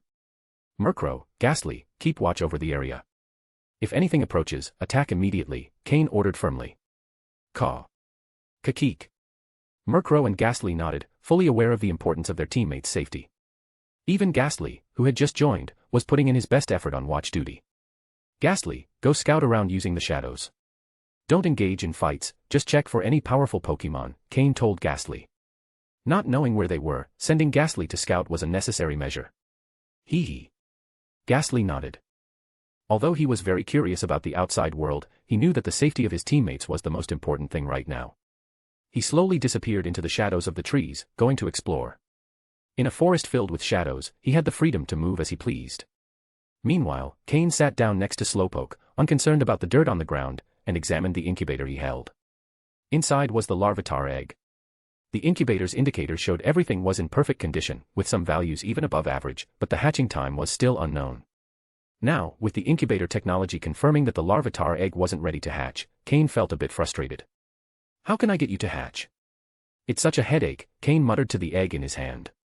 Time passed quickly, and when the sun started to set, Ghastly returned. Using the forms created by his Ghastly communicated to Cain the information about the Pokémon and special areas he had found. With Ghastly's description, Cain finally understood where they were. So, we're already inside their territory. No wonder Slowpoke is so exhausted, Cain thought. They were actually on the outskirts of Scyther territory. Just a little further and they would have left the territory of these Pokémon. It wasn't surprising they hadn't encountered any powerful Pokémon in all that time. The Scyther, known for their love of combat, were rarely challenged by other Pokémon, because regardless of the outcome, another Scyther would always appear to fight. If they won, a stronger Scyther would challenge them. If they lost, a weaker one would come to fight them, until they were completely worn out. This constant battle frenzy would make any wild Pokémon tremble just thinking about it. However, for Cain, this meant he could relax. If Scyther was the strongest Pokémon in the area, he was confident enough to leave without much trouble. Moreover, the base wasn't far. If they hurried, they could reach it in a day. Of course, if Slowpoke used teleport again after resting, they would get there even faster. Finally, when the sun was just brushing the tops of the trees, Slowpoke recovered. Although each use of teleport drained much of his psychic energy, the benefits were huge. For example, the first time he used it, he could only teleport a few kilometers before exhausting himself, but this time he had covered more than 100 kilometers, a growth nearly tenfold. The most important thing was that this time, after using teleport, he still had energy left to deal with any unexpected situations. Of course, he wouldn't always grow so dramatically, but his understanding of the move teleport had definitely improved considerably. When Slowpoke opened his eyes again, the brightness and vitality in them made it clear that he had gained a lot this time. Slowpoke, how do you feel now? Cain was the first to notice Slowpoke's recovery, and seeing his renewed energy, he felt relieved. End of chapter. Chapter 61, using teleport again. Master, I'm fine, I feel great now. Slowpoke's eyes gleamed with a blue light, and a telepathic voice echoed directly in Cain's mind. Hearing the youthful voice of Slowpoke, Cain couldn't help but smile slightly. It seemed like Slowpoke was truly in good shape. Not only did he show no signs of weakness, but even his previously inconsistent telepathy now seemed to flow much more smoothly. Cain reached out and stroked Slowpoke's pink head, smiling. Next time, don't push yourself too hard, listen to what I say. Yadong Slowpoke, enjoying the pat on his head, made a sound of contentment. Then, his eyes sparkled again, and in Cain's mind, he said, Master, I'm fully recovered now. I can use teleport once more, and it won't be like last time. Oh. Cain's eyes lit up, clearly surprised by Slowpoke's words. If they could teleport again, they would be very close to the base. However, teleport only allows movement to places that have already been visited, so the closest location to the base where Slowpoke could teleport them would be the area around the waterfall they had been at before. Calculating the distance, it certainly wasn't far, especially compared to the distance they had covered this time. Cain was confident that once Slowpoke was fully recovered, teleporting that short distance wouldn't be difficult for him. So he didn't stop him and nodded with a smile. All right, let's do it again, and then we'll prepare dinner. After speaking, he signaled to Murkrow, who had been keeping watch in the tree. Once Murkrow swooped down, Cain said, Murkrow, Slowpoke has recovered, and we're going to use teleport again. Ghastly, come out too. Since finishing his exploration of the surroundings, Ghastly had been hiding in Cain's shadow, a place he found very comfortable. Kakik, Ghastly slowly floated out of the shadow, circling around Slowpoke, curious about his special abilities. Yadong Slowpoke made a sound, connecting telepathically with Ghastly. It was clear that, as one of the older members of the team, Slowpoke felt a certain responsibility toward the younger, newer companion. All right, Ghastly, don't bother Slowpoke. Slowpoke, go ahead, Cain said with a smile after watching Ghastly play around for a bit. Ghastly, being the newest member of the team, was clearly a bit immature. He may have lived for quite some time, but in terms of a Ghastly's age, he was still a child, and with his mischievous nature, he hadn't yet started serious training, so Cain allowed him a bit more freedom. Kakik, upon hearing Cain, Ghastly obediently floated to his side, as if to say, look, I'm being good. After Ghastly moved aside, Slowpoke began using teleport again. Clearly, he had gained more experience, as the activation time for the move was shorter, and his energy control was much more precise. When they opened their eyes again, they were in another forest. Looking around, Cain tried to recall where they were. Compared to their quick passage through Scyther territory, where they hadn't paid much attention to the surroundings, Cain remembered this place very clearly. This was where Cain and Murkrow had been chased by a pack of Rithikates, which had led Cain to meet Slowpoke at that fateful crossroads. Murkrow also clearly recognized the place, descending from the sky and pointing out some remnants on the ground to Cain. I know, that's where the Rithikates were chasing us, and we built those barricades to stop them. Cain smiled, patting Murkrow's wing as he spoke. Kakik. Hearing this, Ghastly became intrigued and started asking Murkrow questions. As the oldest member of the team, and thus the veteran, Murkrow began recounting to Ghastly the circumstances they had faced and how he fought his way through the Rithikates, defeating many of them.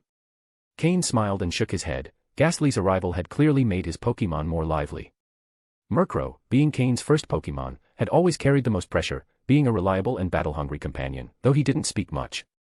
Slowpoke, as the second to join, was relatively shy but steady. When it was just the two of them, they often exchanged only a few words before everything fell silent. But Ghastly, with his mischievous and playful nature, had become a mediator between Murkrow and Slowpoke, causing both Pokémon, who normally didn't talk much, to start communicating more freely. Although Cain didn't want to interrupt their rare communication, the sun was about to set, and if they didn't light a fire soon, it would be harder to move around at night. Alright, stop for a moment. Murkrow, go hunt some rabbits or wild pheasants. Ghastly, gather some firewood. Slowpoke, use your psychic power to set up the tent. Cain interrupted their conversation and assigned the tasks. Murkrow and the others stopped chatting immediately. They didn't show any complaints at Cain's orders and quickly set out to complete their tasks. That night, they sat around the fire. Murkrow, satisfied after the meal, lay on the ground unwilling to move, and Slowpoke, too, didn't want to do anything after eating. Only Ghastly remained full of energy and very active. As a Ghost-type Pokémon, he didn't need to eat, though he could consume energy poke blocks. However, Cain had not yet prepared specific poke blocks for Ghastly, so his meal for the day consisted of residual energy from the beasts Murkrow had hunted. During the meal, seeing Murkrow and Slowpoke eating so enthusiastically, Ghastly became curious, wondering what was so special about the food that his older teammates enjoyed it so much. However, after trying once to put food in his mouth only for it to fall to the ground immediately, Ghastly decided not to insist. After resting for a bit following dinner, Cain said, "All right, we've rested enough. Before bed, let's do some exercises to digest the food." At these words, Murkrow and Slowpoke automatically stood up, accustomed to waiting for Cain's training plan. Ghastly, though not knowing what to do, imitated the others and stood still.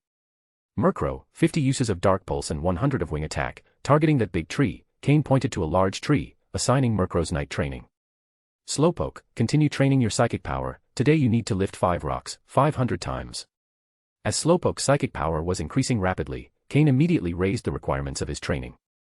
As for you, Ghastly. Cain paused for a moment to think. Today you'll just do sprints. Use your speed to run back and forth between those two trees. Let's do 2,000 reps first. I want to see what your stamina is like. End of chapter. Chapter 62, Ghastly's Growth Direction. Ghastly was participating in training for the first time, so Cain couldn't precisely estimate the right amount of training for him. Thus, he assigned a quantity that he deemed reasonable. After that, Ghastly went off to train on his own. The first move Murkrow trained was Dark Pulse, focusing on concentrating Dark-type energy into a single point to maximize the attack's damage. Then, he practiced Wing Attack, which is currently Murkrow's most powerful flying-type move. Part of the move's damage comes from concentrating flying energy into the wings to increase their power, while another part relies on physical strength and the impact of the flapping. As for Slowpoke, being a water and psychic-type Pokémon, although he has decent aquatic talent, his psychic talent is much greater. That's why Cain has always focused on training his psychic power. With enough development in this aspect, and complementing it with water-type moves, Slowpoke would become a kind of mobile cannon, capable of controlling and attacking, in addition to having good defense and endurance. Ghastly, being a ghost and poison-type Pokémon, although he has a high special attack value, his strategy shouldn't be based on quick battles, but rather on wars of attrition. By using the persistence of the ghost type and the continuous damage of the poison type, the longer the battle lasts, the greater the damage he inflicts on the opponent. Of course, he first has to survive the opponent's attacks. Although Ghastly has high special attack and speed stats, his endurance is very low. If he faces a Pokémon that counters him, he could be defeated in a single hit. Therefore, the main thing for Ghastly is to survive in battle, and then attack. The longer he survives, the more damage he will cause.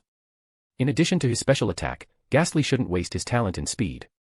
The more speed he has, the longer he will survive. Moreover, Ghastly can learn a variety of control moves and techniques that irritate the opponent, further increasing his ability to prolong the battle. In Cain's strategy, if Ghastly masters the moves Hypnosis, Dream Eater, Rest, and Sleep Talk, along with the poison-type move Toxic, his strategy will be complete.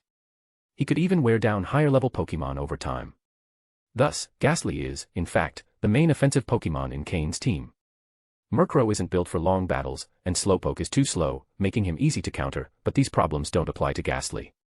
If we consider Ghastly's future evolution into Gengar, and if he manages to obtain a compatible Mega Stone, then battles against higher-level or higher-quality opponents will be possible. When Cain appeared once again at the entrance to Team Rocket's base, a day had passed.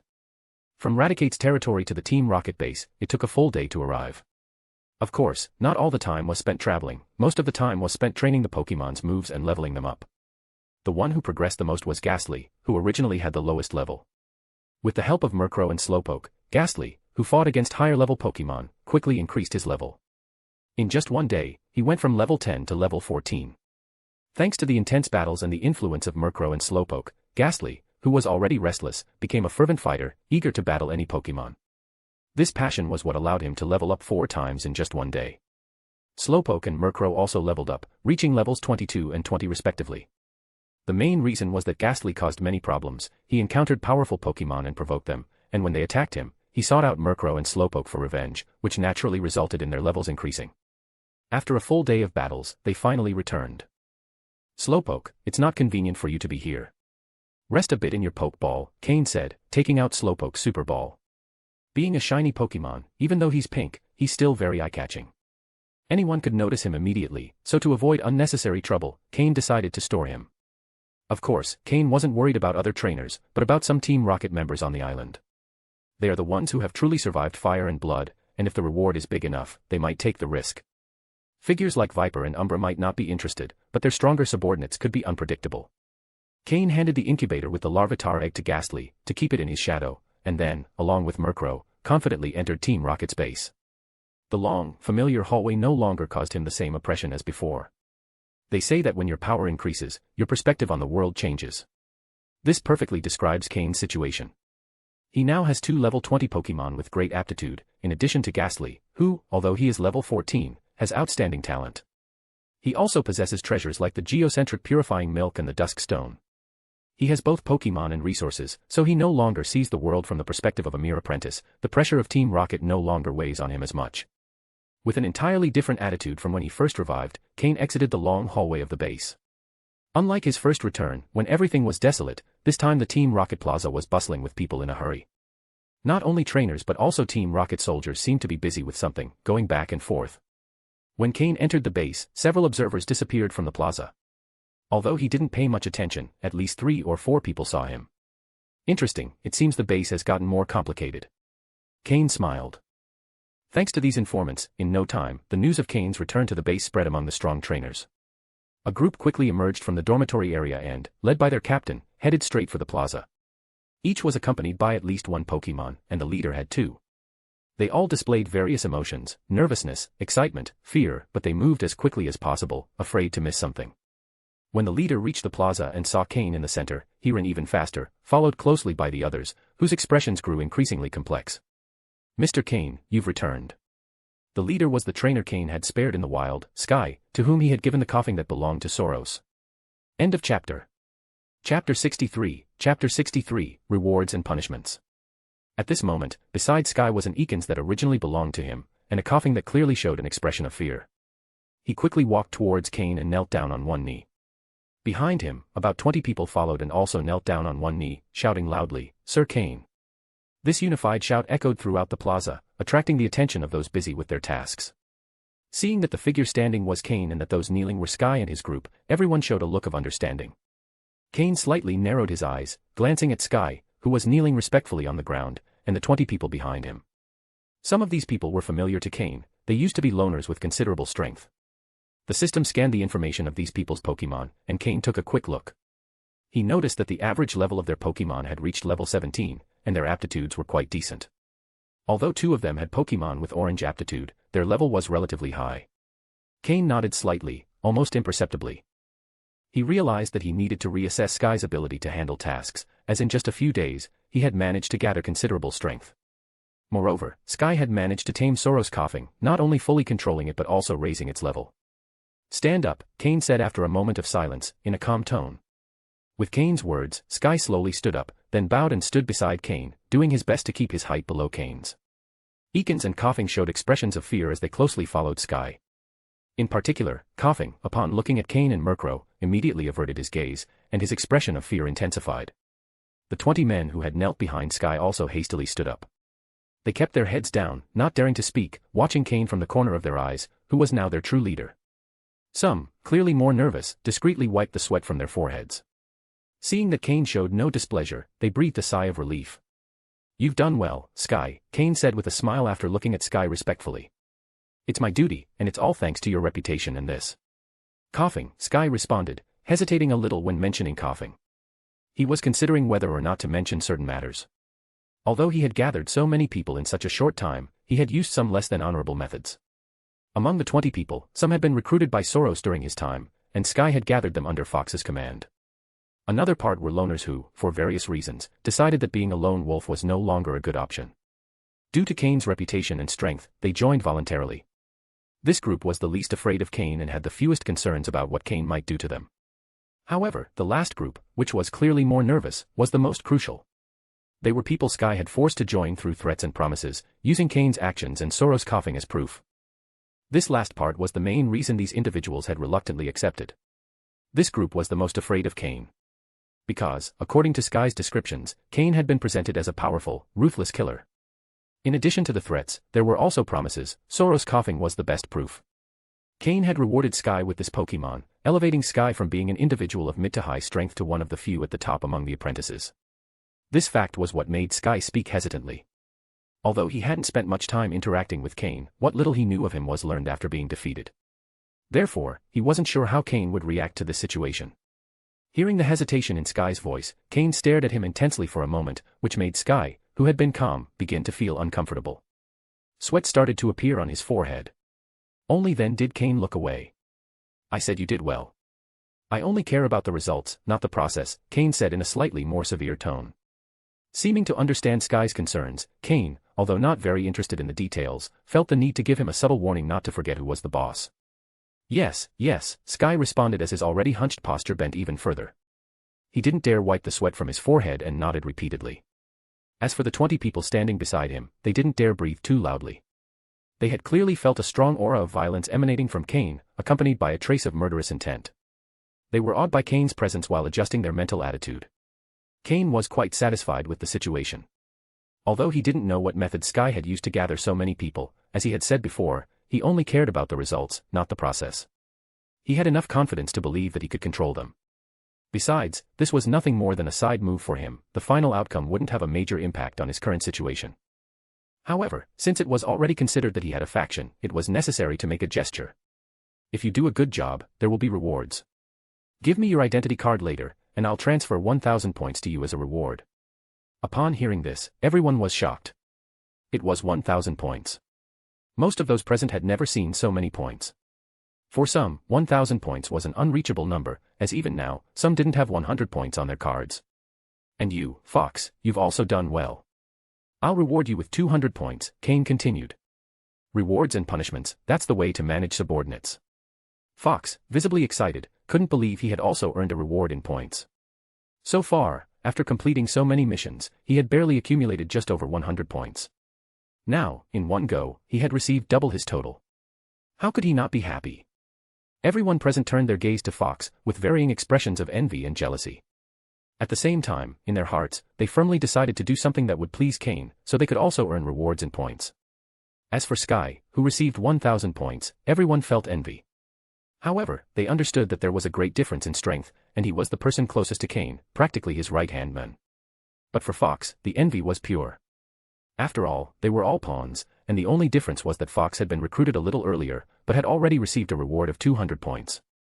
Especially those who considered themselves stronger than Fox, they were the most jealous. It's only when people's positions and abilities are similar that comparisons become more apparent. Cain noticed their expressions and said, "As long as you behave well, there will be rewards. Then you can choose between points, Pokémon, items, whatever you want." Upon hearing these words, everyone was filled with excitement, eager to prove their loyalty immediately and complete tasks to earn all the rewards. End of chapter.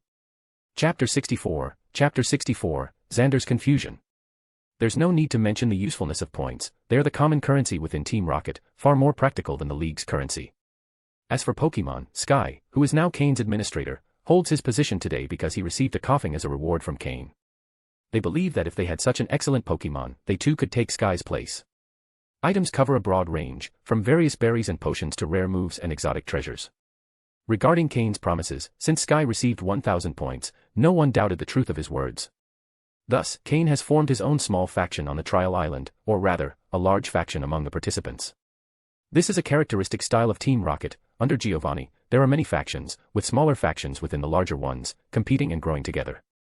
Giovanni transformed Team Rocket from a third-rate gang into the colossus that can now rival the League, and the factional rivalries have been a major reason for that. As long as the balance between factions is maintained, this vast power can be effectively managed. Moreover, Giovanni is an extremely confident person with a charisma that makes his subordinates compete only with each other, without any hint of rebellion. Of course, Giovanni's immense strength and the control of his powerful trump card, Mutwo, are also key factors. After teaching them a lesson and offering rewards and temptations, Cain had likewise ensured that this group would follow him without question.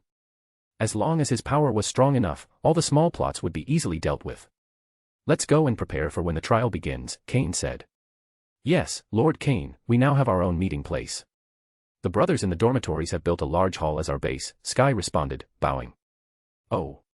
Cain's eyes lit up. Sky's ability to get things done was truly commendable. With Cain leading and Sky guiding them, the group headed toward the dormitories. "By the way, why are there so many people in the plaza? What are they doing?" As they walked, Cain suddenly recalled that the plaza, which was usually empty, was now filled with participants and Team Rocket soldiers bustling about.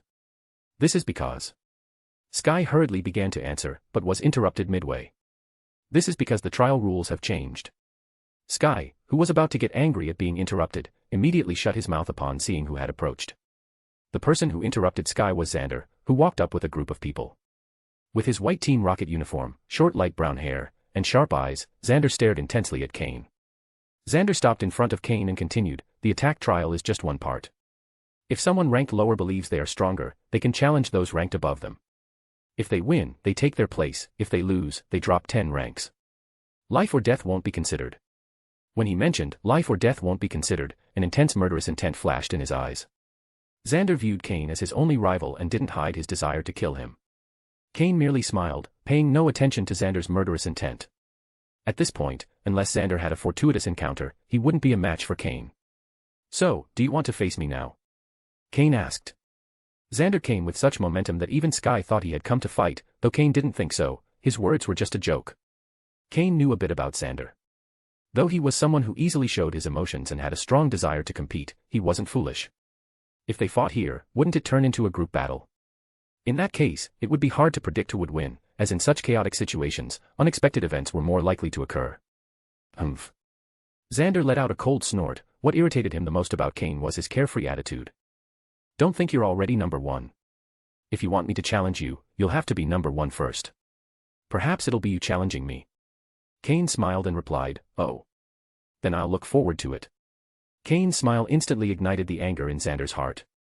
Every time Xander approached with great momentum, he was met with Cain's indifference, like hitting empty air, which frustrated him deeply. "Move." Seeing that Xander wasn't speaking or moving, just standing there with a red face, blocking his path, Cain spoke. Xander's face alternated between green and red, and his fists cracked. If it weren't for the trial happening today, he wouldn't have held back. A glance at the Eakins next to Xander said it all. The snake was coiled, its cold, narrow eyes fixed on Cain, awaiting Xander's command. However, while Xander had an Eakins, Cain had a Murkrow. Murkrow was also watching Eakins closely, ready to take it down at any moment. Murkrow was confident that if Eakins attacked, he would react faster and stop it. Unable to find words, Xander let out a roar of rage and stormed off with his Eakins and his followers. He realized that every time he confronted Cain, he only ended up humiliating himself. Cain completely ignored him, while he, time and again, desperately approached. As they left, Xander's face was grim, and none of his subordinates dared to speak. Xander, normally arrogant, had once again lost to Cain, and they didn't dare make a sound for fear of becoming the target of his wrath. Though Xander had to think twice before acting against Cain, he wouldn't be as lenient with them. Besides, they hoped Xander would lead them out of Trial Island. With his brother's power, they could have a good start in Team Rocket. But what they didn't know was that Xander had no intention of relying on his brother. He wanted to prove his worth on his own, and even if he left Trial Island, he would continue to depend on his own strength. Watching Xander's figure fade into the distance, Cain couldn't help but laugh. In truth, he didn't dislike Xander, although he was arrogant and extremely proud. As Cain always said, an honest villain is always better than a hypocrite. Of course, if Xander decided to be his enemy, Cain wouldn't show mercy. The distance from the plaza to the dormitory was just over 1,000 meters, but for the 20 people who had just joined, it felt like an entire day. The pressure of being around the number one was overwhelming. Moreover, they had encountered Xander along the way, and for a moment, they thought there would be a fight. They were even considering whether they should get involved if one broke out. Fortunately, it was just a scare. When they arrived at the hall Sky had mentioned, Cain was a little surprised. Although it was made of wood and looked rather rustic, its size exceeded Cain's expectations. End of chapter. Chapter 65, completing the mission. Upon entering, the hall was quite spacious. In the center, an elevated platform had been built, and atop it, there was an imposing chair. Without hesitation, Cain headed directly for the chair and sat down. Murkrow, who followed him, flew to the top of the backrest, looking down at those present from above. Cain observed the 2 rows of people standing before him and couldn't help but feel surprised. No wonder so many people crave power and occupying a high position from which they can look down on others. The view from that position can indeed be addictive. Even in his previous life, Cain never had the opportunity to take a place like this, observing his subordinates. This was the first time he had experienced something like that. Sky was at the front of the group and stepped forward to speak. Lord Cain, we are now 25 people in total. Including you, we are 26. The average of our positions is around the 40th rank, and some are among the top 10 to 20. Here, we can consider ourselves a considerable force. Cain nodded without saying anything, signaling for Sky to continue. Additionally, with you being in first place, no one dares to confront us. Although it's been a short time, in these 2 days, we have gathered a total of 237 points, all of which are on my identification card, Sky continued. On this trial island, there's an unwritten rule: joining a faction grants you protection, but you must surrender 20% of your points as payment for that protection. Keep those points with you. If someone makes a contribution, you can reward them directly. For Cain, that amount of points was insignificant. He had recently given away 1,000 points without blinking an eye. This test group that Cain had formed only had some utility on the island. Outside of the island, in Team Rocket, this group would be nothing more than a small team within the organization. However, those who survived the trials would have more potential than regular members of Team Rocket.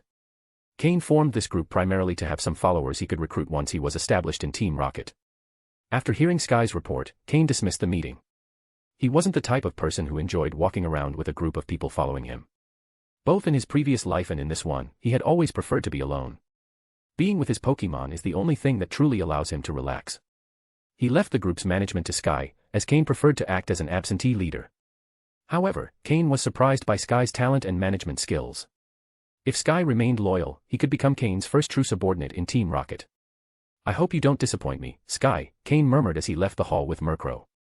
Due to Viper's changes to the trial rules, the test had been rescheduled for the afternoon. At the Team Rocket base, many training activities couldn't be done publicly, and Slowpoke also had to remain inside its Pokeball, as it wasn't suitable to appear publicly here. As for Ghastly, Cain preferred to keep it as an ace up his sleeve, so he wouldn't let it appear in public either. Since the test hadn't started yet, Cain decided to visit the Exchange Center to submit Umbra's mission. Unlike his previous visits, this time the Exchange Center was crowded. The testers, who had adapted to the environment and the way of life on the trial island, had finally learned how to earn points and exchange them for various items. However, not everyone was as lucky as Cain. After completing a mission, most only earned a few points. The missions with higher rewards were usually too difficult or had already been taken by others. Once they understood how valuable points were, the testers began using them very cautiously. When Cain entered the Exchange Center, he didn't attract much attention. Since the test would begin in the afternoon, everyone was busy exchanging items to enhance their strength at the last minute. Except for one person, who immediately noticed Cain's presence when he entered. Standing in a corner of the counter, that familiar Exchange Center employee raised his hand to signal Cain to come over. When Cain reached his side, the Exchange Center employee smiled and said, "I didn't expect you'd return safely. That important person told me that if you returned, you should go directly to see him." Cain nodded without saying anything, surprised by Umbra's instructions. He was nothing more than an insignificant tester, yet the subcommander of Team Umbra, an elite-level expert, had given specific instructions about his return. In a secluded corner, that Exchange Center employee once again opened the secret door for Cain. Cain walked through the dark hallway with a different feeling than the first time. The first time, he was filled with nervousness and confusing thoughts, but this time, he was much calmer. After 2 encounters with Umbra, Cain understood that as long as he had courage, Umbra wouldn't attack him. Besides, Umbra had even given him a badge as a reserve member of the Shadow Unit. The place was the same, the familiar room, with the bookshelf and the desk he knew. The difference was that this time, Umbra wasn't hidden under his mysterious black cloak. He was sitting calmly at the desk, reading a book. This was the first time Cain had seen Umbra's true appearance. He had light brown hair, and probably due to a lack of sun exposure, his skin was quite pale. His facial features were very defined, with a Western touch but also the delicacy of an Eastern person. One of his hands had only 2 fingers, while the other was perfectly intact, with long, slender fingers like those of a woman. Dressed in simple black clothes, Umbra had a vigorous and determined appearance.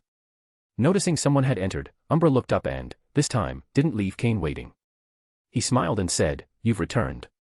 It seemed he wasn't surprised Cain had come back successfully.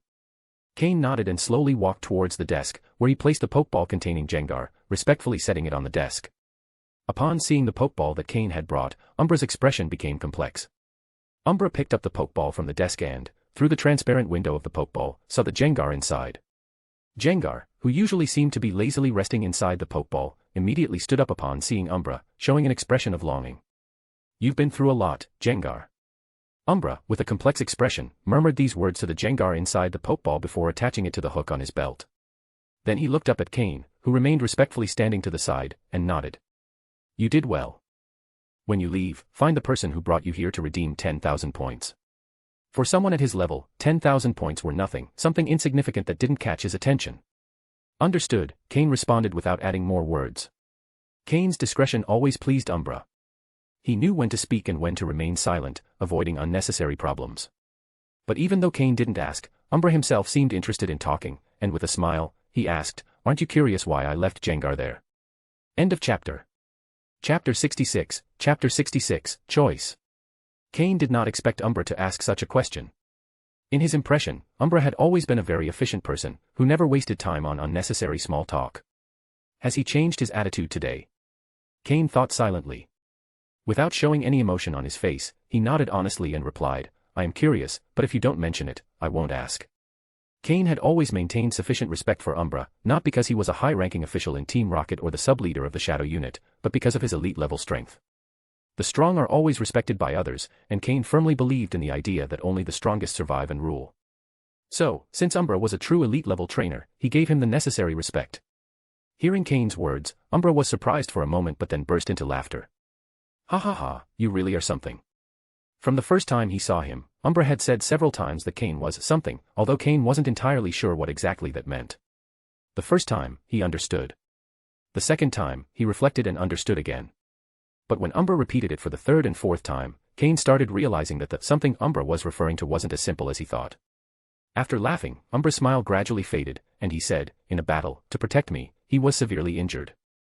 I knew that in the Trial Island, there was a place where his wounds could heal quickly, and it was the same place you went to, the one inhabited by Ghastly." His gaze began to cloud slightly, as if he was remembering something. "It was the first time I discovered that place on the Trial Island. Oh, by the way, I was one of the first to have participated in the trials of Team Rocket on this island." Cain was surprised to hear that. Umbra was one of the first on Trial Island. Umbra, as if reading his mind, continued, "Just as you imagine. Back then, the Trial Island had just been discovered, and out of the first participants, only 2 of us survived. I'm one of them, and you may meet the other one someday." Although Umbra didn't mention who the other survivor was, Cain had an idea. It was probably the other sub-leader of the Shadow Unit, Tenebris. "Let's go back to that place where the Ghastly gather. You must have noticed the stone pillar emitting ghost energy continuously, right?" Umbra shifted the topic from his past memories. "The water there is deep, and you're not ready to explore it now. Fortunately, you didn't try to investigate too much, or you might not be here today," Umbra continued, talking to himself. "You just need to know that few people are aware of that place, and you should make sure to keep your mouth shut. When your power is enough, you'll understand it for yourself." Cain's eyes narrowed slightly, but then he returned to his usual expression and nodded, saying, "Understood." Cain had no intention of investigating that pillar for now, especially since someone as powerful as Umbra had decided to preserve it instead of destroying it, which suggested it was a rather special place. Umbra shook his head. Although Cain seemed respectful and his response was quick, Umbra could catch a fleeting expression in his eyes. Without dwelling too much on that, Umbra continued, "You've passed my first test, which means you now have the right to know who I really am within Team Rocket." Cain's heart raced. He already knew Umbra's true identity, but he couldn't prove it. After all, in Team Rocket, if you didn't have enough power, you wouldn't even have the right to know of Umbra's existence. "Show me the medal I gave you last time," Umbra instructed, referring to the black cloud-shaped medal he had given him before. Cain took it from his Team Rocket belt and handed it over. Umbra took it and rubbed the surface with a finger before continuing, "This medal represents the most mysterious department in Team Rocket, a medal for a reserve member of the Shadow Unit. From the moment you accepted this medal, the test began for you. The task you completed for me was the first step of this test." Without pausing, Umbra continued to explain, "My name is Umbra, as you already know. I'm the sub-leader of the Shadow Unit. If you manage to complete all the tasks I assign you, you'll be able to join us. Although I can't tell you now what benefits or responsibilities you'll have, I can assure you that many people in Team Rocket would do anything to join us, though most don't even know we exist." Now you have a choice: continue with the missions until you join us or quit and keep proving yourself on the trial island, starting as a grunt or a captain, slowly climbing up the ranks. Umbra presented Cain with a rather unbalanced choice. Cain had already made his decision a long time ago. Joining Umbra didn't conflict with his goal of rising within Team Rocket. In fact, with Umbra's help, it would be much easier. But to avoid appearing too eager, Cain tilted his head and pretended to think. Umbra didn't suspect anything. After all, the information about the Shadow Unit was so secret that he couldn't reveal too much. He could only rely on Cain's intuition to choose. I choose to continue with the missions. After a brief pause, Cain said with determination.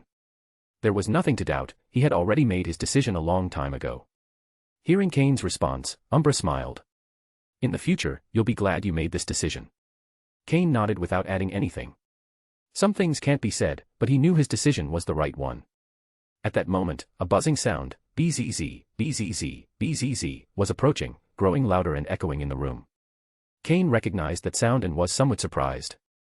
A beedrill slowly appeared from a corner, flying toward Umbra and rubbing its arms affectionately against his. Cain's expression of surprise turned into understanding. If he wasn't mistaken. That's right, this little guy hatched from the Pokémon egg I got from you, Umbra smiled, confirming Cain's suspicions. So it was true. Cain understood but then showed confusion again.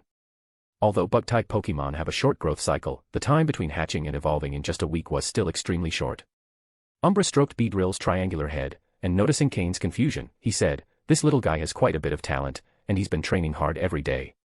Today he just evolved into a Beedrill. End of chapter. Chapter 67, the possibility of temporarily leaving the island. Pokémon, Beedrill, dark green. Gender, female. Level. Type, bug plus poison. Ability, sniper. Held item, none. Egg moves, bug bite, focus energy. Basic moves, twine needle, fury attack. Learned moves, laser focus. TM moves, protect, toxic, hidden power, fire. Upon seeing the data sheet of this Beedrill, Cain was truly surprised, not only by its growth speed but also by its quality. Originally, the Beedrill should have been of green quality, but now it had reached dark green, just a step away from light blue quality. Umbra truly lived up to being an elite-level trainer and one of the faction leaders within Team Rocket, with countless resources at his disposal, managing to raise Beedrill's quality by 1 grade. Although this small advancement may seem insignificant, if developed properly, its combat power could increase by at least 1 level in the future. In addition to Umbra's intensive training, with all the moves he had taught it, even a blue-quality Pokémon could have a chance of being defeated.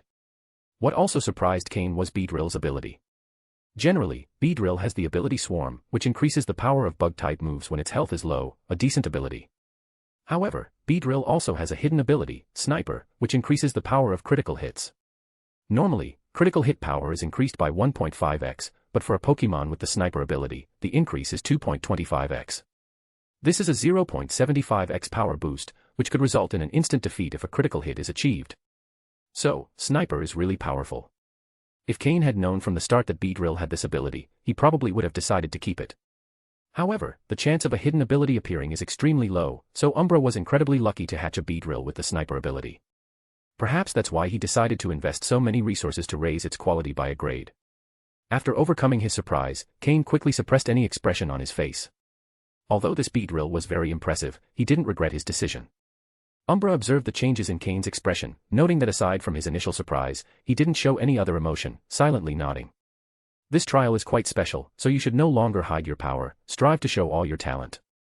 I can't tell you exactly why this trial is special, but I can assure you that showing your talent won't put you in the crosshairs of people with ill intentions. Umbra's eyes became serious, and immediately, the imposing presence of an elite-level trainer emanated from him invisibly. Team Rocket, as a dark organization, had eliminated many talents before, and Umbra knew well what Cain was concerned about, but this trial was different. Hearing Umbra, Cain's eyes widened in surprise. This trial is special. Why didn't I feel that way in my past life? Haven't you noticed? The quality of the participants in this trial is quite good, and most importantly, many of them received high-quality Pokémon. Do you think they all have a brother like Xander who gives them decent Pokémon? Hearing this, Cain's eyes narrowed sharply, he was just now realizing it. It's true, why would they give green-quality Pokémon to participants if they were meant to be mere pawns? Wouldn't it be a huge waste if they died in the trial? Why didn't I notice this in my past life? Was it because my results were so poor that I wasn't entitled to notice? I know your Murkrow has good quality, and that you carried extra weight during the last trial. Although hiding your power isn't a bad strategy, I want to tell you that if you really want to rise within Team Rocket, this trial is a great opportunity. This time, it's different. Umbra said the last words almost one by one without revealing why this trial was different, but Cain could sense the seriousness in his tone. Cain became thoughtful. If Umbra said so, then this trial must be truly special. Of course, he wouldn't be naive enough to think that simply standing out in the trial would guarantee him a high rank in the future within Team Rocket. If he really did what Umbra said and didn't hide his power during the trial, it might facilitate his future development, but it would be like dancing on a razor's edge, without any disguise. He couldn't take Umbra's words at face value, but they definitely changed his future plans. Next, Umbra said something that almost made Cain jump out of his chair. The little one in your shadow is also a Pokémon with great talent, you're really lucky. Saying this, Umbra gave Cain a meaningful look at the shadow behind him. Suddenly, cold sweat began to break out as he instinctively reached for the Team Rocket belt, seeing that there was nothing in the shadow. But the problem was, there wasn't just one Pokémon in his shadow. Facing Umbra, who was one step ahead, might be pointless, but Cain was still prepared to fight. Seeing Cain's alert attitude, Umbra smiled and waved his hand. Don't worry, I'm not going to take advantage of someone like you. Your Pokémon belong to you, I'm not going to steal them. If I wanted to attack you, why would I have chatted with you for so long? Besides, even if you release another Pokémon, what good would it do? This was the pride and confidence of an elite-level trainer. Umbra didn't believe that someone like Cain could escape his hands, even if Cain's Pokémon were of high quality. Umbra interpreted Cain's exaggerated reaction as fear of having his Pokémon stolen, which was common in Team Rocket. Letting go of the belt, Cain knew his reaction had been excessive. But one thing was certain, with his current power, even if he released all three of his Pokémon, he wouldn't stand a chance against Umbra. Even the Jengar he had brought couldn't be handled by Murkrow and the others. Seeing Cain gradually relax, Umbra let Beedrill go play, resting both hands on the table and leaning slightly forward. In short, make sure to give your best in this trial. If you manage to meet my expectations, I might allow you to temporarily leave the trial island. After all, you have no rivals here anymore. Umbra said something else that surprised Cain.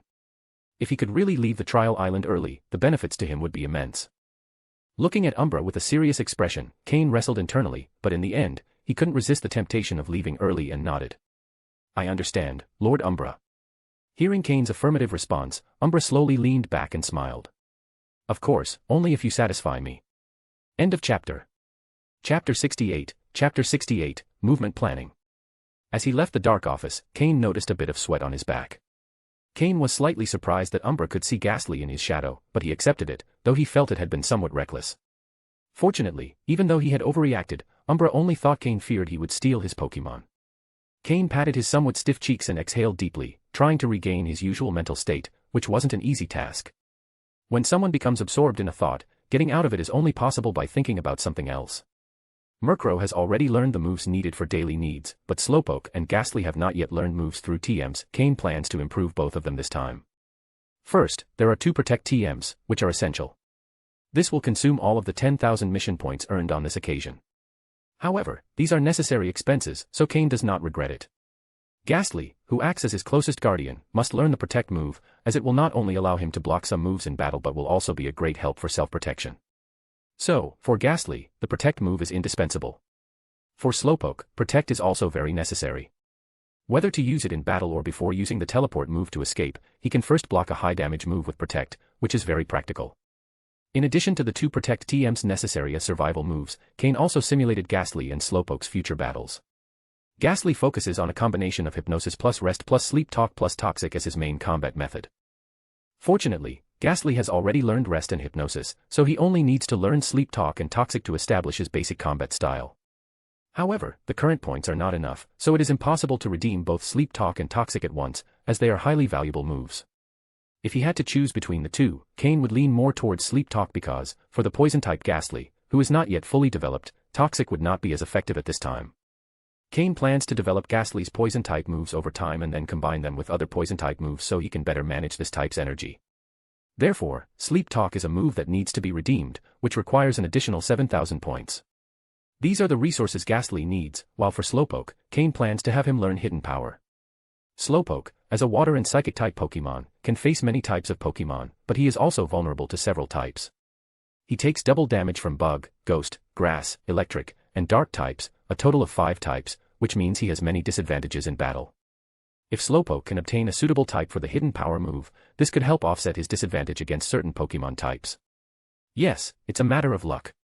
The type given by the hidden power move depends entirely on the Pokémon itself, so it's a move that depends on chance. Although hidden power is quite a common move, the high demand for it makes it costly, also requiring 7,000 points for its redemption. After the first redemption, Cain had 7,400 points remaining. After rewarding Sky and Fox, he was left with 6,200 points. Adding the 10,000 points earned from this mission, Cain had a total of 16,200 points. However, to redeem 2 Protect TMs, plus a Sleep Talk move and a Hidden Power move, a total of 24,000 points is needed. Therefore, Cain does not have enough points and will have to exchange other items for points to obtain everything he has planned. Thinking quickly, Cain had already calculated everything as he left through the secret door. He approached the redemption employee he knew and took out his points card, saying, "Here are 6,200 points, plus the 10,000 points that gentleman just gave me. There should be a total of 16,200 points on the card." The redemption employee took Cain's points card and waited for his next words.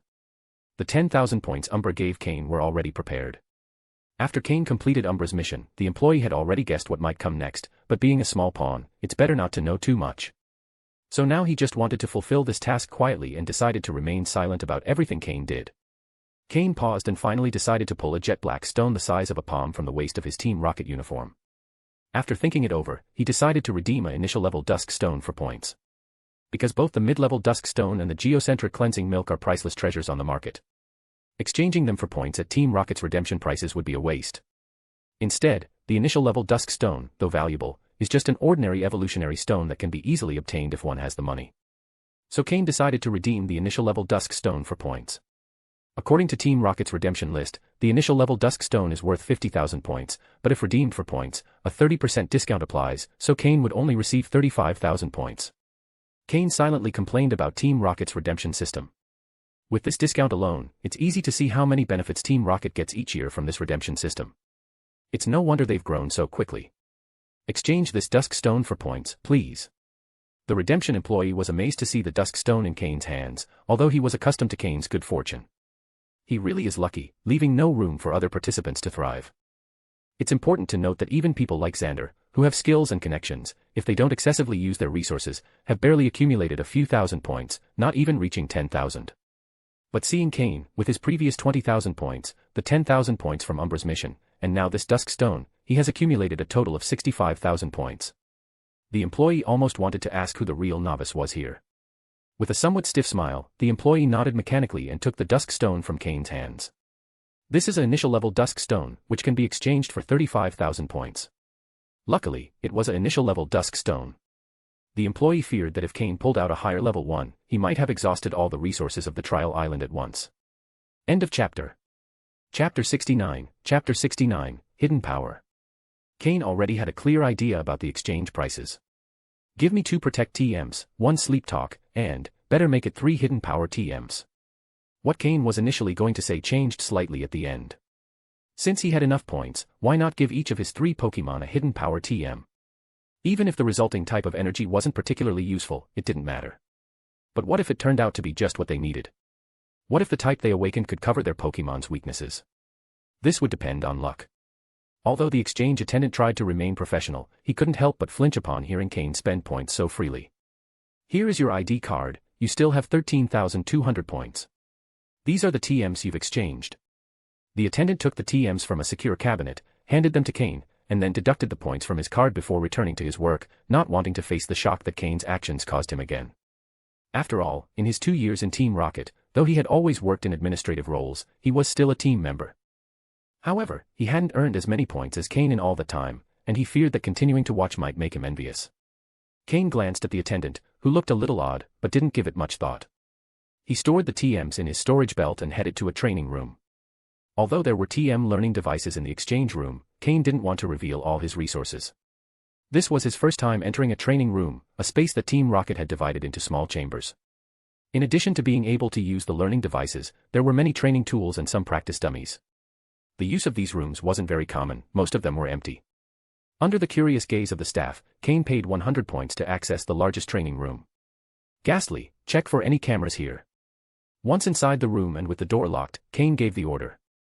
A shadow emerged from Cain's and Ghastly began exploring every corner of the place, from the walls to the ceiling. After a thorough inspection, Ghastly confirmed that there were no surveillance devices. With security assured, Cain also released Slowpoke. Having been confined in his Pokeball for so long, Slowpoke was not very comfortable. Once free, he couldn't stop yawning. For an active Slowpoke like him, it had been an uncomfortable experience. Slowpoke, hang in there a bit longer. We'll be done soon. Cain patted Slowpoke's rounded head in apology. Slowpoke quickly shook his head, indicating he wasn't complaining, just feeling a bit uncomfortable. Upon seeing Slowpoke, Murkrow flew down and began chatting with him. After a moment of relaxation, Cain interrupted their play. They were always under intense training, so moments of leisure like this were very rare. Come on, learn these moves first. Cain waved the TMs in front of them. One by one, the Pokémon returned to their Pokeballs, and Cain placed them in the learning devices to transfer the TM moves to each of them. TMs only ensure that Pokémon can learn the move, but not that they can use it skillfully. After learning the move, a lot of training will be needed to perfect it. Cain didn't pay much attention to the Protect and Sleep Talk moves, especially the former, which can be used once learned and doesn't have many ways to improve, only gradual mastery in combat. Sleep Talk was chosen specifically for Ghastly, and he'll be able to train this move when he battles in the future. What interested Cain the most was the type given by the Hidden Power move that each Pokémon would awaken after learning it. The first to try out Hidden Power was Murkrow, Cain's first Pokémon, who always set an example for the others. Murkrow closed his eyes and began to channel the move according to the method of the move that had been transferred to his mind. Since it was his first time doing it, Murkrow took longer than usual, needing a full 3 minutes to finally release the move successfully. Small electric sparks could be seen around Murkrow, which gradually concentrated into a yellow energy sphere. Occasionally, yellow electric sparks protruded from the sphere. As the electrical energy became more concentrated, the sphere grew more solid. What were initially yellow sparks began to turn into faint blue lightning bolts. When the blue bolts surrounded the sphere in greater numbers, Murkrow lost control. He hurled the yellow energy sphere charged with electricity toward the target at the center of the room, exploding upon impact, forming a small explosion ring accompanied by a loud crash. Small yellow and blue lightning bolts dispersed from the center of the explosion, disappearing into the air as they reached the edges of the room. The Hidden Power move works like this: it gathers the awakened type's energy into a sphere, which is then thrown at the opponent, dealing damage to a single target and to those within the explosion area. It's worth noting that Team Rocket's training room was extremely well equipped. Despite the explosion, it only left a few black marks on the floor and caused no other damage. Moreover, the loud noise did not attract any staff members, demonstrating that the room's soundproofing was also excellent. Suddenly, Cain thought that having access to a training room like this was very useful. Returning to Murkrow's move, it seemed he had awakened the electric type in his Hidden Power. The appearance was similar to the Electro Ball move, though the electric energy wasn't as concentrated as in that move. Although visually similar, the two moves functioned differently. Cain was quite satisfied that Murkrow had awakened the electric type. Although it didn't cover any of his weaknesses, it did expand his offensive capability. For instance, he would no longer have issues when facing water-type Pokémon. Murkrow, being a flying and dark type, might struggle in certain battlefields, like lakes or aquatic terrain, especially against water-type Pokémon. Although it wouldn't be easy for him to be defeated, it also wouldn't be easy to defeat his opponent. But with this new electric type, Murkrow could cover those weaknesses. Additionally, in battles against other flying-type Pokémon, the Hidden Power move could give Murkrow a significant advantage, solidifying his dominance in the skies. This initial success delighted Cain, who patted Murkrow's feathers as a reward. End of chapter. Chapter 70, Sleep Talk. After testing Murkrow's Hidden Power type, it was time for the second team member, Slowpoke. Like Murkrow, Slowpoke also took 3 minutes to successfully use the Hidden Power move for the first time. Unlike the yellow, electrically charged energy sphere Murkrow used, the energy sphere Slowpoke created was red and emitted an intense heat. Upon seeing Slowpoke's Hidden Power, Cain immediately knew it was Fire type. Compared to Murkrow's electric type, Slowpoke's Fire type Hidden Power was simply perfect. Not only did it enhance Slowpoke's offensive capabilities, but it also compensated for some of its weaknesses. Indeed, this Fire-type Hidden Power is, at least for now, the most suitable for Slowpoke. Slowpoke is a water and psychic-type Pokémon, making it vulnerable to bug, ghost, grass, electric, and dark types. However, thanks to this Fire-type Hidden Power, Slowpoke will no longer be as vulnerable against bug and grass-type Pokémon. Though it can't completely eliminate the disadvantage against bug and grass types, it at least gives Slowpoke an effective attack method, preventing it from being just an easy target. The Fire-type Hidden Power is also effective against Steel and Ice types, meaning Cain won't have trouble facing those Pokémon in the future, thus enhancing the team's versatility. However, it's foreseeable that in future battles, Cain will avoid having Slowpoke face Electric and Dark-type Pokémon directly, as these two types are extremely dangerous for Slowpoke. Ghastly's hidden power came as a surprise to Cain. It turned out to be grass type. Although the nature of hidden power is unrelated to a Pokémon's type, Cain didn't expect it to be grass. Among the 18 existing types, grass is the most vulnerable, being weak against 5 different types. However, it also has several types it can counter. Even though Ghastly is an intangible being, it is vulnerable to ground-type moves. With this grass-type hidden power, Ghastly now has the ability to defend against ground-type Pokémon. Combining this power with its hypnosis and other moves to buy time, the grass-type hidden power increases its offensive capabilities.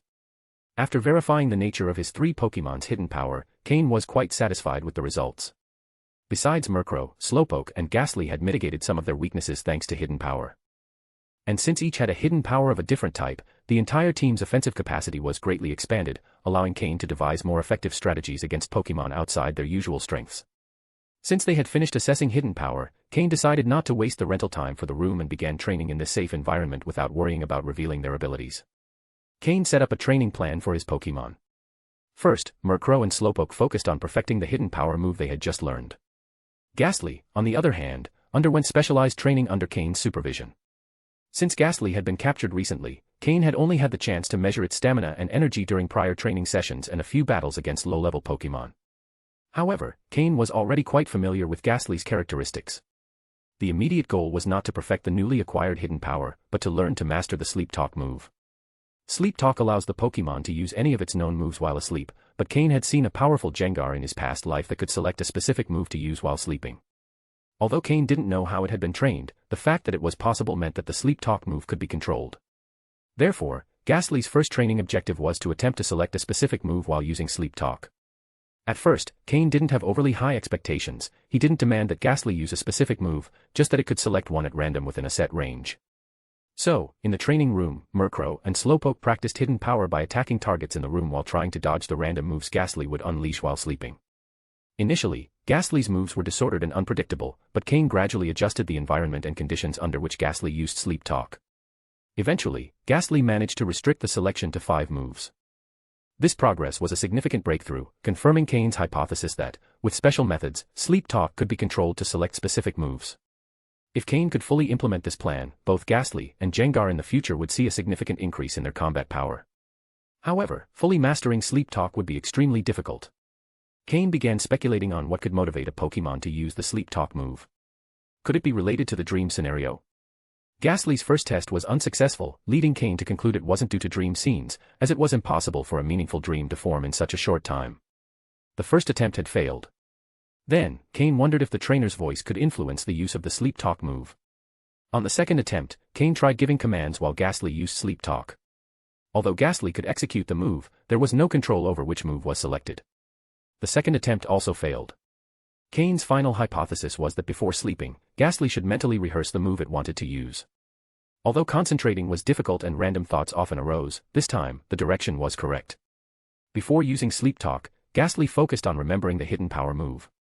Upon sleeping and using Sleep Talk, the hidden power move appeared much more frequently. Cain was pleased with this confirmation. Though challenging, at least he had found a direction to work towards, hadn't he? Excited by this discovery, Cain even speculated about the idea of using telepathy to strengthen Ghastly's conscious focus when using Sleep Talk. This was another training direction worth exploring. End of chapter. Chapter 71, The 4 Factions. When Cain appeared again in the central plaza of the base, he was only accompanied by Murkrow. Slowpoke had returned to his Pokeball, while Ghastly had hidden in Cain's shadow. Because the third trial was about to begin, the plaza was gradually filling with more people. In the previously empty plaza, besides the large test stone that still stood in the center of the elevated stage, there was now a smooth battle area next to it, marked with some lines. This would likely be the place where the losers would have to challenge each other after the trial. The terrain was quite simple, they had only pulled out the weeds and leveled the ground. But for a battle, this was more than enough. People gradually gathered in the plaza. Now, almost all the participants belonged to a small faction. Cain positioned himself in the west corner of the plaza. It wasn't long before Sky arrived with his group. Seeing that Cain was already there, they quickly ran over to him. Mr. Cain. With a series of respectful greetings, they all lined up behind Cain, forming one of the few factions in the plaza. Cain only nodded slightly and then closed his eyes to rest. The plaza was now clearly divided. Cain's faction consisted of about 20 people, located in the west corner. Xander had the largest group, with approximately 40 people in the east, watching Cain from afar. Then there was Jasmine, who in the last trial had ranked just behind Cain and Xander. She was accompanied by about 20 people in the north, most of whom were girls. The few boys in her group seemed of little importance and were scolded by the girls. Around 30 individuals stood in the south, forming a group of loners who had temporarily banded together. They all kept their distance from each other, without interacting. They had probably grouped together to avoid being harassed by the three larger factions. Amid scattered murmurs, Viper appeared with his group, though Umbra was not with him. Following an almost unchanging process, they began the simplest yet most effective test, the attack power trial. This time, Team Rocket, to avoid a repeat of the previous trial where no one wanted to go first, decided to follow the order of the identification numbers. Although there were 300 numbers in total, the process was quick since many of the numbers no longer existed. This also allowed for effective tracking of those eliminated and the strength of those remaining. Murkrow stood calmly beside Cain, ignoring the furtive glances of greed, envy, and fear surrounding him. He entertained himself by preening his feathers. To Murkrow, this trial was incredibly boring. Hitting a hard, foul-smelling rock with all his strength, what was the point? It only measured a Pokémon's attack power, not its overall combat capability. He had observed all the Pokémon present and, besides the dead-eyed snake in front of him, the large Zubat from the north, and the long-haired dog from the south, he saw no one worthy of his attention. If it weren't for the immense pressure he felt from the people in the stands, Murkrow would likely have convinced Cain to skip this boring trial. It was a waste of time, training more would be better. Cain, who knew Murkrow's character well, smiled and said, "Hold on a bit longer. After this trial, we probably won't have to do such boring things anymore. And who knows, maybe you'll have some battles today." As he spoke, he cast a meaningful glance toward Xander and his Ekans on the opposite side. Noticing Cain's gaze, Xander also looked in his direction. When their eyes met, Xander smirked, as if to say, "Just wait and see," before turning away with a slight grunt. Cain's words lifted Murkrow's spirits. Following his gaze, he spotted the Ekans he was so interested in and began to get excited, raising his wings. But just as he was about to take flight, he remembered where he was and reluctantly lowered his wings. Cain was accustomed to Murkrow's combative nature, but today it seemed that his desire for a fight would be fulfilled. Not only Xander, but also Jasmine, the trainer of the large Zubat from the north, and Alec, the strongest among the loners from the south, occasionally cast glances in his direction. These glances carried a mix of emotions, excitement, envy, desire, and an insatiable thirst for battle. A smile slowly formed on Cain's lips, his eyes reflecting his growing interest. This trial is quite intriguing. I wonder what deeper purpose lies behind Viper's modification of the rules, Cain thought silently. He was sure Umbra had influenced the rule changes, perhaps even led them. Though Umbra wasn't present in the plaza, Cain constantly felt the presence of someone powerful watching him, especially focused on him. After all, if he wanted to meet the requirements to leave the trial island, he needed to crush everyone present with overwhelming force. That was the true test of strength. Not only did he have to lead in the attack power trial, but he also needed to dominate in battle. Of course, as Umbra had mentioned, this trial was different from the previous ones. There was no need to hide the participants' talent, and the best way to assess talent was through real combat. In a life-or-death arena, facing opponents of similar strength, no one would hide their true power if their life was on the line. After all, what good would hiding your strength do if you didn't preserve your life? Furthermore, some of the participants with good instincts, or those with hidden connections, had also sensed that this trial was different. That's why all those who were confident in themselves had set their sights on Cain as their primary target. This was exactly what he needed to satisfy Murkrow's desire for battle and fulfill Umbra's intention to test Cain's capability. Cain hoped that this battle would clearly establish his influence among the participants, subjecting everyone to his will. Interesting. End of chapter. Chapter 72, Terrifying Power. This time, everything was arranged smoothly. Under the call of the chief examiner, everyone obediently walked toward the test stone to conduct the test. They had already gone through 2 rounds of tests, so the participants were quite familiar with how to achieve a high attack value. The results showed that everyone had improved noticeably. Although the increase wasn't as large as in the second test, under the threat of life and death, the improvement was considerable. Especially for those who were at the bottom, they trained desperately during this week to avoid being in the last place, as being last meant death. Number 46, attack value, 198. Next. Number 54, attack value, 178. Next. Number 58, attack value. As the examiner announced the numbers and attack values one by one, some were satisfied with their results and smiled, while others, worried, could not hide their anxiety. However, they didn't fall into despair, as they still had the option to challenge in the last opportunity to fight until the end. Each test was like a filtering process, eliminating the weak and letting the strongest shine. If you had talent, you wouldn't go unnoticed. Ekans, use bite. Boom. Number 99, attack value, 337. It wasn't long before it was Xander and his Ekans' turn. This time, the attack value reached 337 points, being the first to surpass 300 points up to that moment. Amidst exclamations of amazement, Xander, with a proud expression, stepped down from the stage with his Ekans. Since Cain surpassed him in the last test, Xander had intensified his training, and his Ekans, with its great pride, was also very unsatisfied with being overtaken by Murkrow. Moreover, with the training methods that Xander obtained from his brother for Ekans, the improvements over the week were remarkable. Surrounded by his followers, Xander returned to his original position. After glancing at Cain, his expression softened. Although he was proud, he wasn't foolish. It was clear that the attack value test wasn't the main point, the focus was on the challenges that would come after. No matter how well you did now, if you couldn't win in the battle, it was all in vain. Cain also had to admit that, with limited resources, Xander had trained his Ekans almost to perfection. If it weren't for Cain having lived a previous life, Xander probably would have achieved first place overwhelmingly. Xander's results stirred a wave of excitement, and the following participants gave their all. Number 134, attack value, 308. This was the second participant to surpass 300 points after Xander. Her Pokémon was a large Zubat, the same girl who took third place in the last test, Jasmine, with the number 134. In his past life, Cain didn't have many memories of her. Even after joining Team Rocket, he had no contact with her. She was a very mysterious person. As a girl who had managed to keep third place in an environment as cruel as the Trial Island, under the pressure of Cain and Xander, it hadn't been easy. Additionally, she had managed to gather a group of people to compete with Xander, without him being able to do anything about it. This person is not simple, Cain thought silently.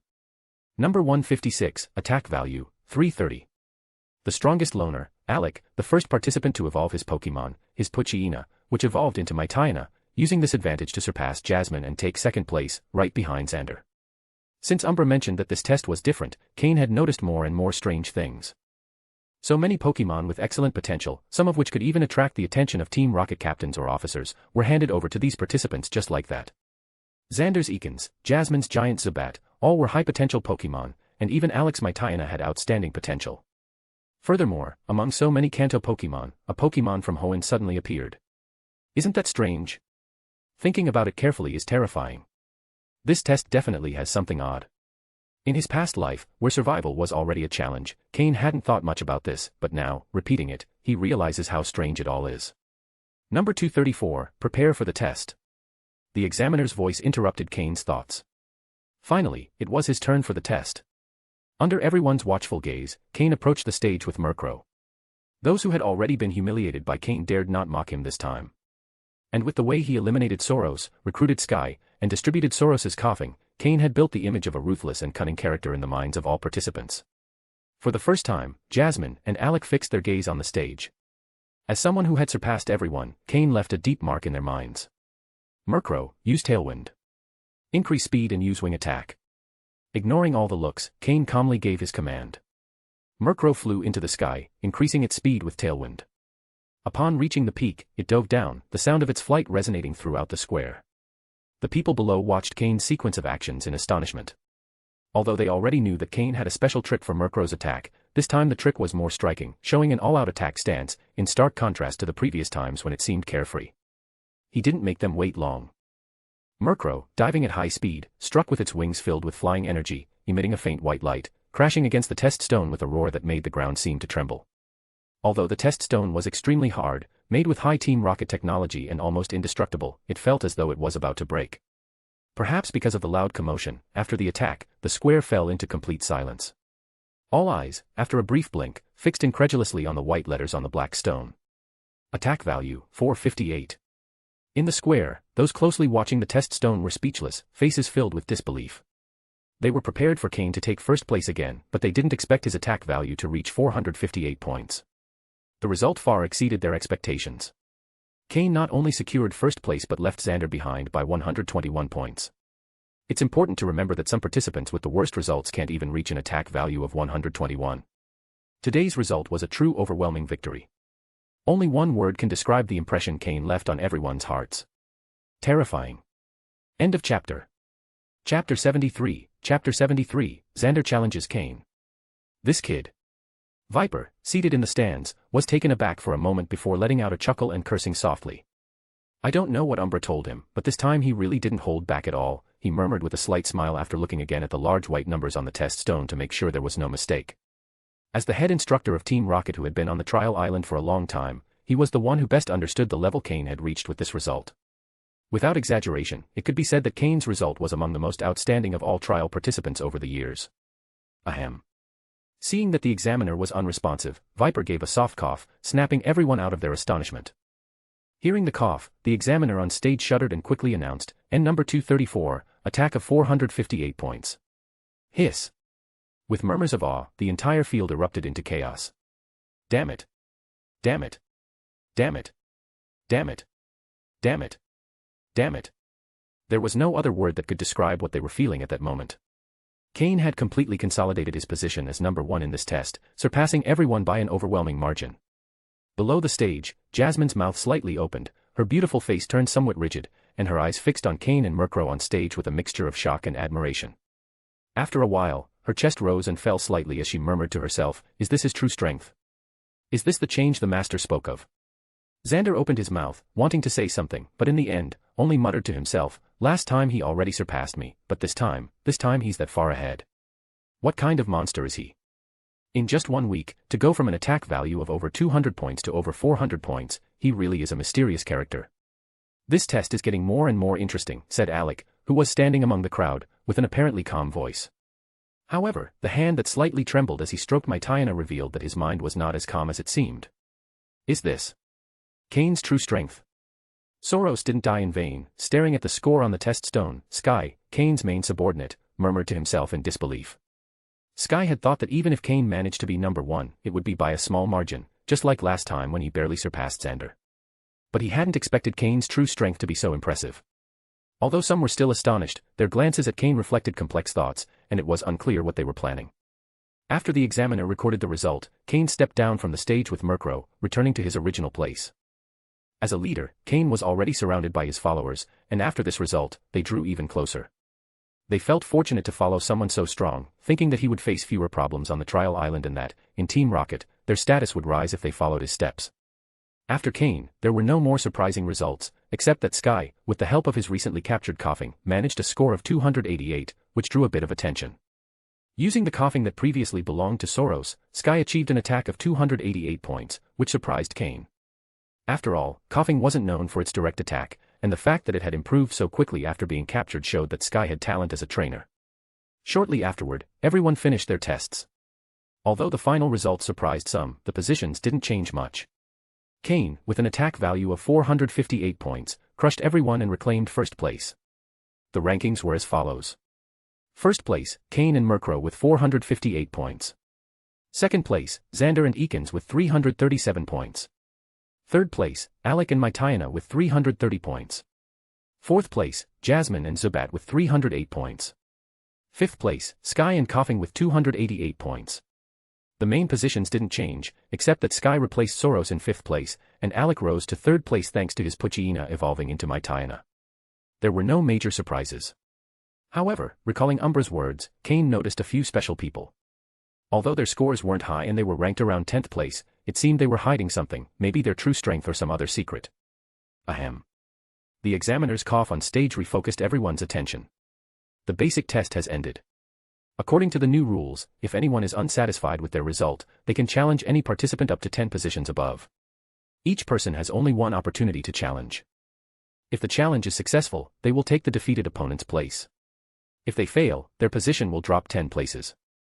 In this challenge, life or death is not taken into account, the examiner announced, firmly looking at everyone. If the attack test only evaluated the Pokémon's strength, this unrestricted battle tested the trainer's abilities to manage battles, give orders, and train their Pokémon. After all, a Pokémon's strength doesn't solely depend on the trainer's commands. Moreover, since this challenge was life or death, every challenger was a mortal enemy to the challenged. If they failed, the result could be fatal. Listening to the examiner, the field filled with a slight tension. Some hesitated, even among those who wanted to challenge their positions. Despite their dissatisfaction with their results, the possibility of a deadly duel made them waver. Facing death was terrifying, and although some felt confident before, they couldn't avoid feeling fear now. Cain, standing beside the stage, observed the participants, finally resting his gaze on Xander and smiling. At that moment, Xander was also looking at Cain. He had been thinking about this moment, but Cain's result made him hesitate. However, when he saw Cain's gaze upon him, he finally made his decision. Humph. A bunch of trash.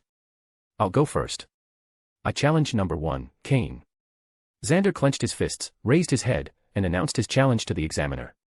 End of chapter. Chapter 74, The Challenge, 1. I challenge, the first place, Cain. After making a firm decision, Xander didn't hesitate any longer and walked decisively toward the challenge area, bringing his Eakins with him. Upon hearing Xander's words and seeing his actions, all eyes in the venue instantly focused on him. This feeling of being the center of everyone's attention gave Xander more confidence, and his expression became even more determined and haughty. Watching Xander walk toward the battlefield, the Team Rocket examiner frowned and looked toward Viper in the stands. Xander's identity was no longer a secret at Team Rocket's base. If anything happened to him, even Viper would struggle to face the wrath of Xander's brother, so the examiner could only wait for Viper's decision. Viper displayed a serious expression. Though he understood Xander's decision, he also knew that with everything in Cain's favor, Xander couldn't accept being increasingly outdone by him. Xander's pride wouldn't allow him to be pushed aside without taking action. Viper gave a slight nod, indicating to the examiner that the challenge could proceed. With Viper's approval, the Team Rocket examiner sighed slightly. If the conditions permitted, he wouldn't want to be involved in this fight, but now, as the examiner, he had no other choice. Xander stopped on one side of the battlefield and laughed loudly. Cain. What are you waiting for? Let me see how strong you really are. I hope you're not just all show. Cain stretched lazily, twisting his neck as he smiled silently. Xander's challenge wasn't a surprise to Cain. In fact, when he had fixed his gaze on Xander earlier, he had partly done it to provoke him and ensure that he would decide to challenge him. If everything went well, Cain would soon leave the island, and as the leader of the faction he had just consolidated, he needed to leave a strong enough impression. ID number 234, Cain, number 2, Xander with ID number 99, has challenged you. Do you accept the challenge? Asked the Team Rocket examiner from his position as judge. Cain's smile grew wider, and his Murkrow, standing by his side, also locked eyes with his trainer. As Cain's Pokémon, Murkrow had long been eager to teach Xander a lesson for his arrogant attitude. It had also wanted to face Xander's Eakins for quite some time. I accept. Cain said calmly as he advanced to the other side of the battlefield under everyone's watchful eyes. Finally, the expected outcome arrived. The examiner sighed, resigned to seeing the two people he least wanted to see face each other standing on the battlefield. He knew Xander's identity well, and he had also heard from Viper about what had happened with Cain and Umbra. Cain was someone chosen by a very powerful superior, and compared to him, Xander's brother was nothing more than a joke. This challenge is a deathmatch. Each participant may only use one Pokémon, and there are no additional battle rules. The challenge ends when one side surrenders or dies. Now, let the challenge begin. At the examiner's words, the first challenge of the test finally began. Instantly, a tense atmosphere filled the place. Eakins, use Glare. Xander shouted, initiating the battle. Eakins' move, Glare, used the patterns on its belly to intimidate its opponent, serving as its first attack. Murkrow. Take flight, use Tailwind, and avoid looking at it. Cain quickly issued a precise order as well. Caw. Murkrow soared into the air, surrounded by a faint white current that minimized air resistance. In the blink of an eye, it became a black shadow disappearing into the sky. Screech. Eakins. Frustrated by the failure of his first strategy, Xander frowned and ordered a second attack. Will you Screech too, Murkrow? Cain countered. Both Pokémon turned into sound generators, one on the ground and one in the air. The formless sound waves spread, causing discomfort to everyone present, both humans and Pokémon. Eakins, unable to fly, was at a disadvantage against the sky-soaring Murkrow. Although both attacks lowered the opponent's defense, Cain still controlled the flow of battle. Cain. Are you going to keep your Pokémon in the air the whole time? If you do, I'll truly despise you. Xander shouted, frustrated by the situation. Cain sneered in disdain. Idiot, your taunt is pathetic. But you've convinced me. Murkrow, get close and use wing attack. Xander's comment had achieved its purpose, making Cain go on the offensive. Though it seemed like Cain was letting himself be influenced, in reality, Cain had merely decided it was time to attack. Xander smiled grimly. Although he'd been insulted by Cain, he had achieved his goal, getting Murkrow close enough for Eakins to strike. Eakins, don't dodge. Use Wrap and then bite. The greatest advantage of snakes lies in their venomous fangs and muscular body. These moves would maximize Eakins' potential. Murkrow, dark as night, shot toward Eakins like a black lightning bolt, its wings glowing with a white radiance. Eakins, patiently waiting, braced for impact. Boom. The impact was explosive, raising a cloud of dust. Murkrow's wings, charged with flying-type energy, struck Eakins hard. Cha! Even though it was prepared to endure the hit and counterattack, Eakins hadn't anticipated the strength of Murkrow's attack. It let out a cry of pain. Eakins' defensive reflex, in response to the pain, prevented it from immediately counterattacking. Murkrow, following Cain's training, didn't hesitate to quickly retreat. Eakins' attempts to use Wrap and Bite met only empty air. Xander couldn't believe it, his face darkened. Quick, use acid. Fortunately, Xander reacted in time, and Eakins' eyes widened with fury as it shot a ball of purple acid, striking Murkrow as it retreated. Hiss! The acid began to corrode Murkrow's feathers, reducing its defense. After the first exchange, both Pokémon separated, observing each other from a distance. With just one encounter, they had each gained a sense of the other's power, which only fueled their fighting spirit even more. Both of them shared a warrior's nature. End of chapter. Chapter 75, Challenge 2. Xander clenched his teeth as he watched Cain, who remained calm on the other side of the plaza. The frustration in his heart was palpable. Eakins was clearly at a disadvantage against the agile Murkrow. Moreover, Murkrow's high attack power left Xander unsure if Eakins could hold out to the end if they continued exchanging blows. Eakins was breathing heavily. Murkrow's last attack had been truly difficult to endure. On the other hand, Murkrow flew in the air, its battle thirst evident in its eyes. Although it had been hit by Eakins' acid move, for someone used to fighting in the wild, that was just a minor wound. The power difference between the two Pokémon was clear. Xander, give up. You can't beat me, Cain said calmly, looking at Xander, whose face had turned pale. Honestly, if he could persuade Xander to surrender, Cain would rather not continue fighting, as Xander's brother was a high-ranking officer in Team Rocket, which made Cain somewhat cautious. However, if the battle continued, Cain wasn't sure he could keep it under control. Since this was a deathmatch, Cain would show no mercy. If it ended with Eakins dead, he would have made a complete enemy of Xander. If they became enemies, even with a brother who was an officer in Team Rocket, Cain wouldn't hesitate to finish him off to eliminate any future threat. As for that officer, whom he had never met, Cain, with his accumulated experience and system support, was confident he could surpass him and end this rivalry. That was his absolute confidence. But he needed time to grow. Cain's words, which sounded like an attempt to show mercy, came off as extremely offensive in Xander's ears. What Cain said struck deep at Xander's pride. It seemed he had made a firm decision when suddenly Xander slightly waved his hand over his Team Rocket belt, and a dark purple sphere appeared in his hand. Cain frowned as he saw Xander's movement, sensing a bad omen. Xander clenched his teeth tightly, his expression turning sinister. You forced me. Prepare to die, you bastard. With that, he threw the dark purple sphere toward Eakins, who, recognizing what it was, swallowed it immediately. From the stands, Viper, who was watching Xander throw the object, slightly frowned but said nothing. With his experience, Viper knew exactly what that object was. That purple sphere was listed in the Team Rocket exchange catalog, priced at 5,000 points. It could rapidly boost a Pokémon's poison-type energy, multiplying the poison energy within it by 5. However, such a powerful effect also came with great side effects. The Pokémon that consumed this pill would be in a weakened state for a week. Xander obviously wanted to take this chance to finish off Cain once and for all. If he succeeded, no one could surpass him in the test, even if he was weakened for a week. He was confident he could recover. This pill had been given to Xander by his brother before coming to the island as a last resort for special situations. He hadn't expected to use it against Cain. Eakins. After consuming the purple pill, Eakins felt a surge of energy in its body, even exceeding its limits, causing its body to expand slightly. A faint purple mist began to surround it. Hiss. The purple mist around Eakins began to corrode the ground, leaving it full of pits and cracks. These changes happened in an instant, before Cain could prepare. Eakins, use Poison Sting. Xander ordered with a twisted expression. Dozens of purple needles shot out of Eakins' mouth, filled with poison and with increased speed, aimed at Murkrow. Murkrow, use Gust to deflect those needles.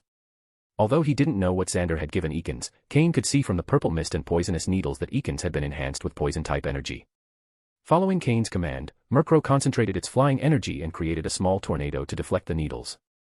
However, the venom-laden needles pierced through the tornado, only slightly weakened by the wind, and continued their path toward Murkrow. With astonishing speed, the venomous needles struck Murkrow, enveloping it in a purple cloud. It was poisoned. That's an extremely strong poison. Cain frowned, seeing Murkrow had been poisoned, surprised by Xander's hidden card.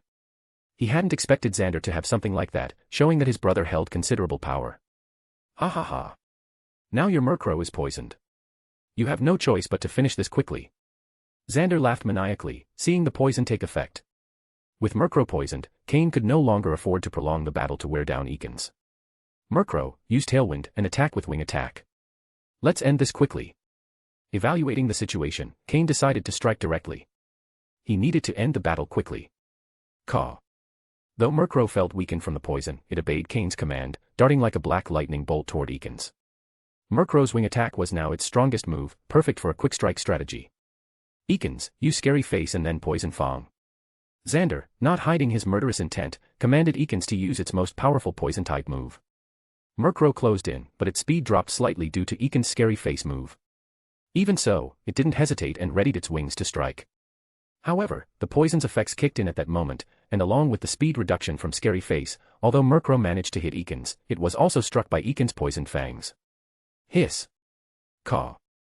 Both Pokémon backed away after the clash, but this time, the result was different. Ekans had taken the attack, but Murkrow had also been poisoned again, with the purple mist around it growing even denser. The poison was building up in Murkrow. The battle was tipping in Xander's favor, and Cain and Murkrow were at a disadvantage. Ha ha ha. Today you'll die. Xander grew more confident after seeing Poison Fang's effect. If he could kill Cain here, what did it matter if he was weak for a week? No one in the audience would dare to challenge him. But what Xander didn't expect was that, at that moment, Cain smiled. End of chapter. Chapter 76, Challenge, 3. Xander saw Cain smile and was astonished. In a situation like this, how could he still be smiling? The others present also noticed Cain's smile and immediately felt somewhat uneasy. They hadn't expected Cain, who was at a disadvantage, to be smiling at that moment. Was this a show of disdain toward Xander? However, they only saw Cain reach for his Team Rocket belt, producing a small remote control and a pale yellow pill in his hand. Everyone's gaze overlooked the remote and focused on the pill in his hand. It was just a common detox medicine, something that could be directly exchanged from the Team Rocket rewards list for barely 10 points. Although its effect was decent, it clearly couldn't eliminate the lethal poison affecting Murkrow at that moment. Ha ha ha. Cain, are you joking? Do you think that trash detox medicine can neutralize Ekans' poison? Xander laughed heartily. He thought Cain had some strategy, but he hadn't expected it to be just a common detox medicine. This type of medicine, though effective, could only slightly alleviate the poison in Murkrow's body. Cain's smile widened even more. Excited, Murkrow. Cain ignored Xander's words and asked with a smile. Caw. Noticing the remote in Cain's hand, Murkrow cried out excitedly. Since the last battle, Cain hadn't released Murkrow from its burden, and now that he had, Murkrow felt even more confident about the upcoming fight. Sky also frowned, concerned about Cain's unfavorable situation. If Cain lost, he probably wouldn't have a bright future either, and he clearly didn't quite understand what Cain was doing. Look at the remote in his hand. That's the important part. It seems to be a custom remote for Team Rocket's load. With a shout of surprise, the other object in Cain's hand was finally revealed. Apparently, this person hadn't spent a short time exploring the Team Rocket rewards list. Suddenly, all eyes focused on the remote in Cain's other hand, showing expressions of astonishment. That Murkrow, which was already so fast, was carrying a load. That Murkrow, which already had such powerful attacks, was carrying a load. And in a life-or-death duel like this, Cain had been holding back his strength. Questions and exclamations arose in everyone's minds. Cain, paying no attention to the surprised looks of the others, lightly pressed the remote with his long fingers and tossed the detox medicine toward Murkrow with his other hand. Caw. Murkrow, immediately feeling its body lighten, cried out in excitement. In the instant before the detox medicine fell to the ground, Murkrow swooped down and swallowed it in one gulp. Although the poison in its body hadn't been eliminated, the medicine helped suppress it a little. Do you think that will be enough to defeat me? Keep dreaming. Ekans, use Poison Sting again and show him your toxicity. Xander reacted quickly, ordering Ekans to attack again. Murkrow, dodge. Get close and use Wing Attack. Murkrow flew sideways, dodging the poisonous stingers flying toward it, and accelerated again, heading toward Ekans. With Murkrow's clearly increased speed, long-range attacks like Poison Sting had no chance of reaching it. You're asking for death. Ekans, use Scary Face and Poison Fang. Although Murkrow had dodged the Poison Sting, Xander was unfazed and issued another order. Based on what had happened before, Ekans and Murkrow would clash again, and at that point, the poison Murkrow would gradually lose its ability to resist. Cain smiled faintly. Did they really think the load training was in vain? Murkrow, under the effects of the Scary Face move, struck Ekans with force. Ekans, whose venomous energy was enhanced by a purple pill, had a significantly reduced sense of pain. Although Murkrow's hit was strong, it didn't hurt as much as the first time. Ekans was about to use Poison Fang on Murkrow again. Bang. However, this time it was destined to fail. Just as Eakin's fangs were about to bite Murkrow, the latter accelerated and dodged Eakin's attack in time. Murkrow, don't stop. Continuous wing attack. Take advantage of the weakness. Eakins, hang on a bit longer, use Scary Face and Poison Fang. Xander shouted, gritting his teeth. Murkrow's speed increase had left him with no options, and he could only hope Scary Face would slow Murkrow down again. Fortunately, this time the Scary Face effect took hold, and Murkrow's speed was reduced once more. Murkrow, use Protect. But just as Xander was feeling triumphant, and Eakin's poisonous fangs were about to bite Murkrow, Cain's cold voice echoed like a sword piercing his heart. A green shield surrounded Murkrow, blocking Eakin's poisonous fangs. Protect. The survival move Cain had made Murkrow learn first. At the most critical moment, it was used successfully. Murkrow's wings moved again, as if they were sharp blades, and struck Eakins with force, who watched in horror. Bang. This time, Murkrow hit Eakins with all its might, sending it flying toward a corner of the field, where it was completely incapacitated from further fighting. The sound-based defense-lowering attack, along with the consecutive wing attack moves, had finally knocked Eakins out. It couldn't be denied that Xander's Eakins was truly strong. Of course, that purple pill also played an important role. Xander was paralyzed in shock, and so was everyone else. They hadn't expected the outcome to turn out like this, with the situation taking an unexpected turn. Murkrow, kill him. But Cain's cold, emotionless voice sounded again, making everyone shudder as they watched Cain give a death order.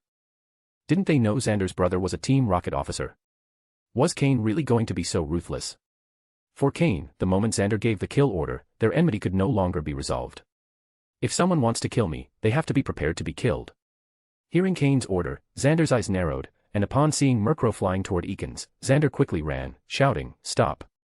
The Team Rocket examiner also quickly shouted, "Stop immediately." He really didn't want to intervene at that moment, but due to Xander's special situation, he had no choice but to speak. But Cain acted as if he heard nothing and showed no intention of stopping Murkrow. "Stop, kid. He can't die yet." To everyone's surprise, the person who spoke this time was Instructor Viper, the highest authority figure on the trial island. However, he couldn't hide the tone of resignation in his voice. Instructor Viper had ordered Cain to stop the attack. "Stop, Murkrow." Cain, frowning, ordered Murkrow to stop with resignation. He could ignore everyone else present, but he couldn't ignore Instructor Viper's words. Because otherwise, he might die. Since Instructor Viper didn't want Xander to die, Cain spared his life. However, although he wouldn't die, he wouldn't escape punishment. End of chapter. Chapter 77, Chapter 77, Destroy One of His Eyes. Destroy one of his eyes, Murkrow. Murkrow, who had paused mid-flight, moved even faster now. Before Xander could reach them, Murkrow fiercely pecked at Eakin's eye. When it rose back into the air, a bloody eyeball was dangling from its beak. "Eakins!" Xander shouted, stumbling as he ran toward his Pokémon. Murkrow didn't hesitate at all and swallowed the bloody eye in one gulp. In the face of this scene, no one dared to say a word. Even Viper silently approved of Cain's behavior, as he himself had set the rules of a death match, though he was now contradicting himself. Cain turned his gaze toward Viper, meeting his stare without hesitation, a questioning seriousness in his eyes. He didn't believe it was only because of Xander's brother. Although Xander's brother was an officer in Team Rocket, that only placed him in the mid-tier. Viper, as one of the senior leaders of Team Rocket, was on a completely different level. Viper frowned under Cain's intense gaze, but he didn't become angry, knowing there were reasons he couldn't reveal. "He's still useful," was all Viper said, in a tone that left no room for argument. As one of the main instructors of Team Rocket, offering Cain even a brief explanation was a concession, a courtesy out of respect for his friend Umbra. Otherwise, anyone else who dared to look at him like that would have died many times over. Cain understood that it was time to let this go. Though Viper hadn't given him a full explanation, there wasn't much he could do but accept the situation. However, Cain understood the hidden meaning behind Viper's words. This test wasn't like the others. Murkrow, although unsatisfied, returned to Cain's side. Just when it was about to finish off Eakins, it was stopped, which left it frustrated. However, at least it had managed to blind that annoying snake, which provided some consolation. Cain petted Murkrow's feathers to calm its agitation, taking several antidote potions from his belt and administering them one by one. He couldn't deny that, after ingesting the purple pill, Eakin's venom strength had significantly increased.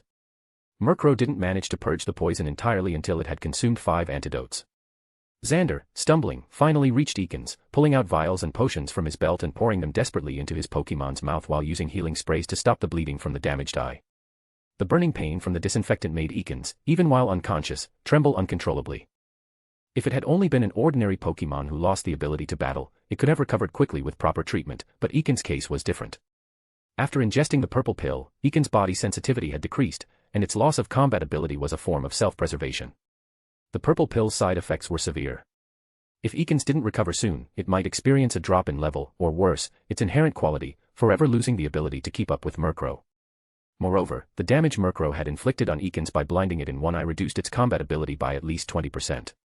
Cain decided not to continue with his intent to kill Xander and Ekins. Though Xander had clearly shown intent to kill him, Cain didn't view him as a serious threat. He simply had the habit of eliminating any potential risk. At this point, Cain already had the capability to dominate Xander, and in the future, the gap between them would only widen. Besides, it was clear that the purple pill wasn't easy to assimilate. Although Ekins had lost its ability to fight, Xander acted as though he were in an emergency, administering a huge amount of medicine. Under the reverent gazes of everyone in the square, Cain finally walked away from the battlefield with Murkrow.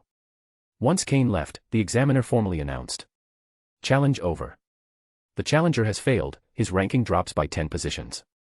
After controlling Ekins' injuries, Xander silently returned it to its Pokeball, lowered his head, and left the battlefield, heading straight to the accommodations without stopping in the square. This time, Xander had truly learned his lesson. If it hadn't been for Viper's intervention, he would likely have lost his life. This experience was a lesson he would not forget. There is always someone stronger. Sky watched as Cain approached. Before, he had harbored some doubts, but now those doubts completely vanished. When Cain reached first place on the leaderboard with 458 attack points, Sky was already impressed, but he hadn't expected that was not Murkrow's full power. It was only when Xander exhausted all his options that Murkrow showed its true strength, dominating with its speed and power. Moreover, Sky knew that Cain didn't only have Murkrow, he also possessed a Slowpoke just as strong. Considering Murkrow's strength and Cain's overall power, Sky realized he could no longer afford any doubts. Finally, Sky accepted reality. If Cain was so strong and had so much potential, then following him with loyalty wasn't such a hard choice to make. In the end, it was Cain's command that fully convinced Sky, who was now resolved to never betray Cain unless something entirely unexpected happened. Sky had been impressed by Cain's strength and tactics. "Mr. Cain, do you need any healing potions? We still have some in stock." Sky quickly approached Cain, and his attitude was no longer as reserved as before.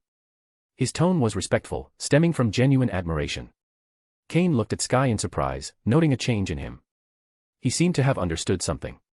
Cain shook his head to indicate he didn't need anything. After clearing out the poison, Murkrow's condition was quite good, so it didn't make sense to waste healing potions. The 20 or so followers standing behind Cain were visibly excited. Having such a powerful leader made them feel lucky to have joined him. After Cain and Xander's challenge, others began taking turns challenging their opponents. However, compared to the intense battle between Cain and Xander, the other challenges seemed simpler and less meaningful. Though these were also death matches, except for those with deep grudges, a true fight to the death was rare. Everyone on the trial island knew that if you couldn't win a fight, it was best to surrender to avoid more serious consequences. After all, only the top 10 places received rewards, and the positions after that held little importance. However, there was an exception, the fight for last place. That was the most intense battle in the trial. Everyone knew that being last meant elimination, and elimination meant death. So, if they were already doomed, why not fight to the end? Thus, after the first person in last place successfully challenged someone, those who remained in last place continued to challenge frantically. Over time, the death toll increased. The challenge trial continued until dusk, ending amidst gasps of amazement. In total, 5 people died during the challenges, and though 3 survived, their Pokémon weren't treated in time and also perished. In these circumstances, although the surviving trainers wouldn't die immediately, their fate was sealed for the next trial. The new rules established by Viper had quickly brought this trial to a bloodier level of combat. End of chapter. Chapter 78, The 3 Executives of Team Rocket. A massive cargo ship sailed across the vast ocean, with a thick column of white smoke rising from its tall smokestack, giving it the appearance of solitary smoke in a desert.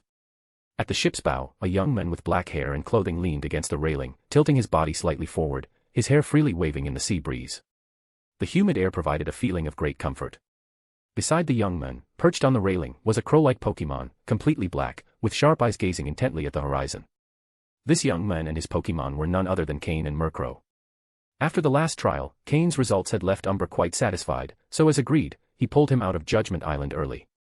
This cargo ship belonged to Team Rocket, and it delivered supplies to Judgment Island every month.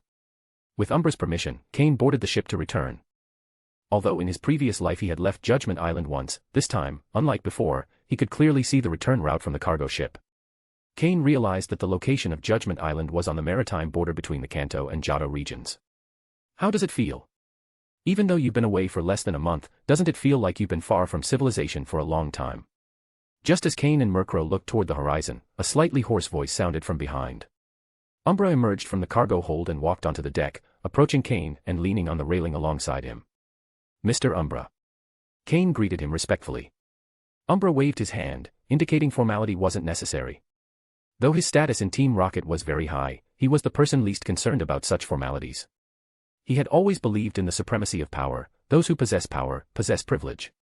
Cain didn't yet have power, but his potential had caught Umbra's attention, and for a few other reasons, Umbra wasn't overtly authoritative with him. It doesn't feel much different. I was an orphan before, and surviving in society wasn't much different from surviving on Judgment Island. The weak get beaten, it's a devouring world, and everything we do is only to survive. Cain answered calmly.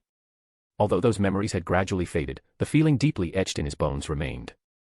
Umbra was surprised by Cain's response, then laughed, a laugh that was sincere and genuine. Seems like we've had similar experiences. His eyes began to lose focus, as if sighing or remembering something. The two fell silent, with only the sound of the sea wind and waves crashing against the ship as the background. After a moment, Umbra came back to himself, smiled wryly, and said, "Living so long, you're bound to remember the past." Cain smiled with him, showing no other expression. Though Umbra was extremely powerful and, as a deputy leader of Team Rocket in the most secretive division, he should have been a ruthless figure. However, after several encounters, Cain realized that Umbra wasn't difficult to deal with. As long as he kept his presence in check, he could seem like a friendly neighbor. "This is a League ID card I had prepared for you. All the data has been manipulated, so as long as no one above the Elite 4 level investigates thoroughly, there won't be any issues." Umbra took out a League ID card from his pocket with the League insignia and a photo of an unknown person, handing it to Cain. Cain was somewhat surprised to receive it. It was a League ID personally prepared by Umbra. If it was as he said, Cain could have a legitimate identity and openly live under the sun in the future. This is a human skin mask crafted by so-called experts in Team Rocket. They say that as long as it's not torn or burned, no one will be able to tell it apart from a real face. This mask matches the appearance in the photo on your League ID card. Umbra pulled out another mask, as thin as a cicada's wing, and tossed it to Cain. With this ID card and special mask, Cain believed that even people who knew him well wouldn't recognize him in a face-to-face encounter. Of course, as long as his Pokémon didn't reveal his identity. So when Umbra handed him the ID card and mask, Cain had already decided that in the future, his Pokémon would need to correspond to his two different identities. Murkrow would be his Team Rocket Pokémon, while Slowpoke would be his Pokémon within the League. Although this might be a bit complicated, if it could guarantee the independence of his two identities. Then, in the future, he might even try infiltrating the League and eventually reach a position like Koga's, rising to the Elite 4. It wouldn't be an unlikely possibility. At the same time, if he advanced in Team Rocket, his power would grow quickly with the resources of both sides. Probably, the purpose behind the ID card and mask Umbra prepared for him had this very goal in mind. Half an hour until we arrive. Our destination is Vermilion City. When we get there, disembark on your own. Umbra continued, with the badge I gave you, go to Team Rocket's base at the Lake of Rage in Mahogany Town, in the Johto region. I need you to bring something to me. Someone will contact you when you get there. After saying this, he took a deep breath and stretched before heading back to the cabin. Vermilion City. Cain looked at the League ID card and the mask in his hand, then watched Umbra walk away after assigning the task, with a glint of intelligence in his eyes. No wonder Team Rocket's Judgment Island had never been discovered by the League. Vermilion City, being the location of Surge's gym, one of Team Rocket's 3 great executives, surely has been secretly covering some of their actions. The 3 great executives of Team Rocket are Surge of Vermilion City, Sabrina of Saffron City, and Koga of Fuchsia City. They are the 3 deepest nails Giovanni has embedded within the League. Among them, Koga is the most formidable. When the Indigo Pokémon League split into the Kanto and Johto regions, Koga rose to the Elite 4 Poison-type position in the Johto region, becoming one of Giovanni's greatest internal supports within the League. Though Surge and Sabrina didn't reach the same level as Koga, their skills are not much lesser. Even Sabrina, known as the Psychic Queen, if we talk about a full 6-on-6 battle, Koga might not be able to beat her, as the Psychic type has an advantage over Poison. Furthermore, as a ninja, Koga is skilled in ambushes and assassinations, and in a direct confrontation, he'd struggle to defeat Sabrina, whose psychic ability is comparable to an elite-level Pokémon. As for Surge, unlike Sabrina and Koga, his greatest strength lies in group combat tactics. He's the most skilled in leading large groups of people in mass battles, like a general leading an army. Therefore, the three have their own strengths and are considered equals among Team Rocket's three great executives. End of chapter. Chapter 79, Vermilion City. If an ordinary person were to arrive in Vermilion City, the first thing they'd notice is that it seems especially peaceful.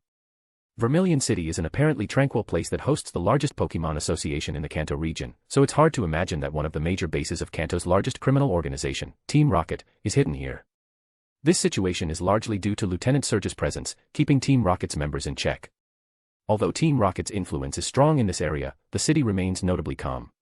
In his previous life as a Team Rocket member, Cain had visited Vermilion City on multiple occasions, so he was well acquainted with the surroundings. In this place, as long as one doesn't cause trouble, there won't be any issues. However, the mission Umbra gave Cain in Mahogany Town, located in the Johto region, was much more complicated. The gym leader of Mahogany Town is an elite-level trainer, known as Price, the Winter Ice. His skill with Ice-type Pokémon surpasses that of most elite trainers. If not for his temperament, he would undoubtedly hold a place among the Elite Four of the league and might even have a chance at becoming champion. Although Price wouldn't pay attention to someone like Cain, his presence in Mahogany Town shows how seriously the league takes this place. Thus, this mission is full of uncertainties and potential dangers. Half an hour later, the ship finally arrived at Vermilion City's port. Watching the various vessels in the harbor, the freighter returning from the trial island blended in perfectly, showing no signs of unusual activity.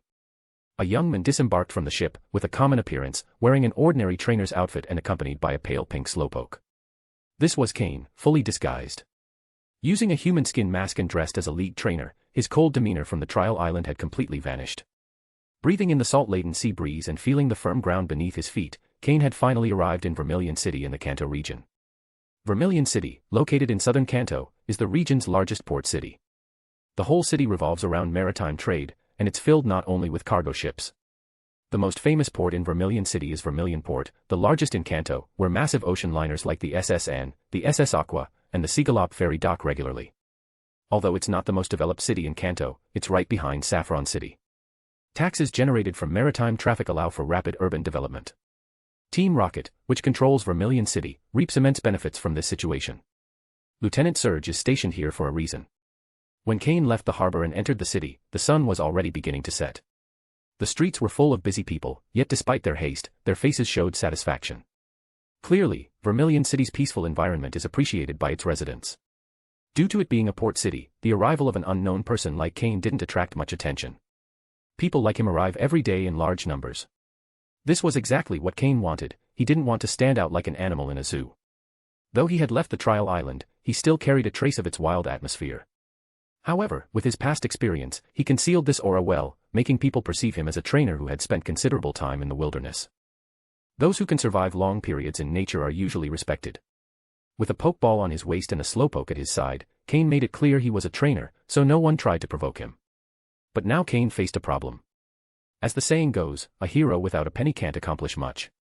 Cain was completely out of money and was experiencing what it meant to be penniless. The first thing he needed to do was get some money. Following some signs on the street, Cain reached a Pokémon goods store in Vermilion City. Given his situation, he sold a few non-essential items and managed to get some money. Since he couldn't sell the truly valuable items he had, he only managed to get 5,000 Poke Dollars. It should be mentioned that the League ID card Umbra provided was very secure. Another function of this card is that it acts as a bank card. Cain immediately deposited the money he had just obtained. Finally, Cain's bank account went from 0 to 5,000 Poke Dollars. After exchanging the money, Cain quickly left the Pokémon goods store and followed signs to the Pokémon Center. The Vermilion City Pokémon Center is located in the city center. As a hospital specialized in treating Pokémon, it occupies a huge area, almost the size of 2 football fields, and stands 5 or 6 stories high. Dressed in his League trainer outfit, Cain didn't attract attention from the Pokémon Center guards. After showing his League ID card, he entered without issue. In his previous life, Cain hadn't visited Pokémon Centers much. When he was weak and had no legal status, he had no right to enter these League-controlled places. Later, when he grew stronger, he no longer needed them, so his visits were rare. This was Cain's first time entering a Pokémon Center since his reincarnation, but he was familiar with the facilities. Inside the Pokémon Center, there was not only a Nurse Joy but also numerous medical assistants and several Chansey. Due to the high number of trainers coming to treat their Pokémon, the staff was very busy. It's no wonder Pokémon Centers are one of the League's most important places. Although busy, everything was well organized, and League trainers maintained a high level of conduct. Except in emergencies, everyone queued up to wait for their turn. Besides being a treatment center, Pokémon centers also offer lodging. One of Cain's main goals in coming here was to spend the night. Of course, he also had another objective, to perform a complete checkup on his Pokémon to ensure they had no hidden injuries he couldn't detect. With his experience as a breeder, Cain knew how dangerous hidden injuries could be. Although they may not show at first, if they accumulate, they can become serious problems, affecting the Pokémon's performance and even reducing its potential or leading to its death. Although Cain hadn't detected any hidden injuries, and his system hadn't registered anything unusual, his system's database on hidden injuries wasn't very extensive. So, to be completely sure, he preferred to rely on League technology and perform a thorough checkup on his Pokémon. End of chapter. Chapter 80, Pokémon Center. Team Rocket has many scientists, and in some technological areas, they even surpass the League. However, in the medical field, the League is far ahead. The Pokémon Center, which possesses the world's most advanced medical technology, is one of the League's most important institutions. One could say that, without the support of Pokémon centers, the overall combat capabilities of League trainers would be significantly reduced. Therefore, the existence of Pokémon centers further strengthens the Pokémon League's position. There weren't many people conducting medical exams on their Pokémon, so after taking a number, it wasn't long before Cain's turn came up. Listening to the numbers announced over the speakers, Cain went to the corresponding counter, where a health worker greeted him with a professional smile. Each Pokémon center has only one Nurse Joy, who mainly handles serious injuries. For relatively simple physical exams like this, her personal intervention isn't needed, otherwise, she'd be overwhelmed. Here is my League ID card. Please conduct a full physical checkup on all my Pokémon. Cain handed his ID card and 3 Super Balls to the health worker, smiling slightly. Before entering the Pokémon Center, Cain had stored Slowpoke and Ghastly in their Super Balls, so this exam would be for all 3 Pokémon. Although Cain intended to keep Murkrow and Ghastly's presence hidden, as he was now an unknown trainer, no one would pay special attention to the Pokémon he used, so he didn't have to worry about revealing his identity. Hello, a full physical exam for 3 Pokémon costs a total of 3,000 Pokédollars. Do you prefer to pay in cash or deduct it directly from the bank account linked to your ID card? The worker maintained her professional smile while inserting the card into the machine. After Cain's details appeared on the computer, she asked with a smile. Please deduct it directly from the bank account. Also, I'd like to know if I can book a night's accommodation here. Cain nodded as he responded, taking the opportunity to inquire about lodging availability. The worker, maintaining her expression, nodded and replied, certainly, a night's stay costs 500 Pokédollars. Would you like to deduct everything at once? Yes, please. I appreciate your care of my Pokémon. Very well, no need to worry, the Pokémon Center exam will be thorough. Here's your room card and your waiting number. The exam will take a bit of time, so feel free to wait in the reception area or go directly to your room. Once we're done, we'll notify you immediately.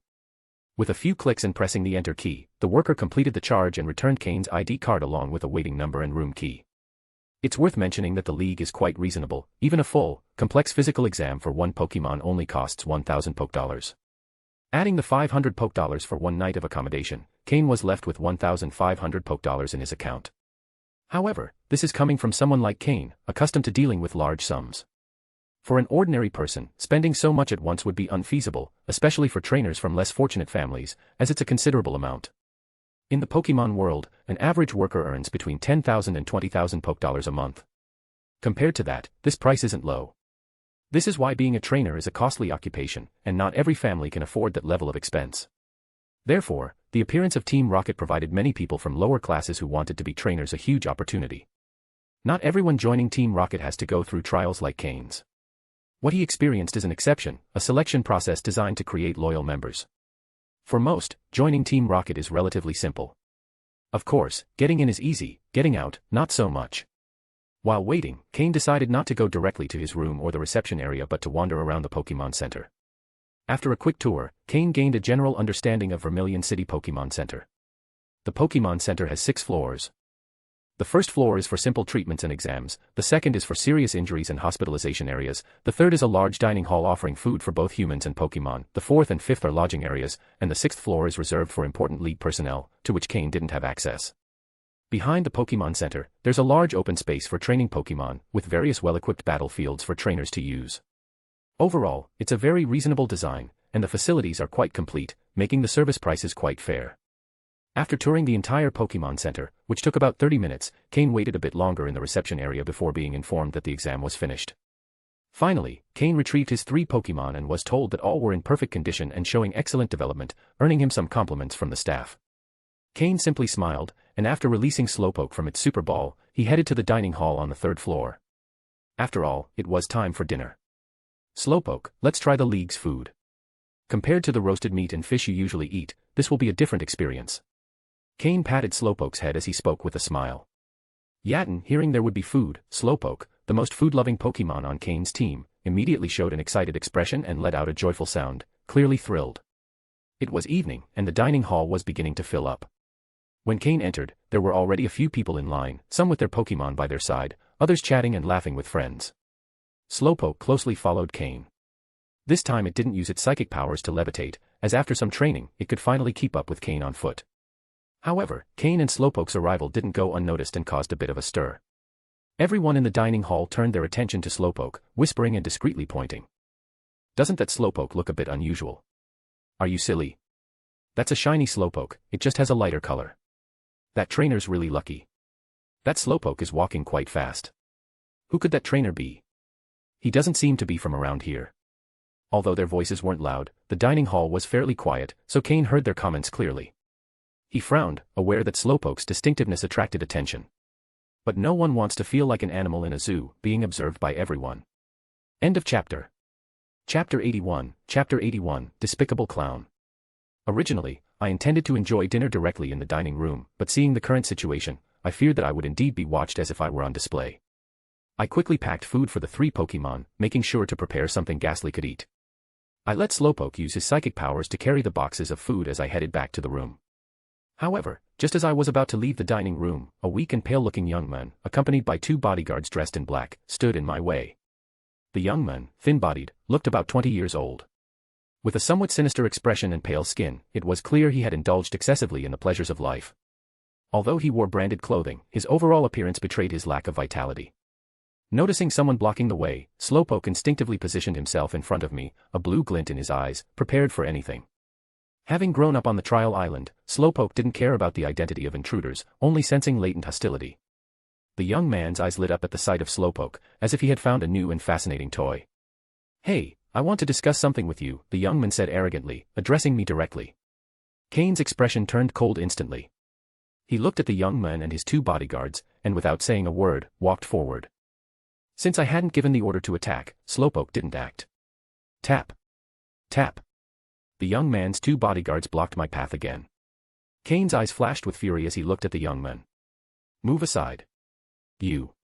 Accustomed to a life of luxury, the young man had never been treated with such contempt. He wanted to order his bodyguards to act but remembered where he was, and his pale face showed a mix of anger and embarrassment, not knowing what to say. Cain continued walking, completely ignoring the bodyguards blocking him. Slowpoke used his psychic powers to push them aside, allowing us to pass. After all, they were just humans, no matter how strong, they couldn't resist Slowpoke's power. As Cain and Slowpoke headed for the stairs, the young man, his face trembling, shouted, "If you have the guts, don't leave the Pokémon Center." Being a known local playboy, his hobby was collecting special Pokémon. Only such Pokémon could reflect his status. After hearing about Slowpoke, he had rushed over, intending to buy it with money. But without even being able to make his offer, he was met with a cold response. This was the Pokémon Center, so the young man couldn't use force, so he would have to wait for Cain to leave. Cain went up to the 4th floor with Slowpoke, opened the room door with the card, and after making sure the door was securely closed, released Murkrow and Ghastly. Caw. Kakeek, kakeek. Murkrow and Ghastly, who had been confined in their Pokeballs for quite some time, chirped excitedly. On the trial island, they had always lived outdoors, and the small space of the Pokeballs was not to their liking. "Ghastly, from now on, you can stay in my shadow. As for Murkrow, I'm sorry, but you'll have to remain in your Pokeball a little longer." Cain apologized to them. However, Slowpoke wasn't entirely happy, remaining lost in thought. Cain crouched, patted Slowpoke on the back, and smiled. "Don't worry, he's just a despicable clown. He's not worth paying attention to." Slowpoke felt guilty because he thought he had caused Cain trouble. Cain took out the food that Slowpoke had carried and placed it in front of each Pokémon. Despite how tempting the food was, none of them started eating immediately, they all waited for Cain to signal them. This was a habit they had developed on the trial island, a form of mutual respect between companions. "It's okay, you can start eating now. This is something you haven't tried before."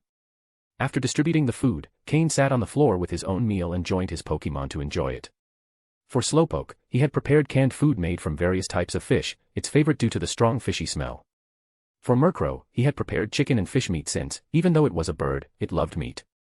Ghastly's food was a bit more scarce at the Pokémon Center. It consisted of pellets specially prepared for ghost-type Pokémon, each with a rich essence of death, which Ghastly loved. After hearing Cain's words, the three Pokémon began eating immediately. What Cain told Slowpoke wasn't just to comfort him, he really didn't take the young man seriously. If Cain wanted, he could take off the mask, put Slowpoke back in its Pokeball, and that young man would never recognize him. Even if the young man managed to find Cain, he would show him that not everyone can be manipulated at will. If pushed to the limit, Cain could eliminate the young man and disappear without a trace, relying on the skills acquired in his past life.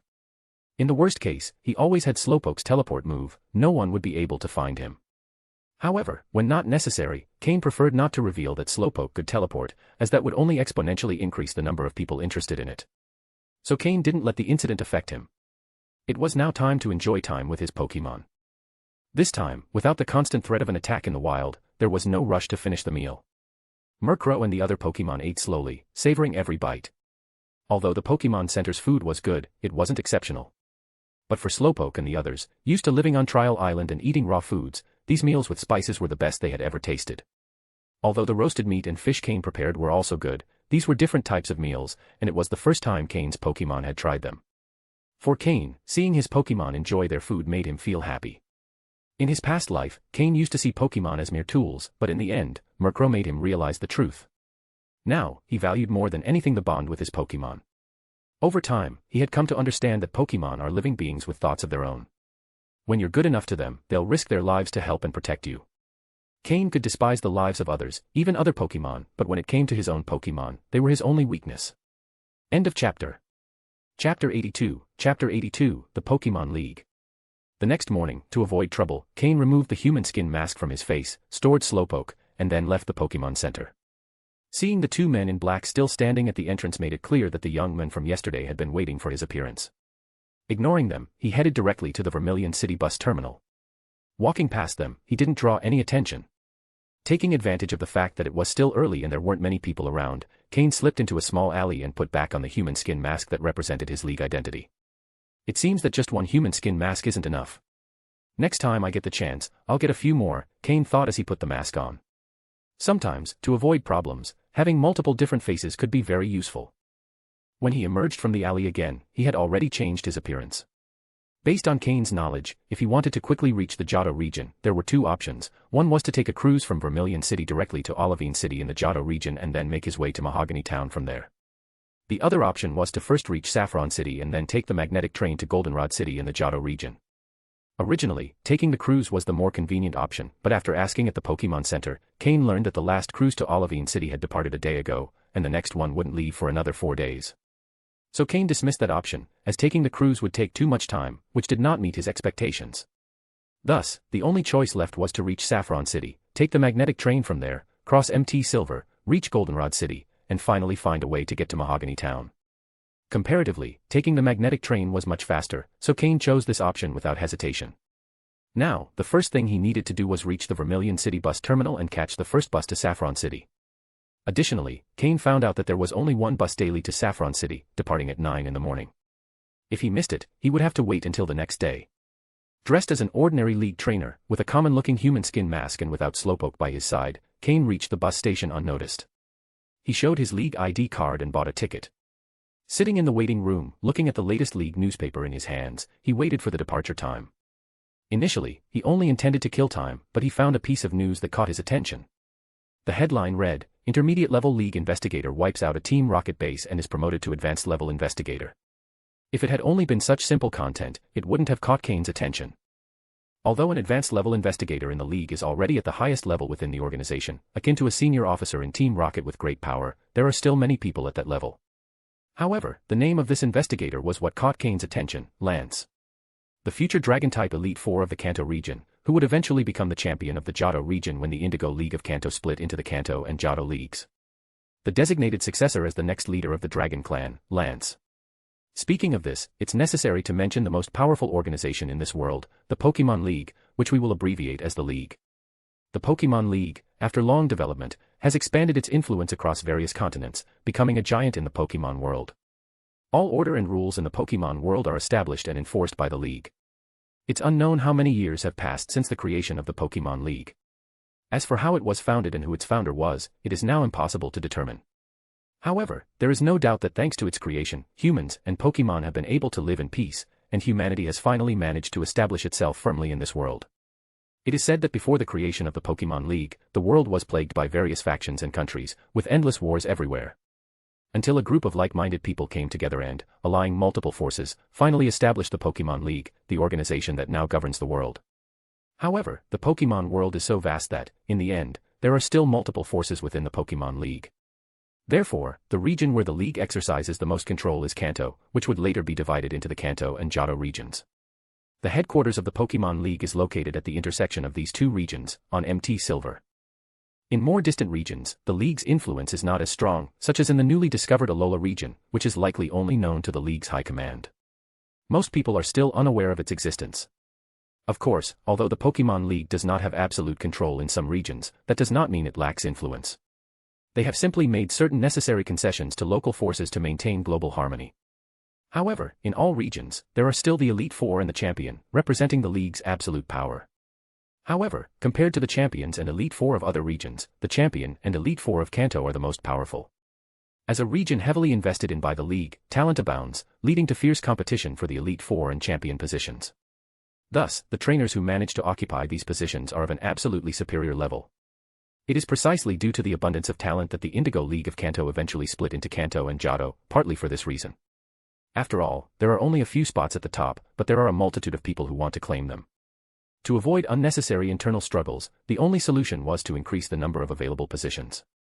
However, each region can only have one champion and Elite Four, as established by the League, so they couldn't contradict their own rules.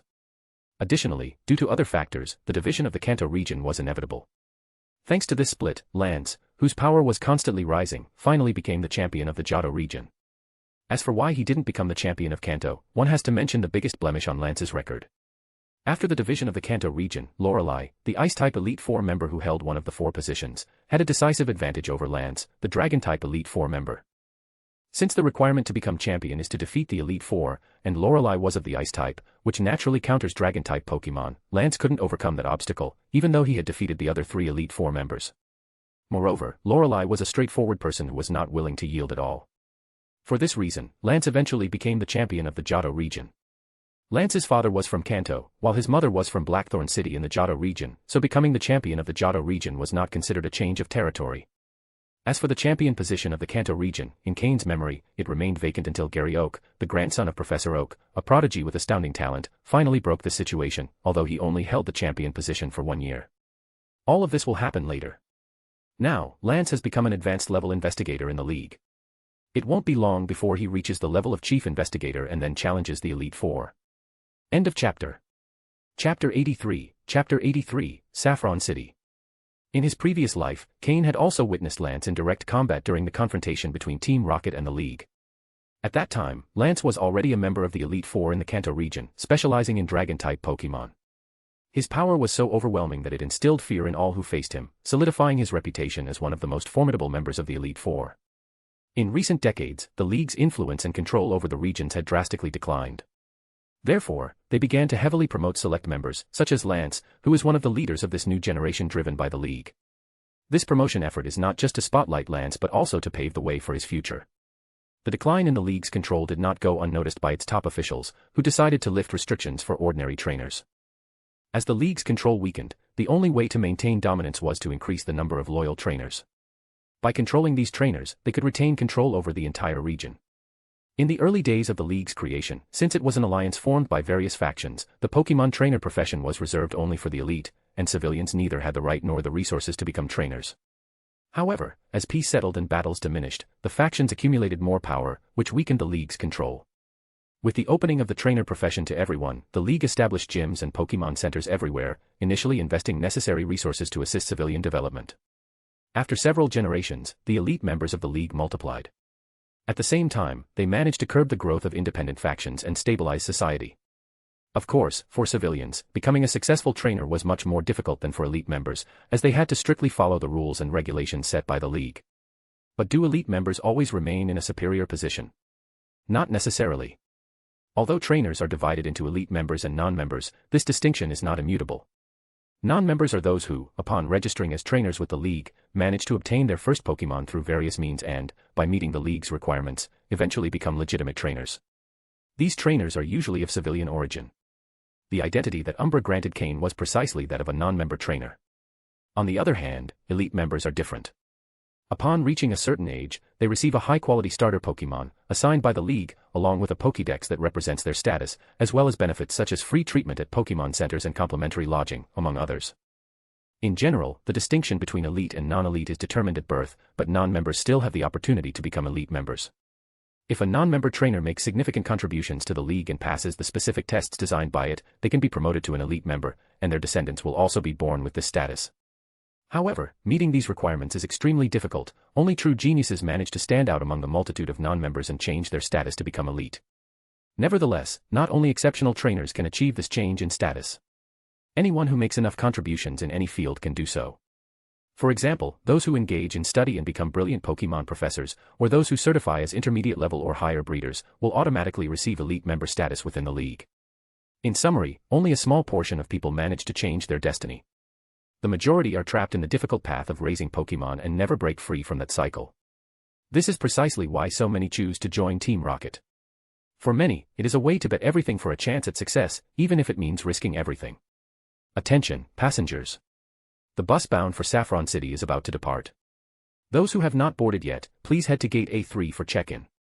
Cain, who had been reading the newspaper, was interrupted by this announcement. He hadn't realized how quickly time had passed. He put away the newspaper, headed to the boarding gate, scanned his identification, and boarded the bus bound for Saffron City. Since there were not many passengers, there were no seating restrictions, and Cain chose a spot by the window. As the bus began to move, he watched as the urban landscape slowly receded. Pokémon World, I'm back, Cain murmured to himself, resting his head on his hand. Perhaps due to the presence of Pokémon, which makes traveling very easy, the development of transportation in the Pokémon world is not as advanced. After almost 3 hours of travel, Cain finally arrived in Saffron City, the most developed city in the Kanto region. Saffron City is the busiest city in Kanto, located between Cerulean City, Celadon City, Vermilion City, and Lavender Town. It is the largest and most active city in Kanto and is also well known in other regions. The massive Sylph Company headquarters tower stands in the center of the city, while 2 gyms share the northeast corner. Besides being Kanto's commercial hub, Saffron City also hosts the most important infrastructures in the region, including the magnetic levitation train station that connects Kanto with Johto, and the airport offering flights to other regions. Undoubtedly, as Kanto's most central city, the League places great importance on it. But at the same time, due to its abundant resources, not only does the Pokémon League have a strong presence here, but so do several other factions, with Team Rocket being the most notable. After all, Saffron City is the base of the Psychic Queen, Sabrina, one of the 3 chief commanders of Team Rocket, trusted by Giovanni. And due to the city's development, trainers from all regions gather here, along with Pokémon from various parts of the world. Trainers from Hoenn, Sinnoh, Unova, and other regions give this city a vibrant and diverse atmosphere. Where there are trainers, there are battles. Therefore, Saffron City is also the city of the fiercest battles in Kanto. In any designated battle area within the city, it is common to see trainers facing off with their Pokémon in heated fights. The residents of Saffron City are accustomed to witnessing these exciting Pokémon battles daily and are not surprised to see Pokémon species from other regions, something that has become normal for them. However, where there is light, there are also shadows. The underground coliseums and battlefields in Saffron City are also highly developed. Some people fight in these underground arenas to earn money, while others, wealthier ones, simply enjoy watching brutal battles to relieve their own frustrations and desires. Thus, Saffron City is also known as the City of Combat. Although the League has increased the number of security agents in Saffron City, it is still not enough. The large number of gray and dark areas allows Pokémon hunters, mercenaries, assassins, and others to risk their lives in search of resources and money. It is a city full of desires, and Cain prefers to call it the City of Desire. End of chapter. Chapter 84, The Black Market of Saffron City. When Cain got off the bus, it was exactly 12 noon. After 3 hours of travel, his body was a bit stiff. He wore a typical trainer's outfit, and as soon as he stepped off the bus, he blended seamlessly into the city. He immediately released Slowpoke from its Pokeball. Although being a shiny Pokémon drew some attention, Saffron City, as the most prosperous city, was not overly affected. The presence of Slowpoke only slightly increased curious glances, without causing major issues or unnecessary commotion. Saffron City was just a stop on Cain's journey, but since he was in the largest and most prosperous city in Kanto, he decided to take the opportunity to buy some necessary supplies and tools. What he needed was a specialized tool set for making poke blocks. So far, he had been using rudimentary tools he made himself, which allowed him to create mid-level poke blocks at best.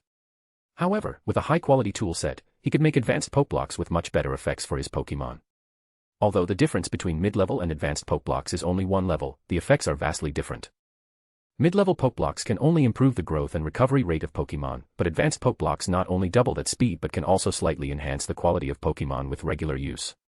Therefore, advanced poke blocks have always been highly valued, and advanced breeders registered with the League are treated almost like rare species, receiving special protection and numerous benefits. The advanced poke blocks they produce are coveted by all trainers. To have an advanced breeder create suitable poke blocks for their Pokémon, some trainers are even willing to become their bodyguards, even if only temporarily. Even if it's just once, that's already extremely valuable, considering how many powerful trainers need advanced poke blocks. This is why being an advanced breeder, whether in the League or a clandestine organization like Team Rocket, guarantees considerable respect, comparable to that of the most renowned Pokémon researchers.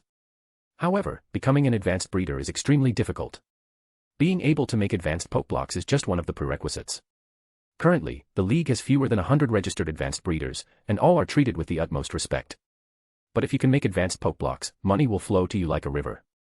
Of course, only as long as you have the strength to protect that money or, at the very least, a group to do so. So Cain needed to find a large store to buy a specialized tool set.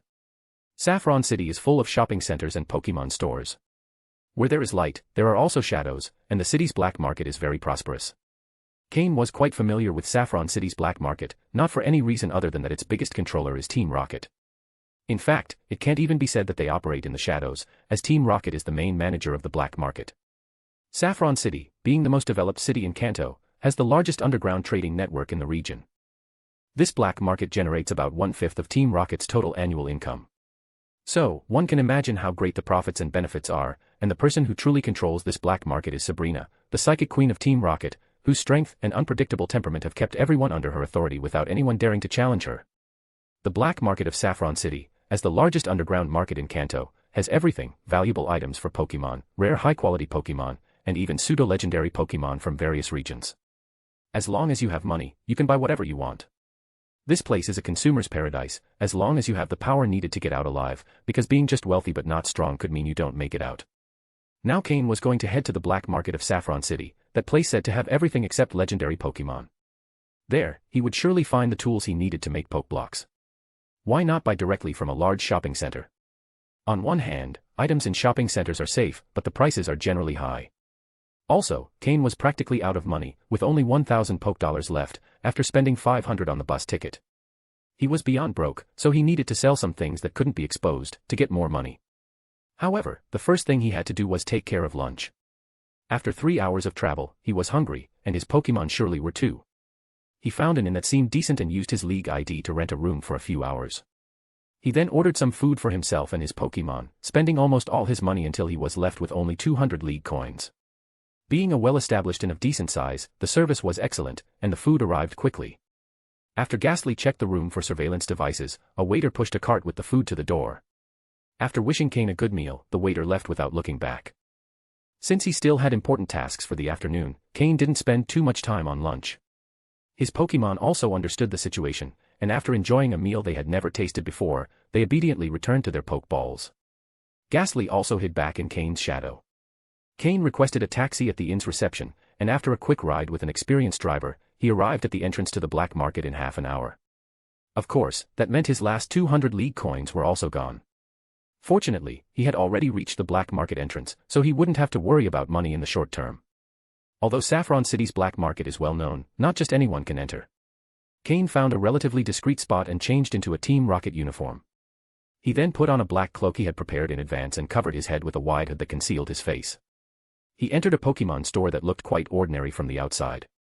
Inside, there were only a few people, and the shelves were full of items, though all were of common value. An employee approached Cain with a professional smile and politely asked, "How can I help you, esteemed customer? Everything in our store is of excellent quality and reasonably priced. I'm sure you'll find what you're looking for." End of chapter. Chapter 85, Chapter 85, Appraisal and Money Exchange. Although Cain wore a wide black cloak, the receptionist showed no unusual reaction. After all, this is Saffron City, where all kinds of people could appear, and Cain's attire was no exception. Without saying a word, Cain pulled out a Team Rocket ID card, assigned at the trial island, from his pocket. Upon leaving the island, Umbra had already changed his status from aspirant to an honorable recruit of Team Rocket. Seeing the ID card with the Team Rocket emblem, the receptionist showed a slight expression of surprise but quickly led Cain to a dark room. Without speaking, he ran Cain's card through a computer reader. Only after verifying the information on the screen did he sigh in relief and return the card to Cain. He then pressed a button under the table, opening a secret door in the floor. "Go ahead, but don't cause trouble or fights inside," the receptionist said with a neutral expression. With that, he turned and left the room. Cain, familiar with this procedure from previous visits, did not hesitate and walked directly towards the hidden stairs, descending step by step. Once he was fully inside, the secret door closed automatically, leaving no trace behind. As he proceeded, small lights flickered on, barely illuminating the staircase. Cain continued descending for almost 5 minutes before finally reaching the bottom, where the narrow hallway opened into a spacious lobby.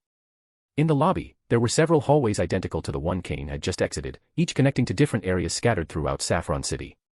This is one of the 10 lobbies throughout the black market. Each has 10 hallways connecting to various parts of the city. Saffron City is huge, but thanks to these hallways, almost any place in the city has direct access to the black market. The hallway Cain used was guarded by Team Rocket. Exiting through the only door in the lobby, Cain found himself on a wide street, full of all kinds of people, all with cold, unperturbed expressions. Some, like Cain, were completely cloaked in black robes, and this type of person was not uncommon, so Cain's arrival did not attract much attention. This is the largest underground market in the Kanto region, a massive subterranean city, the black market of Saffron City. Walking down the streets, Cain saw countless large and small pathways distributed everywhere. He noticed several Team Rocket members striding arrogantly down the center of the streets, with no one daring to object, and even the people passing by kept a certain distance. Clearly, as the strongest force in this black market, those with Team Rocket identification held a respected position. However, Cain had no intention of revealing his identity. Although being a member of Team Rocket granted certain privileges, not everyone feared them. If he displayed value that did not match his power, poachers with instincts as sharp as a Maitaiana would not hesitate to attack him. His life would likely end as soon as he left this underground city. "Come out, Murkrow."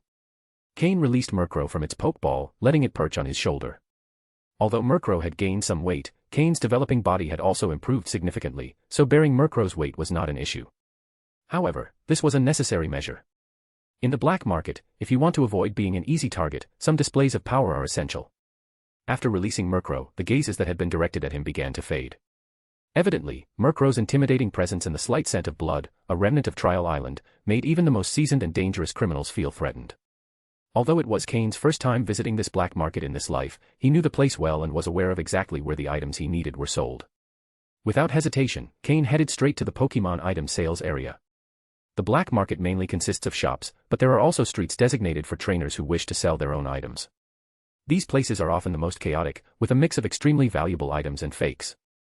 It all depends on the buyer's eye. Cain did not head to those places. His priority now was to earn some poke dollars and purchase tools for making poke blocks. These items weren't found at small merchant stands, only the largest stores sold them. Cain entered the largest store in the Pokémon item sales area. This store was owned by Team Rocket, so it had the best resources and was located in the prime area. Unlike the surface store, which served as a front, this store was packed with products and bustling with people, both sellers and buyers. With the skill of someone used to the place, Cain approached a newly vacated counter. This counter had a sign that said, "Appraisal." There were about 10 appraisal counters in the store, each staffed by an employee with a Team Rocket insignia on their chest. With serious expressions, they mechanically evaluated every item presented to them. After the appraisal, they offered a purchase price, and the seller, regardless of whether they accepted or not, had to pay 500 poke dollars for the appraisal. Many people brought their items for appraisal, but few actually sold, as Team Rocket's purchase prices were quite low. However, they were very professional and did not try to take advantage of valuable items, which brought many here to have unknown items appraised. For this reason, Team Rocket's reputation in the black market was quite good.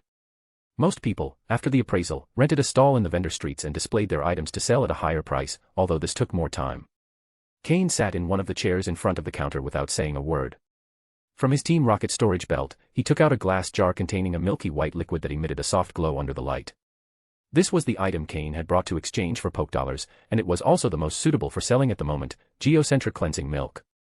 Before coming to the black market, Cain had poured enough geocentric cleansing milk into a small jar, representing about 1/20th of what he had, half of what he originally possessed. End of chapter. Chapter 86, Team Rocket Officer. After much consideration, Cain decided on the maximum amount he would sell. Geocentric cleansing milk is an extremely valuable and scarce resource. Selling too much at once could attract unnecessary trouble, but selling too little wouldn't get him enough poke dollars to buy what he needed. So, this amount seemed just right. The stern appraiser showed a slight expression of surprise when he saw what Cain had taken out.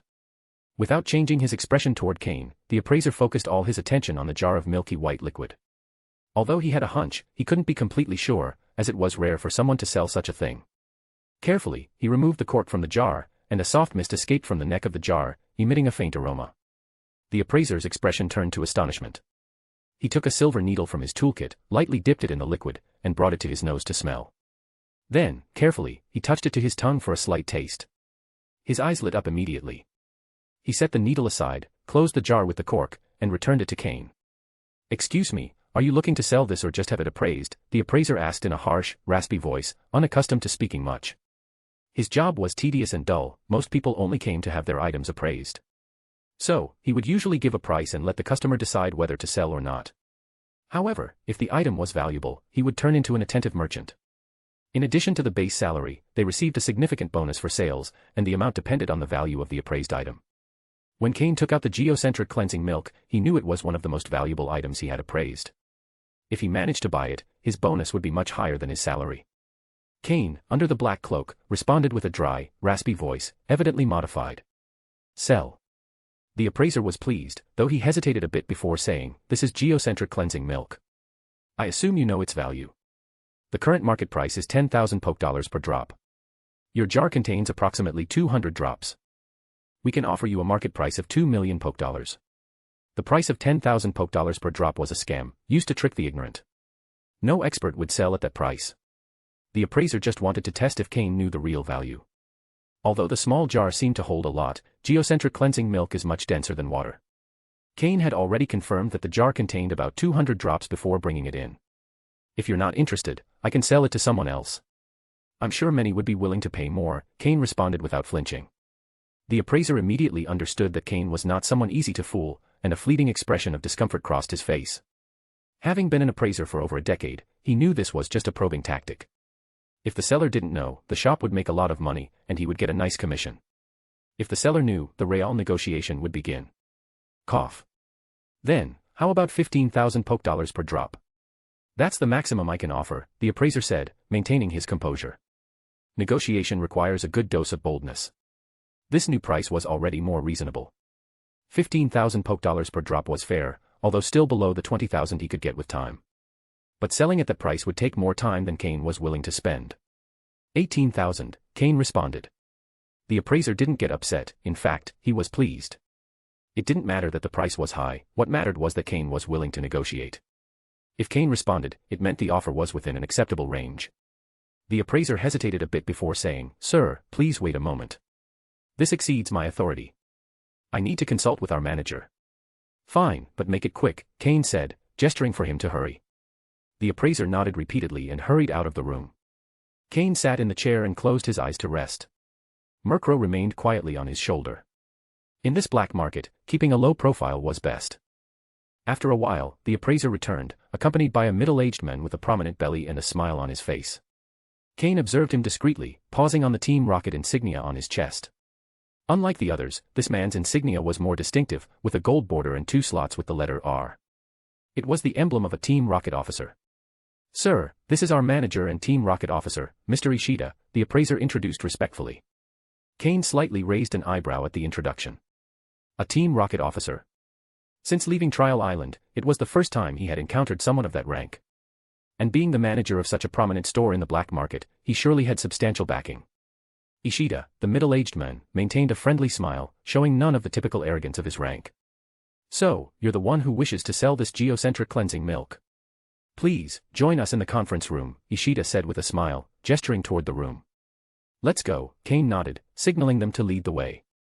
With his constant smile, Ishida led the way to the conference room, followed by the appraiser and Cain. The conference room wasn't much different from the rest of the establishment. It was a separate room with a low table and a leather sofa. After everyone entered, a maid brought tea. End of chapter. Chapter 87, Tools for Pokeblock Crafting. After sitting down, Ishida said, "Sir, we can accept the price you mentioned." Ishida was quite direct, immediately accepting Cain's offer. As someone familiar with the market, he knew that the price was a bit high, but it still left a considerable margin for profit. After all, they weren't pressed for time. He then instructed the appraiser, who also acted as a seller, to handle the necessary paperwork. Upon hearing Ishida, Cain began to frown. "So willing? Hee, we have no other intentions, we just wanted to ask if you have more of this geocentric cleansing milk." "We'd be willing to buy more at a higher price," Ishida asked with a smile. Cain did not relax, on the contrary, he became more cautious. With a slightly sarcastic tone, he replied, "Do you think geocentric cleansing milk is as common as cabbage? That you can have it in whatever quantity you want? This is all I have." Ishida maintained his smile, showing no sign of annoyance at Cain's sarcastic response. It was impossible for someone like Ishida, who had risen to be a Team Rocket officer and managed such a prominent store, to lack cunning. "Haha, no problem, no problem. It was just personal curiosity. If you wish to sell anything else in the future, don't hesitate to come to us," he said as he took out a silver card with the Team Rocket logo. "This is a VIP membership card for our store. With it, you can get a 5% discount on any purchase." Upon hearing this, Cain raised an eyebrow. These tangible benefits were what he liked most, empty words held no value. He took the card and put it in his pocket. Although it was only a 5% discount, if the purchases were large enough, it could save a considerable sum. Buying something for $1 million could save $50,000. That was something. Of course, this small discount was nothing compared to Team Rocket's earnings. If it weren't, Ishida wouldn't have given out a VIP membership card so easily. At that moment, the appraiser, who had been handling the paperwork efficiently, returned quickly, carrying a black card that he respectfully handed to Ishida. "Sir, this is an anonymous Alliance Bank card. It contains a total of $3,600,000. It's the full payment for the geocentric cleansing milk," Ishida said with a smile as he handed the card to Cain. Cain took the card and felt a slight sense of relief. The geocentric cleansing milk was truly worth a fortune, and with this money, he could cover all his recent expenses for himself and his Pokémon. "By the way, I want to buy a complete set of tools for Pokeblock crafting. An intermediate setup will suffice." "Deduct the cost from this card," Cain said, suddenly remembering his main purpose for coming here. Upon hearing Cain's request, Ishida showed slight astonishment on his chubby face but quickly recovered. Very well, very well. Prepare an intermediate-level Pokeblock crafting set. Ensure it's of good quality," Ishida ordered the appraiser, emphasizing the importance of quality. Ishida was a bit surprised, realizing that the mysterious man under the black cloak was likely a Pokémon breeder. Looking at the well-cared-for Murkrow perched on Cain's shoulder, it all began to make sense. The appraiser, equally surprised, understood well what being a Pokémon breeder meant. And if Cain planned to use an intermediate-level setup, it at least meant he could make mid-level Pokeblocks, which meant he could earn money at a pace comparable to printing bills. Nodding with a brief response, the appraiser hurried out to prepare the tools Cain had requested. "Hee, I wonder if those tools are for personal use or a gift," Ishida asked. Cain gave a cold look to the middle-aged man whose outward appearance did not match his real power. After a moment of silence, a raspy voice came from under the black cloak. "What if they're for me? What if they're for someone else? Don't misunderstand me, sir. I was merely suggesting that if you wish to sell Pokeblocks in the future, you can do so through our store. The service fees will be more favorable," Ishida chuckled. "Aha," was Cain's only response, who was clearly not someone who enjoyed talking much. Ishida noticed that Cain wasn't very talkative, whether by nature or strategy, so he stopped talking in time and waited for the tools to arrive. It wasn't long before the appraiser returned, accompanied by a guard carrying a large tray. On the tray were several small, delicate items, which were clearly the Pokeblock crafting tools. Both came running, aware that Cain and Ishida were waiting, and quickened their pace. Ishida signaled for the guard to set down the tray and leave. "Sir, this is the best intermediate-level Pokeblock crafting set we have. Its value is 1,200,000 Pokedollars. With the 5% discount from your VIP card applied, the total is 1,114,000. Here is your card, you now have 2,460,000 left. Please keep it," Ishida said as he pushed the tray and the card toward Cain. Cain, who in his past life had also been involved in Pokeblock crafting, was familiar with the tools. Seeing this set, he knew immediately that Ishida was not lying. The quality was indeed good, and among intermediate-level setups, it was one of the best. Ishida's sincerity in business, even in the black market, was noteworthy, explaining why he had been appointed as the store's manager. With a swift motion, Cain stored the tools in his storage belt without being seen, then stood up and left the VIP room without looking back. Watching Cain's figure disappear, the smile on Ishida's chubby face slowly faded, and his eyebrows furrowed. "Sir, do you want us to send someone to follow him?" The appraiser, who had remained in the room, approached cautiously and asked. Although they appeared to be a legitimate store, they were in the black market, and they were also members of Team Rocket. It wasn't unusual for them to conduct such operations. However, they knew very well not to mess with dangerous individuals or those they couldn't face. Ishida's frown deepened, but after a moment of hesitation, he shook his head. "No, we don't know this man's limits. If we send someone to follow him, we could expose ourselves, and then we'd lose a client who is at least an intermediate-level breeder." The appraiser nodded respectfully. "However, keep your eyes open. If geocentric cleansing milk appears again on the black market," Ishida's gaze turned cold and sharp, "no matter who it is, capture them." Yes. 200 drops of geocentric cleansing milk weren't enough to risk angering an intermediate-level Pokémon breeder, but if there were more, the situation would be different. Cain had calculated perfectly the amount that would make Ishida hesitate. Ishida, as the store manager, had his own sense of balance. If he was sure he could do it, he wouldn't hesitate to commit an act of theft. But if he wasn't sure or if the risk outweighed the reward, he preferred not to act. After leaving the largest tool store in the black market, Cain did not show his money, but many had seen him being taken to the VIP room, so when he left, several people followed him. However, Cain was already prepared for this. In the complex maze of the black market, he turned through several alleys and soon lost all those following him. End of chapter. Chapter 88, Chapter 88, What Scorpion? After shaking off everyone who was following him, Cain entered a small, shabby shop, completely different from the other stores around it. Inside, he saw some worn-out shelves with food on the verge of molding and many cobwebs covering them. As he moved deeper into the shop, a strong stench of decay engulfed him. Cain frowned but did not back out. This shop was a place he frequented in his past life. It was a store that sold human skin masks. Although in ruins, it was actually somewhat famous in the black market. If not for how run-down it appeared, it would have surely been a busy place given the owner's talent. The shop owner was also an odd character. Despite his great skill, he wasn't interested in making money. He had an air of, take it or leave it, and never advertised his business. For this reason, his reputation spread only among regular clients. Thanks to those few regulars, his shop managed to stay open. Cain brushed aside a cobweb that was about to fall on his head. Even Murkrow, resting on his shoulder, couldn't help but use his tailwind move to avoid the omnipresent cobwebs. When he reached the back of the shop, an old man with glasses and a disheveled appearance sat behind the counter, focused on an unfinished human skin mask, not even glancing at who had entered. Cain didn't mind his indifference, the owner was always like that, as if that mask were an unparalleled treasure. Strangely, every time he finished a mask, he would throw it on the floor like trash and start working on the next one. The cycle repeated endlessly, and except for eating or basic needs, the old man never left that corner, which served as both his counter and workshop. "Boss, I want to buy 5 masks, Cain said, covering his mouth with his hand and frowning. The smell was simply unbearable, and Cain couldn't help but wonder how many days the old man had gone without bathing, with such a strong stench that it almost made him nauseous. The old man didn't lift his head, and without pausing his work, said, "The masks are on the floor, pick whichever you want. The card reader is on the counter. Each mask costs 20,000 poke dollars. If you want them, pay with the card, if not, get out, I don't have time to deal with you." Cain was already familiar with the owner's habits, so he didn't say anything else.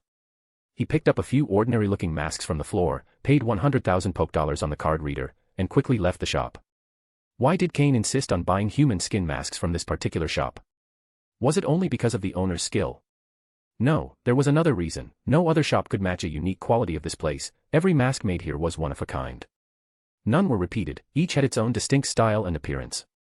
Finally, after leaving that smelly shop, Murkrow on Cain's shoulder took a deep breath, clearly relieved after enduring such an unpleasant environment. Cain smiled and patted Murkrow's head, saying, "All right, stop panting. We also need to get used to environments like that. Sometimes, your opponent might have an even worse smell. For example, a Gloom, a Grimer, or a Mook. The stench they emitted was far worse than that shop." Caw, caw. Murkrow gave a look of disbelief, unable to imagine how he would face such an enemy. Cain laughed. "You might come across one someday. Once you experience it, you'll understand." Saying this, Cain took a secluded path and, after making sure no one was around, slipped into an alley. The next thing he planned to do was buy other items, so it was best to put on a new mask to avoid being recognized when leaving the black market. He took a new human skin mask from his Team Rocket belt. Although the shop owner was very unkempt, his masks were impeccably clean, crystal clear, and as thin as cicada wings, not much different from the masks that could be exchanged within Team Rocket. When he put on the mask, the cold sensation on his face surprised him. He only needed to adjust it slightly for it to fit perfectly to his skin. After pressing the edges for a moment, the mask blended with his skin, becoming indistinguishable. Just as Cain was putting on the mask, he heard two hurried footsteps break the silence of the alley. Cain quickly hid in a narrow gap, hand on his belt, ready to release Slowpoke at any moment to escape if needed. Didn't I get rid of all the followers? Cain thought, frowning as the footsteps got closer. He assumed he had shaken off all those trailing him, so he had chosen this dead-end alley to change masks and prepare for shopping, but now two people had entered this remote place. It was hard not to think they were following him. However, when the two started talking, Cain let out a sigh of relief. The footsteps stopped nearby, and just as Cain was about to release Slowpoke, one of them spoke in a shrill voice, "Brother, why didn't we just leave the black market and instead come here?" A loud smack sounded, followed by a deeper voice, "Are you stupid? If we leave now, they'll catch us. We hide for a while, and then we'll leave unnoticed. We might even sell this thing today." "Hee hee, you're right, brother. But, is this worth it? We went through a lot to steal this Pokémon egg, but I don't even recognize the species." The shrill voice spoke again. "You're an idiot, of course it's worth it. Do you think I would have stolen it if it wasn't? I heard it's an egg from a Sinnoh Pokémon with great potential. No wonder they traveled from Sinnoh to Saffron City to sell it." Hearing their conversation, Cain felt slightly intrigued. A Pokémon from the Sinnoh region sold here. Pokémon hunters or ordinary trainers? I didn't expect them to steal it. "Brother, how much do you think it's worth?" "At least several tens of thousands. I heard them mention something about a scorpion, seems like it's a Pokémon with great potential. Otherwise, they wouldn't have come all the way to Saffron City to sell the egg." "Wow, that's a fortune." Hearing the tens of thousands, the shrill voice became even more excited. "Shut up. Do you want us to be found out?" End of chapter. Chapter 89, Double Murder. What kind of scorpion? Sinnoh region. In the Sinnoh region, the only Pokémon with scorpion in their name are Skorupi and Glisker, right? While listening to their conversation, Cain reflected silently. However, Glisker isn't exclusive to Sinnoh, it can also be found in the Johto region, so it was most likely a Skorupi. When Cain guessed that the stolen Pokémon egg might be a Skorupi, he felt a spark of interest, as he was very familiar with that Pokémon. In his past life, he had one, but due to its low quality, he abandoned it. But Skorupi is an exceptional Pokémon. Its poison and bug typing evolves into poison and dark types when it becomes Drapion. This type combination is truly perfect. Why? Because the dark type covers the weaknesses of the poison type, and vice versa. With this combination, Drapion is only vulnerable to ground type moves, taking double damage, while moves of all other types inflict only normal damage. Moreover, it is resistant to poison, ghost, grass, and dark type moves and is immune to psychic type moves. In other words, Drapion can face any type of Pokémon in direct combat. Additionally, its base stats are impressive, excelling in speed, defense, and attack, making it the perfect tank and attacker. And due to its speed, it isn't easy to evade in battle. But it's not just its types and stats that make it stand out, its abilities are also very valuable. If it has the battle armor ability, it's perfect as a standing tank. If it has the sniper ability, it can be a high damage fighter in close combat, and if it has the hidden ability Keen Eye, it becomes a continuous damage attacker for the team. In short, Drapion can perfectly play the role of a tank, warrior, or continuous attacker in a team, depending on its ability. Drapion is truly an all-rounder. From the thieves' conversation, Cain deduced that the Skorupi egg they had was stolen, though he didn't know how they managed it. Also, it seemed that the Pokémon's quality had to be exceptional, otherwise, they wouldn't have brought it from Sinnoh to Saffron City's black market to sell it. So, there are two possibilities. 1, the original owner doesn't know their egg was stolen, so the thieves are waiting to sell it without issue. Or 2, the egg already had a dubious origin, and even though the owner knows it was stolen, they can't report it, swallowing their suffering in silence. Cain leaned more toward the second possibility. If the egg were legitimate, it would be more profitable to sell it in Sinnoh, where people are more familiar with this Pokémon, rather than in Kanto, where many might not even recognize it. If it really was the second option, then the egg's quality had to be exceptional, which would explain why its original owner guarded it so carefully and decided to sell it in a distant region like Kanto. The true owner probably had considerable power in Sinnoh, forcing these thieves to sell it far from their reach. To be honest, Cain was tempted. Not just because of Drapion's excellent characteristics but also because of the quality of this egg that had unexpectedly appeared before him. The two thieves continued chatting, but now the topic had shifted from Pokémon to women, and the talk grew more and more trivial. Cain peeked slightly and saw that the two had their backs to him, watching the entrance to the alley. It made sense, they had chosen a dead-end alley to ensure their rear was secure. In such circumstances, who would worry about what might be behind them? What they didn't expect was that the alley had a gap large enough to hide a person, and that Cain was concealed there. Perhaps to be more discreet, the two hadn't released their Pokémon, or maybe they didn't even have any Pokémon, being just some thugs from the black market. Cain placed his hand back on Slowpoke's Pokeball at his waist and signaled Murkrow with a look to prepare for attack. Ghastly, hidden in the shadows, also floated out from the ground at the right moment. Although the black market had rules against fighting, those who died there each year were countless. As long as you weren't caught, nothing would happen. This place was full of criminals, expecting them to be model citizens would be absurd. Team Rocket only took care of security on the surface. What happened behind the scenes depended on each individual's strength. While the two thieves chatted about how to spend the money they were going to get, laughing carefree and vulgar, their guard was at its lowest. Ghastly, get close and use hypnosis. Slowpoke, control their movements with confusion, don't let them take out their Pokeballs or make noise. Murkrow, use wing attack and kill them. Seizing that fleeting moment, Cain released Slowpoke from his Pokeball and issued a series of attack orders. Yatten Slowpoke, already prepared, unleashed all its psychic power as soon as it appeared, focusing on controlling their mouths and hands. You. The deep-voiced thief, a burly man, tried to scream upon noticing, but found he couldn't move his mouth. Instinctively, he reached for his Pokeball, but was frightened when Ghastly suddenly appeared, using hypnosis to put them to sleep. Then, Murkrow, like a lightning bolt, swept over them, its wings glowing with a white sheen, striking them and slamming them against the wall with a dull thud.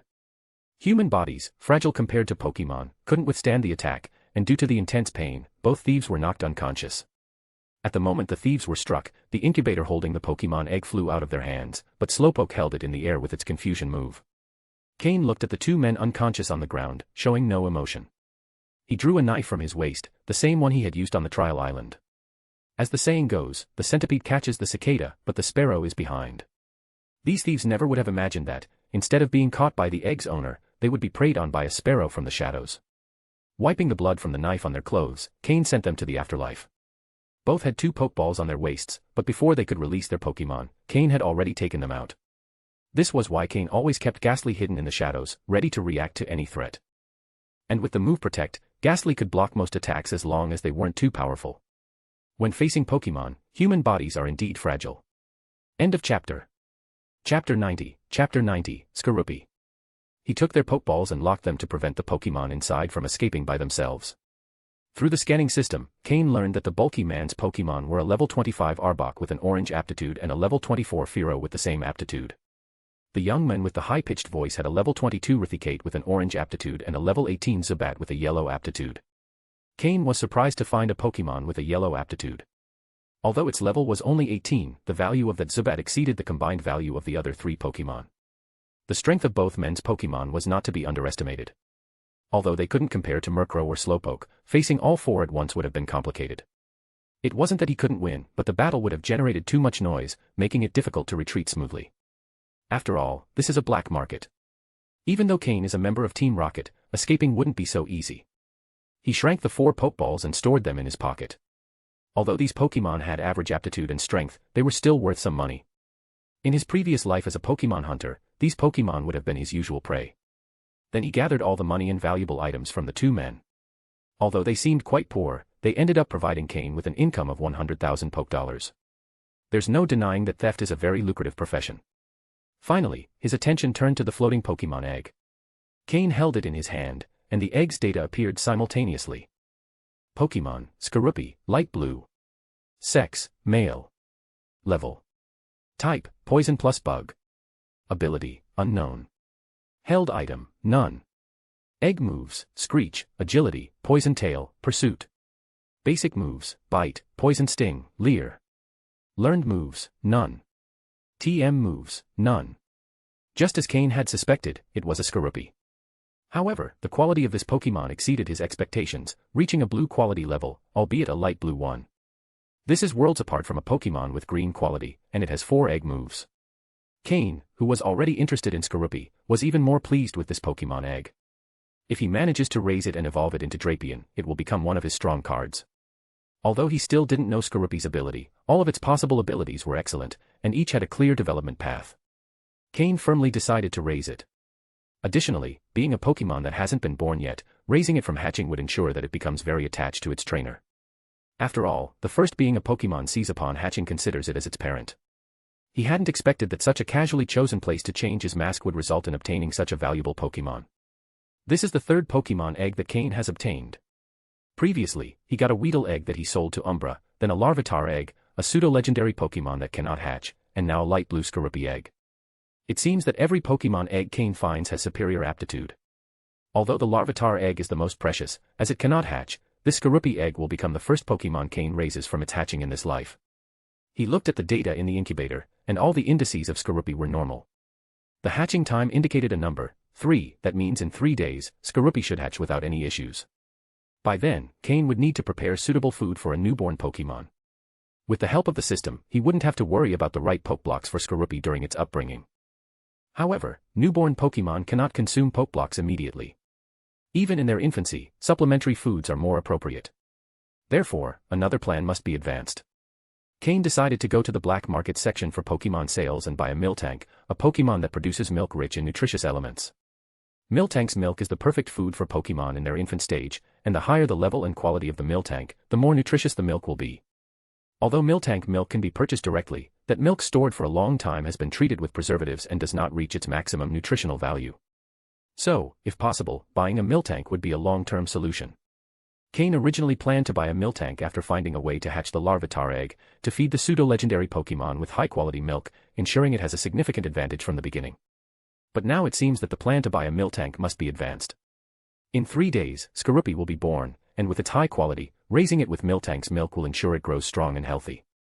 Determined, Cain wasted no more time. He had Ghastly hide the incubator in the shadows, which had almost become a storage area, containing both the Skorupi egg and the Larvitar egg. Then, Cain stored Slowpoke in its Pokeball while Murkrow remained on his shoulder. Although Murkrow is not common, being a dark and flying type Pokémon, many in the black market have one, so Cain wouldn't stand out with it. With a newly acquired skin mask and his black robe taken from his space belt, Cain stealthily left the dark alley. Cain now possessed 6 detailed skin masks. If used well, he could create 6 different identities. Each of those identities would play a different role in his plans. The mask that Umbra gave him is for his identity in the league, the most important of all and the one that must never be exposed. The mask he recently used is planned for his other profession, Pokémon Hunter. In his previous life, as a Pokémon Hunter, Cain earned his first million, providing him with the resources necessary to train his Pokémon. Although luck played a role, in this life, with a much better start, being a Pokémon Hunter will allow him to obtain more resources to train his Pokémon. End of chapter. Chapter 91, Hunter. Cain was quite familiar with the main products in the various areas of the black market. After leaving the alley, he headed directly towards the Pokémon sales area. In his previous life as a Pokémon Hunter, he frequented this place often and had some reputation in the field. Unlike the items area, the Pokémon sales zone was extremely bustling, with people of all kinds mingling in the crowd. In front of each shop were iron cages, each containing rare Pokémon. Here, you could see species that were hard to find across different regions. Although the Pokémon inside the cages appeared listless and sluggish, many people gathered around, pointing and discussing the advantages and disadvantages of each one. At the entrances of some shops, you could see starter Pokémon from various regions, equally apathetic but still attracting curious onlookers. These larger stores, offering a wide variety of Pokémon, were among the most visited. At some entrances, provocatively dressed women tried to lure customers inside. If someone wasn't familiar with this, they might think it was another type of business, but in reality, it was just a strategy to draw in buyers. Several people tried to stop Cain to get him into their shops, but he ignored them. It's not that the Pokémon in these stores weren't rare, often, the stores offered extremely rare Pokémon and even some pseudo-legendary ones. However, those Pokémon had been specially trained, losing their wild nature. Buying them would be pointless. Although Cain was looking for a Miltank to obtain milk rich in elements, he didn't intend to buy one at random. If he found a suitable Miltank, he would train it thoroughly. But if he couldn't find one, he would consider buying it from one of these stores, simply as a tool for milk production. He walked straight to a store located deep in the street. At the entrance, there were also cages, but these were much thicker, and the Pokémon inside had expressions full of hatred as they watched passers-by. Anyone who tried to get close was scared away by their ferocity. This was the only shop in Saffron City's black market that didn't tame its Pokémon before selling them. It was also the favorite for those looking to develop their Pokémon's power to the fullest. For those who saw Pokémon as mere toys or ornaments, this shop was not suitable. There were no shopping guides or attractive women at the entrance, just a black iron door. Without hesitation, Cain pushed the door, which creaked open, and entered. Inside, there was no luxurious decor or bright lights, only a few candles emitting a dim light. On both sides of the hallway, the cages were filled with wild, untamed Pokémon. Ignoring the Pokémon sounds, Cain walked firmly toward the back of the shop. Finally, After 2 minutes, he reached the counter. A woman in a black leather dress sat there, holding a mirror and a lipstick, calmly touching up her makeup, indifferent to the growls and cries of the wild Pokémon. Noticing someone had entered, she put away the lipstick and, with a small finger, wiped away the excess color from the corner of her lips, then stored the mirror. She observed Cain and gave him a seductive smile. Her voice, full of allure, softly echoed, "Oh, it looks like we have a new customer." Raising an eyebrow shaped like a willow leaf, with her rosy, radiant face under the candlelight, she gave a slight smile and leaned lazily on the counter, resting her head on a slender, long hand. "Did you come by chance, or were you recommended?" Before Cain could answer, as he approached the counter, the woman wrinkled her nose, detecting a faint smell of blood. She looked at him in surprise and said, "The smell of blood. It seems you didn't enter by chance. So, do you know the store's rules?" "Yes," Cain replied in a rough voice, making it impossible to tell if he was a man or woman or guess his age. Perhaps others didn't know the owner of this store, but Cain was well aware of who it was. The owner of this Pokémon shop was actually the largest Pokémon hunter organization in the Kanto region, the Hunters Guild. All the Pokémon sold in the shop had been captured by guild members. They didn't tame them because they believed that only Pokémon with wild instincts were the most valuable. This woman, who looked fragile, was the store manager, but you shouldn't be fooled by her appearance. She was a registered Pokémon hunter in the Hunters Guild, with a power level equivalent to a quasi-elite trainer. Cain also knew the rules she was referring to. Once a Pokémon was purchased, there were no returns. Moreover, regardless of what Pokémon were seen inside the shop, they couldn't be discussed outside. If someone was found breaking this rule, all guild stores in any region would deny them service. In serious cases, the Hunters Guild might even pursue them.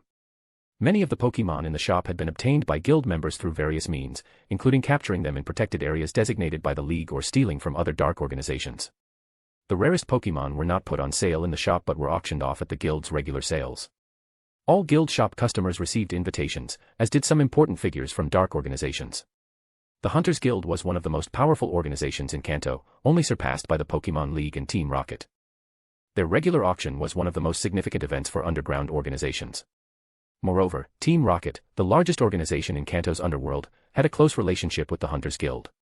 For example, the Pokémon given to recruits in each trial cycle were provided free of charge by the Hunters Guild, so all the Pokémon that the aspirants trained had not been tamed. If you knew this detail, you could understand the close connection between the Hunters Guild and Team Rocket, though the precise details of this relationship were unknown. End of chapter. Chapter 92, Miltank. Upon hearing Cain say he knew the rules, the woman in the leather jacket didn't say anything else. She pulled a bottle of nail polish from under the counter, calmly opened it in front of Cain, and began to paint her nails with complete tranquility. After drying the freshly applied polish, she looked at Cain, who remained unresponsive, and felt a bit bored. She pursed her lips and said, "How dull. Tell me, what type of Pokémon are you looking for? And don't ask for a pseudo-legendary, we don't have any here, and even if we did, you couldn't afford them." Saying Cain couldn't afford it wasn't an exaggeration. To be a competent Pokémon hunter, one must have a keen eye, otherwise, how could they assess if a Pokémon was worth capturing? Seeing the Murkrow on Cain's shoulder, the woman could roughly gauge his overall level. The Murkrow had decent potential, and although its training seemed adequate, its power wasn't very high, indicating it wasn't at an advanced level. That's why she assumed that Cain's strength wasn't too impressive. Even if he were concealing some of his power, it wasn't enough to acquire a pseudo-legendary. Of course, Cain wasn't there to buy one of those. Although pseudo-legendaries are strong, their development cycle is too long. By the time they're fully developed, the Pokémon Cain trains carefully might already be on par in battle. "I want to buy a Miltank." Without further ado, Cain stated his goal. "Oh. Miltank is not a common wild Pokémon, most of them are monopolized by that family in Goldenrod City. Also, does it really matter if a Miltank is wild or not?" The woman in the leather jacket looked at Cain in surprise. "Is there one?" Cain asked again. The woman shot Cain a seductive look and replied disdainfully, "Humph, how ungentlemanly. Follow me." With that, she took a set of keys from the drawer under the counter and began to walk leisurely toward the back of the store. Cain observed her pronounced curves with some resignation. He didn't dare entertain any inappropriate thoughts, as she was known as a thorny rose, and also a powerful quasi-elite level Pokémon hunter. Following obediently behind her, Cain kept his gaze down, focusing on his own feet without looking around. Although she walked in front, the woman in the leather jacket remained attentive to Cain. After noticing his brief glance, she no longer felt his attention on her. She smiled to herself. Usually, anyone who looked at her did so with a certain desire, but the person behind her turned out to be interesting. After a short walk, they stopped in front of a thick gray iron door. The woman took a large key from her keyring and inserted it into the door's single lock. After turning the key twice, the heavy iron door slowly opened. There you go, these are the miltank you wanted. See if there's one you like. There are price tags on the cages. When you choose, just let me know. She finished speaking and turned around, humming as she walked away. Her slender fingers played with the keyring, spinning the heavy keys as if the weight wouldn't break her fingers. Cain watched her until she disappeared around the corner before he let out a slight sigh of relief. In his current state, facing such a powerful person kept him on edge. He focused his attention on the cages in front of him, or rather, on the Pokémon inside them. In the small room, there were 5 cages, all containing miltank, Cain's target. Activating the system to scan, Cain gathered information on those 5 miltank. In an instant, the Pokémon's data appeared. Cain observed the 5 profiles and began to think. According to the data, these 5 miltank were quite good, and their levels were within Cain's acceptable range. Visually, except for one that looked older, the other 4 miltank appeared energetic.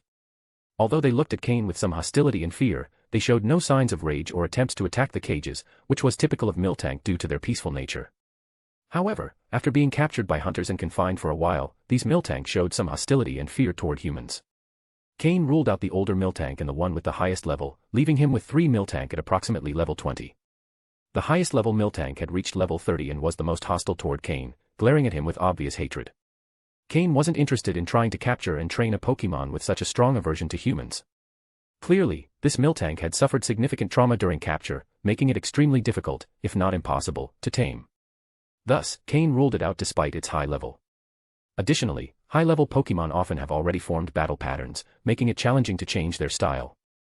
The remaining 3 miltank were light green quality and close to level 20, making them decent options. One of them had that Scrappy ability, allowing normal and fighting moves to hit Ghost-type Pokémon. Cain also ruled out this miltank, as its Scrappy ability helped avoid major weaknesses, but Cain already had enough offensive power on his team with Murkrow and the future Skorupi, both good attackers. He didn't need miltank to specialize in attack. Since he planned to train miltank as a support Pokémon, Cain preferred it to have high survivability and be able to help his team recover during battles. So, between the 2 miltank with the thick fat ability, Cain had to choose one. This ability halves the damage from fire and ice-type moves, significantly increasing a Pokémon's survivability. The stats of the remaining 2 miltank were: Pokémon, miltank, light green. Gender, female. Level. Type, normal. Ability, thick fat. Held item, none. Egg moves, curse, helping hand. Basic moves, tackle, growl, defense curl, stomp, milk drink, bide, rollout. Learned moves, shock wave, thunder punch. TM moves, none. Pokémon, miltank, light green. Gender, female. Level. Type, normal. Ability, thick fat. Held item, none. Egg moves, present, endure. Basic moves, tackle, growl, defense curl, stomp, milk drink, bide, rollout. Learned moves, helping hand, heal bell, block. TM moves, none. These 2 miltank have a notable difference. The first one has learned moves that are all electric type and focused on combat, while the second clearly has moves oriented toward support. Given the role miltank will play in Cain's team, the choice was obvious. The second miltank was the best option, and one Cain felt quite satisfied with. End of chapter. Chapter 93, Chapter 93, Hunter's Guild. This will be it, Cain thought silently. Initially, his plan was to simply acquire a yellow-quality miltank, just to provide nutritious milk for his entire team, and to prepare for the imminent birth of Skorupi. Ignoring the varied looks of the 5 miltank, Cain focused his attention on the tag of the Pokémon he had selected. Number. Pokémon species, miltank. Quality, high. Training value, medium. Price, 500,000 Pokédollars. 500,000. Seeing the price of this miltank, Cain noticed that, aside from the highest level miltank that cost 600,000, this was the most expensive. However, considering the quality and the moves, the price seemed reasonable, slightly high, but within the acceptable range for Cain. He remembered that on Judgment Island, the Weedle egg he had was sold for 20,000 Team Rocket points to Umbra.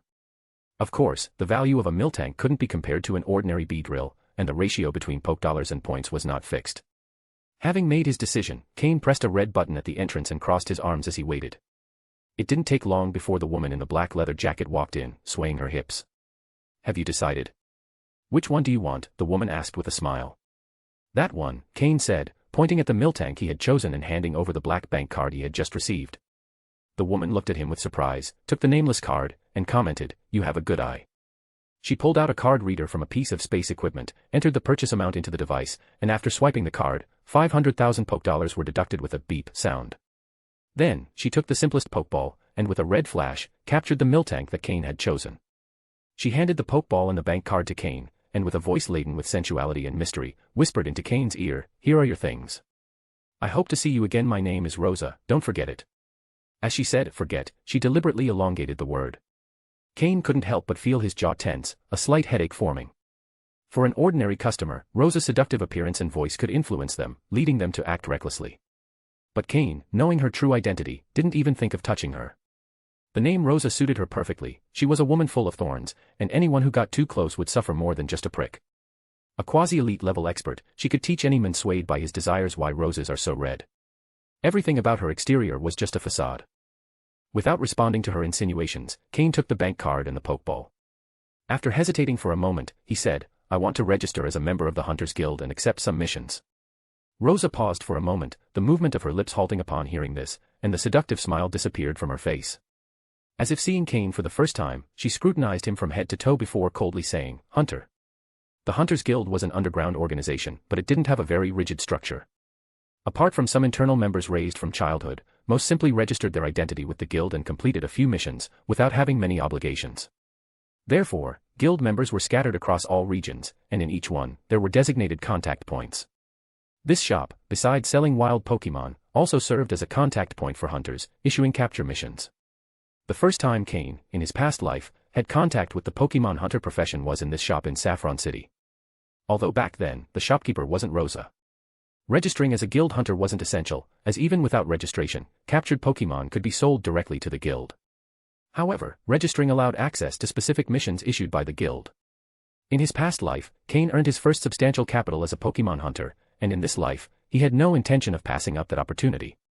As long as one had enough strength and the ability to assess a Pokémon's quality, being a Pokémon hunter was a profession that allowed for quick money making. Although Cain didn't lack money at the moment, he knew that as his Pokémon leveled up, the resources needed would increase, and spending would become greater. This was just preparation. Cain nodded silently without saying more. Rosa looked at him with disdain and continued applying her lipstick. After finishing, she muttered with displeasure, "I thought you were a rookie, but it turns out you're already a hunter. How boring." She led Cain out of the room, walking deeper into the shop. After nearly 5 minutes of silent walking, they finally reached a massive iron door. Opening it, a wide hall appeared before Cain. Unlike the dark shop, this hall was luxuriously decorated, and many people wandered around. Each of them wore a badge on their chest. Some had 3 stars, others 1 star, and some even had a sun on their chest. The fearful glances from others toward the latter clearly indicated that this person was one of the most powerful in the hall. Around the hall, there were several teleportation points. Almost every minute, someone would emerge from one, while others left quickly, disappearing from the room. This was the true means of transport for registered members of the Hunters Guild, using teleportation points created with the move teleport. These teleportation points were only accessible to registered hunters who had completed a certain number of missions. For example, a newly registered hunter would learn the location of 3 of these points in the hall, which were the most basic and no more than 3,000 meters apart from each other. The badges on each person's chest indicated their rank within the guild, 1 star for 1-star hunters, 2 for 2-star hunters, and so on up to 7 stars, the highest rank in the guild. The person with the sun on their chest was an internal member of the Hunters Guild. They enjoyed different privileges from star-ranked hunters and could accept missions of any level. Their status was only surpassed by that of the local branch leader, being an honorary guild member. End of chapter. Chapter 94, Chapter 94, The Sun Dog. Unlike star hunters, those bearing the sun badge not only have to complete their missions and sell Pokémon but must also take on certain obligations. The Hunters Guild has the right to summon them to fight for the guild's cause, which is why these individuals are often considered direct members of the guild. Star hunters secretly refer to them as Sun Dogs. The nickname Sun Dogs refers to the henchmen with the sun badge from the Hunters Guild. However, all of them are incredibly powerful, and the minimum requirement to bear the sun badge is the level of a quasi-elite trainer. When Cain entered the hall accompanied by Rose, his presence drew some attention, but soon everyone returned to their own business. A man wearing the sun badge, who had been sitting on a sofa with a cold demeanor, perked up upon seeing Rose enter. With a smile that tried to appear friendly, he quickly stood up and approached, saying, "Rose, what are you doing here?" When she saw this man, named Logan, approaching, Rose frowned, dropping her seductive demeanor and showing an air of coldness. "What does it matter to you what I'm doing here? Logan, why are you always wherever I am?" Logan, with his son badge, ignored Rose's biting words and replied with a smile, "Well, when I heard you were transferred here as the shop manager, I asked the guild to transfer me too." Rose was used to Logan following her everywhere, knowing that he came from an influential family and had been pursuing her for a long time. To avoid him, she had even accepted the position as manager of a small shop in Saffron City's black market, but even so, he had followed her there. Deciding not to continue the conversation, Rose ignored Logan and headed to the counter, with Cain silently following behind her. Logan, noticing Cain's presence, stopped smiling and frowned, asking, "And who's this?" While looking at herself in a mirror and applying a bit more lipstick, Rose replied without looking at Logan, "Just a rookie, I brought him to register." With Rose's position, she didn't need to personally accompany anyone to register as a hunter. However, at that moment, she was the only one in the shop, and Cain had somehow made a good impression on her. Sometimes, luck just strikes. Cain did not intervene in the conversation between the two and approached the counter to speak to the attendant, "Please register me as a hunter." Logan, seeing that Cain was just a rookie, understood that it was simply one of Rose's daily duties. However, like any suitor, he felt a natural aversion to any other man near the woman he desired, so he decided to show his authority. "If you're new, be careful out there. The outside world can be very dangerous," Logan commented, seemingly offering helpful advice but with a tone that hinted at a threat. Despite Logan's words, Cain remained silent, not letting himself be provoked. When one lacks sufficient strength, it's better to keep a low profile. Rose, noticing that everyone's attention in the room was beginning to focus on them, decided to intervene to prevent Logan from causing further trouble. "Logan, that's enough. Remember you have work to do." Logan, somewhat annoyed by the interruption, shouted to those present, "What are you looking at? Get back to your business." Hearing Logan's command, the people stopped paying attention to them, and he, after observing Cain for a moment, returned to his seat and sat down, drumming his fingers on the table as if pondering something. Finally, the counter attendant, feeling more at ease now that Logan had stepped away, asked in a low voice, "Do you wish to register as a Pokémon hunter?" Cain nodded. With Cain's confirmation, the attendant, relieved that there had been no issues with someone who could ignore Logan, adopted a more professional attitude. Registering as a hunter in the Hunters Guild didn't hold much value at the lower levels, but as one advanced in rank, the advantages became more apparent. Only those with a sufficient rank could accept high-level missions, which offered substantial rewards. Additionally, high-ranking hunters received discounts when purchasing Pokémon, which was also a useful benefit. "Alright, what will your hunter name be?" the attendant asked, following protocol. Most hunters don't use their real name, as being a Pokémon hunter is not a profession accepted by the Alliance, and many of them lead a double life. After thinking for a moment, Cain replied, "Joker." That had been his hunter name in his previous life, and he saw no need to change it in this new opportunity. The attendant didn't seem surprised by the name. He registered the name in the system, clicked a few buttons, and an emerald green card emerged from the machine. "This is your hunter card. It will record your completed missions and success rate. It also serves to store guild points. Whenever you accept a mission, you will need this card," the attendant explained, handing the card to Cain. Cain took it, noting that it was still a bit warm. He was now officially a registered hunter in the Hunters Guild, albeit with a 0-star rank. "Alright, your registration is complete. I must go as well," Rose said without looking up as she painted her nails, then left without further farewells.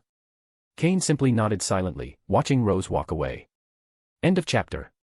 Chapter 95, Chapter 95, I have you in my sights. Cain headed to a row of computers in the guild's lobby. This is where the Hunters Guild posts its missions. Each hunter can accept missions corresponding to their level using their ID card. In front of each computer, a person was seated. Cain was lucky that, just as he approached, someone finished using one of the computers and left with their card without looking back. Cain sat in the chair in front of the computer, slid his new ID card through the reader, and the screen began to display his information.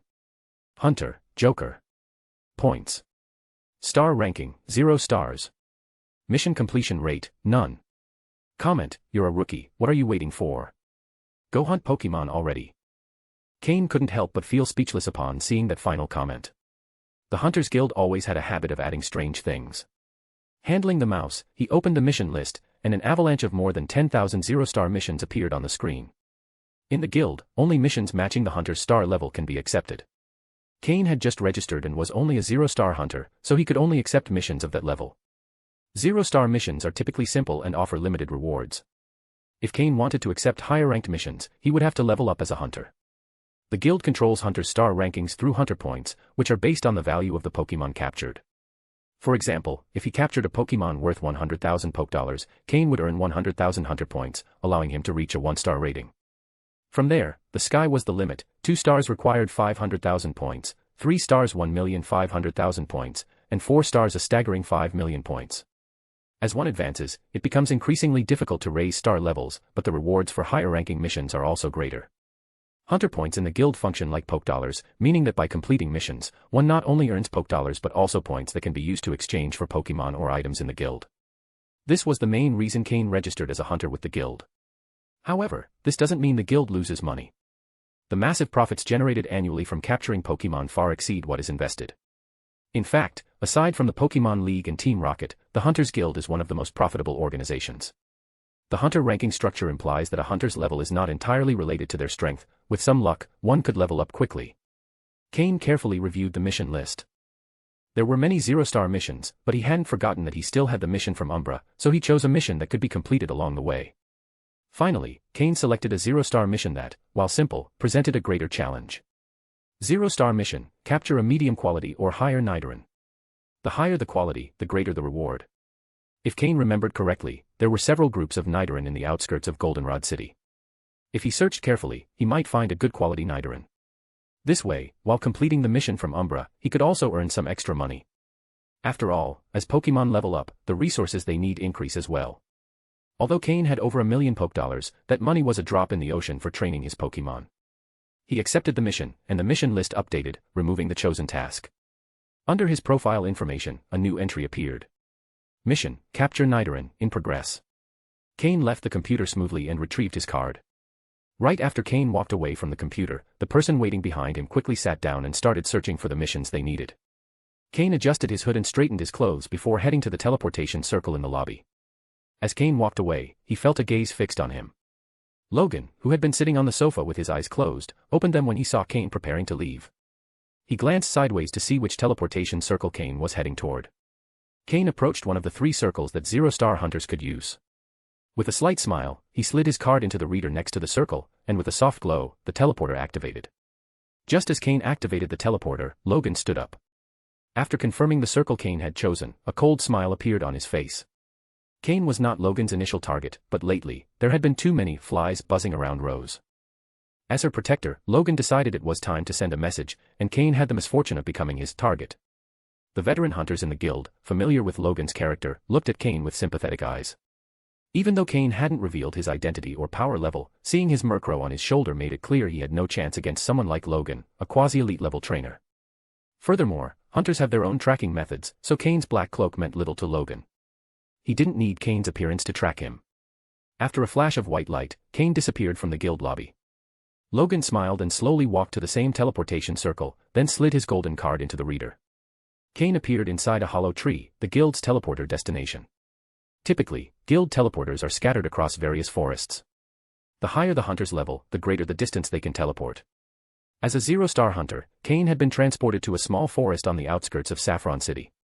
The guild periodically changes teleporter locations to prevent the League from tracking them. In such a short period, those who teleport usually appear in the same spot, so Logan had waited for Cain to leave before using the same circle. "Come out, Slowpoke," Cain said as he stepped out of the hollow tree, releasing Slowpoke. At that moment, once again, a white light shone inside the tree, and a tall figure slowly emerged. "Hey, I told you that as a hunter, the outside can be very dangerous," Logan said with a smile when he saw Cain hadn't left. "Slowpoke, use teleport," Cain said with a smile. Slowpoke immediately activated its psychic power, and a distorted aura began to surround Cain. "Come out, Houndoom, use flamethrower," Logan shouted as he threw a Pokeball. "Logan." Cain's raspy voice held a tone of coldness. It seemed that the target hadn't been sacrificed, Logan thought, but he didn't pay much attention. To him, Cain was just a rookie, and if this target didn't work, he would simply find another. "I have you in my sights." Those words were etched in Cain's mind. End of chapter. Chapter 96, Sabrina. Logan is not without reason a powerful quasi-elite level trainer. Houndoom's strength was also outstanding. Just as Slowpoke was about to teleport, a surge of fiery flames erupted from Houndoom's mouth, targeting Cain and Slowpoke. Murkrow, Ghastly, use Protect. All of this was within Cain's expectations. Murkrow and Ghastly, already prepared, appeared instantly in front of him. The greenish energy shield created by the Protect move stood in the path of the flames. Houndoom's strength was clearly immense. The Protect move, which normally lasted 2 seconds, only held up for half a second under its attack. But that was enough. Slowpoke's teleport had already activated, and Cain and his Pokémon vanished directly from the forest. With no obstacles, Houndoom's flame struck the trees with a boom, causing a massive explosion. In an instant, the trees were engulfed in flames. Damn it. Logan cursed loudly when he saw that Cain had managed to escape Houndoom's attack. Like a duck about to be cooked that managed to slip away, his anger only grew stronger. Unfortunately, the innocent wild Pokémon in the forest paid the price, becoming victims under Houndoom's fiery wrath. After venting for a while, Logan left the forest with Houndoom, filled with a sense of frustration. Before long, sirens were heard in the distance, and some police officers from Saffron City arrived at the scene, led by the famous Officer Jenny.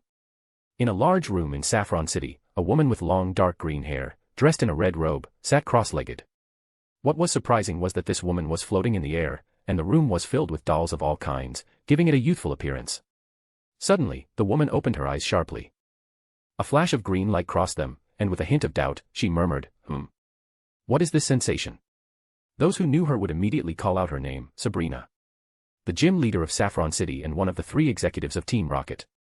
Elsewhere, after using the teleport move, Cain, Murkrow, and the others reappeared in the black market, albeit in a secluded corner. This was a spot Cain had marked in advance for unexpected situations. Although it was just a precaution, it ended up proving useful. Well done, Slowpoke. You're becoming more skilled at using the teleport move, Cain said with a smile, patting Slowpoke's back. Yatten. Slowpoke squinted and made a sound. Since the teleport distance wasn't very long, it wasn't too tired. With Cain's current strength, he stood no chance against an opponent like Logan. Fortunately, thanks to Slowpoke's teleport move, they would be able to resume this fight when they were stronger. Yatten. Suddenly, Slowpoke, who had been enjoying the petting, jumped to its feet. Its body, previously relaxed, tensed up instantly and started to tremble. Cain noticed the change in Slowpoke and sharpened his gaze. He had never seen Slowpoke like this before. What surprised him was that Slowpoke seemed to be showing fear, as if it had encountered its worst enemy. What's wrong, Slowpoke? Cain asked gravely. Slowpoke couldn't answer Cain's question, its body shaking uncontrollably. Murkrow also seemed to sense something and tried to take flight, but its body wouldn't respond. Ghastly was in the worst condition. The purple gas surrounding it was rapidly dissipating, and although it tried to retreat into Cain's shadow, it couldn't manage it. So, this is the Slowpoke. Interesting. A sharp voice echoed in the air, but its source was indiscernible. Who's there? Cain jumped up, looking around, but found no one. Gradually, a figure began to materialize in the air. It was a young woman floating, with a smile on her lips and eyes that looked at Slowpoke as if it were a fun toy. Upon seeing the figure, Cain's pupils contracted suddenly. A terrifying name surfaced in his mind, Sabrina. It was Sabrina, the psychic-type gym leader of Saffron City, who had sensed the psychic wave from Slowpoke's teleport move and followed it here. That explained why Slowpoke had tensed up and was trembling, why Murkrow had lost its ability to fly, and why Ghastly had almost completely vanished. The psychic queen Sabrina. Her talent in psychic powers was extraordinary, and her strength was comparable to that of an elite-level psychic Pokémon. Sabrina ignored Cain's question and slowly floated toward Slowpoke, looking down at it with a playful smile. What do you say, little one? Want a new trainer? Although her tone was playful, to Cain, her words buzzed ominously in his ears. Yatten. Slowpoke's body was still stiff. The immense psychic energy emanating from Sabrina made it feel deep fear, but the determination in its eyes and the 2 syllables it uttered indicated its refusal. Upon hearing Slowpoke's response, the smile on Sabrina's face gradually disappeared as a green light gathered in her hands and eyes. Sabrina, floating in the air, let her red robe billow without wind. Always self-assured, it was the first time Sabrina felt such strong resistance. Yatten. Slowpoke's cry grew louder, and having adapted to Sabrina's presence, it could now make a clear sound. Slowpoke's cry finally made Sabrina direct her gaze to Cain, and she coldly asked, "Are you its trainer?" Feeling Sabrina's icy gaze, Cain felt as though a sharp dagger was pressed against his skin, making his hair stand on end. "Miss Sabrina, Slowpoke is my companion," Cain said after a moment of hesitation. "Do you know who I am?" Although Sabrina was well known in Saffron City, not many recognized her, as she spent most of her time training in the gym. Cain removed his black cloak, revealing the Team Rocket uniform underneath, then took out a black cloud-shaped badge from his Team Rocket belt. When Cain showed his Team Rocket uniform, Sabrina barely reacted. But when he produced the badge representing a reserve member of the Shadow Unit, a hint of surprise appeared on her face. "What's your relationship with the Shadow Unit?" Sabrina asked, her icy tone softening slightly. End of chapter. Chapter 97, Awakening. "I am carrying out a mission for Mr. Umbra," Cain said carefully. Facing someone as powerful as Sabrina, even in his past life, his ability to resist would not have been significant, let alone now. Moreover, when facing someone strong, it is necessary to show due respect. This is not weakness but reverence for power. Upon hearing Cain's response, Sabrina remained silent, but the green light emanating from her hands and eyes gradually faded, indicating that her desire to play was disappearing. Umbra, that guy, it seems he really suffered a major power loss in his last failed mission, if he now resorts to such a weak boy like you to do his work. He's becoming more and more useless. After a moment, Sabrina said this indifferently, as her body descended from the air. She glanced at Cain with a hint of disdain and let out a scornful bah. So boring, I finally found an interesting toy. Sabrina murmured with a childish air, revealing a more youthful side. Sabrina was extremely powerful, but her volatile character and childlike behavior were quite well known among the high ranks of Team Rocket. With playful steps, Sabrina approached Cain, tilted her head, and examined him from head to toe before laughing and saying, "Here's what I'll do. For Umbra's sake, I'll give you one more chance. I'll ask your Pokémon once again if it wants to come with me, and I'll offer you compensation. What do you say?" Before Cain could respond, Sabrina continued, "It's settled." Then she crouched down and, smiling, said to Slowpoke, "Little one, I'll give you another chance to choose. Do you want to come with me? Your potential isn't limited to what it is now. Your weak trainer can't unleash all your power. I'll make your strength grow rapidly, what do you say?" Sabrina seemed like a strange older sister trying to lure a child with candy. Her words about Slowpoke's potential made Cain wonder. Slowpoke's potential. However, for Slowpoke, Sabrina's words held no appeal. It slowly shook its head, and then a blue light appeared in its eyes. At the same time, a green light appeared in Sabrina's eyes. Clearly, the two psychic users had begun communicating telepathically. Cain couldn't understand what they were saying, but he saw that after a short time, Sabrina stood up with a look of disgust, glancing at Cain with a hint of envy, as if her favorite toy had been taken away. Seeing Sabrina's expression, Cain decided not to comment and remained silent. However, based on her expression, it seemed that Slowpoke had rejected her. Well, you're lucky. This Slowpoke has considerable potential. Now I understand why Umbra chose you. Sabrina started reverting to her usual demeanor, and her more childish side was fading away. After saying that, Sabrina turned to leave, muttering, "How annoying, I'd better go look for more dolls to play with." Just as Cain was beginning to relax seeing Sabrina leave, she suddenly turned around with a mischievous smile, saying, It's not that simple." Suddenly, Sabrina concentrated a large amount of psychic energy in her hand, and before Cain, Slowpoke, or Murkrow could react, Sabrina struck Cain in the chest. In an instant, Cain felt a searing energy pierce into his body. Although the strike didn't seem very forceful, it felt like a powerful impact, sending him flying backward and falling to the ground. Slowpoke and Murkrow tried to move, but their bodies wouldn't respond. Although Murkrow, being a dark-type Pokémon, is immune to psychic abilities, Sabrina, as the Psychic Queen, had ways of dealing with dark-type Pokémon, so Murkrow couldn't resist her power. As for Ghastly, who was already weak, it couldn't do anything. Satisfied, Sabrina dusted off her hands. She hadn't used much psychic energy on Cain, just enough so that his body wouldn't move for half a day, helping her vent some of her frustration. But what Sabrina didn't expect was that as Cain lay on the ground, a faint blue energy began emanating from his body. This energy was very familiar to Sabrina, it was a sign of awakening psychic abilities. With an astonished expression, Sabrina flew to where Cain was, rubbing her eyes to make sure it wasn't an illusion, and murmured, "Is this an awakening?" As someone with exceptional psychic talent, Sabrina instantly recognized what was happening. The bluish waves emanating from Cain's body were a sign that he was awakening psychic abilities. She closed her eyes, fully activating her psychic perception, and after a moment, reopened them. What a lucky boy. His mental strength is 5 times greater than that of an ordinary person, just on the edge needed to become a psychic. It only needed a push, and my strike awakened it. Sabrina couldn't help but feel a bit surprised.